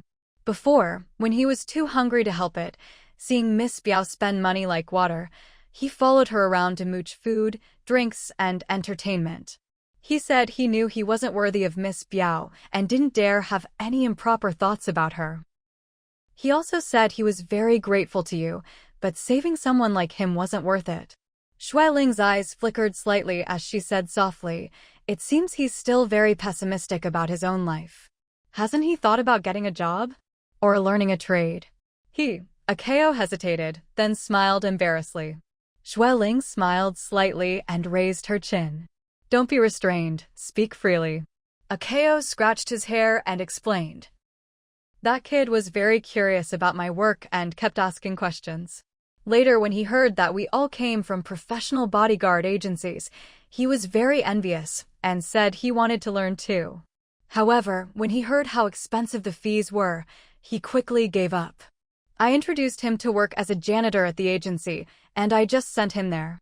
I told him he could stay there for a while and see how it goes. They provide food and accommodation, so he can try to save up some tuition and medical fees for himself. When his leg heals properly, he can try to learn, but he has to be able to endure hardship. Otherwise, he shouldn't go there to embarrass himself. That's good. Xueling nodded. Maybe it can spark his interest and help him learn some skills to make a living. Akeo didn't have much confidence in him and explained, the training there is extremely rigorous. Not everyone can handle it.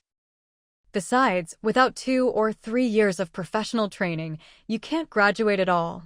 That brat has soft bones and no strength at all, so he definitely can't handle it now. Working as a janitor and experiencing the military-style management there, as for whether he dares to choose this path, he has to make the decision himself. It depends on his own fortune. Xueling thought for a moment and said, only if he can endure it and persevere will I consider lending him money for tuition. If he's inconsistent, then no one can save him. Check on him quietly after a while. All right. Akeo nodded. He suddenly remembered something and took out a piece of paper from his pocket, respectfully handing it to Xueling. Madam, this is an IOU that brat wrote. He said he owes the medical fees for now, but when he earns money in the future, he will definitely pay you back. Xueling glanced at it, seeing the crooked and childish handwriting, and couldn't help but smile. Good, then I'll wait for him to come and repay me. The fact that he knows to do this proves he has a concept of right and wrong in his heart. If he dares to go to your base to study, I'll be happy to lend him tuition money. When he graduates and has income, it won't be too late to pay back. Akeo agreed and couldn't help but smile. I'll text him later. I recharged his phone with a few hundred yuan, so it works again now. He added me as a friend and said he wants to respect me as his big brother for life. That brat. He sure knows how to talk. Xueling chuckled and waved her hand. All right, then go back to the garden and continue your shift. Yes, madam. Xueling looked at the clock and found it wasn't even 3 o'clock yet. Thinking that the elderly were still taking their afternoon naps, she didn't go out and continued staying in the study to read. After quite a while, the communicator made a low noise, then transmitted a voice. Madam, Mr. Xueheng and Mr. Xuehuan are here. They said they want to see you and have already entered the garage. Xueling was slightly stunned and blurted out, All right, take them to the main living room first. I'll be right there. Quickly, she put down her book, put on the thin jacket beside her, and walked briskly to the main living room. Xueheng and Xuehuan had just arrived at the main living room and were admiring the large fish tank in the corner. How did you two come here? Xueling asked with amusement. What kind of wind is blowing today that could bring you two brothers here together? Both Xueheng and his brother burst into laughter. Xuehuan asked curiously, Sisterling, when did you buy this large fish tank? During the summer gathering, I don't think I saw it. Isn't there also a small fish pond in the back garden? What kind of fish are these? They all look so rare. Xueheng exclaimed excitedly. There are even beautiful jellyfish. So cute. Look. Over there. It floated behind the coral. Taitu got it a few days ago, Xueling explained. He said it's a crystal fish tank with excellent viewing effects. The fish, shrimp, coral, and aquatic plants inside were all arranged by someone he found. There's also oxygen equipment and a temperature control system in the corner, which seems quite complex. Young people like it, so we just enjoy the benefits. Xuehuan clicked his tongue twice and raised his eyebrows teasingly, so it's the future son-in-law's generous gesture. How enviable. You both have daughters, no need to be envious. Xueling laughed. You'll have this too in the future. Xueheng shook his head and laughed, but there's only one Taitu in the world. All three of them laughed heartily. Xuehuan fell into reminiscence and said, When we lived at Ronghua Shopping Mall, our family often went over to mooch meals. Little Taitu was very good at business even at a young age. He collected all the cardboard and bottles around the mall, and the nearby children liked to bring empty bottles to exchange for bubble gum with him. He bought low and sold high, making money every day.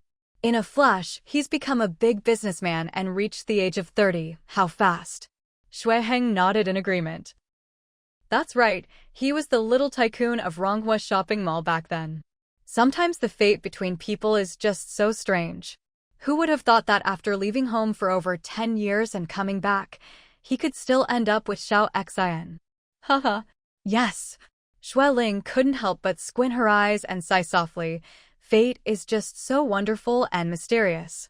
The little tycoon of those days became today's big businessman, and the little sister held in arms became his girlfriend.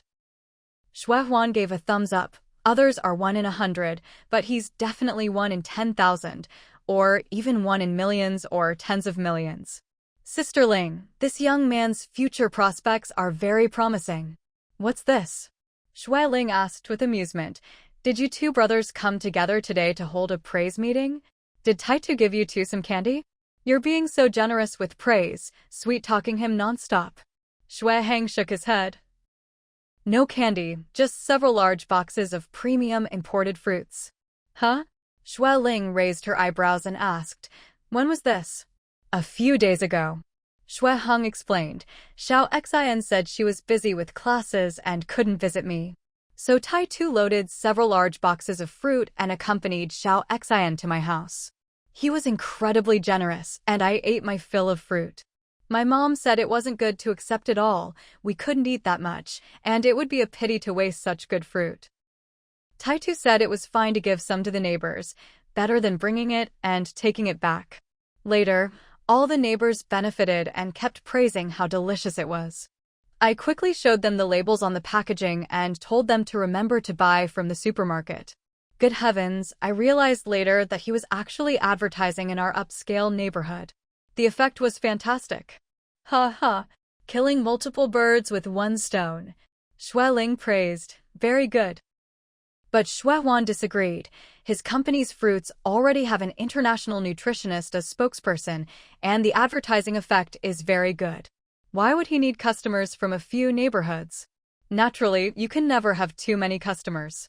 Shui Heng said, I always feel he has a way of doing things. Others aim for specific targets, but he can always kill multiple birds with one stone. Impressive. Shui Ling had more contact with Chen Xinji and understood more. He's a person with meticulous thinking who considers all aspects when doing things.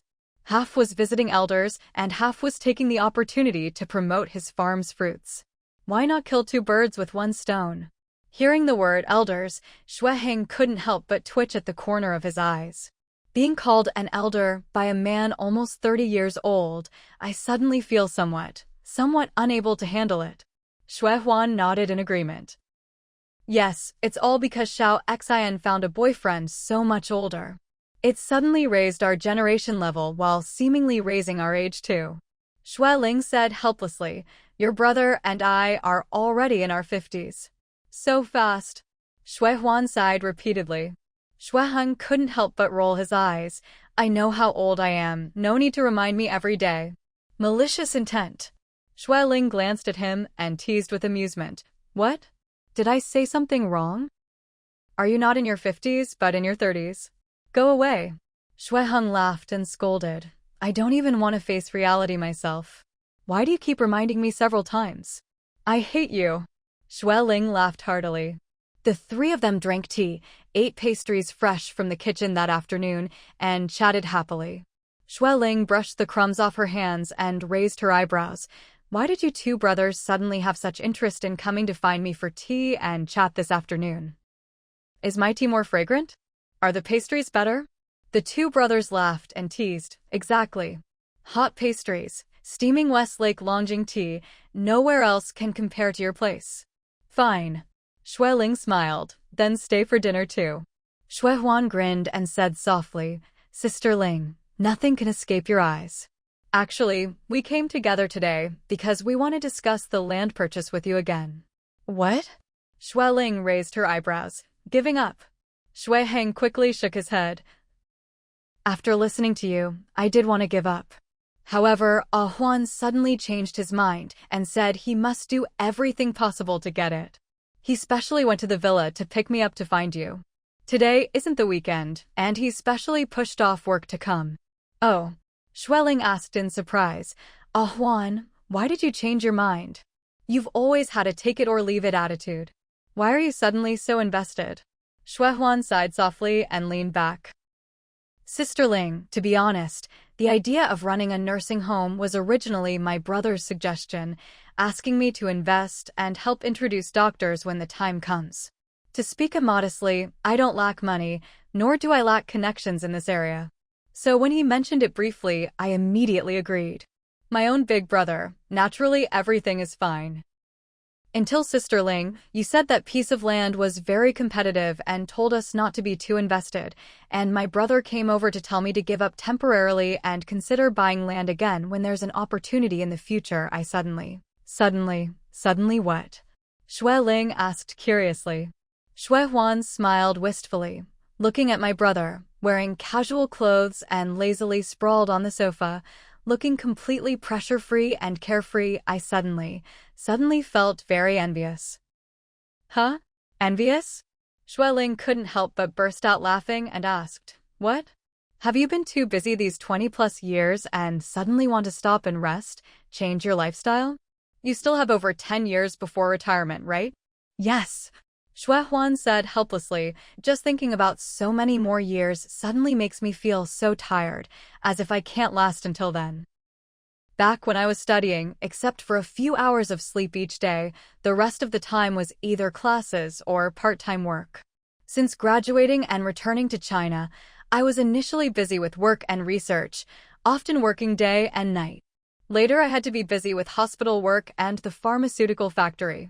It wasn't until the pharmaceutical factory went public stably a few years ago that I withdrew, but then I was promoted to deputy director here, and every day is just one word: busy.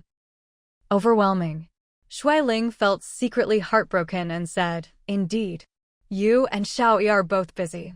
Usually when we see you, you come and go in a hurry. Both children can only board at school and can only be with you on weekends, and even then only for half a day or one day. You can't take care of the two elderly either, sometimes not seeing you for half a month. We're all too busy, there's really no way. Xue Huan explained with a bitter smile. A while ago when my brother was hospitalized, by the time I finished work and got home, it was already 1 or 2 o'clock. Xiaoyi happened to have surgery and didn't get home until 3 in the morning. She tiredly told me that despite having hundreds of millions in assets, we still can't stop, sometimes so busy our heads spin, but when we think back, we wonder what we're really doing it for. We already have fame, titles, and money. When exactly are we going to stop fighting so hard? Her words made my heart ache and were like a wake-up call. Xue Ling asked with a smile, suddenly unable to understand the ultimate purpose of work? Or have you completely understood and seen through it? Xue Huan laughed bitterly and said softly, both, I suppose. After being married for so many years, I still haven't been able to take Xiaoyi and the children on a long trip together. It's been over 20 years since graduation, and the days I've spent with my parents can be counted on my fingers.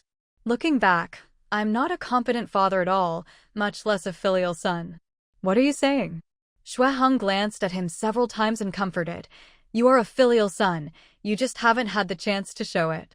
Your heart is filial, you just haven't had time to display your feelings. You are a good father, you just don't have that much time to accompany the children.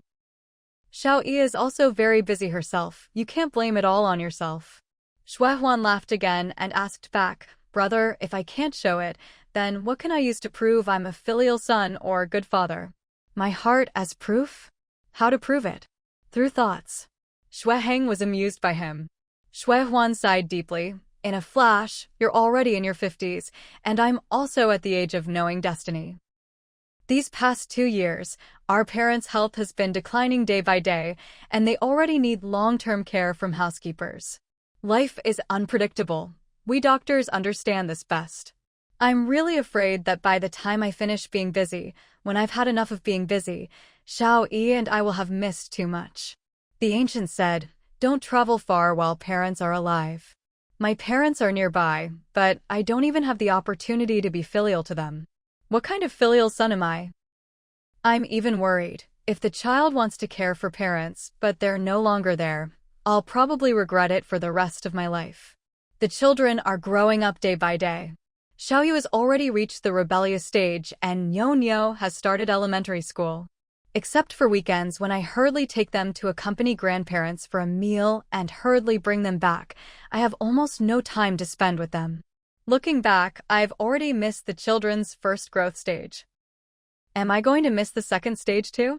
When they grow up and leave home for university, having long become estranged from me as their father, I can't help but start feeling afraid.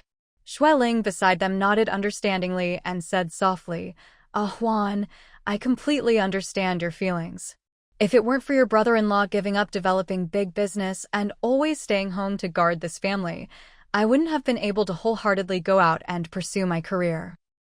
The reason I retired early was because I felt this family's economic foundation was solid enough, and there was no need to constantly worry about making money. Money can never be earned completely, and I still have many other things to focus on and cherish. Several elderly people are already very old, and I want more time to accompany them. Sister, I want to learn from you. Xuehuan smiled. I plan to have Xiaoyu resign, and I'll apply for early retirement from my unit. Xiaoyi's years of service aren't long enough, so she can only resign and leave. Oh. Xueling and Xueheng looked at each other in surprise, then asked, Are you sure? Really? Xuehuan nodded. I've already discussed my plan with Xiao Yi, and she strongly agrees. Xueheng asked with amusement, The plan is all set? Then tell us about it. Xuehuan looked somewhat embarrassed and rubbed his hands. My shares in the pharmaceutical factory are quite valuable now. I plan to sell part of them and invest the money in this piece of land in the suburbs. This land has decent scenery, with small hills behind it and quite a bit of natural greenery. I plan to partner with my brother to build a small nursing home and also establish our home there. After it's built, Xiao Yi and I can both work part-time there, and we'll hire some relevant professionals to work. Additionally, I plan to have our parents move there to live with us. We won't let Xiaoyu and Nyo board at school anymore. They can come home at night. Xiao Yi and I will take turns picking them up and dropping them off, so we can have more time with the children in the evenings. Especially Nyo, making such a young child board at school. Every time I think about it, my heart aches. Xueling chuckled softly. Xueheng rolled his eyes and asked, Have you really decided? This is just a plan, right? If you and Xiao Yi can come over, that would be absolutely wonderful. Just having your title there, we wouldn't have to worry about lack of business. We'd have to worry about the door being trampled flat. Yes, Xueling said. Having a top medical expert as director would be attractive enough just by itself. What do you think? Xuehuan smiled. I haven't made the final decision yet, but Xiao Yi and I have discussed it thoroughly. As long as you agree and help us, I'll immediately put the plan into action and make it reality. Xueheng couldn't help but ask nervously, Will Mom and Dad agree? Have you talked to them? No, Xuehuan answered. They will agree because they need my companionship more than ever now. These 20-plus years, I've spent too much time on work and career. They're old now, with limited mobility, and their physical indicators keep declining. I can't always just think about myself. I need to take some time to care for them and accompany them. That's good. Xueling said warmly, Juan, fortunately you have this condition, the right and ability to choose. Xuehuan raised his eyebrows, somewhat confused. Xueling explained. If you didn't have your current success and fame, if you didn't have hundreds of millions in assets, if you didn't have strong backing, no matter how much you wanted to be filial to your parents or determined to accompany your children's growth, you could only persist at your post. How many people struggle at work every day just for 3 meals and stable living? For most people, even this is already a luxury. Having the ability and conditions to choose freely makes you very, very fortunate. This is all thanks to your strong support back then. Xuehuan smiled. When we started the pharmaceutical factory, fortunately we had financial support from you and my brother, otherwise I couldn't have succeeded. Later when the pharmaceutical factory faced crisis, it was also you, sister, who came to help. The pharmaceutical factory's ability to go public and develop stably gave me such substantial assets. Without that, no matter how hard Xiao Yi and I worked, we could only persist at our posts, having enough money and being able to raise the children, but still not having freedom of choice with time. Xueling nodded. So you're still very fortunate. Thank you, sister. Xuehuan smiled happily and cupped his hands. To realize this plan of mine, I need your strong support once again. My brother said before that if we add more and still can't win the bid, then forget it. Now I'm adding another sum, hoping you can help us secure it. Good, no problem. Xueling immediately agreed readily. I'll arrange to talk with the other party and try to intimidate our strongest competitors. After all, there are still many pieces of land in the suburbs. I'll persuade them there's no need to spend money competing with us. I'll find intermediaries to help and try to offer some benefits to persuade them to back down. Thank you. Xueheng and Xuehuan said in unison. We're counting on you. Xueling smiled broadly and said warmly, this is your two brothers' second career venture. As your sister, I can't just offer verbal support. Don't worry, I'll give this my all. Even if we can't get it, I'll help you find a suitable replacement. Great. Xueling was indeed experienced in the real estate industry in the capital, with very rich connections and human resources. She quickly and successfully won the bid for this piece of land. After winning the land, the next step was the transfer procedures, which kept her busy for several more days. With her rich experience, Xueling managed to handle everything smoothly in the end. When Xueheng and Xuehuan received the news, both brothers were extremely excited and happy. Xuehuan acted swiftly, immediately submitting his early retirement application that he had prepared long ago, while Zheng Xiui hurriedly handed in her resignation letter, then drove to pick up her son and daughter from school to bring them home. Both children were startled, thinking something had gone wrong with their parents' work, wondering why this sudden change had occurred. It wasn't until their parents explained the reasons and emphasized that before the nursing home was built, they would try their best to spend more time with them and their grandparents.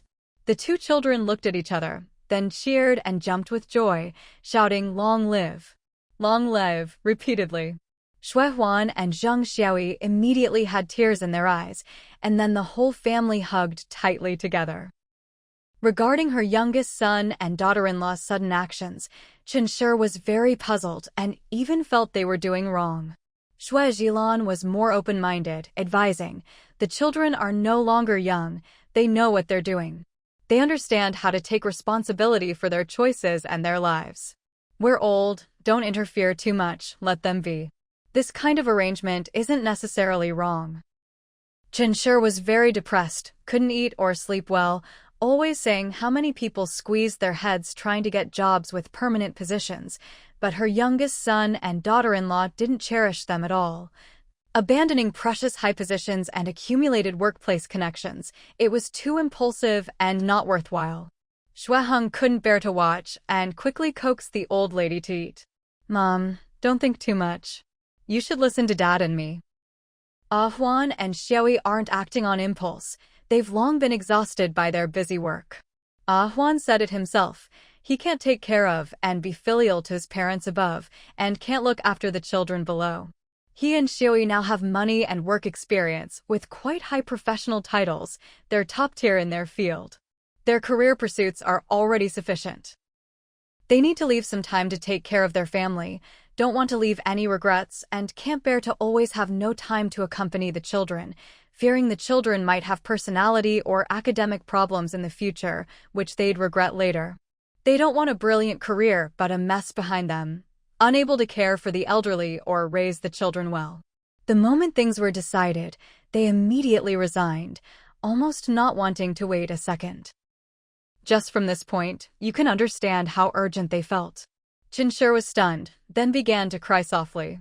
Yes, their work pressure is indeed very, very heavy. This is something we overlooked. It's also our fault for being useless, only becoming a burden to you all when we're old. Xueheng quickly shook his head. Who said that? Being filial to you and supporting you in old age is what we sons should do. You raised us, we support you in old age. That's how it should be. Xue Zhilan wiped his reading glasses and pursed his lips. Our mindset also needs to change appropriately. In the past, the older generation always felt that young people should work desperately. If you don't work hard when young, you'll regret it when old. If you don't fight hard while young, what can you fight with when old? Ah Huan and Xiui are no longer young. They've fought enough and want to rest, so let them rest. Besides, they're not being lazy, just changing work environments, switching to a more relaxed work atmosphere, turning the hospital into a nursing home. They'll still contribute to society, not learning to lie flat. Moreover, the children don't lack money. There's no need to be slaves to money for life. We're used to spending our whole lives in the system, but the younger generation doesn't think that way. Don't impose our concepts on the children. That's wrong. They're the new generation, and the grandchildren are the newer generation. They're different from us. Cherish blinked her old eyes in confusion. What? What's lying flat? Haha. Shuiheng laughed. Mom, this is a new term. A very popular new vocabulary on the internet recently, representing some young people's new ideas. Now social competition is too intense. With high housing prices and high consumption, young people are under tremendous pressure. Some young people choose to lie flat, which means choosing to move to the margins, transcending the mainstream path of overtime, promotion, making money, and buying houses, using their own way to dissolve the external high-pressure environment's discipline on individuals. Then, wouldn't that cause chaos? Cherish asked suspiciously. If you don't strive while young, when will you strive? How can you only think about making things easier for yourself? Don't they think about their parents' generation, about their own children? Which generation doesn't have great pressure? In the past, the older generation had no clothes to wear, no food to eat, had to fight wars and resist enemies. Would they lie flat? If they had lain down, where would we descendants be? Exactly. Shui Jilan adjusted his reading glasses. I also don't like that approach of young people. Can lying flat really solve real problems? You can lie flat on the first day, but can you lie flat on the 15th? When problems arise someday, and you who've been lying flat can't solve anything, what can you do? Our nation has never had such cowards. What should this be called? Cowards in life. Ha ha. Shuiheng laughed loudly. Dad, you and Mom think this way, but the younger generation doesn't. Shui Jilan snorted through his nose, looking disdainful. None of you are lying flat, so that's fine. If any of my descendants dares to lie flat and do nothing, as long as I have breath left, I'll definitely pick up a stick and beat them. You can choose a more relaxed work environment, but you must strive when you should strive, and fight for what you should fight for. As long as you're not paralyzed or dead for a day, no one has the right to lie flat. Shuiheng suppressed his laughter. Dad, we wouldn't dare. You'd better not dare. Shui Jilan put his hands behind his back and looked at his wife. Put on your shoes, I'll take you for a walk in the back garden. We must take good care of our health so the younger generation worries less about us. When the nursing home is built, we're going to enjoy the good environment there. We can't go there to lie flat waiting to be treated. Right. Cherish nodded and stood up, asking, will we all move there then? Will you also live there? Shuiheng nodded repeatedly. Yes. We plan to build several beautiful bamboo or wooden houses, have professionals design them with advanced equipment and excellent environment. Then we'll each have a small house, living together but not right next to each other. When we have food and drinks to share, we just need to call out. Oh. Cherish smiled happily. That sounds really good. Shui Jilan took her wrinkled hand and said gently, when we actually live there, it'll be even better. Come on, let's go exercise. Our sons and daughters-in-law are all filial, eagerly waiting to take care of us. Ha. After Shui Huan's early retirement, he had plenty of time and would bring his wife and children to accompany the two elderly people every few days. On weekends, instead of coming and going in a hurry, the whole family would gather together for barbecues and meals, leisurely chatting and visiting shopping centers and parks. The couple would exercise together in the morning, go to the market together to buy groceries, then cook and eat together. Taking advantage of her free time, Zhang Xiaoyi enrolled in a cooking class and a yoga class. Though not busy, she didn't let herself become too idle either. Shui Huan helped with picking up and dropping off the two children, read books and newspapers, still insisted on a half-hour afternoon nap, then cleaned the house after waking up. In the evening, he'd take his son and daughter to play ball or run, help the children with homework at night, tell his daughter bedtime stories, then return to his study to read and browse his phone. Xue Zhilan often visited Xian Garden as a guest, so Xue Huan served as the driver, occasionally bringing his wife and children along to freeload meals and tea. Today the family came to freeload again and happened to meet Qin Xinji, so they had dinner together. Although Qin Xinji had no blood relation with Zheng Xiui, he always remembered Uncle Zhang's love and care for him, and understood that the Xue Huan couple had always greatly respected Jue Chen. Therefore, since returning to the country, he had always respected Zheng Xiui as his sister, calling Xue Huan brother-in-law. Haven't seen you for several months. Zheng Xiui asked with concern, are you very busy? Yesterday when I visited Auntie, she said you work overtime almost every day, sometimes even sleeping at the company. Qin Xinji smiled slightly. It's okay. Occasionally, to save commuting time, I just rest at the company, which gives me an extra hour or two of rest. Mom has duo accompanying her, so I don't go back every day. Xue Huan noticed his complexion looked very good and couldn't help laughing. Xinji, you must be very good at maintaining your health, right? Every time I see you, you look about the same weight, and your complexion is always quite good. Not bad. Qin Xinji replied, I do aerobic exercise 3 times a week regularly, and walk for half an hour morning and evening. I eat more fish and shrimp, less meat, mainly fruits and vegetables. I try to stay up late as little as possible, and when I have to, I make up for sleep the next day. Usually to ensure good spirits in the afternoon and evening, I always take a 20-minute or half-hour nap after lunch. Xue Zhilan chuckled and asked, can you always maintain this? Yes, Qin Xinji answered, unless there are unexpected situations, otherwise it's unwavering 365 days a year. Xue Zhilan gave a thumbs up and praised warmly. In this world of temptations, there really aren't many young people like you who can be so self-disciplined and strict with themselves. Strict with yourself, leading by example, setting a good example for these younger generations. Qin Xinji smiled calmly. Not at all. The body is one's own. Taking good care of yourself is the primary necessity, that's all. Xue Huan, listening to his father's words, couldn't help raising his eyebrows. Taitu was originally my brother-in-law. We're of the same generation. Xiao Xian is my niece. She's our junior. If they get married, then how do we calculate the seniority? Ha ha. Everyone laughed upon hearing this. Xue Xian's face turned red as she pouted coquettishly. Uncle Huan, why are you worrying about this now?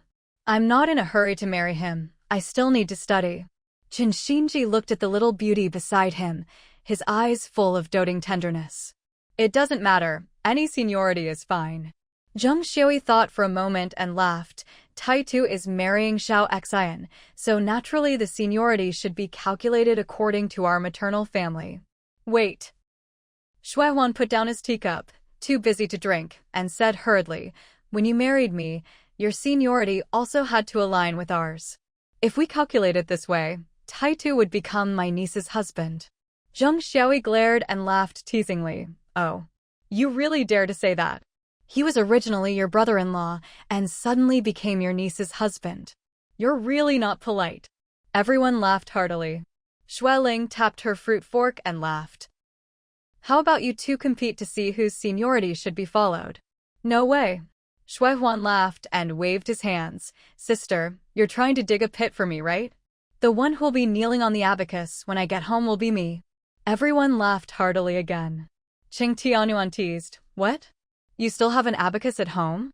Don't tell me it's an antique. Don't kneel on it and break it. Ha ha. Zheng Xiui laughed. If there's no abacus, there's still the keyboard. If there's no keyboard, there's still durian. There are plenty of options. Xue Ling patted Xue Huan's arm. Little brother, I didn't expect your status at home to be so low. Since that's the case, sister won't force you. When Xiao Xian and Taitu get together, you can automatically drop down a generation. How can that work? Xue Huan shook his head and laughed. No matter how much I drop, I'm still your cousin. This relationship between us is determined by blood. It can't be changed. Can't be dropped. Zheng Xiui came up with a compromise solution, suggesting, how about this? If you come here, then calculate according to your side. If you go back to my maternal family, then calculate according to our side. This way you don't lose out on either side and don't offend anyone. Shui Huan initially thought this method seemed okay, but immediately refused after thinking about it. No. If it's like this, then wouldn't I have to call Xiao Xian's sister-in-law later? I'm an uncle who's a generation older than her. That's too much of a loss. Everyone laughed heartily again. Cheng Huanchong, who was playing with his phone in the back, called out, then don't we brothers profit? We used to call him Brother Taitu, but in the future we only need to call him brother-in-law. How can that work? Zheng Xiui said excitedly, he's so much older than you all. Still call him Brother Taitu. All right. Shui Xian couldn't stand it anymore and ran outside with a red face.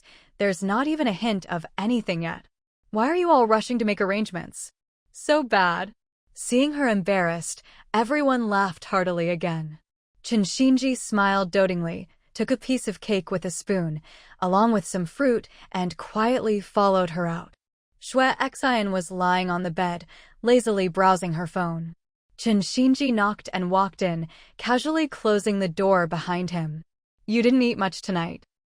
Would you like to eat a bit more? Shui Xian pouted. No, I've gained a little weight recently. I need to lose some weight. I can't eat too much in the evening, and I should sleep early at night. This should reduce some calorie intake. Chen Xinji frowned upon hearing this. How could you be fat? Who said that? No one needs to say it. Shui Xian pitifully pursed her lips. I know just by weighing myself. I've gained more than a pound in the past half-month, and that was when I weighed myself hungry. Chen Xinji laughed helplessly. Don't worry, even if you gained 10 more pounds, you still wouldn't be fat. You're on the thin side now, you definitely can't diet anymore. Not true. Shui Xian pinched her cheeks and muttered, many classmates say I still have baby fat. Chen Xinji reached out to gently caress her smooth, snow-white little face, saying softly, in my opinion, baby fat is the most adorable. Shui Xian laughed shyly and dodged his hand. The door isn't closed. You're so annoying. Chen Xinji leaned down and kissed her cherry lips. It's already closed. Shui Xian nestled into his arms, lazily lying against his chest. Do you like me with baby fat or me when I'm slender? Chen Xinji gently stroked her beautiful hair and answered, you with baby fat. When you were little, you were chubby and plump, like a little meatball. You were most adorable then.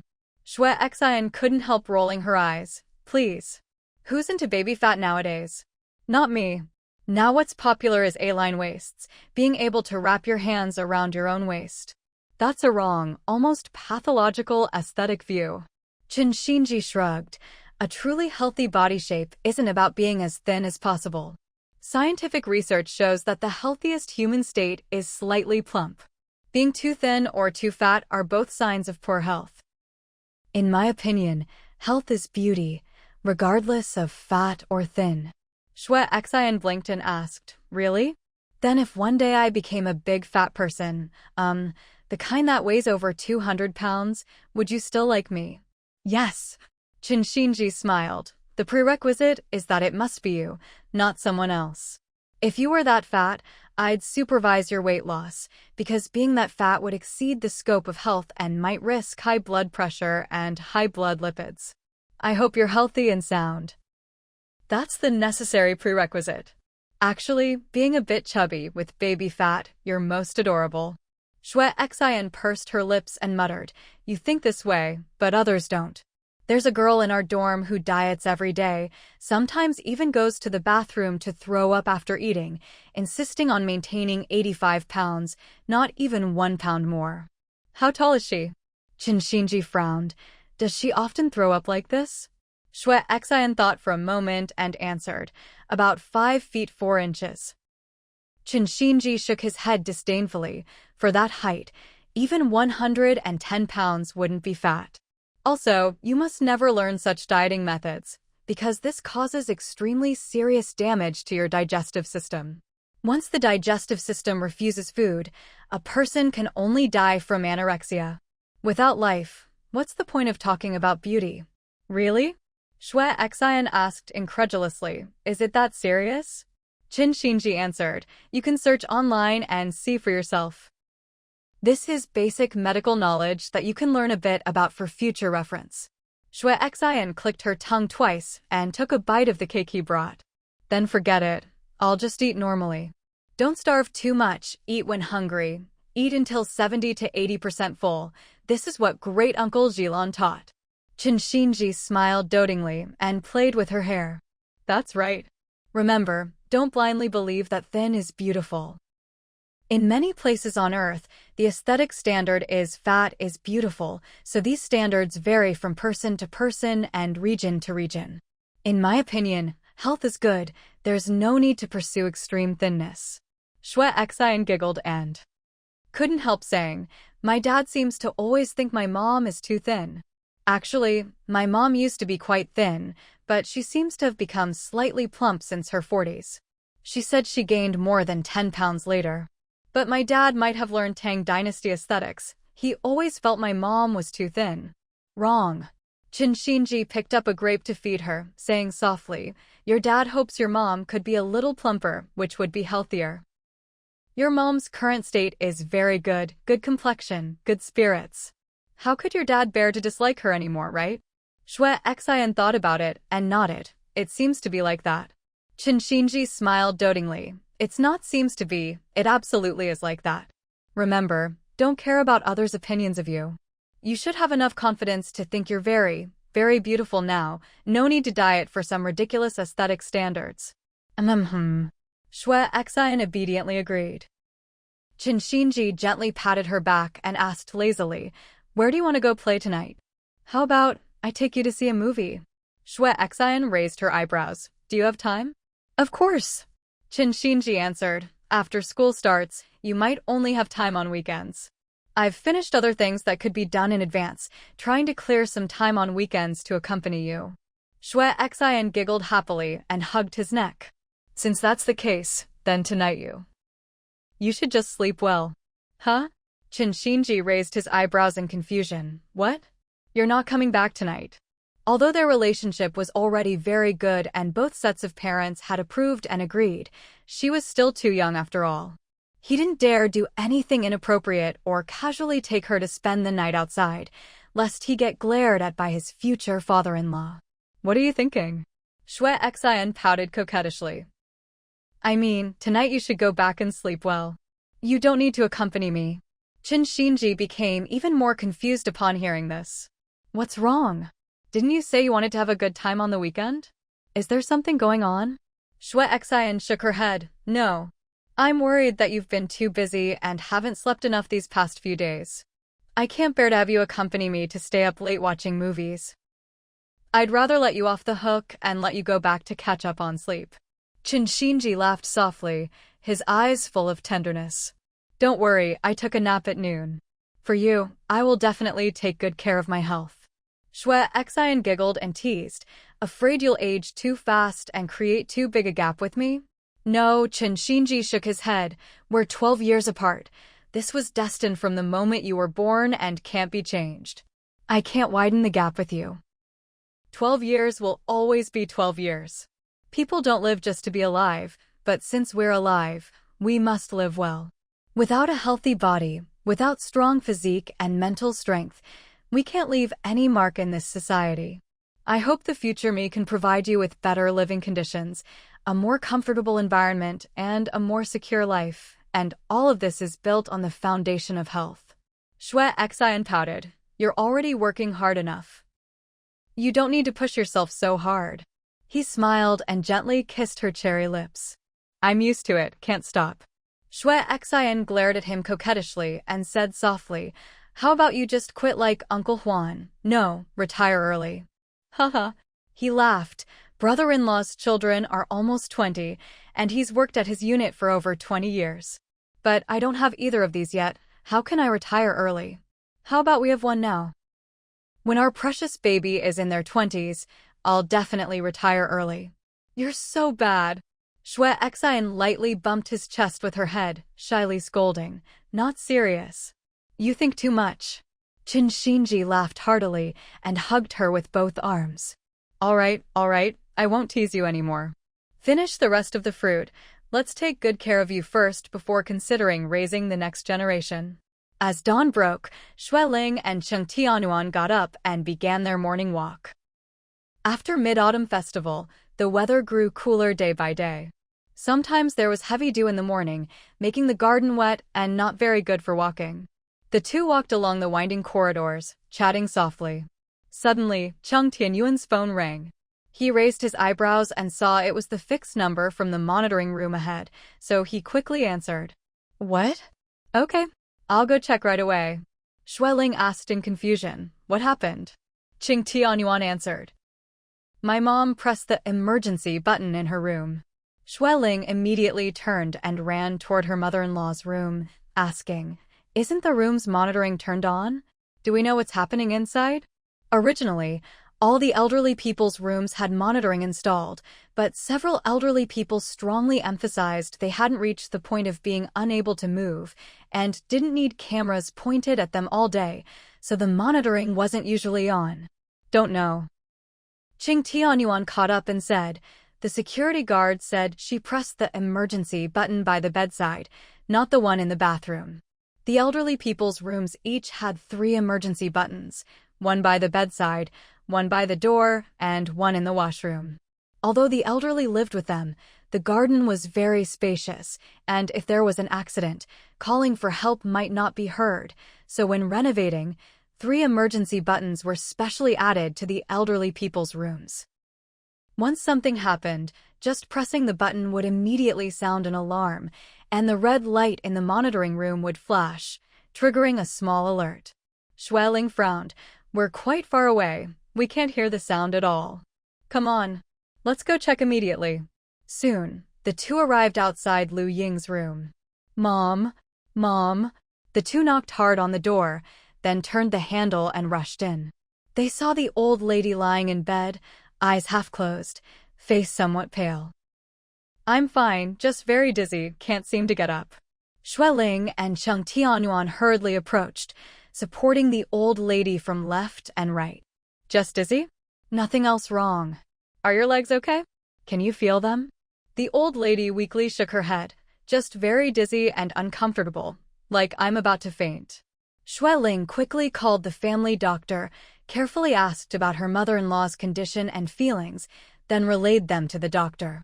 Okay, I'll go get sugar water now. Please come over quickly and examine the old lady carefully. All right. See you.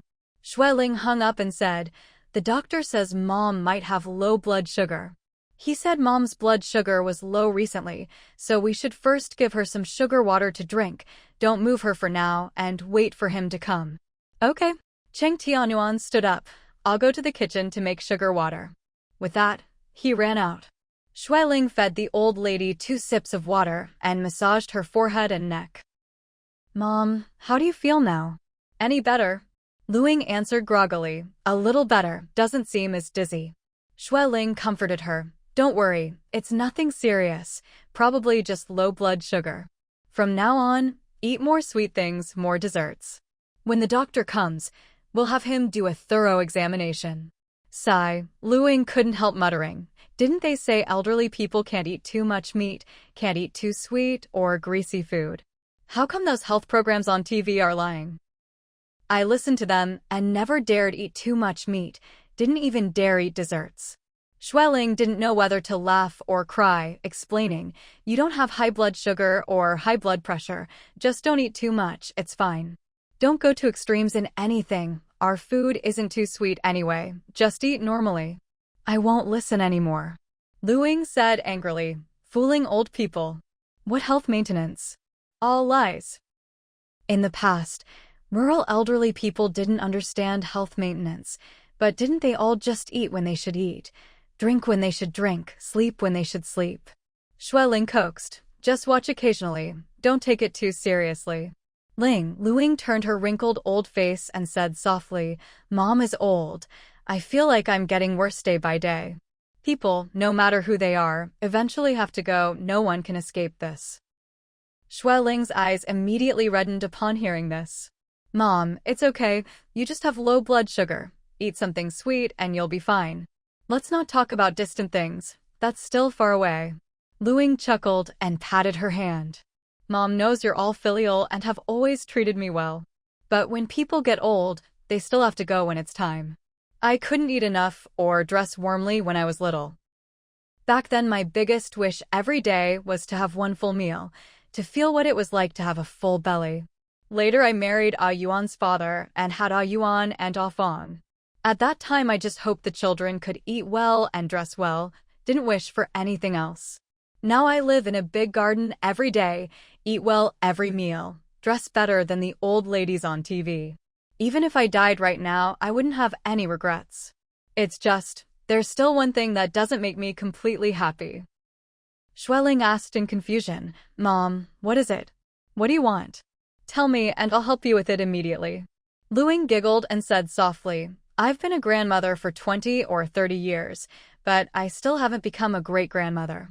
If I could see our Chung family add another generation before I die, when I meet the Chung family ancestors after death, I could give them an account, saying the descendants are passing down generation by generation and living well. Don't you think so? Ling suddenly understood and smiled. Mom, you want to urge Ran Ran and Xiao Qiao to get married and have children soon, right? Luing nodded repeatedly, exactly. Our Ran Ran is already 27 or 28. Why isn't he in a hurry? If this were in the old countryside, he might already be the father of several children. Ling didn't know whether to laugh or cry, saying softly, They're not in a hurry at all, they're busy with work.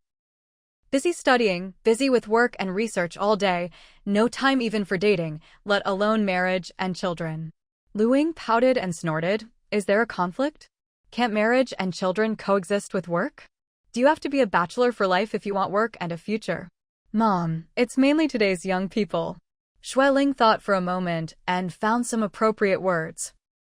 They all pay more attention to the quality of life, hoping to create better conditions for children and family before getting married and having children. I asked them before. They all said they're not in a hurry. They're already committed anyway. Both sets of parents have agreed. They'll get married when they have time and want to. Luing said, and frowned. Then when will they have time? Ran is so busy, he rarely comes home even on weekends. Except for a few days during New Year, I've never seen him able to rest at other times. This, Ling explained with difficulty. It's probably impossible in the short term. How about when he and Xiao Qiao come, you personally urge them? Luing immediately lay back down upon hearing this. Send them a message right now, tell them I'm sick and to come home quickly to see me. Ling. The family doctor came and after a careful examination, explained that the old lady just had low blood sugar, nothing serious. She just needed to eat more sweet foods in her daily diet. Increase appropriately for the next 2 weeks, but don't overdo it all at once. I'll come back in 2 weeks to test the old lady's blood pressure and blood sugar again. Ling thanked him. Thank you for making the trip. Qing Tianyuan offered, Doctor, I'll see you out. The family doctor smiled and said goodbye, leaving with his assistant. Luing saw everyone had left and quickly urged, Ling, hurry up and call Ran. Quick. Ling didn't know whether to laugh or cry, but couldn't disobey the old lady's orders. Mom, finish the rest of the brown sugar water, I'll go right now. Luing obediently did as told, drinking it all in one gulp and putting down the bowl. Go. Hurry up. Ling had no choice but to take the bowl and go out. At this time, Shue's father and mother came. How is it? I heard it was low blood sugar. What happened? How did this occur? What did the doctor say? Did he find a solution? Is it serious? Ling smiled and shook her head. She's fine. The doctor said she just needs to drink some brown sugar water, eat more desserts for the next 2 weeks, and do another test in 2 weeks. Oh my. Shue's mother frowned. Didn't they say elderly people can't eat too sweet? All those health programs on TV say so. Ling advised. Just eat appropriately, don't always listen to those fake experts spouting nonsense. Don't overdo it, eat appropriately, eat comprehensively. The more variety the better. I knew it. Shue's father complained dissatisfiedly. TV is full of these programs, always hanging the banner of health lectures for middle-aged and elderly people, and you immediately treat them as gospel truth. Just because someone says she's an expert? Without any evidence, how can you just believe it? What Jilon says, you don't necessarily listen to. He's a real doctor. What he says is right. Don't always listen to every rumor. Don't always think something's wrong here or there, worrying about a bunch of things. We should eat when we should eat, sleep when we should sleep, everything as usual. Look at you all. What's this about not eating greasy food, not eating sweets, not eating much in the evening? Such a long night, with empty stomachs, just drinking water. Even young people might not be able to handle it, let alone us old machines. Xueling suppressed her laughter and asked curiously, Dad, what are old machines? Your bodies. Exactly. Xue's father patted his chest. Machines that have been used for 70 or 80 years. How can they not be old? That's right. Old machines do need maintenance, need repairs when broken, but old machines still need oil. Without nutritious food, how can they run? Generally, old machines consume more oil and have lower efficiency.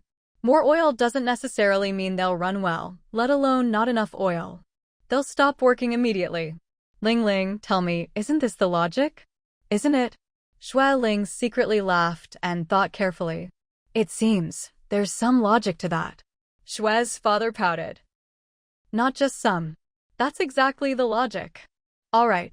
Xue's mother scolded with a smile. You're amazing. You understand medicine. You understand your own machine. Satisfied now. You're not even a real doctor, but you act more expert than those experts every day, spouting health theories one after another. Why don't you go on TV tomorrow and be a proper expert, promoting your machine theory? Xue's father immediately deflated and said sullenly, just experience talking. There's some logic to it, but it doesn't necessarily apply to all elderly people. Go, go, go. Xue's mother pushed him away. You go eat first, I'll go see Sister Ing. Xue's father nodded obediently and walked toward the main kitchen. Xue Ling behind him suppressed her laughter and quickly caught up.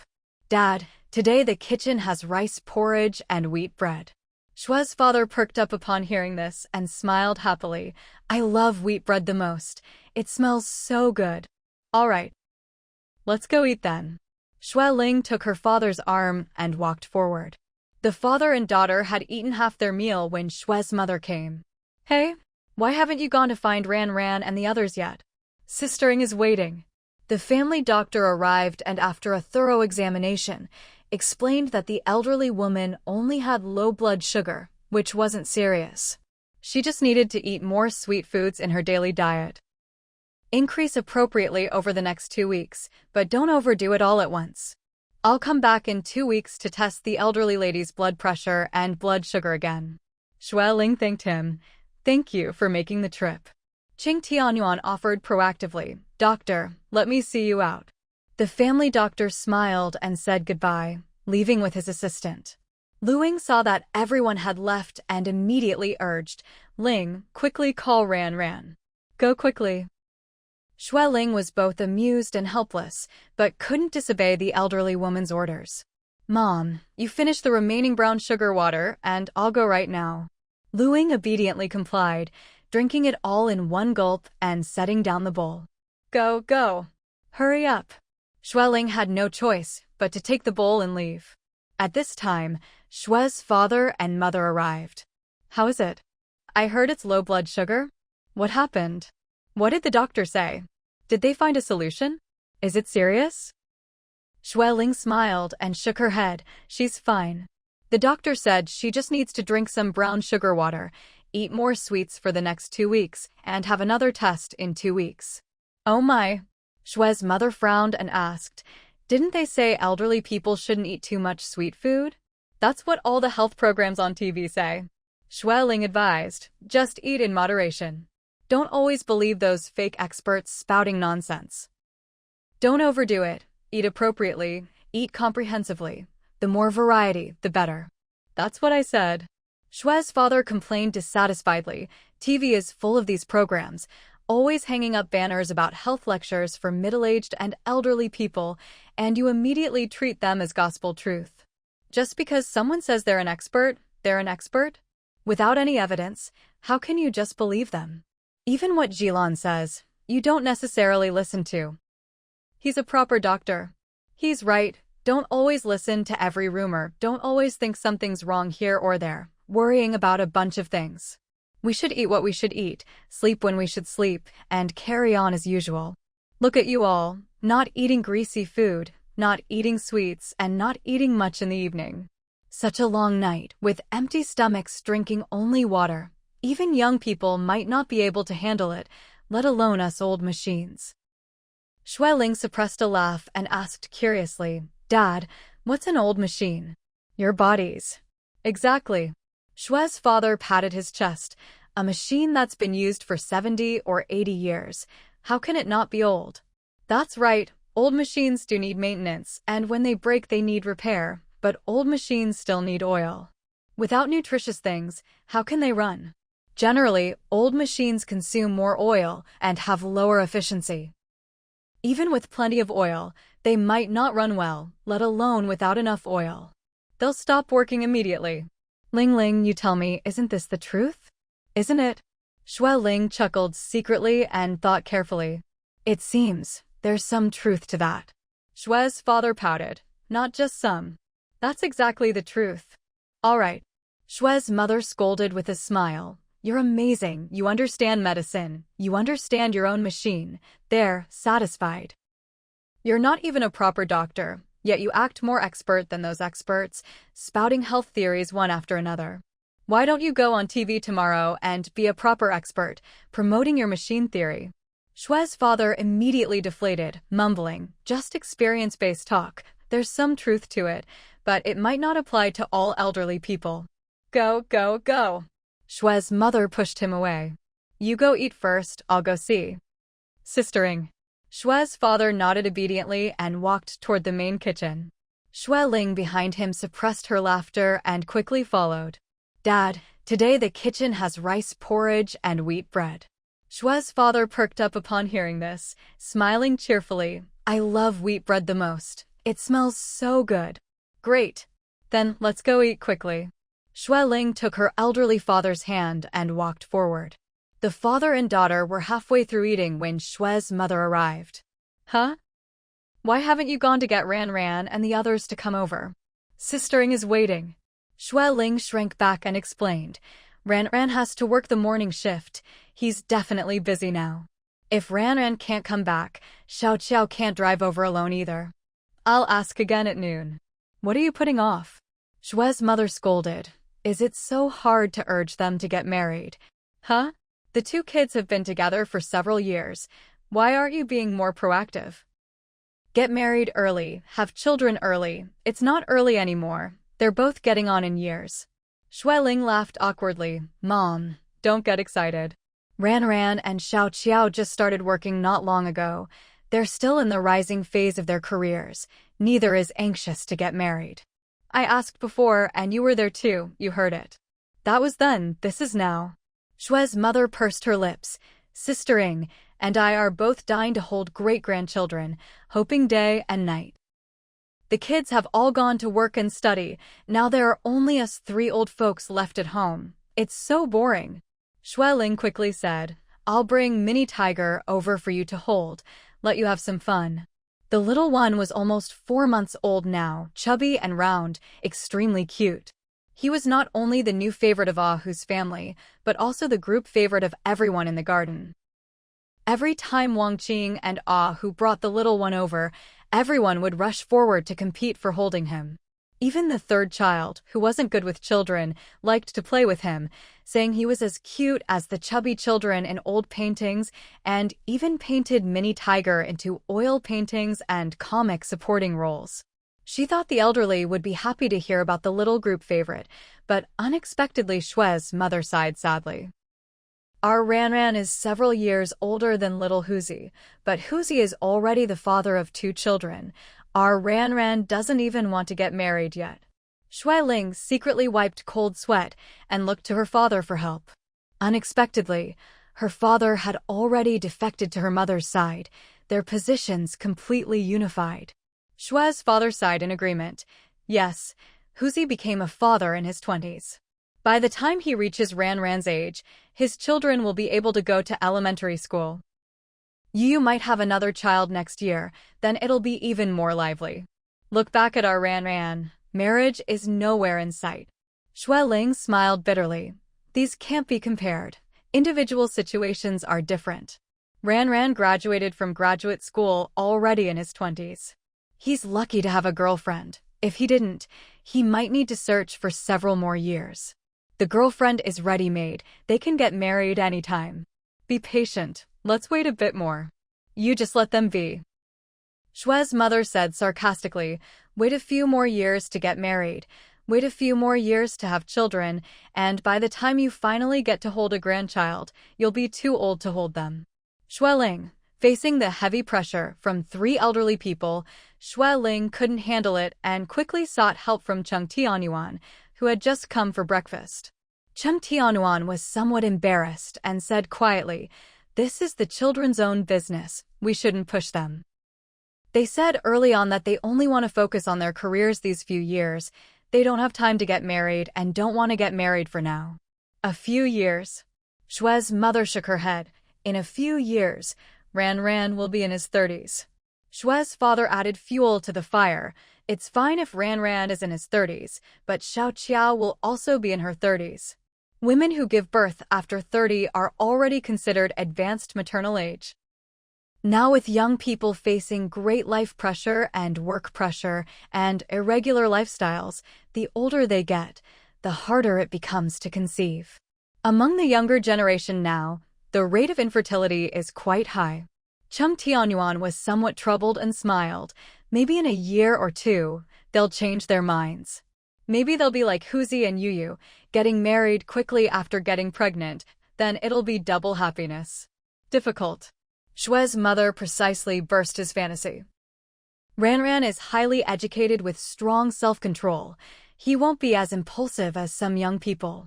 Besides, they're busy all the time. They don't even have time for romance. Where would they find time for premarital pregnancy? If they have double happiness, I'll reward them with 200,000. Shui's father declared boldly. Both Shui Ling and Cheng Tianyuan laughed. When Ran Ran and the others come, remember to tell them. 200,000 is too little. Shui's mother disdainfully glanced at her husband and scolded with a laugh. What kind of society is this? 200,000 isn't even enough to buy a parking space. What kind of reward is that? Too little. Too stingy. Upon hearing this, Shui's father quickly held up 5 fingers. 500,000. 500,000 reward for having 1 child. Plus a house. Shui's mother smiled happily. That's more like it. Cheng Tianyuan almost dropped his wheat bread, both amused and helpless. Dad, Mom, what is this? Encouraging childbirth. Shui's father nodded eagerly. We're actively responding to the multi-child policy, encouraging young people to have more children and raise more children. Right? Shui's mother agreed. Actual rewards are stronger than slogans. The most direct, effective, and tangible reward in history. Whether it's the 1st, 2nd, 3rd, or 4th child, as long as they have 1, immediate reward. Have 2, double the reward. More children, more rewards. More children, more gains. Cheng Tianyuan and Shui Ling couldn't hold back and burst into laughter. All right. I'll post your reward in the family group chat later, so all the children can see it. Shui's father reminded, write it in text, don't send voice messages. Oh, and remember to add all the children, especially Ran Ran and Xiao Qiao. Got it. Shui Ling responded perfunctorily. That evening after 8 o'clock, Cheng Huanran came home from work with his girlfriend to see his grandmother, who had low blood sugar. The elderly woman took the gifts and sweets and immediately started her marriage-urging mode with a big smile. So, less than 5 minutes later, the 2 young people hurriedly said goodbye and ran off like smoke. not even leaving a trace of car exhaust, instantly disappearing. Lu Ying felt very wronged and asked, "What's wrong with young people nowadays? They've clearly been in love for years, been together for years. What's the difference from being married? Why don't they just get married and have children quickly?" Xueling suppressed her laughter and comforted, "Mom, actually it's not just our Ranan who thinks this way. Late marriage and late childbearing are very common now. Not only that, there are also many leftover men and women in big cities. Ranan already has a girlfriend. We don't need to worry so much. It's already good enough." "Good in what way?" Lu Ying was extremely disappointed and complained, "Why don't you help at all? Tianyuan, especially you. Why are you sitting there without saying a word? And you're still Ranran's father." Chung Tianyuan looked innocent and waved his hands. "Mom, I raised him, supported him through graduation and work, that's about it. As for when he wants to get married and have children, that's the child's own business. We shouldn't interfere too much." Lu Ying snorted disdainfully. "If I hadn't insisted back then, how could you and Ling Ling have gotten married? Back then I took you all the way to the capital to propose marriage, urging and pushing you to get married. Without the elders pushing, how could you have gotten together?" Chung Tianyuan and Xueling looked at each other and both smiled in unison. "Mom, back then was back then, today is today. Today's young people are completely different from us back then. They don't like early marriage and early childbearing. They advocate for quality births and quality child rearing. Now ideas like DINK and non-marriage are very popular among young people. If our children can date normally, marry normally, and have children normally, regardless of early or late, we should be grateful." Lu Ying glared at her son disdainfully and scolded irritably, "How did you suddenly become so undemanding of your children? When they were studying, you didn't think this way." Xueling was startled and asked, "Retired? What happened?" When Xue Yang retired to study, Wang Xiaoxiao was still in her rising period. Later she won 2 major awards abroad, and her coach predicted she could continue jumping for at least 3 or 4 more years. Chung Tianyuan explained, "I often watch sports programs. You don't watch so naturally you don't know. That young fellow looks like he has a big mouth, but he doesn't say a word about his girlfriend's affairs. He's like a giant clam." About half a year ago, she had an accident during training. Then after being treated domestically for more than half a month, she went abroad. Unfortunately, her ankle tendons didn't recover well enough, so she can't jump anymore.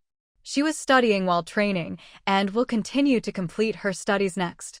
That's what the program said, but I don't know her specific arrangements. Lu Ying asked curiously, "She's 21 or 22, right?" "About that." Xueling explained, "She's younger than Yang. She's from the south, looks very delicate. Her parents are both elementary school teachers, and she has a twin sister studying at the local university. The family just has the pair of sisters, not too many, not too few." Lu Ying nodded and urged, "Ling Ling, since she's retired and doesn't have competitions, she must be quite free. Have Yang bring her home more often." "Okay." Xueling agreed very readily.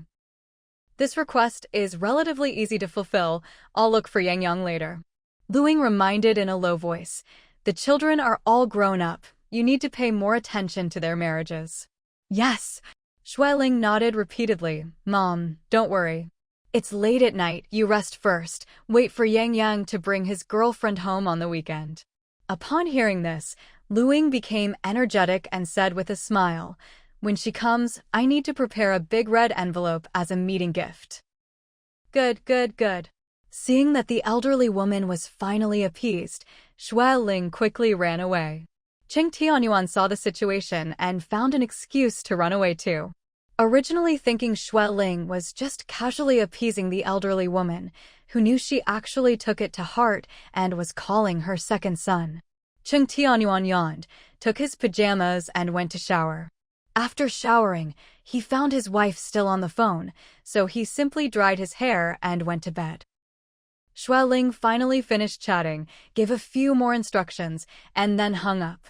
Then she raised her eyebrows and pushed her husband beside her. Yang Yang seemed strange somehow. He was hesitating earlier. I have a feeling he might be hiding something from us.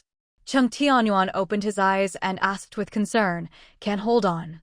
"It's not about the company," Xueling explained. "I've already helped him handle the company's previous difficulties, and now it's gradually getting on track, so there's no need to worry." Hearing this, Chung Tianyuan lazily closed his eyes again. Maybe he's out eating and singing karaoke with his buddies, and your call caught him red-handed. Xueling quickly shook her head. No, he's at the rental place now. It's very quiet around. When I asked about Xiaoxiao's retirement, he explained everything to me, saying that after her ankle tendons were reconnected, the recovery wasn't very good, and he advised her not to push too hard to avoid being disabled for the rest of her life. Xiaoxiao's parents also disagreed and told her to focus on her studies from now on. Xiaoxiao then announced her retirement and is still taking classes in the sports major at Capital University. The coursework isn't heavy. She often helps train children at the gymnasium, probably planning to go the coaching route after graduation. Chung Tianyuan almost rolled his eyes and snorted. Just that? What's he being evasive about?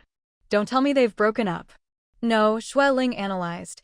The child came out of my belly. I know what he's up to just by how he moves his butt. With his personality, if they broke up, he'd announce it straightforwardly. He was talking fine originally, but only started hesitating when talking about Xiaoxiao's future arrangements, as if he's deliberating about something he doesn't dare tell me. Chung Tianyuan couldn't help asking, "Didn't you ask? Or did he not say? What did you talk about for so long?" Xueling explained. Most of it was about his company's affairs. The first batch of goods has been made and they're preparing to put them on the shelves. I suspect something happened between him and Xiaoxiao. Probably had a fight. Chung Tianyuan guessed. They haven't broken up, probably just argued or something. Suddenly, Xueling's phone rang. She picked it up and turned the screen toward her husband. Chung Tianyuan looked at the jumping words, "second son," and raised his eyebrows with a smile. This kid? He's probably really encountered a problem. Xueling answered the call and joked, "What? Finally ready to confess to your mom? What were you doing earlier?" Hee. "Mom, I knew you were the most amazing mama in the world. I was hesitating for so long just now, but I still couldn't say it. I didn't dare." Early in the morning, Grandpa Shui and Grandma Shui got up to brush their teeth and wash their faces. The elderly couple, being advanced in age, weren't as nimble as young people. Their movements were slow, and by the time they finished changing clothes, the sky had already brightened considerably. Grandpa Shui brought over 2 cups of water, handing one to his wife. "It's a bit hot, don't drink too fast." Grandma Shui said okay and slowly sipped her water. "The morning dew is quite heavy today, so don't go to the garden for your walk. Lingling said yesterday that we should just walk back and forth in the front corridor a few times. That'll be enough. In a bit, I'll call Sistering to come out. She lay in bed all day yesterday, so she must want to come out and stretch her muscles too."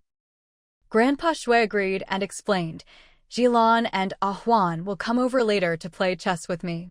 They'll both stay for lunch. When we have breakfast later, remember to remind Oldly to prepare Ahuan's favorite sweet and sour fish and crab roe buns." Grandma Shui couldn't help but ask, "Why don't you go tell him yourself? I might forget later." Grandpa Shui chuckled and said, "I'm also afraid I might forget. Having one more person to help remember means you can remind me too." Grandma Shui snorted with laughter. Fine. And here you are always bragging that your brain is as sharp as when you were young." "No need to brag," Grandpa Shui said. "It's still about the same, just my memory is slightly worse by a tiny bit." Grandma Shui looked outside and said quietly, "The weather has started getting cooler recently. Wang Qing and Ahu haven't been coming over much. It's been several days since we've seen that adorable little treasure Mini-Hu. Didn't Lingling mention it the day before yesterday?" Grandpa Shui explained. Wang Qing caught a cold, and then Ahu caught it too. Recently, Minnie-Hu has been looked after by the nanny while they're both taking care of themselves, lying upstairs. "Oh my," Grandma Shui asked in surprise. "Really? No wonder we haven't seen much of them these past few days." Grandpa Shui asked suspiciously, "Weren't you there when Lingling mentioned it? How come you didn't hear?" Was I? Grandma Shui blinked. I was there? I must have been watching TV then. Grandpa Shui suppressed his laughter. You forgot as soon as you turned around, and you're still making excuses. Excuses my foot. Grandma Shui laughed and scolded. You're not much better yourself. Grandpa Shui chuckled. All right, we're both the same. We're both getting old. Go on. Grandma Shui laughed. Don't say we're getting old in front of Sistering. She's still waiting to help Ran take care of children. Grandpa Shui finished all the warm water in his cup and said, when we become great-grandparents, we'll become young again, happily circling around the children every day. Sigh. Grandma Shui patted her lower back and smiled helplessly. I'm afraid we won't be able to take care of great-grandchildren. Our bodies are getting weaker day by day. But we'll be more than capable of playing with and keeping the children company. Just like Wang Qing and Ahu. Most of the work is done by the nanny. They just accompany the child, hold the child, nothing too strenuous. Right. We can definitely do that too. Grandpa Shui nodded in agreement. We must stand with Sistering. When Ran and Xiao come, we'll all urge them together to get married quickly and have babies quickly. Grandma Shui put down her cup and rubbed her stiff lower back as she walked outside. We must be in step with Sistering. When I went over last night, I thought Ran and Xiao were still there, but Sistering said they ran off before their seats even got warm, and they disappeared completely. Grandpa Shui laughed heartily. It's fine. We'll look for Ran again on the weekend. He can escape from Grandma, but he can't escape from Great-Grandpa and Great-Grandma. We're all together on the 1st and 15th of each month. Let's see how he escapes then. Grandma Shui called out ahead, Sistering, come out for a walk. Coming. Lu Ying's door slowly opened. I was just waiting for you too. I was about to come find you when I heard your call. All three laughed heartily and walked in single file to the corridor, chatting while taking their walk. Half an hour later, the three elderly people went to the main kitchen for breakfast. Huh? Lu Ying asked suspiciously, how come we didn't see Ayuan and Lingling this morning? Usually they're up by this time. Grandma Shui thought for a moment and guessed they probably didn't sleep well last night, or they went to take care of some business. It's fine. Let's eat first. Just then, Shui Ling rushed in wearing home clothes with a face full of joy, while Cheng Tianyuan was walking behind her, adjusting his tie as he walked. Dad. Mom, good morning. Grandpa and Grandma Shui looked at each other, seeing both of them beaming with joy, and couldn't help but start laughing too. What's going on? Laughing like this so early in the morning? Did you win the lottery jackpot last night? Cheng Tianyuan smiled somewhat awkwardly. Shui Ling laughed heartily, even better than winning the jackpot. Dad, both moms, I have huge good news to announce. You need to brace yourselves. Don't get too happy or excited all at once, okay? Grandma Shui gave her a big eye roll. What are you showing off about? The three of us together are almost 300 years old. What could we not handle? Hee. Grandpa Shui munched on his fried dough stick, shaking his head. Don't underestimate your parents. Lu Ying gulped down her millet porridge and urged, hurry up. And tell us, we're waiting. I love hearing good news first thing in the morning. Shui Ling blinked her eyes and said with a grin, hold on tight. I'm telling you, Xiao is pregnant, and it's twins. Huh? Grandpa and Grandma Shui blinked their eyes and asked suspiciously, Who? Twins. Lu Ying dropped the spoon in her hand, staring wide-eyed in surprise, motionless. Shui Ling excitedly clasped her hands together and said emotionally, Yang Zhang's girlfriend. Wang Xiao. Xiao. She retired from competition a few months ago and is still studying. The baby is already over 2 months along, and they've detected 2 heartbeats. The doctor says it's twins. Twins. What? Really? Lu Ying jumped up, dancing with joy. Twins? Two, right? Cheng Tianyuan beside her was startled and quickly supported his elderly mother. Mom, don't get too excited. Yes. It's twins. According to the doctor, Both Yang and Xiao have relatives who are twins, so the probability of them having twins together is very high. We've seen the ultrasound photos, and the doctor says it's twins. The current situation is very stable.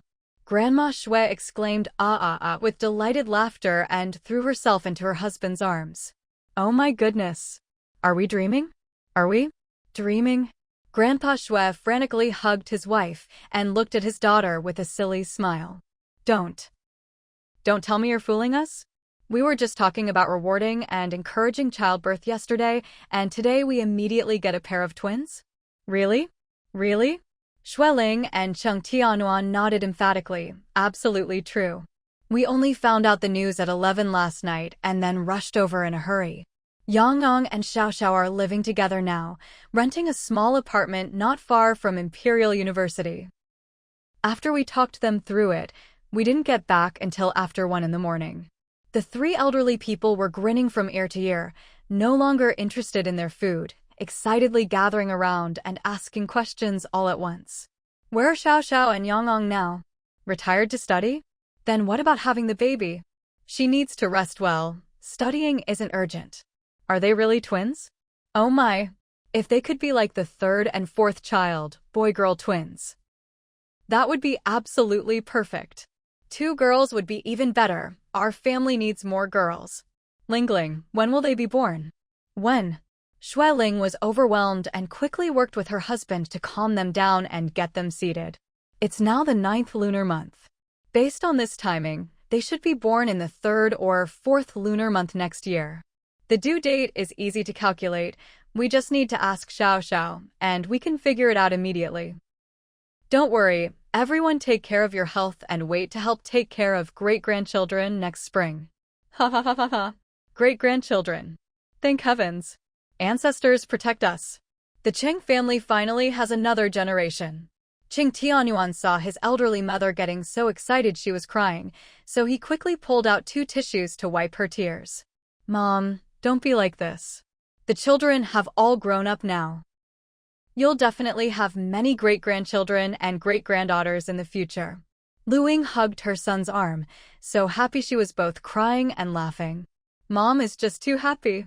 Too happy.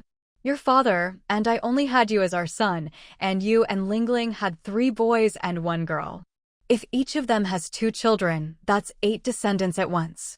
Our family will become more and more prosperous. When I die and go find your father, I can tell him all this good news and make him happy. He loved children the most, you know. Cheng Tianyuan's eyes glistened with tears as he held his elderly mother tightly. Yes, I know. In the blink of an eye, I can be a grandfather. I'm happy too. Grandpa and Grandma Shui surrounded their daughter asking about Wang Xiao. She's still studying? Won't that be too tiring? Carrying twins must be harder than other pregnant women. Why didn't you bring Xiao back with you? Hurry. Call Yang right now. Have the driver go pick them both up and bring them back to the garden to live. Xueling listened while squinting and smiling. Don't worry, don't panic. I've only met Xiao twice, and you've only met her once. We're all very unfamiliar with each other. It's all that boy Yang's fault for hiding his girlfriend so deeply. Last night when we suddenly appeared in a rush, we already gave Xiao quite a shock. No rush, no rush, let's take it slowly. Grandpa Shui scolded with a laugh that boy. I kept telling him to bring his girlfriend home, but he just gave me the runaround every time. Just kept grinning foolishly. Fools have fools' luck, Grandma Shui said proudly, raising her chin. Our Yang did well, having babies before even getting married. Our family is full of rule-following people, and finally we have Yang as our advanced little pioneer. Simply couldn't be better. Xueling burst out laughing and shook her head. Mom, you shouldn't praise him. Last night we gave him a thorough scolding, and he almost got beaten by his dad. If we hadn't been worried about scaring Xiao, he definitely would have been beaten. Grandpa Shui stared in surprise and asked, What happened? What happened? Xueling laughed bitterly and said quietly, Hasn't he been insisting on starting his own business? A while ago he took out loans and owed money, plus renting an apartment and daily expenses. The financial pressure was huge. Xiao Xiao used to win big prizes, but she's very filial and used that money to buy her parents a new house, so she doesn't have much money left. After she retired, she gave all her remaining money to Yang, while she attended classes and tutored children in swimming to earn living expenses. Yang was irresponsible, and Xiao Xiao accidentally got pregnant. A few days ago, she felt something was wrong with her body, so after class, she went to the hospital for a checkup. The doctor told her she was pregnant and with twins, which scared the poor girl terribly.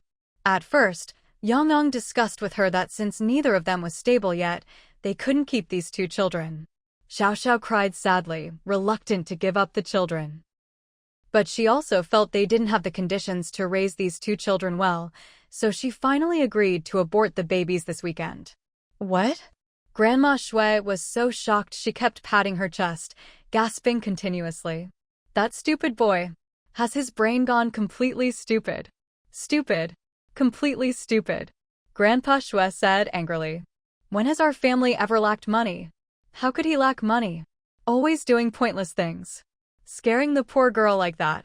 He deserved to be beaten. Shui Ling laughed coldly and explained, not only that, he also told Xiao Xiao that our family is just an ordinary middle-class family, and in the future their career, house, and car would have to depend on their own efforts. Well, when this situation suddenly came up, he was afraid of being exposed and blamed by Xiao Xiao, but also reluctant to give up the children. Later, he finally realized he was being too despicable and unreliable, so he called me asking if he could borrow money or inherit part of his assets early.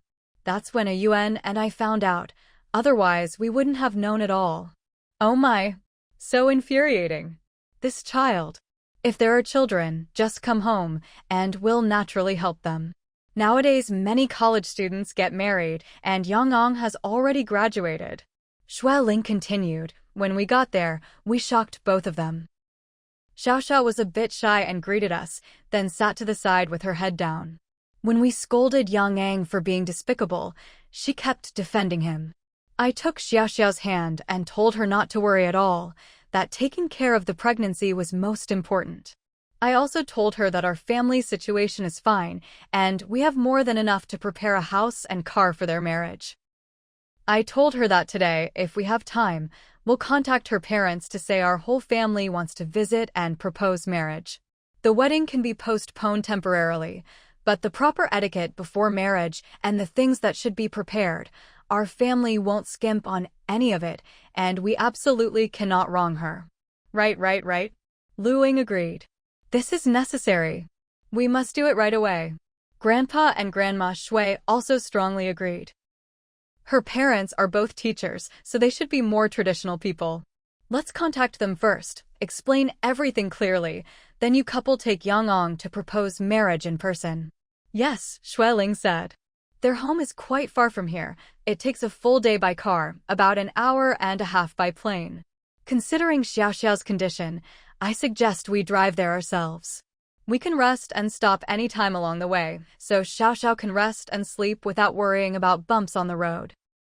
I've already made preliminary arrangements with Xiao Xiao to go this weekend. Good. Very good. The children are already conceived, so we owe them proper courtesy. What should be done must be done well, and the betrothal gifts must be generous. We cannot wrong Xiao Xiao. Shui Ling said with a bitter smile. Xiao Xiao's parents are both teachers, so they probably discipline their two daughters quite strictly. After she got pregnant, she's been quite scared, worried that her parents will blame her.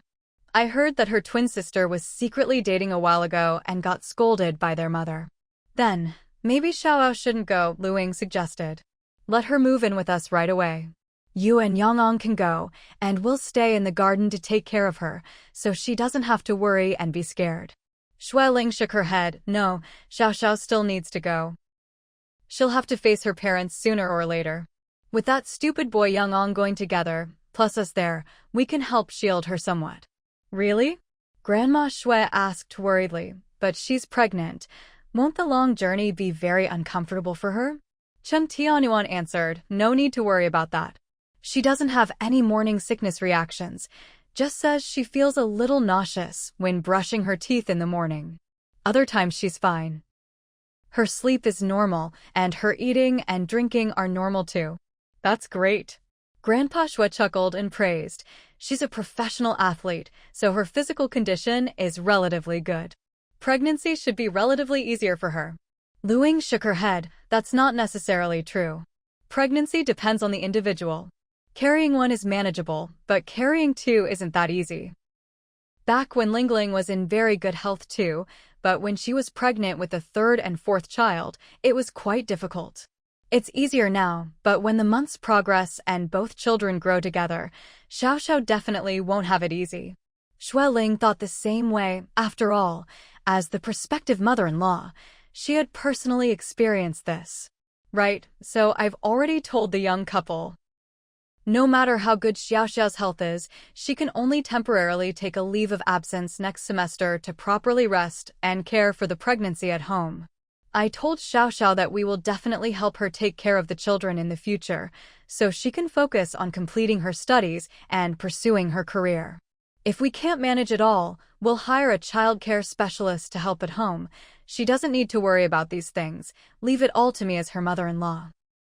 The pregnancy isn't showing yet, so she can temporarily continue attending classes until the end of this semester at the end of the year. How much longer until vacation? Luing asked. It should be soon, right? The Mid-Autumn Festival has already passed. Xue Ling answered, about 2 more months. Won't her belly be too big and uncomfortable by then? Grandma Xue worried quietly. With 2 children, once she starts showing, her belly will be very big. Xue Ling said, it's fine. By then Xiao Xiao will move in to live with us and we'll play it by ear. If necessary, she can take leave until this semester ends. She's majoring in physical education, and I heard there aren't many classes. Because her foot had surgery before, the coach agreed that she doesn't need to participate in any extracurricular training this semester and can rest well. That's good, that's good. Those professional jumping and moving sports are definitely not suitable for pregnant women. Lingling, you still need to remind Xiao Xiao a few times not to think that just because she doesn't have morning sickness, she can do whatever she wants. She still needs to be careful at all times. Okay, Xue Ling agreed. Grandpa Xue quietly reminded, if Xiao Xiao is a shy and bashful child, don't be too direct when you speak.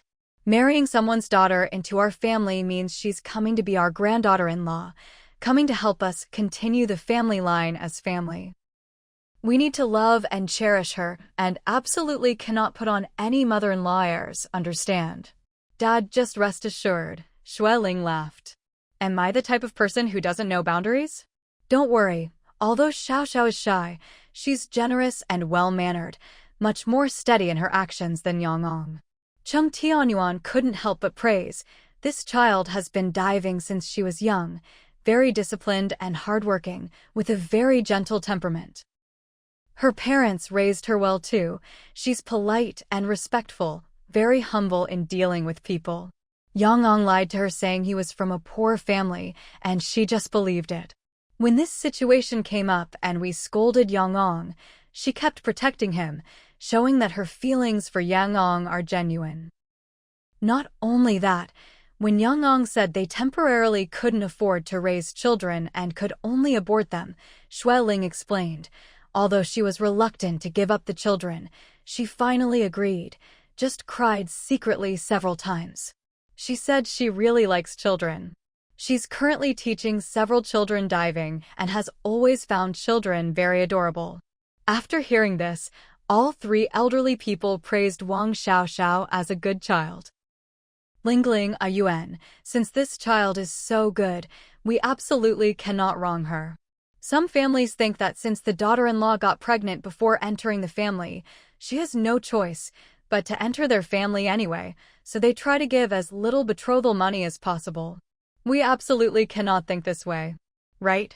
We cannot think this way, but should love and care for her even more. Yes, yes. She's willing to bear children for Yang at such a young age. We need to love and protect her even more. Xue Ling and Cheng Tianyuan nodded repeatedly. Don't worry, we know what we're doing. When will we bring Xiao Xiao over? Lu Ying pressed. Today or tomorrow? Xueling answered, no rush, no rush. I'll go help after I finish eating. Yuan will go to work as usual. I can handle this matter. I plan to first arrange a bodyguard and driver for Xiao Xiao, firstly to protect her, secondly to pick her up and drop her off at school. Now that she's pregnant, she can't teach children anymore. Living in the school dormitory isn't convenient, and the food isn't nutritious enough. Living at Yang place is too cramped, and they eat too simply every day. For the next few days, I'll temporarily be responsible for picking her up and dropping her off, bringing her here more often to eat and get familiar with everyone. After we meet her parents this weekend and settle the marriage, then we'll bring her to live in the garden. Does everyone think this arrangement is good? Good, all three elderly people answered in unison. Xueling smiled happily and said, all right, then that's what we'll do. After breakfast, Xueling hurried off, while Cheng Tianyuan went to work as usual. When Xue Zhilan and Xue Huan arrived, the three elderly people immediately shared this great news with the father and son. Oh my! Oh my! Xue Zhilan laughed heartily. Who would have thought it would be our Yang who got there first? We only heard he had a girlfriend, but hadn't decided on marriage yet. We thought we'd be drinking the eldest's wedding wine by the end of the year, but unexpectedly we'll be drinking Yangyang's wedding wine early, and next spring we can even attend the full-month celebration. Ha ha! Double happiness, joy upon joy, so delightful. Dad, it's triple happiness. Xue Huan held up 3 fingers and reminded with a smile. It's twins. Yes, yes, yes. Triple happiness. Triple happiness. The wedding banquet must be done well, and the full-month celebration must be done well too. Xue Zhilan was full of envy and grabbed his old cousin's hand. Brother Wu, you became a grandfather before me, and now you're becoming a great-grandfather before me too. I hope when I reach your age, I can also hold great-grandchildren. I need to absorb some of your good fortune, lots of it. Grandpa Xue laughed heartily and patted his shoulder. Don't worry, let Aya learn from his parents. Get married and have children while in college. It'll only take 2 or 3 years at most. No need to wait too long. Grandma Xue agreed with a laugh. Exactly, exactly. Back when Xiaoyi had just started college and got pregnant with Yuer, she had to take a break from school to get married and have the baby. If Yuer learns from his parents, there's no need to wait long at all. He's a son, so he should be able to surpass his parents. Learn more from his parents and try to graduate college while holding his son and daughter for the graduation photo. Everyone laughed heartily. Xue Huan felt a bit embarrassed and teased. According to this logic, Yang learned from me too. When he comes back, remember to make him pay tuition fees to me. Everyone laughed heartily again. Xueling came out of the small apartment carrying 3 or 4 thermal containers, and bodyguard A Chao quickly stepped forward to help carry them. Madam, are we going back now? Xueling nodded. A Chao pressed the button next to the elevator. However, the elevator door on the other side opened, and a hurried figure rushed out. It was Shui Yang. Mom. Shui Yang stared in surprise, then grinned ingratiatingly. You brought delicious food again? Xueling nodded. Just delivered it. Xiao Xiao is inside eating. You haven't had dinner yet, right? Go in quickly and eat with her. Mom, the big guy came over and affectionately put his arm around his mother's shoulder. Don't always be so distant. We're the closest mother and son in the world. Xueling chuckled coldly. Such a big thing happened, and you didn't tell your dear mother until the very last moment. What kind of closest relationship is this? How can you prove it? A Chao suppressed his laughter and retreated to a corner. Shui Yang acted coquettishly with a pleasing smile. Mom, my dear mom, my most beloved, beautiful mother, I was wrong. I was so wrong. I'm sorry. Please forgive me. Forgive your poor and helpless son. Xueling snorted coldly. How old are you this year? How could you make such a low-level mistake? I remember when you were little, even if a plastic toy lost a leg, you'd cry and run to tell your mom. If your little handkerchief got dirty, you'd also run to tell me. You were only 4 or 5 years old then, right? You knew to do this when you were that age, but now at over 20, you don't know anymore? Has your IQ regressed? Or has my position in your heart changed long ago? No, no, no. Shui Yang smiled apologetically. Mommy, mama, please don't be angry. I was really scared silly, completely stunned. I was secretly worried that you and Dad would scold me to death. How could I dare to say anything? Ling chuckled coldly. If we hadn't found out about this, and you had secretly aborted the children, not only would it have hurt Xiao's body, but it would have broken the hearts of everyone in the family. If that had happened, you wouldn't just be sorry to Xiao, but also to her parents. Then not only would your dad beat you, I would beat you to death too. When Xiao's parents came, they wouldn't spare you either. Shui Yang was terrified and waved his hands frantically. Mom, save me. How would I dare? I was confused at the time and thought wrong. But I pulled back from the brink in the end, didn't I? They say a prodigal son who returns is worth more than gold. I'm still worth forgiving, right? Hee. Shui Ling gave her response. Shui Yang grabbed her arm and acted coquettishly. Mom, my good mother. You're the best mother in the world, the only mother like you in the world. Dad's glare the night before last was more powerful than a laser. It scared me terribly. I've been anxious these past 2 days, can't eat or sleep well.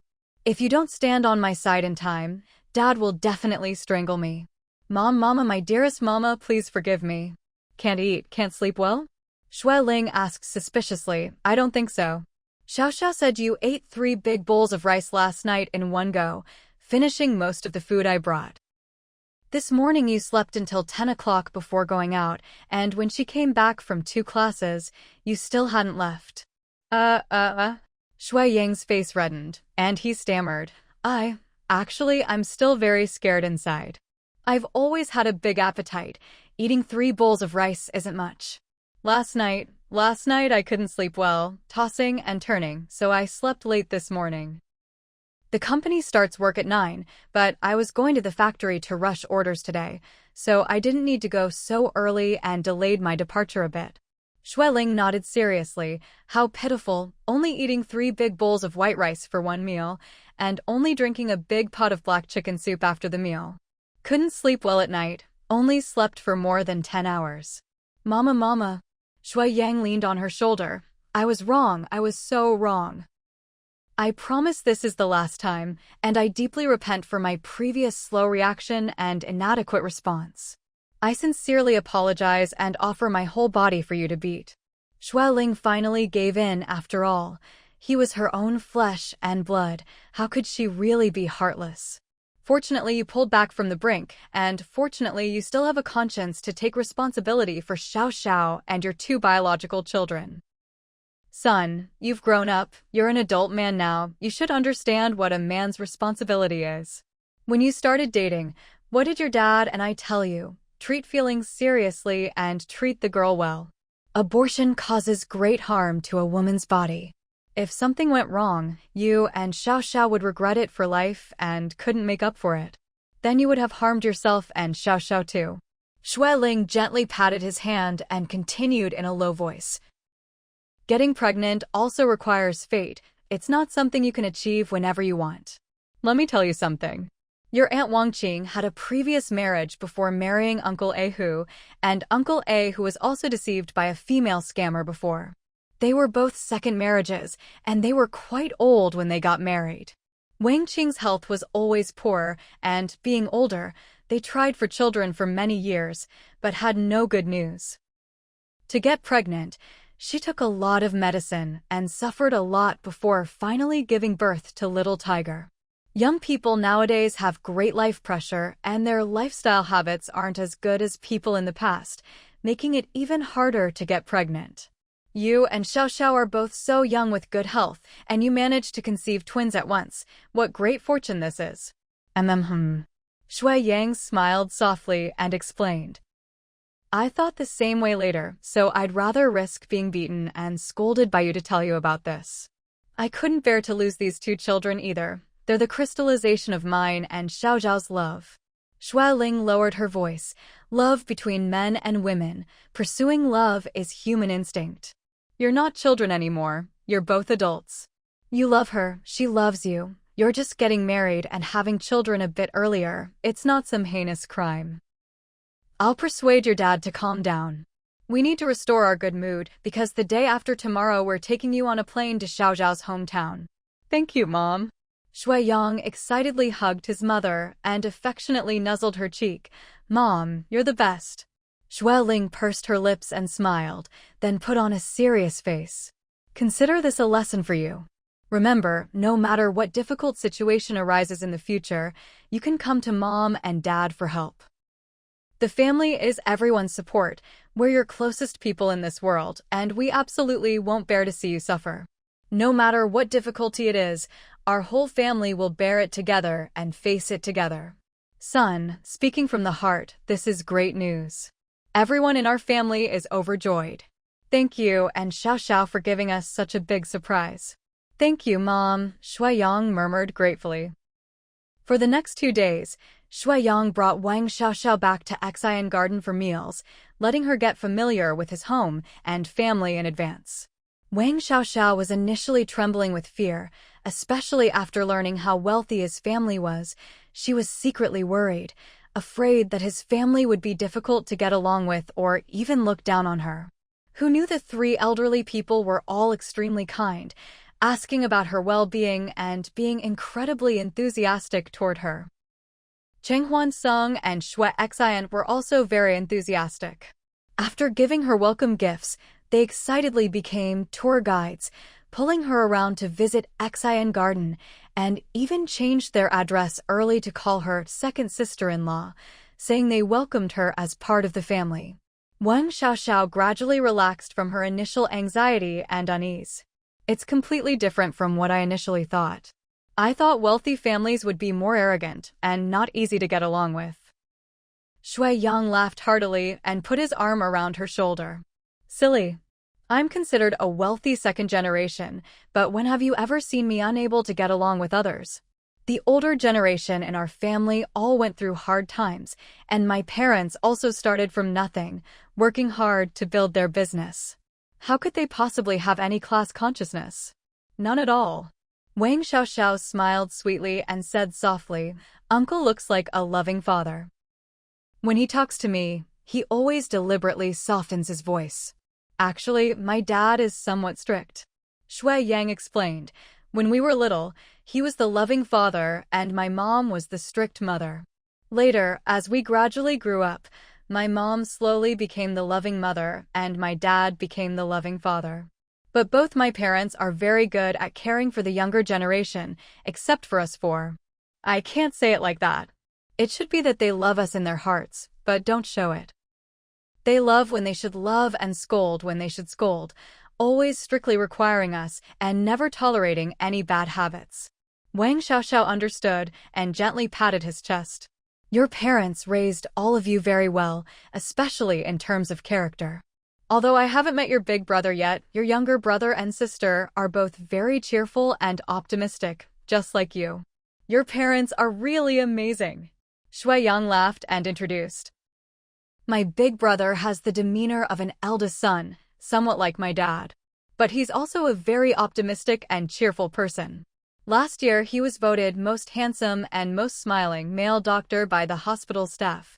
Yesterday, I sent him a message, and when he learned I was going to be a father, he was so happy he immediately sent me a big red envelope, telling me to take you out for good food. Your family members are all very good. Wang Xiaoxiao completely relaxed and said softly. Next comes the hurdle with my parents. Shui Yang smiled bitterly. Don't mention it, I'm suddenly getting nervous. Wang Xiaoxiao was amused by him and comforted. Don't worry. My parents have met you before. You should know they're not difficult people. You saved my life, and they're extremely grateful to you. Every time I go home, they ask about you. Last time I called them, they even asked what you were doing after graduation. That's good, that's good. Although Shui Yang had some reassurance, he still couldn't help being nervous. Baby, this is our most crucial test. I need to perform well. You don't need to. Wang Xiaoxiao said coquettishly, just act naturally. My parents are very down-to-earth people. The more natural and genuine you are, the more they'll like you. Shui Yang nodded and pointed to the room to explain, this is my room, with a bathroom and balcony outside. Across are my brothers and sisters' rooms, and next door is my gym. My mom wanted to arrange a separate room for you, but I think you can just stay here with me. We're getting our marriage certificate next week anyway, so stay wherever you're comfortable. Okay, Wang Xiaoxiao said shyly in a low voice. Tell Auntie not to go to such trouble. Your room is so big, it's even bigger than the apartment we're living in now. It's more than enough. Shui Yang held her hand and nuzzled it affectionately. Baby, originally I planned to propose and get engaged after earning my first pot of gold, then get married and have children after my career stabilized. I didn't expect our children to come so early, catching me completely off guard. Fortunately, my family has a solid foundation that allows us to get married early. My mom said that before we're completely financially independent, we'll use the family's resources and later deduct a portion from my inheritance to be fair. Wang Xiaoxiao finally couldn't suppress her curiosity and asked, How much inheritance will you actually get? I've never heard you mention it. Haha, Shui Yang answered. It's not that I didn't want to say, but I had decided beforehand that I absolutely wouldn't reveal it to my partner before marriage. Wang Xiaoxiao rolled her eyes and asked, What? Were you worried I was after your wealth? Of course not. Shui Yang shook his head. When I was pursuing you, I was just a poor athlete living in the collective dormitory of the training center and riding a small electric scooter. I just wanted to rely on my own efforts to make money, to let you see how I step by step towards success, rather than relying on my rich second-generation status to help me succeed. That way, you might doubt my real abilities. Wang Xiaoxiao snorted softly. Your ability to deceive is quite impressive. Sorry. Shui Yang raised his hand. I can swear that except for my family's real background, I've never lied to you about anything. Wang Xiaoxiao glared at him coquettishly and said softly, You gave me such a shock, huh? Shui Yang explained, When I tell you about the inheritance I'm about to receive, you'll definitely be even more shocked. But I probably can't explain it clearly in a short time. Really? Wang Xiaoxiao asked suspiciously, A lot? No matter how much, as long as it's enough to support our babies for now. Being with you has nothing to do with your rich second-generation status or wealth. Shui Yang was moved and kissed her forehead, murmuring, I really can't say exactly how much there is. The shares are probably worth over 3 billion. I have luxury homes and villas in every district of the capital, about 30 or 40 properties in total, plus some shops in Ronghua Shopping Center and several floors of office buildings in Tomorrow Tower. Some are from my maternal grandparents, most are from my mom. My dad's side hasn't been divided yet, and my mom's stock purchases haven't been divided either, so I really can't say exactly. Wang Xiaoxiao was stunned and stammered after a long while. My family is just a very, very ordinary family. My parents used to live in the school's faculty collective dormitory building. Later I used my prize money to buy them a house.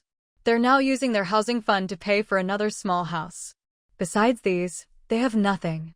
I know. Shui Yang said with a smile. Don't worry. My parents absolutely have no class prejudice. They're self-made people without any class discrimination, not even a little bit. You've met most of our family members. They're all simple and low-key. Don't wear designer brands or chase after anything. They're all ordinary people, just with a bit more money behind them, that's all. Wang Xiaoxiao finally felt relieved. On the weekend, Cheng Tianyuan and Xue Ling took their second son and future daughter-in-law south.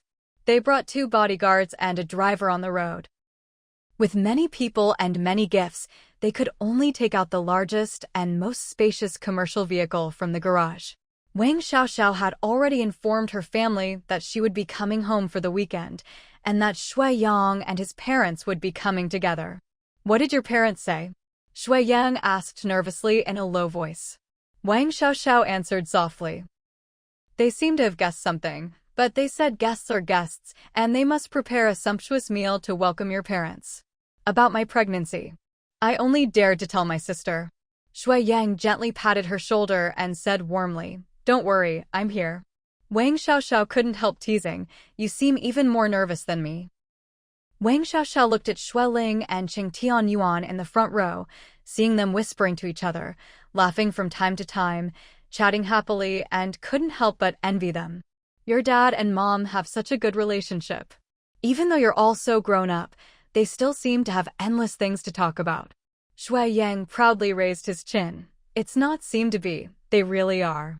They've always been like this, with an incredibly good relationship. They were like this when we were little, they're like this now, and they'll definitely be like this when they're old. So nice, Wang Xiaoxiao praised softly.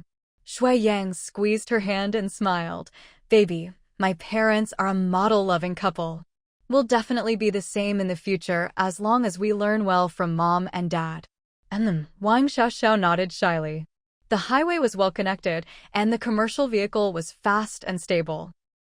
What was originally about a day's journey arrived more than an hour early. Wang's father and mother were waiting under a tree at the community entrance. When they saw Shui Ling's family get out of the car, they hurried over enthusiastically. Mr. Chung. Mrs. Chung. Long time no see. Long time no see. Welcome, welcome. Hello. It's indeed been a long time. We've been looking for an opportunity to visit, and today we finally have the chance to meet. Yes, yes. We've been busy, you've been busy too, and the two young ones have been busy with training and studies, not knowing how to create opportunities for us to meet. Hello, hello. Finally we meet. After a round of warm and polite greetings, the group laughingly entered the community gate and came to the elevator. Wang's father and mother looked at Old Chin and the two bodyguards, thinking they were Shui Yang's relatives, and couldn't help asking warmly, "These are your relatives or friends, right?" "No," Shui Yang explained. "Uncle, Auntie, Old Chin is our family's driver, and the other two brothers are our family's bodyguards." Wang's father and mother were stunned and couldn't quite process this. Could it be that Shui Yang's parents were high-ranking officials in some administrative unit in the capital? Looking at both of them with extraordinary bearing and outstanding temperament, could they both be officials? However, this was just an appetizer. The shock that followed was even greater, enough to scare them thoroughly. Especially when they heard the news of their daughter's pregnancy, the old couple were both surprised and delighted. After looking at each other, they both awkwardly fidgeted with their hands. This child, why didn't she tell us earlier? Really? Still studying, how could she get pregnant so quickly? Wang Xiaoxiao was so embarrassed she hid behind Shui Yang, not daring to speak. Shui Yang blushed and said that his relationship with Xiaoxiao had always been very stable, and they had originally planned to get married immediately after Xiaoxiao's graduation. Unexpectedly, plans couldn't keep up with changes, and now they could only get married early and have the babies first. Shui Ling took Wang's mother's hand and apologetically explained that it was their negligence. "It's all because our Yang Yang is immature. Actually, our whole family likes Xiaoxiao very much and has long considered her our prospective daughter-in-law. We thought we'd wait until Xiaoxiao graduated to get married, but who knew they would suddenly give us such a big surprise? Children are treasures of the family. How could we bear to abort them? We're also worried it would harm Xiaoxiao's body, so it's absolutely unacceptable. Now we can only move up the marriage schedule and let the children get married and have babies early." Wang's mother looked at her daughter awkwardly and couldn't help asking, "How many months along is the baby?" "Why can't I tell?" 2 months. Shui Yang answered with a red face, "It's twins." Wang's father and mother looked at each other, then both smiled happily. Although somewhat shocked, they ultimately accepted this fact with joy. "Since that's the case, let's keep it simple. Mr. Chung, Mrs. Chung, a simple wedding will do. We're not a wealthy family. If there are any inadequacies in etiquette, please forgive us." "Don't say that." Chung Tianyuan smiled. "We're just a family with slightly better finances. You don't need to worry. Our home is quite spacious. After they get married quickly, we'll arrange for them to live with us temporarily. We'll help take care of Xiaoxiao. After the children are safely born, we'll help take care of the children so she can continue her studies and pursue her career." "Yes." Shui Ling smiled and explained. "I've already retired, and my father, mother, and mother-in-law are all still alive. We can all help take care of the children, so please don't worry." Wang's mother hesitated. "So many people, all living together? Won't it be inconvenient?" "I know. Houses in the capital are very expensive. After all, It's a metropolis where every inch of land is worth gold. It must be very expensive.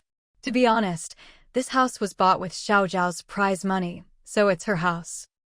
We have faculty dormitories at school to live in. How about selling this house and using the money to help the children with a down payment in the capital? What do you think? Right. Wang's father nodded in agreement. My wife and I have places to live. Let's sell this place. Our regions are different, and wedding customs and ceremonies are different too. Let's simplify the dowry and everything and try to pool money together so the children can buy a small house in the capital to settle down. As for the monthly payments, my wife and I will try our best to help. No need. Xueling smiled. Our home is very large, spacious enough, very convenient. Shui Yang scratched his head and explained awkwardly, Uncle, Auntie, my maternal grandparents and my parents left me quite a few houses. I have 20 or 30 houses and villas in the capital, all in new developments and… Xueling thought for a moment and asked, He told you this himself? No, Akeo explained. After he woke up, he kept staring blankly at the ceiling, hardly speaking, in very poor mental condition. I heard all this from voice recordings on his phone. His phone had been disconnected before and was left at the hospital. I picked it up. Maybe when he felt too confused or too miserable sometimes, he would secretly record his inner thoughts. Xueling sighed helplessly. There are thousands of different kinds of suffering in the world, all different. Did you explain your identity to him? Did you tell him what I said? I did. Akeo nodded. He said he never intended to harm Mississippi. He also said he didn't dare to pester Miss relentlessly. Before, when he was too hungry and had no choice, seeing Miss spend money like water, he followed her around to mooch food, drinks, and entertainment. He said he knew he wasn't worthy of Miss and didn't dare have any improper thoughts about her. He also said he was very grateful to you, but saving someone like him wasn't worth it.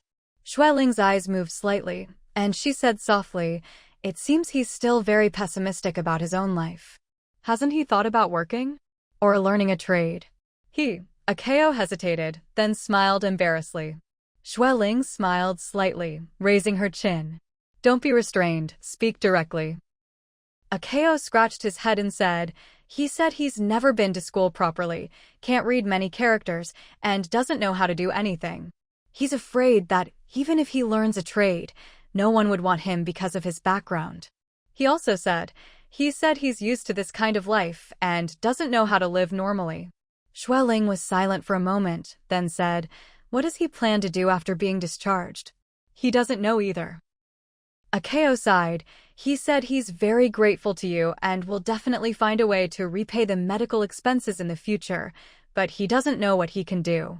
I told him what you said about lending him money to learn a trade, but he said he was afraid he couldn't learn well and would waste your money. Bring him to see me when he's discharged. Xueling said, I want to talk to him personally. All right, madam. 2 days later, Akeo brought Shi Xiaodong to the garden. Xueling was in the study handling some documents when she heard a knock on the door. Come in. Akeo walked in with a thin, pale young man. Xueling looked up and saw a boy who looked to be about 16 or 17, very thin, with a somewhat unnatural gait, obviously still affected by his leg injury. Sit down. Xueling gestured to the chairs across from her desk. Shi Xiaodong sat down nervously, not daring to look directly at Xueling. Look at me. Xueling said gently, I'm not going to eat you. Shi Xiaodong slowly raised his head, revealing a pair of eyes that seemed much older than his age. Xueling studied him for a moment, then said, Akeo told me about your situation. I want to ask you, do you want to continue living like this, or do you want to change?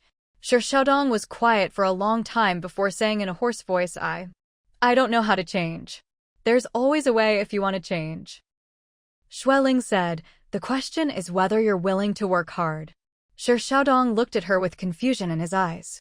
Xueling continued, I can arrange for you to learn a trade, cooking, car repair, computer skills, whatever you're interested in.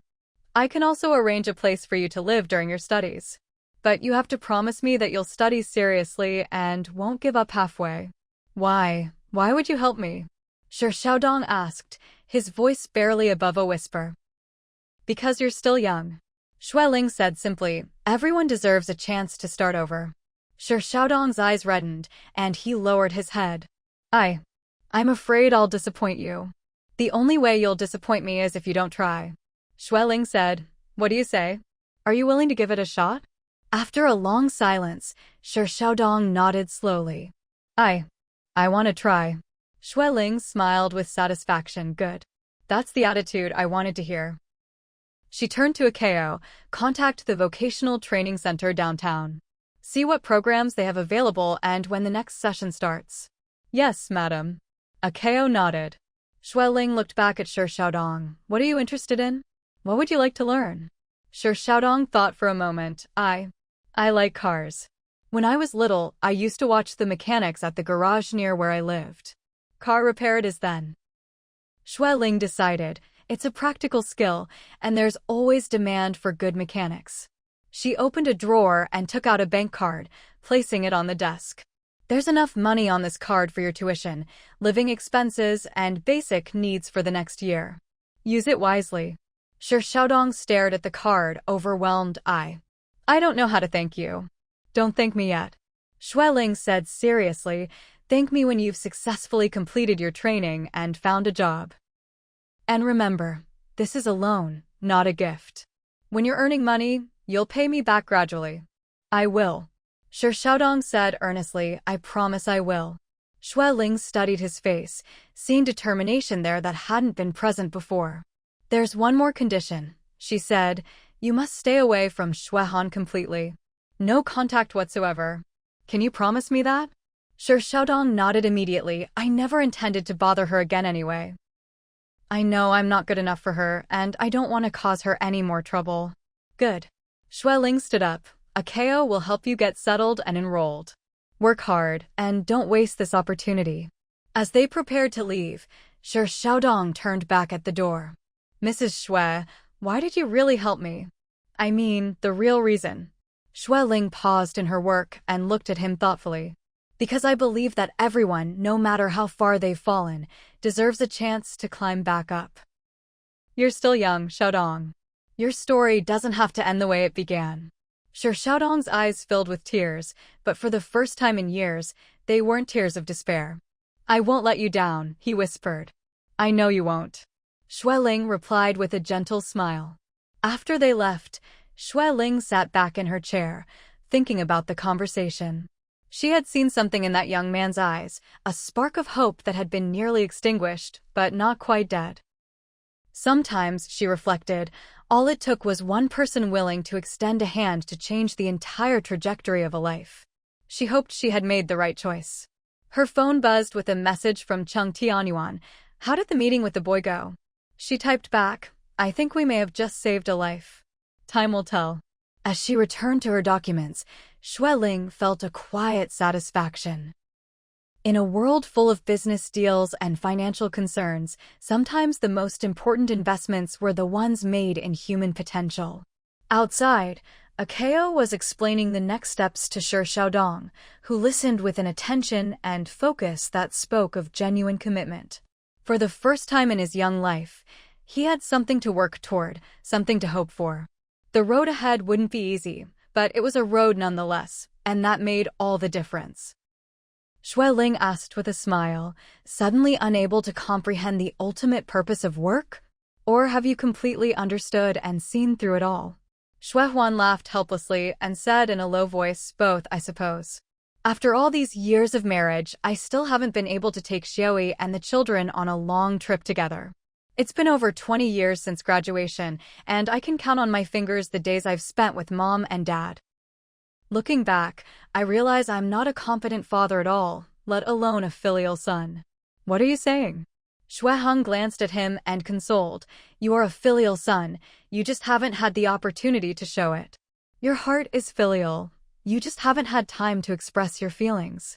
You are a good father, you just haven't had much time to accompany the children. Xiaoyi is also very busy herself, so you can't blame everything on yourself. Xuehuan laughed again and asked back, brother, if I can't show it, then what can I use to prove I'm a filial son or a good father? My heart as evidence? How do I prove that? Through thoughts. Shui Heng was amused by him. Shui Huan sighed deeply. In a flash, you're already in your 50s, and I'm at the age of knowing destiny. These past 2 years, Mom and Dad's health has been declining day by day, and they already need long-term care from a nanny. Life is unpredictable, and we doctors understand this better than anyone. I'm really afraid that by the time I finish being busy, when I've had enough of being busy, Xiaoyi and I will have missed too much. The ancients said, when parents are alive, don't travel far. My parents are right here nearby, yet I don't even have the opportunity to be filial to them. What kind of filial son am I? I'm even worried. If I want to care for them, but they're no longer there, I'll probably regret it for the rest of my life. The children are growing up day by day. Xiaoya has already reached the rebellious stage, and Nyonyo has started elementary school. Apart from weekends when I hurriedly take them to have a meal with Mom and Dad, then hurriedly take them back, I hardly have any time to spend with them. Looking back, I've already missed the children's first stage of growth. Am I going to miss the second stage too? When they grow up and leave home for university, they'll already be estranged from me as their father. I can't help but start feeling afraid. Xueling beside them nodded understandingly and said softly, "Ah, Huan, I completely understand your feelings. If it weren't for your brother-in-law giving up developing a big career and always staying home to guard this family, I wouldn't have been able to wholeheartedly go out and pursue my career. The reason I retired early was because I felt this family's economic foundation was solid enough, and there was no need to constantly worry about making money. Money can never be earned completely, and I still have many, many other things to focus on and cherish. Several elderly people are already very old, and I want more time to accompany them. Sister, I want to learn from you." Shui Huan smiled and said, "I plan to have Xiaoyi resign, and I'll apply for early retirement from my unit. Xiaoyi's years of service aren't long enough, so she can only resign and leave." "Oh." Shui Ling and Shui Heng exchanged surprised glances, then asked, "Are you sure?" "Really?" Shui Huan nodded. "I've already discussed my plan with Xiaoyi, and she strongly agrees." Shui Heng asked with amusement, "The plan is all set? Then tell us about it." Shui Huan looked a bit embarrassed and rubbed his hands together. "My shares in the pharmaceutical factory are quite valuable now. I plan to sell part of them and invest the money in this piece of land in the suburbs. This land has pretty good scenery, with small hills behind it and quite a bit of natural greenery. I plan to partner with my brother to build a small nursing home and also establish our home there. After it's built, Xiaoyi and I can both work or do part-time jobs there, and we'll hire some relevant professionals to work. Additionally, I plan to bring Mom and Dad to live there together. We won't let Xiaoya and Nyonyo board at school. They can come home in the evenings. Xiaoyi and I will take turns picking them up and dropping them off, so we can have more time to spend with the children in the evenings. Especially Nyonyo. Making such a young child board at school makes my heart ache every time I think about it." Shui Ling chuckled softly. Shui Heng rolled his eyes and asked, "Have you really decided? It's just a plan, right? If you and Xiaoyi can come over, that would be absolutely wonderful. Just having your title there, we wouldn't have to worry about lack of business. We'd have to worry about the doors being trampled flat." "Yes," Shui Ling said, "having a top medical expert as the director would be attractive enough just by itself. What do you think?" Shui Huan smiled. "I haven't made the final decision yet, but Xiaoyi and I have discussed it thoroughly. As long as you agree and help us, I'll immediately put the plan into action and make it a reality." Shui Heng couldn't help but ask anxiously, "Will Mom and Dad agree? Have you talked to them about it?" "No," Shui Huan answered. "They will agree because they need my companionship more than ever now. For over 20 years, I've spent too much time on work and career. They're old now, with limited mobility, and their physical indicators keep declining. I can't always just think about myself. I need to spare some time to take care of them and accompany them." "That's good," Shui Ling said warmly with a soft laugh. "Ah, Huan, fortunately you have this condition, the right and ability to choose." Shui Huan raised his eyebrows, somewhat not understanding. Shui Ling explained, If you didn't have your current success and fame, if you didn't have hundreds of millions in assets, if you didn't have strong backing, no matter how much you wanted to be filial to the elderly or how determined you were to accompany your children's growth, you could only persist at your post.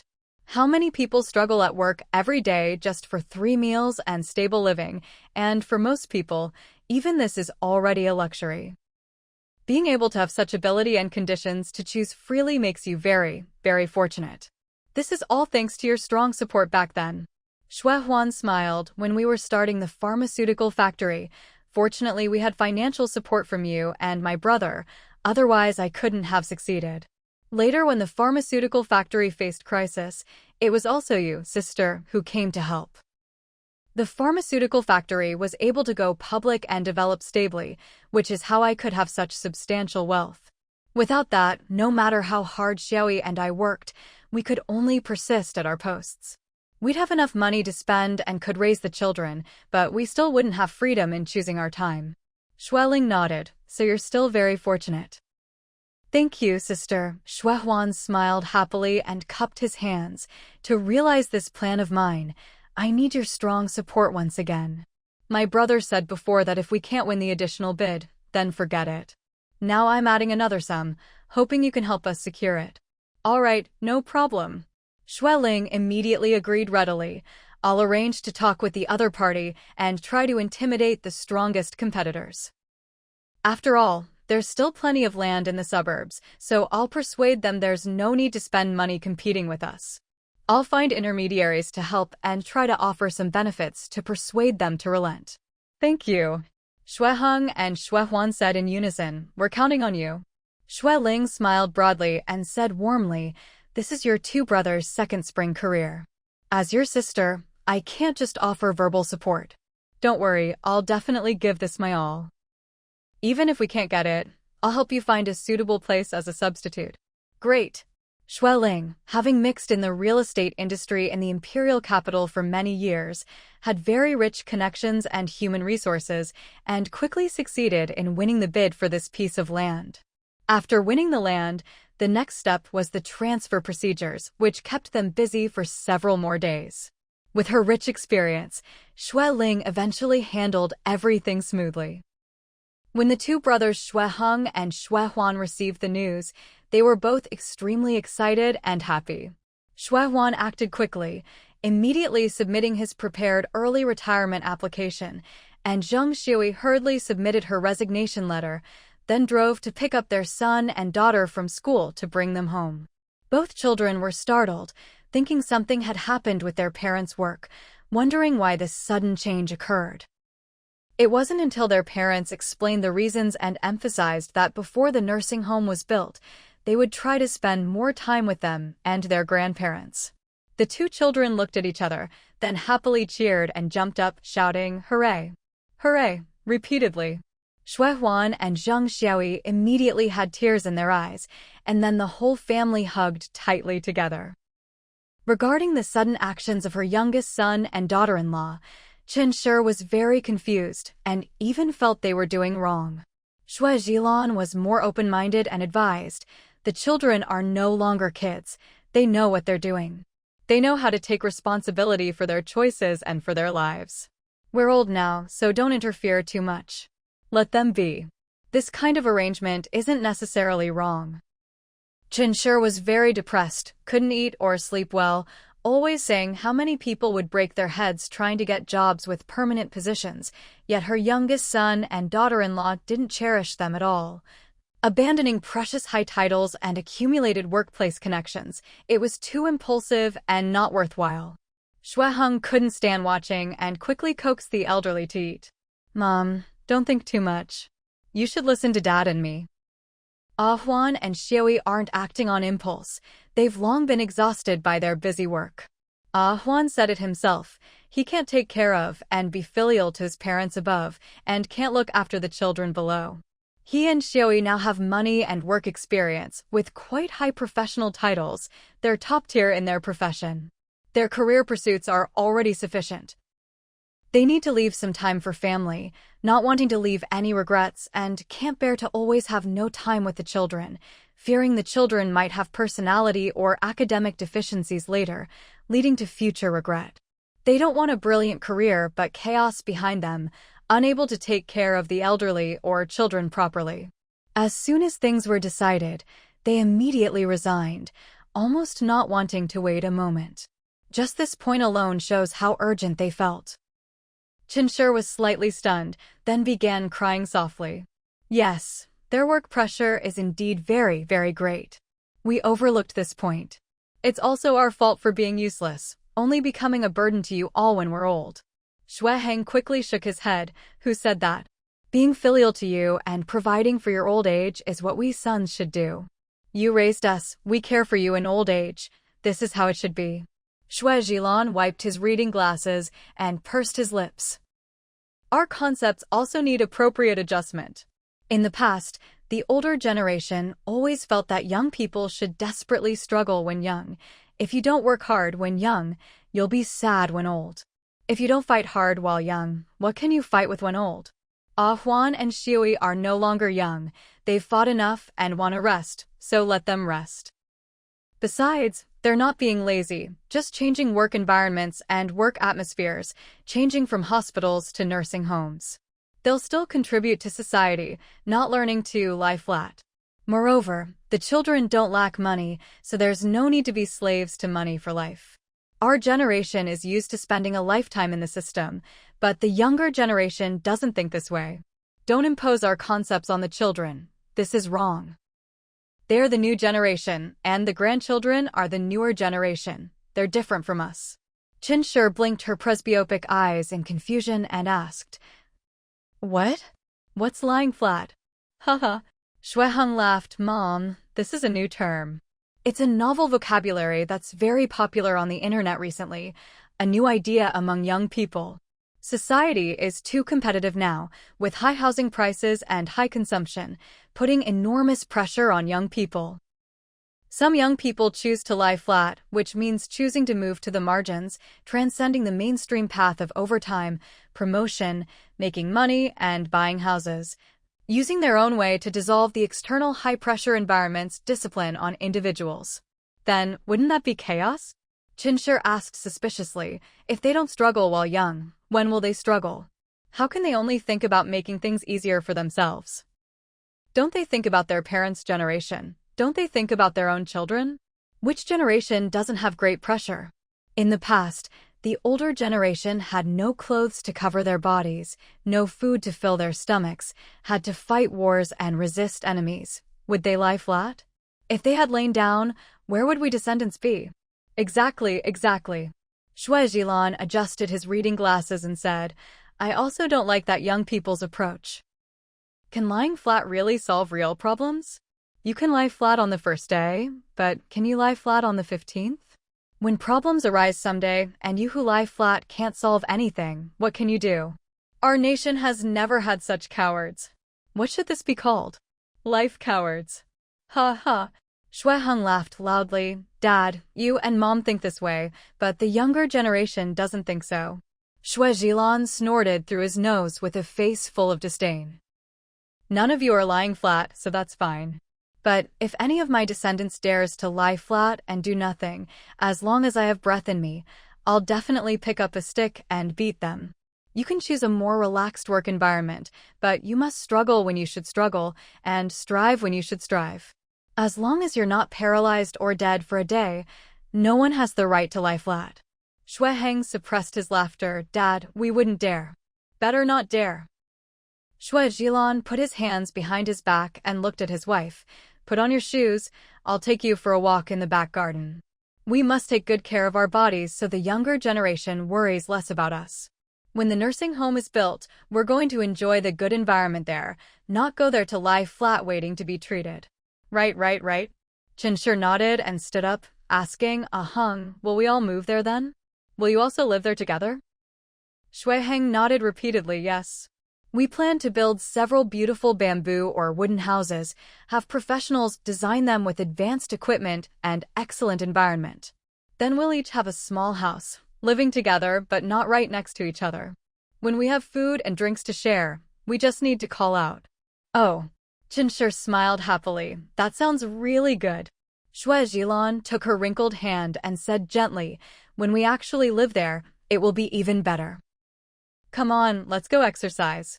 Our sons and daughters-in-law are all filial, eagerly waiting to take care of us. Haha, after Shui Huan's early retirement, he had abundant time and brought his wife and children to accompany the two elderly people every few days. On weekends, instead of coming and going hurriedly, the whole big family would gather together for barbecues and meals, leisurely chatting and visiting shopping centers and parks. The couple would exercise together in the morning, go to the market together to buy groceries, then go home to cook and eat together. Taking advantage of her free time, Zheng Xiaoyi enrolled in a cooking class and a yoga class. Though not busy, she didn't let herself become too idle either. Shui Huan helped with picking up and dropping off the two children, read books and newspapers, still insisted on a half-hour afternoon nap, and cleaned the house after waking up. In the evenings, he would take his son and daughter to play ball or run, help the children with homework at night, and only return to his study to read and browse his phone after telling his daughter bedtime stories. Shui Jilan often visited Xian Garden as a guest, so Shui Huan served as the driver, occasionally bringing his wife and children along to freeload meals and tea. Today the family came to freeload again and happened to encounter Qin, so they all had dinner together. Although Qin had no blood relation with Zheng Xiaoyi, he always remembered Uncle Zhang's love and care for him in his heart, and also understood that the Zheng Xiaoyi couple had always greatly respected Jue Chun. Therefore, since returning to the country, he had always respected Zheng Xiaoyi as his sister and called Shui Huan brother-in-law. Haven't seen you for several months, Zheng Xiaoyi asked with concern. Are you very busy? Yesterday, when I visited Auntie, she said you work overtime almost every day, sometimes even sleeping at the company. Qin smiled slightly. It's okay. Occasionally, to save commuting time, I simply rest at the company, which gives me an extra hour or two of rest. Mom has duo accompanying her, so I don't go back every day. Shui Huan, seeing his excellent complexion, couldn't help but smile and say, Shinji, you must be very good at maintaining your health, right? Every time I see you, you look about the same weight, and your complexion is always quite good. Not bad, Qin answered. I do aerobic exercise 3 times a week regularly, and take half-hour walks morning and evening.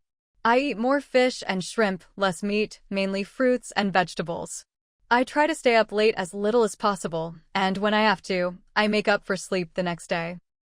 Usually to ensure good spirits in the afternoon and evening, I always take a 20-minute or half-hour nap after lunch.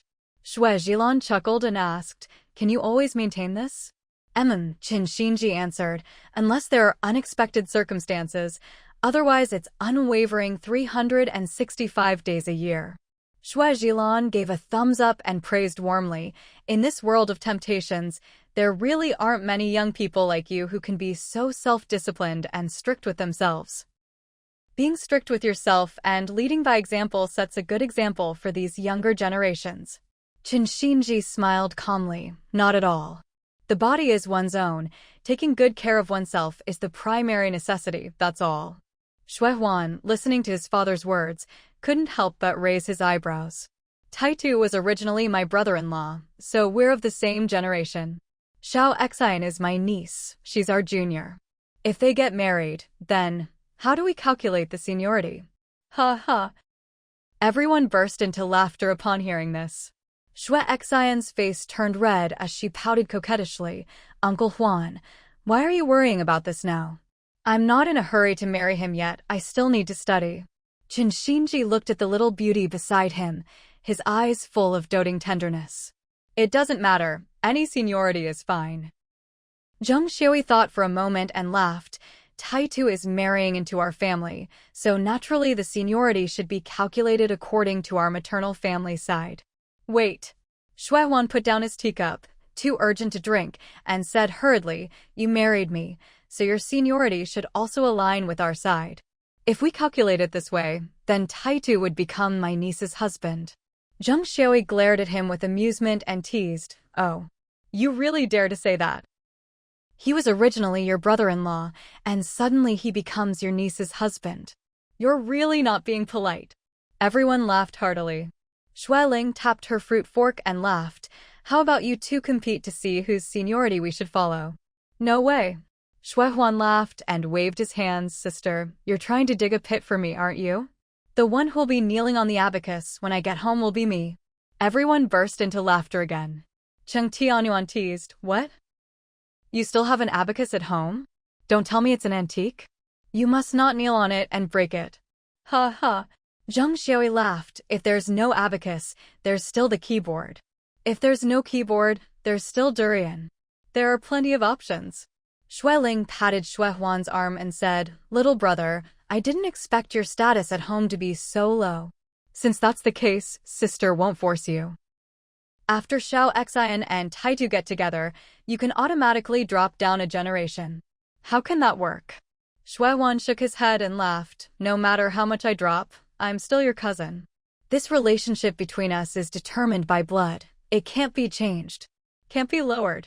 Zheng Xiaoi came up with a stopgap measure and suggested, how about this? If you come to this side, then we calculate according to your side.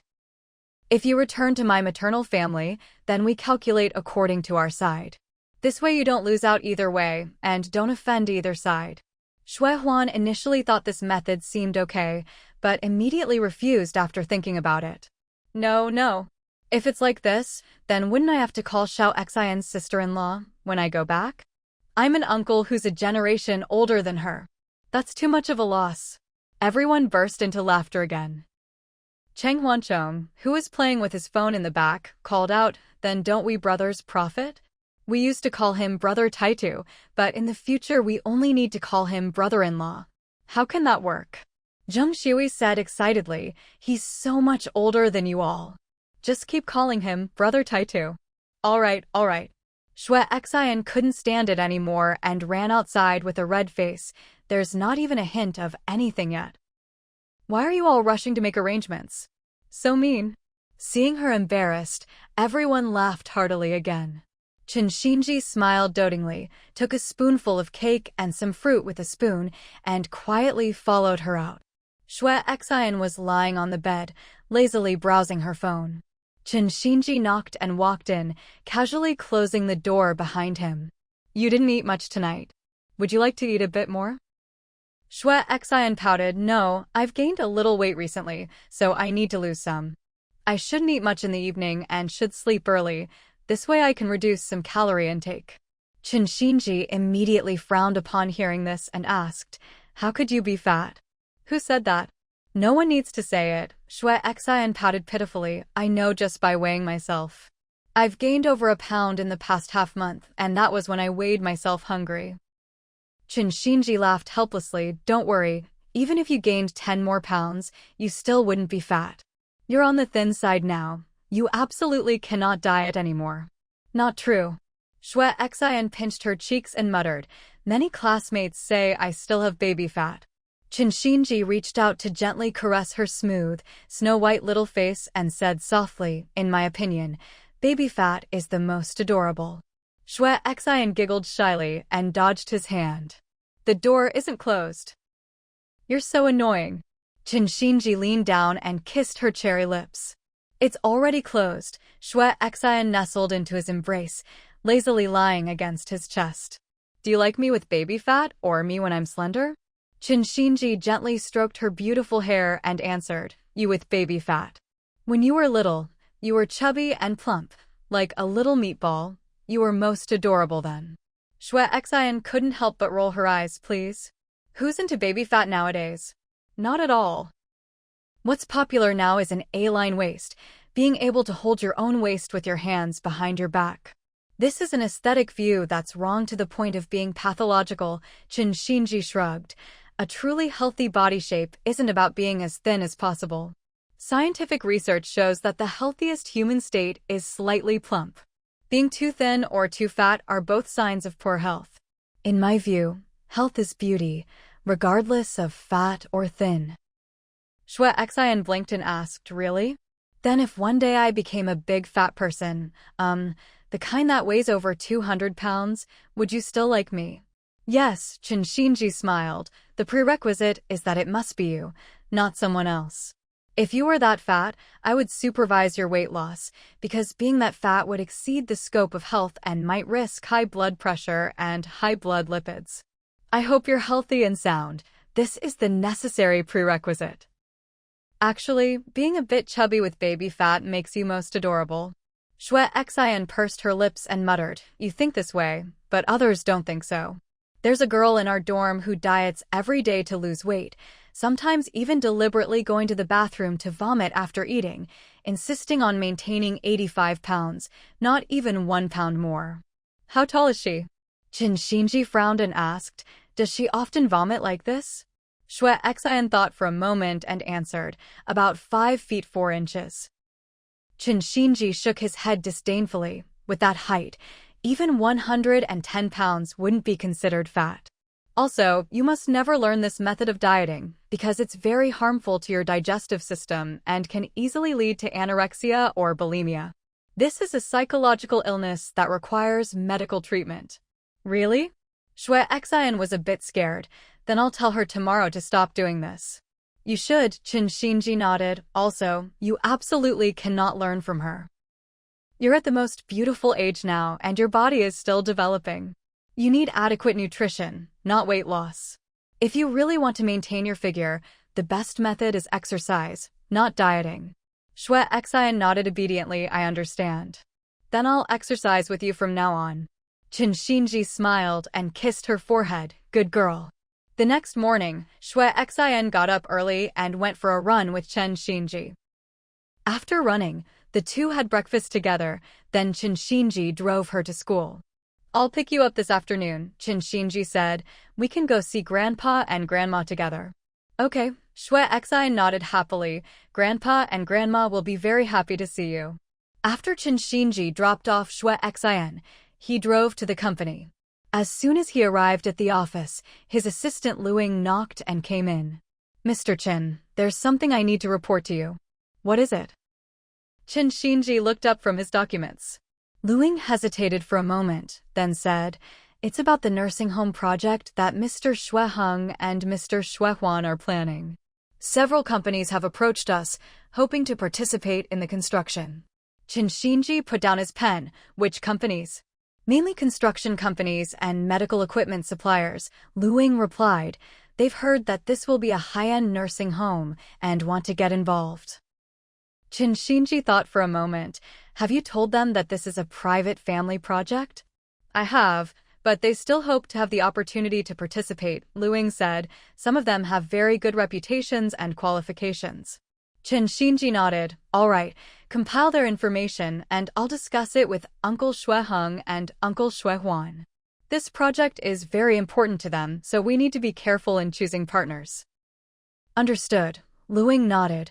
I'll prepare the materials right away. After Luing left, Shinji continued working on his documents, but his thoughts kept drifting to the nursing home project. He knew how much this project meant to the Shue family. It wasn't just a business venture, but a way for Shuehuan to spend more time with his family and take care of his aging parents. Shinji deeply understood this feeling. Since his own parents passed away, he had always regretted not spending more time with them when they were alive. Now, seeing Shuehuan making such a decision, he felt both admiration and support. In the afternoon, Shinji picked up Shue Xian as promised and drove to Xian Garden. When they arrived, they found Shue Jilan and Chunshur sitting in the garden, enjoying the afternoon sun. Grandpa, Grandma, Shue Xian ran over and hugged them both. Xian is here, Chunshur smiled lovingly, and Shinji too. Come, sit with us. Shinji walked over and greeted the elderly couple respectfully. Grandpa, Grandma, how are you feeling today? Very good, Shue Jilan smiled. The weather is nice today, so we came out to get some sun. Shue Xian sat beside Chunshur and asked, Grandma, are you looking forward to moving to the nursing home? Chunshur's eyes lit up. Of course. I can't wait to see what it will look like. Your Uncle Huan has been showing us the design plans, and it looks beautiful. It will be wonderful, Shue Jilan added. We'll all be together, but each family will have their own space. It's the best of both worlds. Shinji listened to their conversation and felt warm in his heart. This was what family should be like, multiple generations caring for each other and living in harmony. Shinji, Xue Zhilan suddenly turned to him. I have something I want to discuss with you. Please go ahead, Grandpa, Shinji said attentively. Xue Zhilan looked at Xue Xian, then back at Shinji. You and Xian have been together for a while now. What are your plans for the future? Xue Xian's face immediately turned red. Grandpa. Shinji smiled calmly. Grandpa, I love Xian very much, and I hope to spend my life with her. But I also respect her wishes and her studies. I'm willing to wait until she's ready. Xue Zhilan nodded approvingly. Good answer. I can see that you truly care for our Xian. As an old man, I just hope to see my granddaughter happy and settled before I'm too old to enjoy it. Qinshi took Xue Xian's hand. Child, you're very fortunate to have found someone who loves you so much. Don't let happiness slip away. Xue Xian looked at Shinji, her eyes full of love and trust. I know, Grandma. I'm very happy. As the sun began to set, the four of them sat together in the garden, talking and laughing. It was a perfect moment of family warmth and love. Shinji looked at the scene before him and made a silent promise to himself. He would do everything in his power to protect this happiness and make sure that Xue Xian and her family would always be surrounded by love and care. The future was full of possibilities, and with love as their foundation, they could face anything together.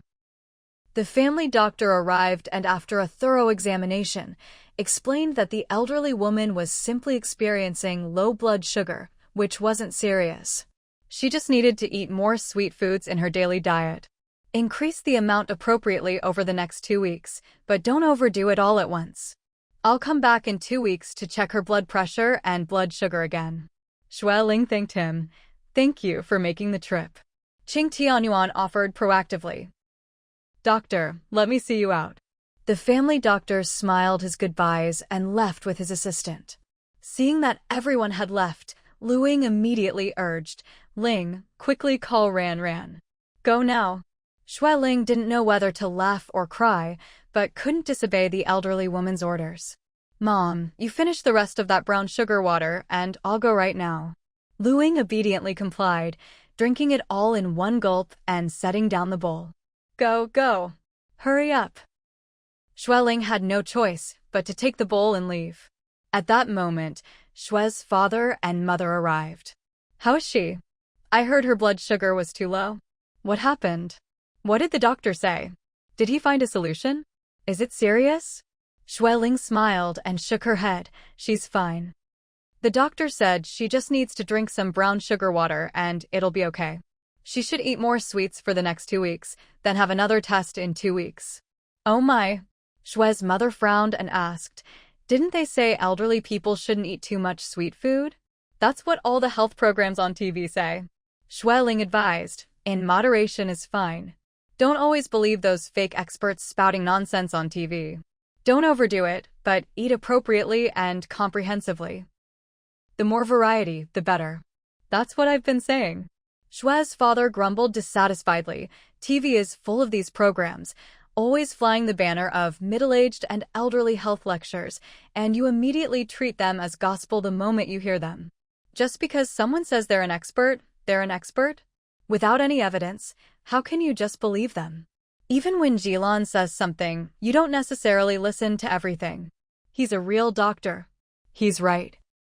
Don't always listen to every rumor. Don't always think there's something wrong with this, or that about yourselves, worrying about a whole bunch of things.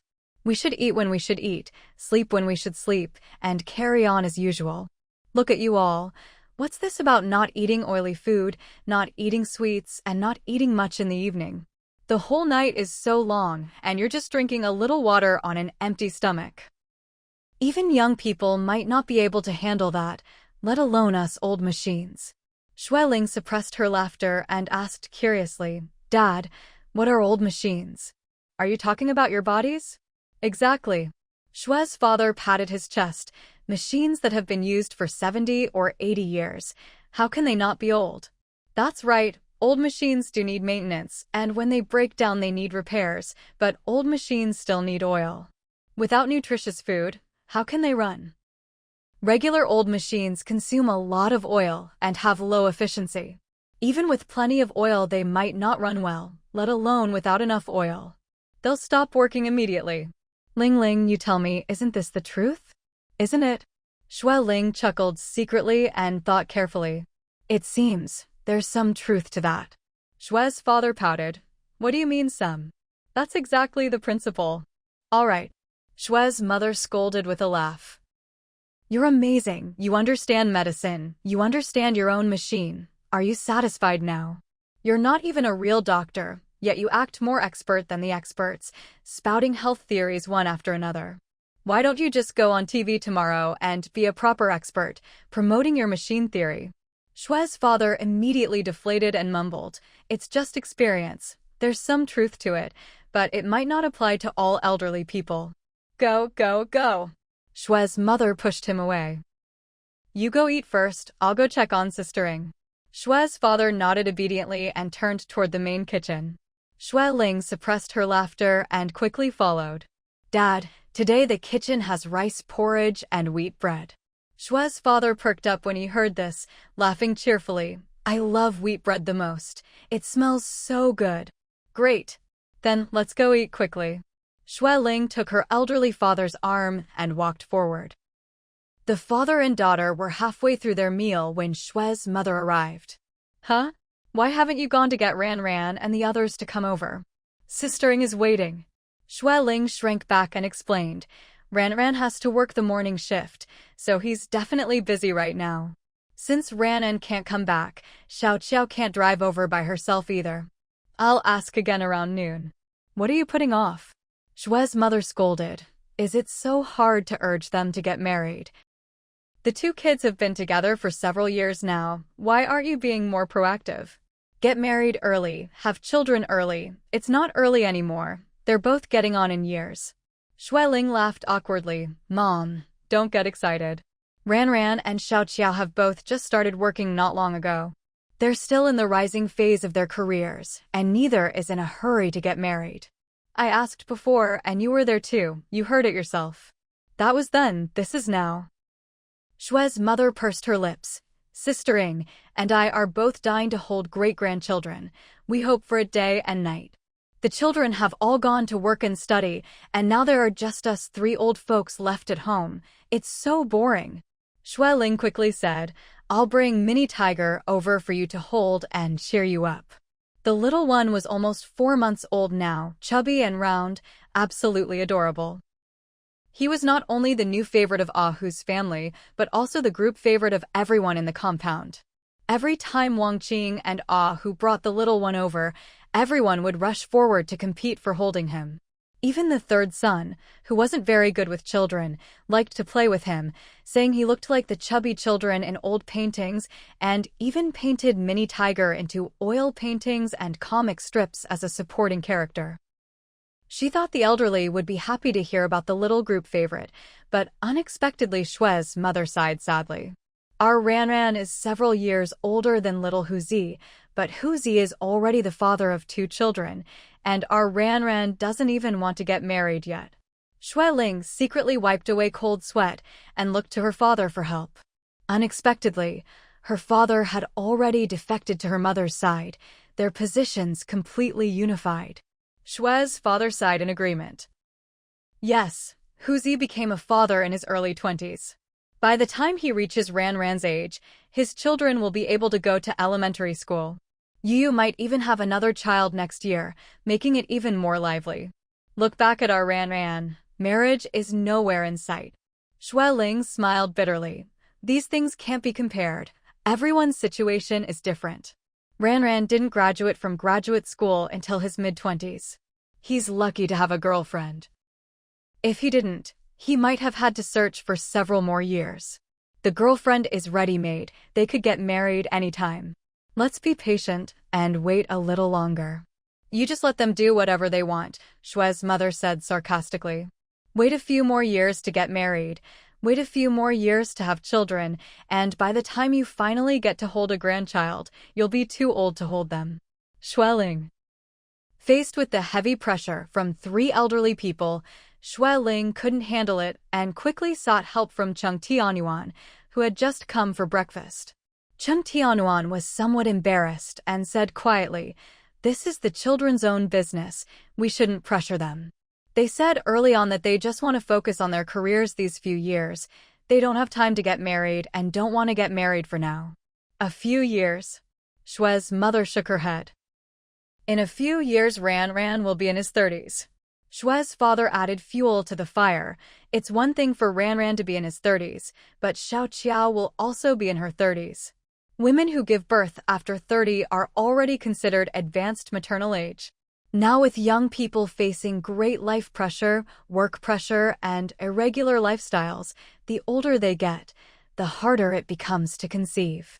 Among the younger generation now, the rate of infertility is quite high.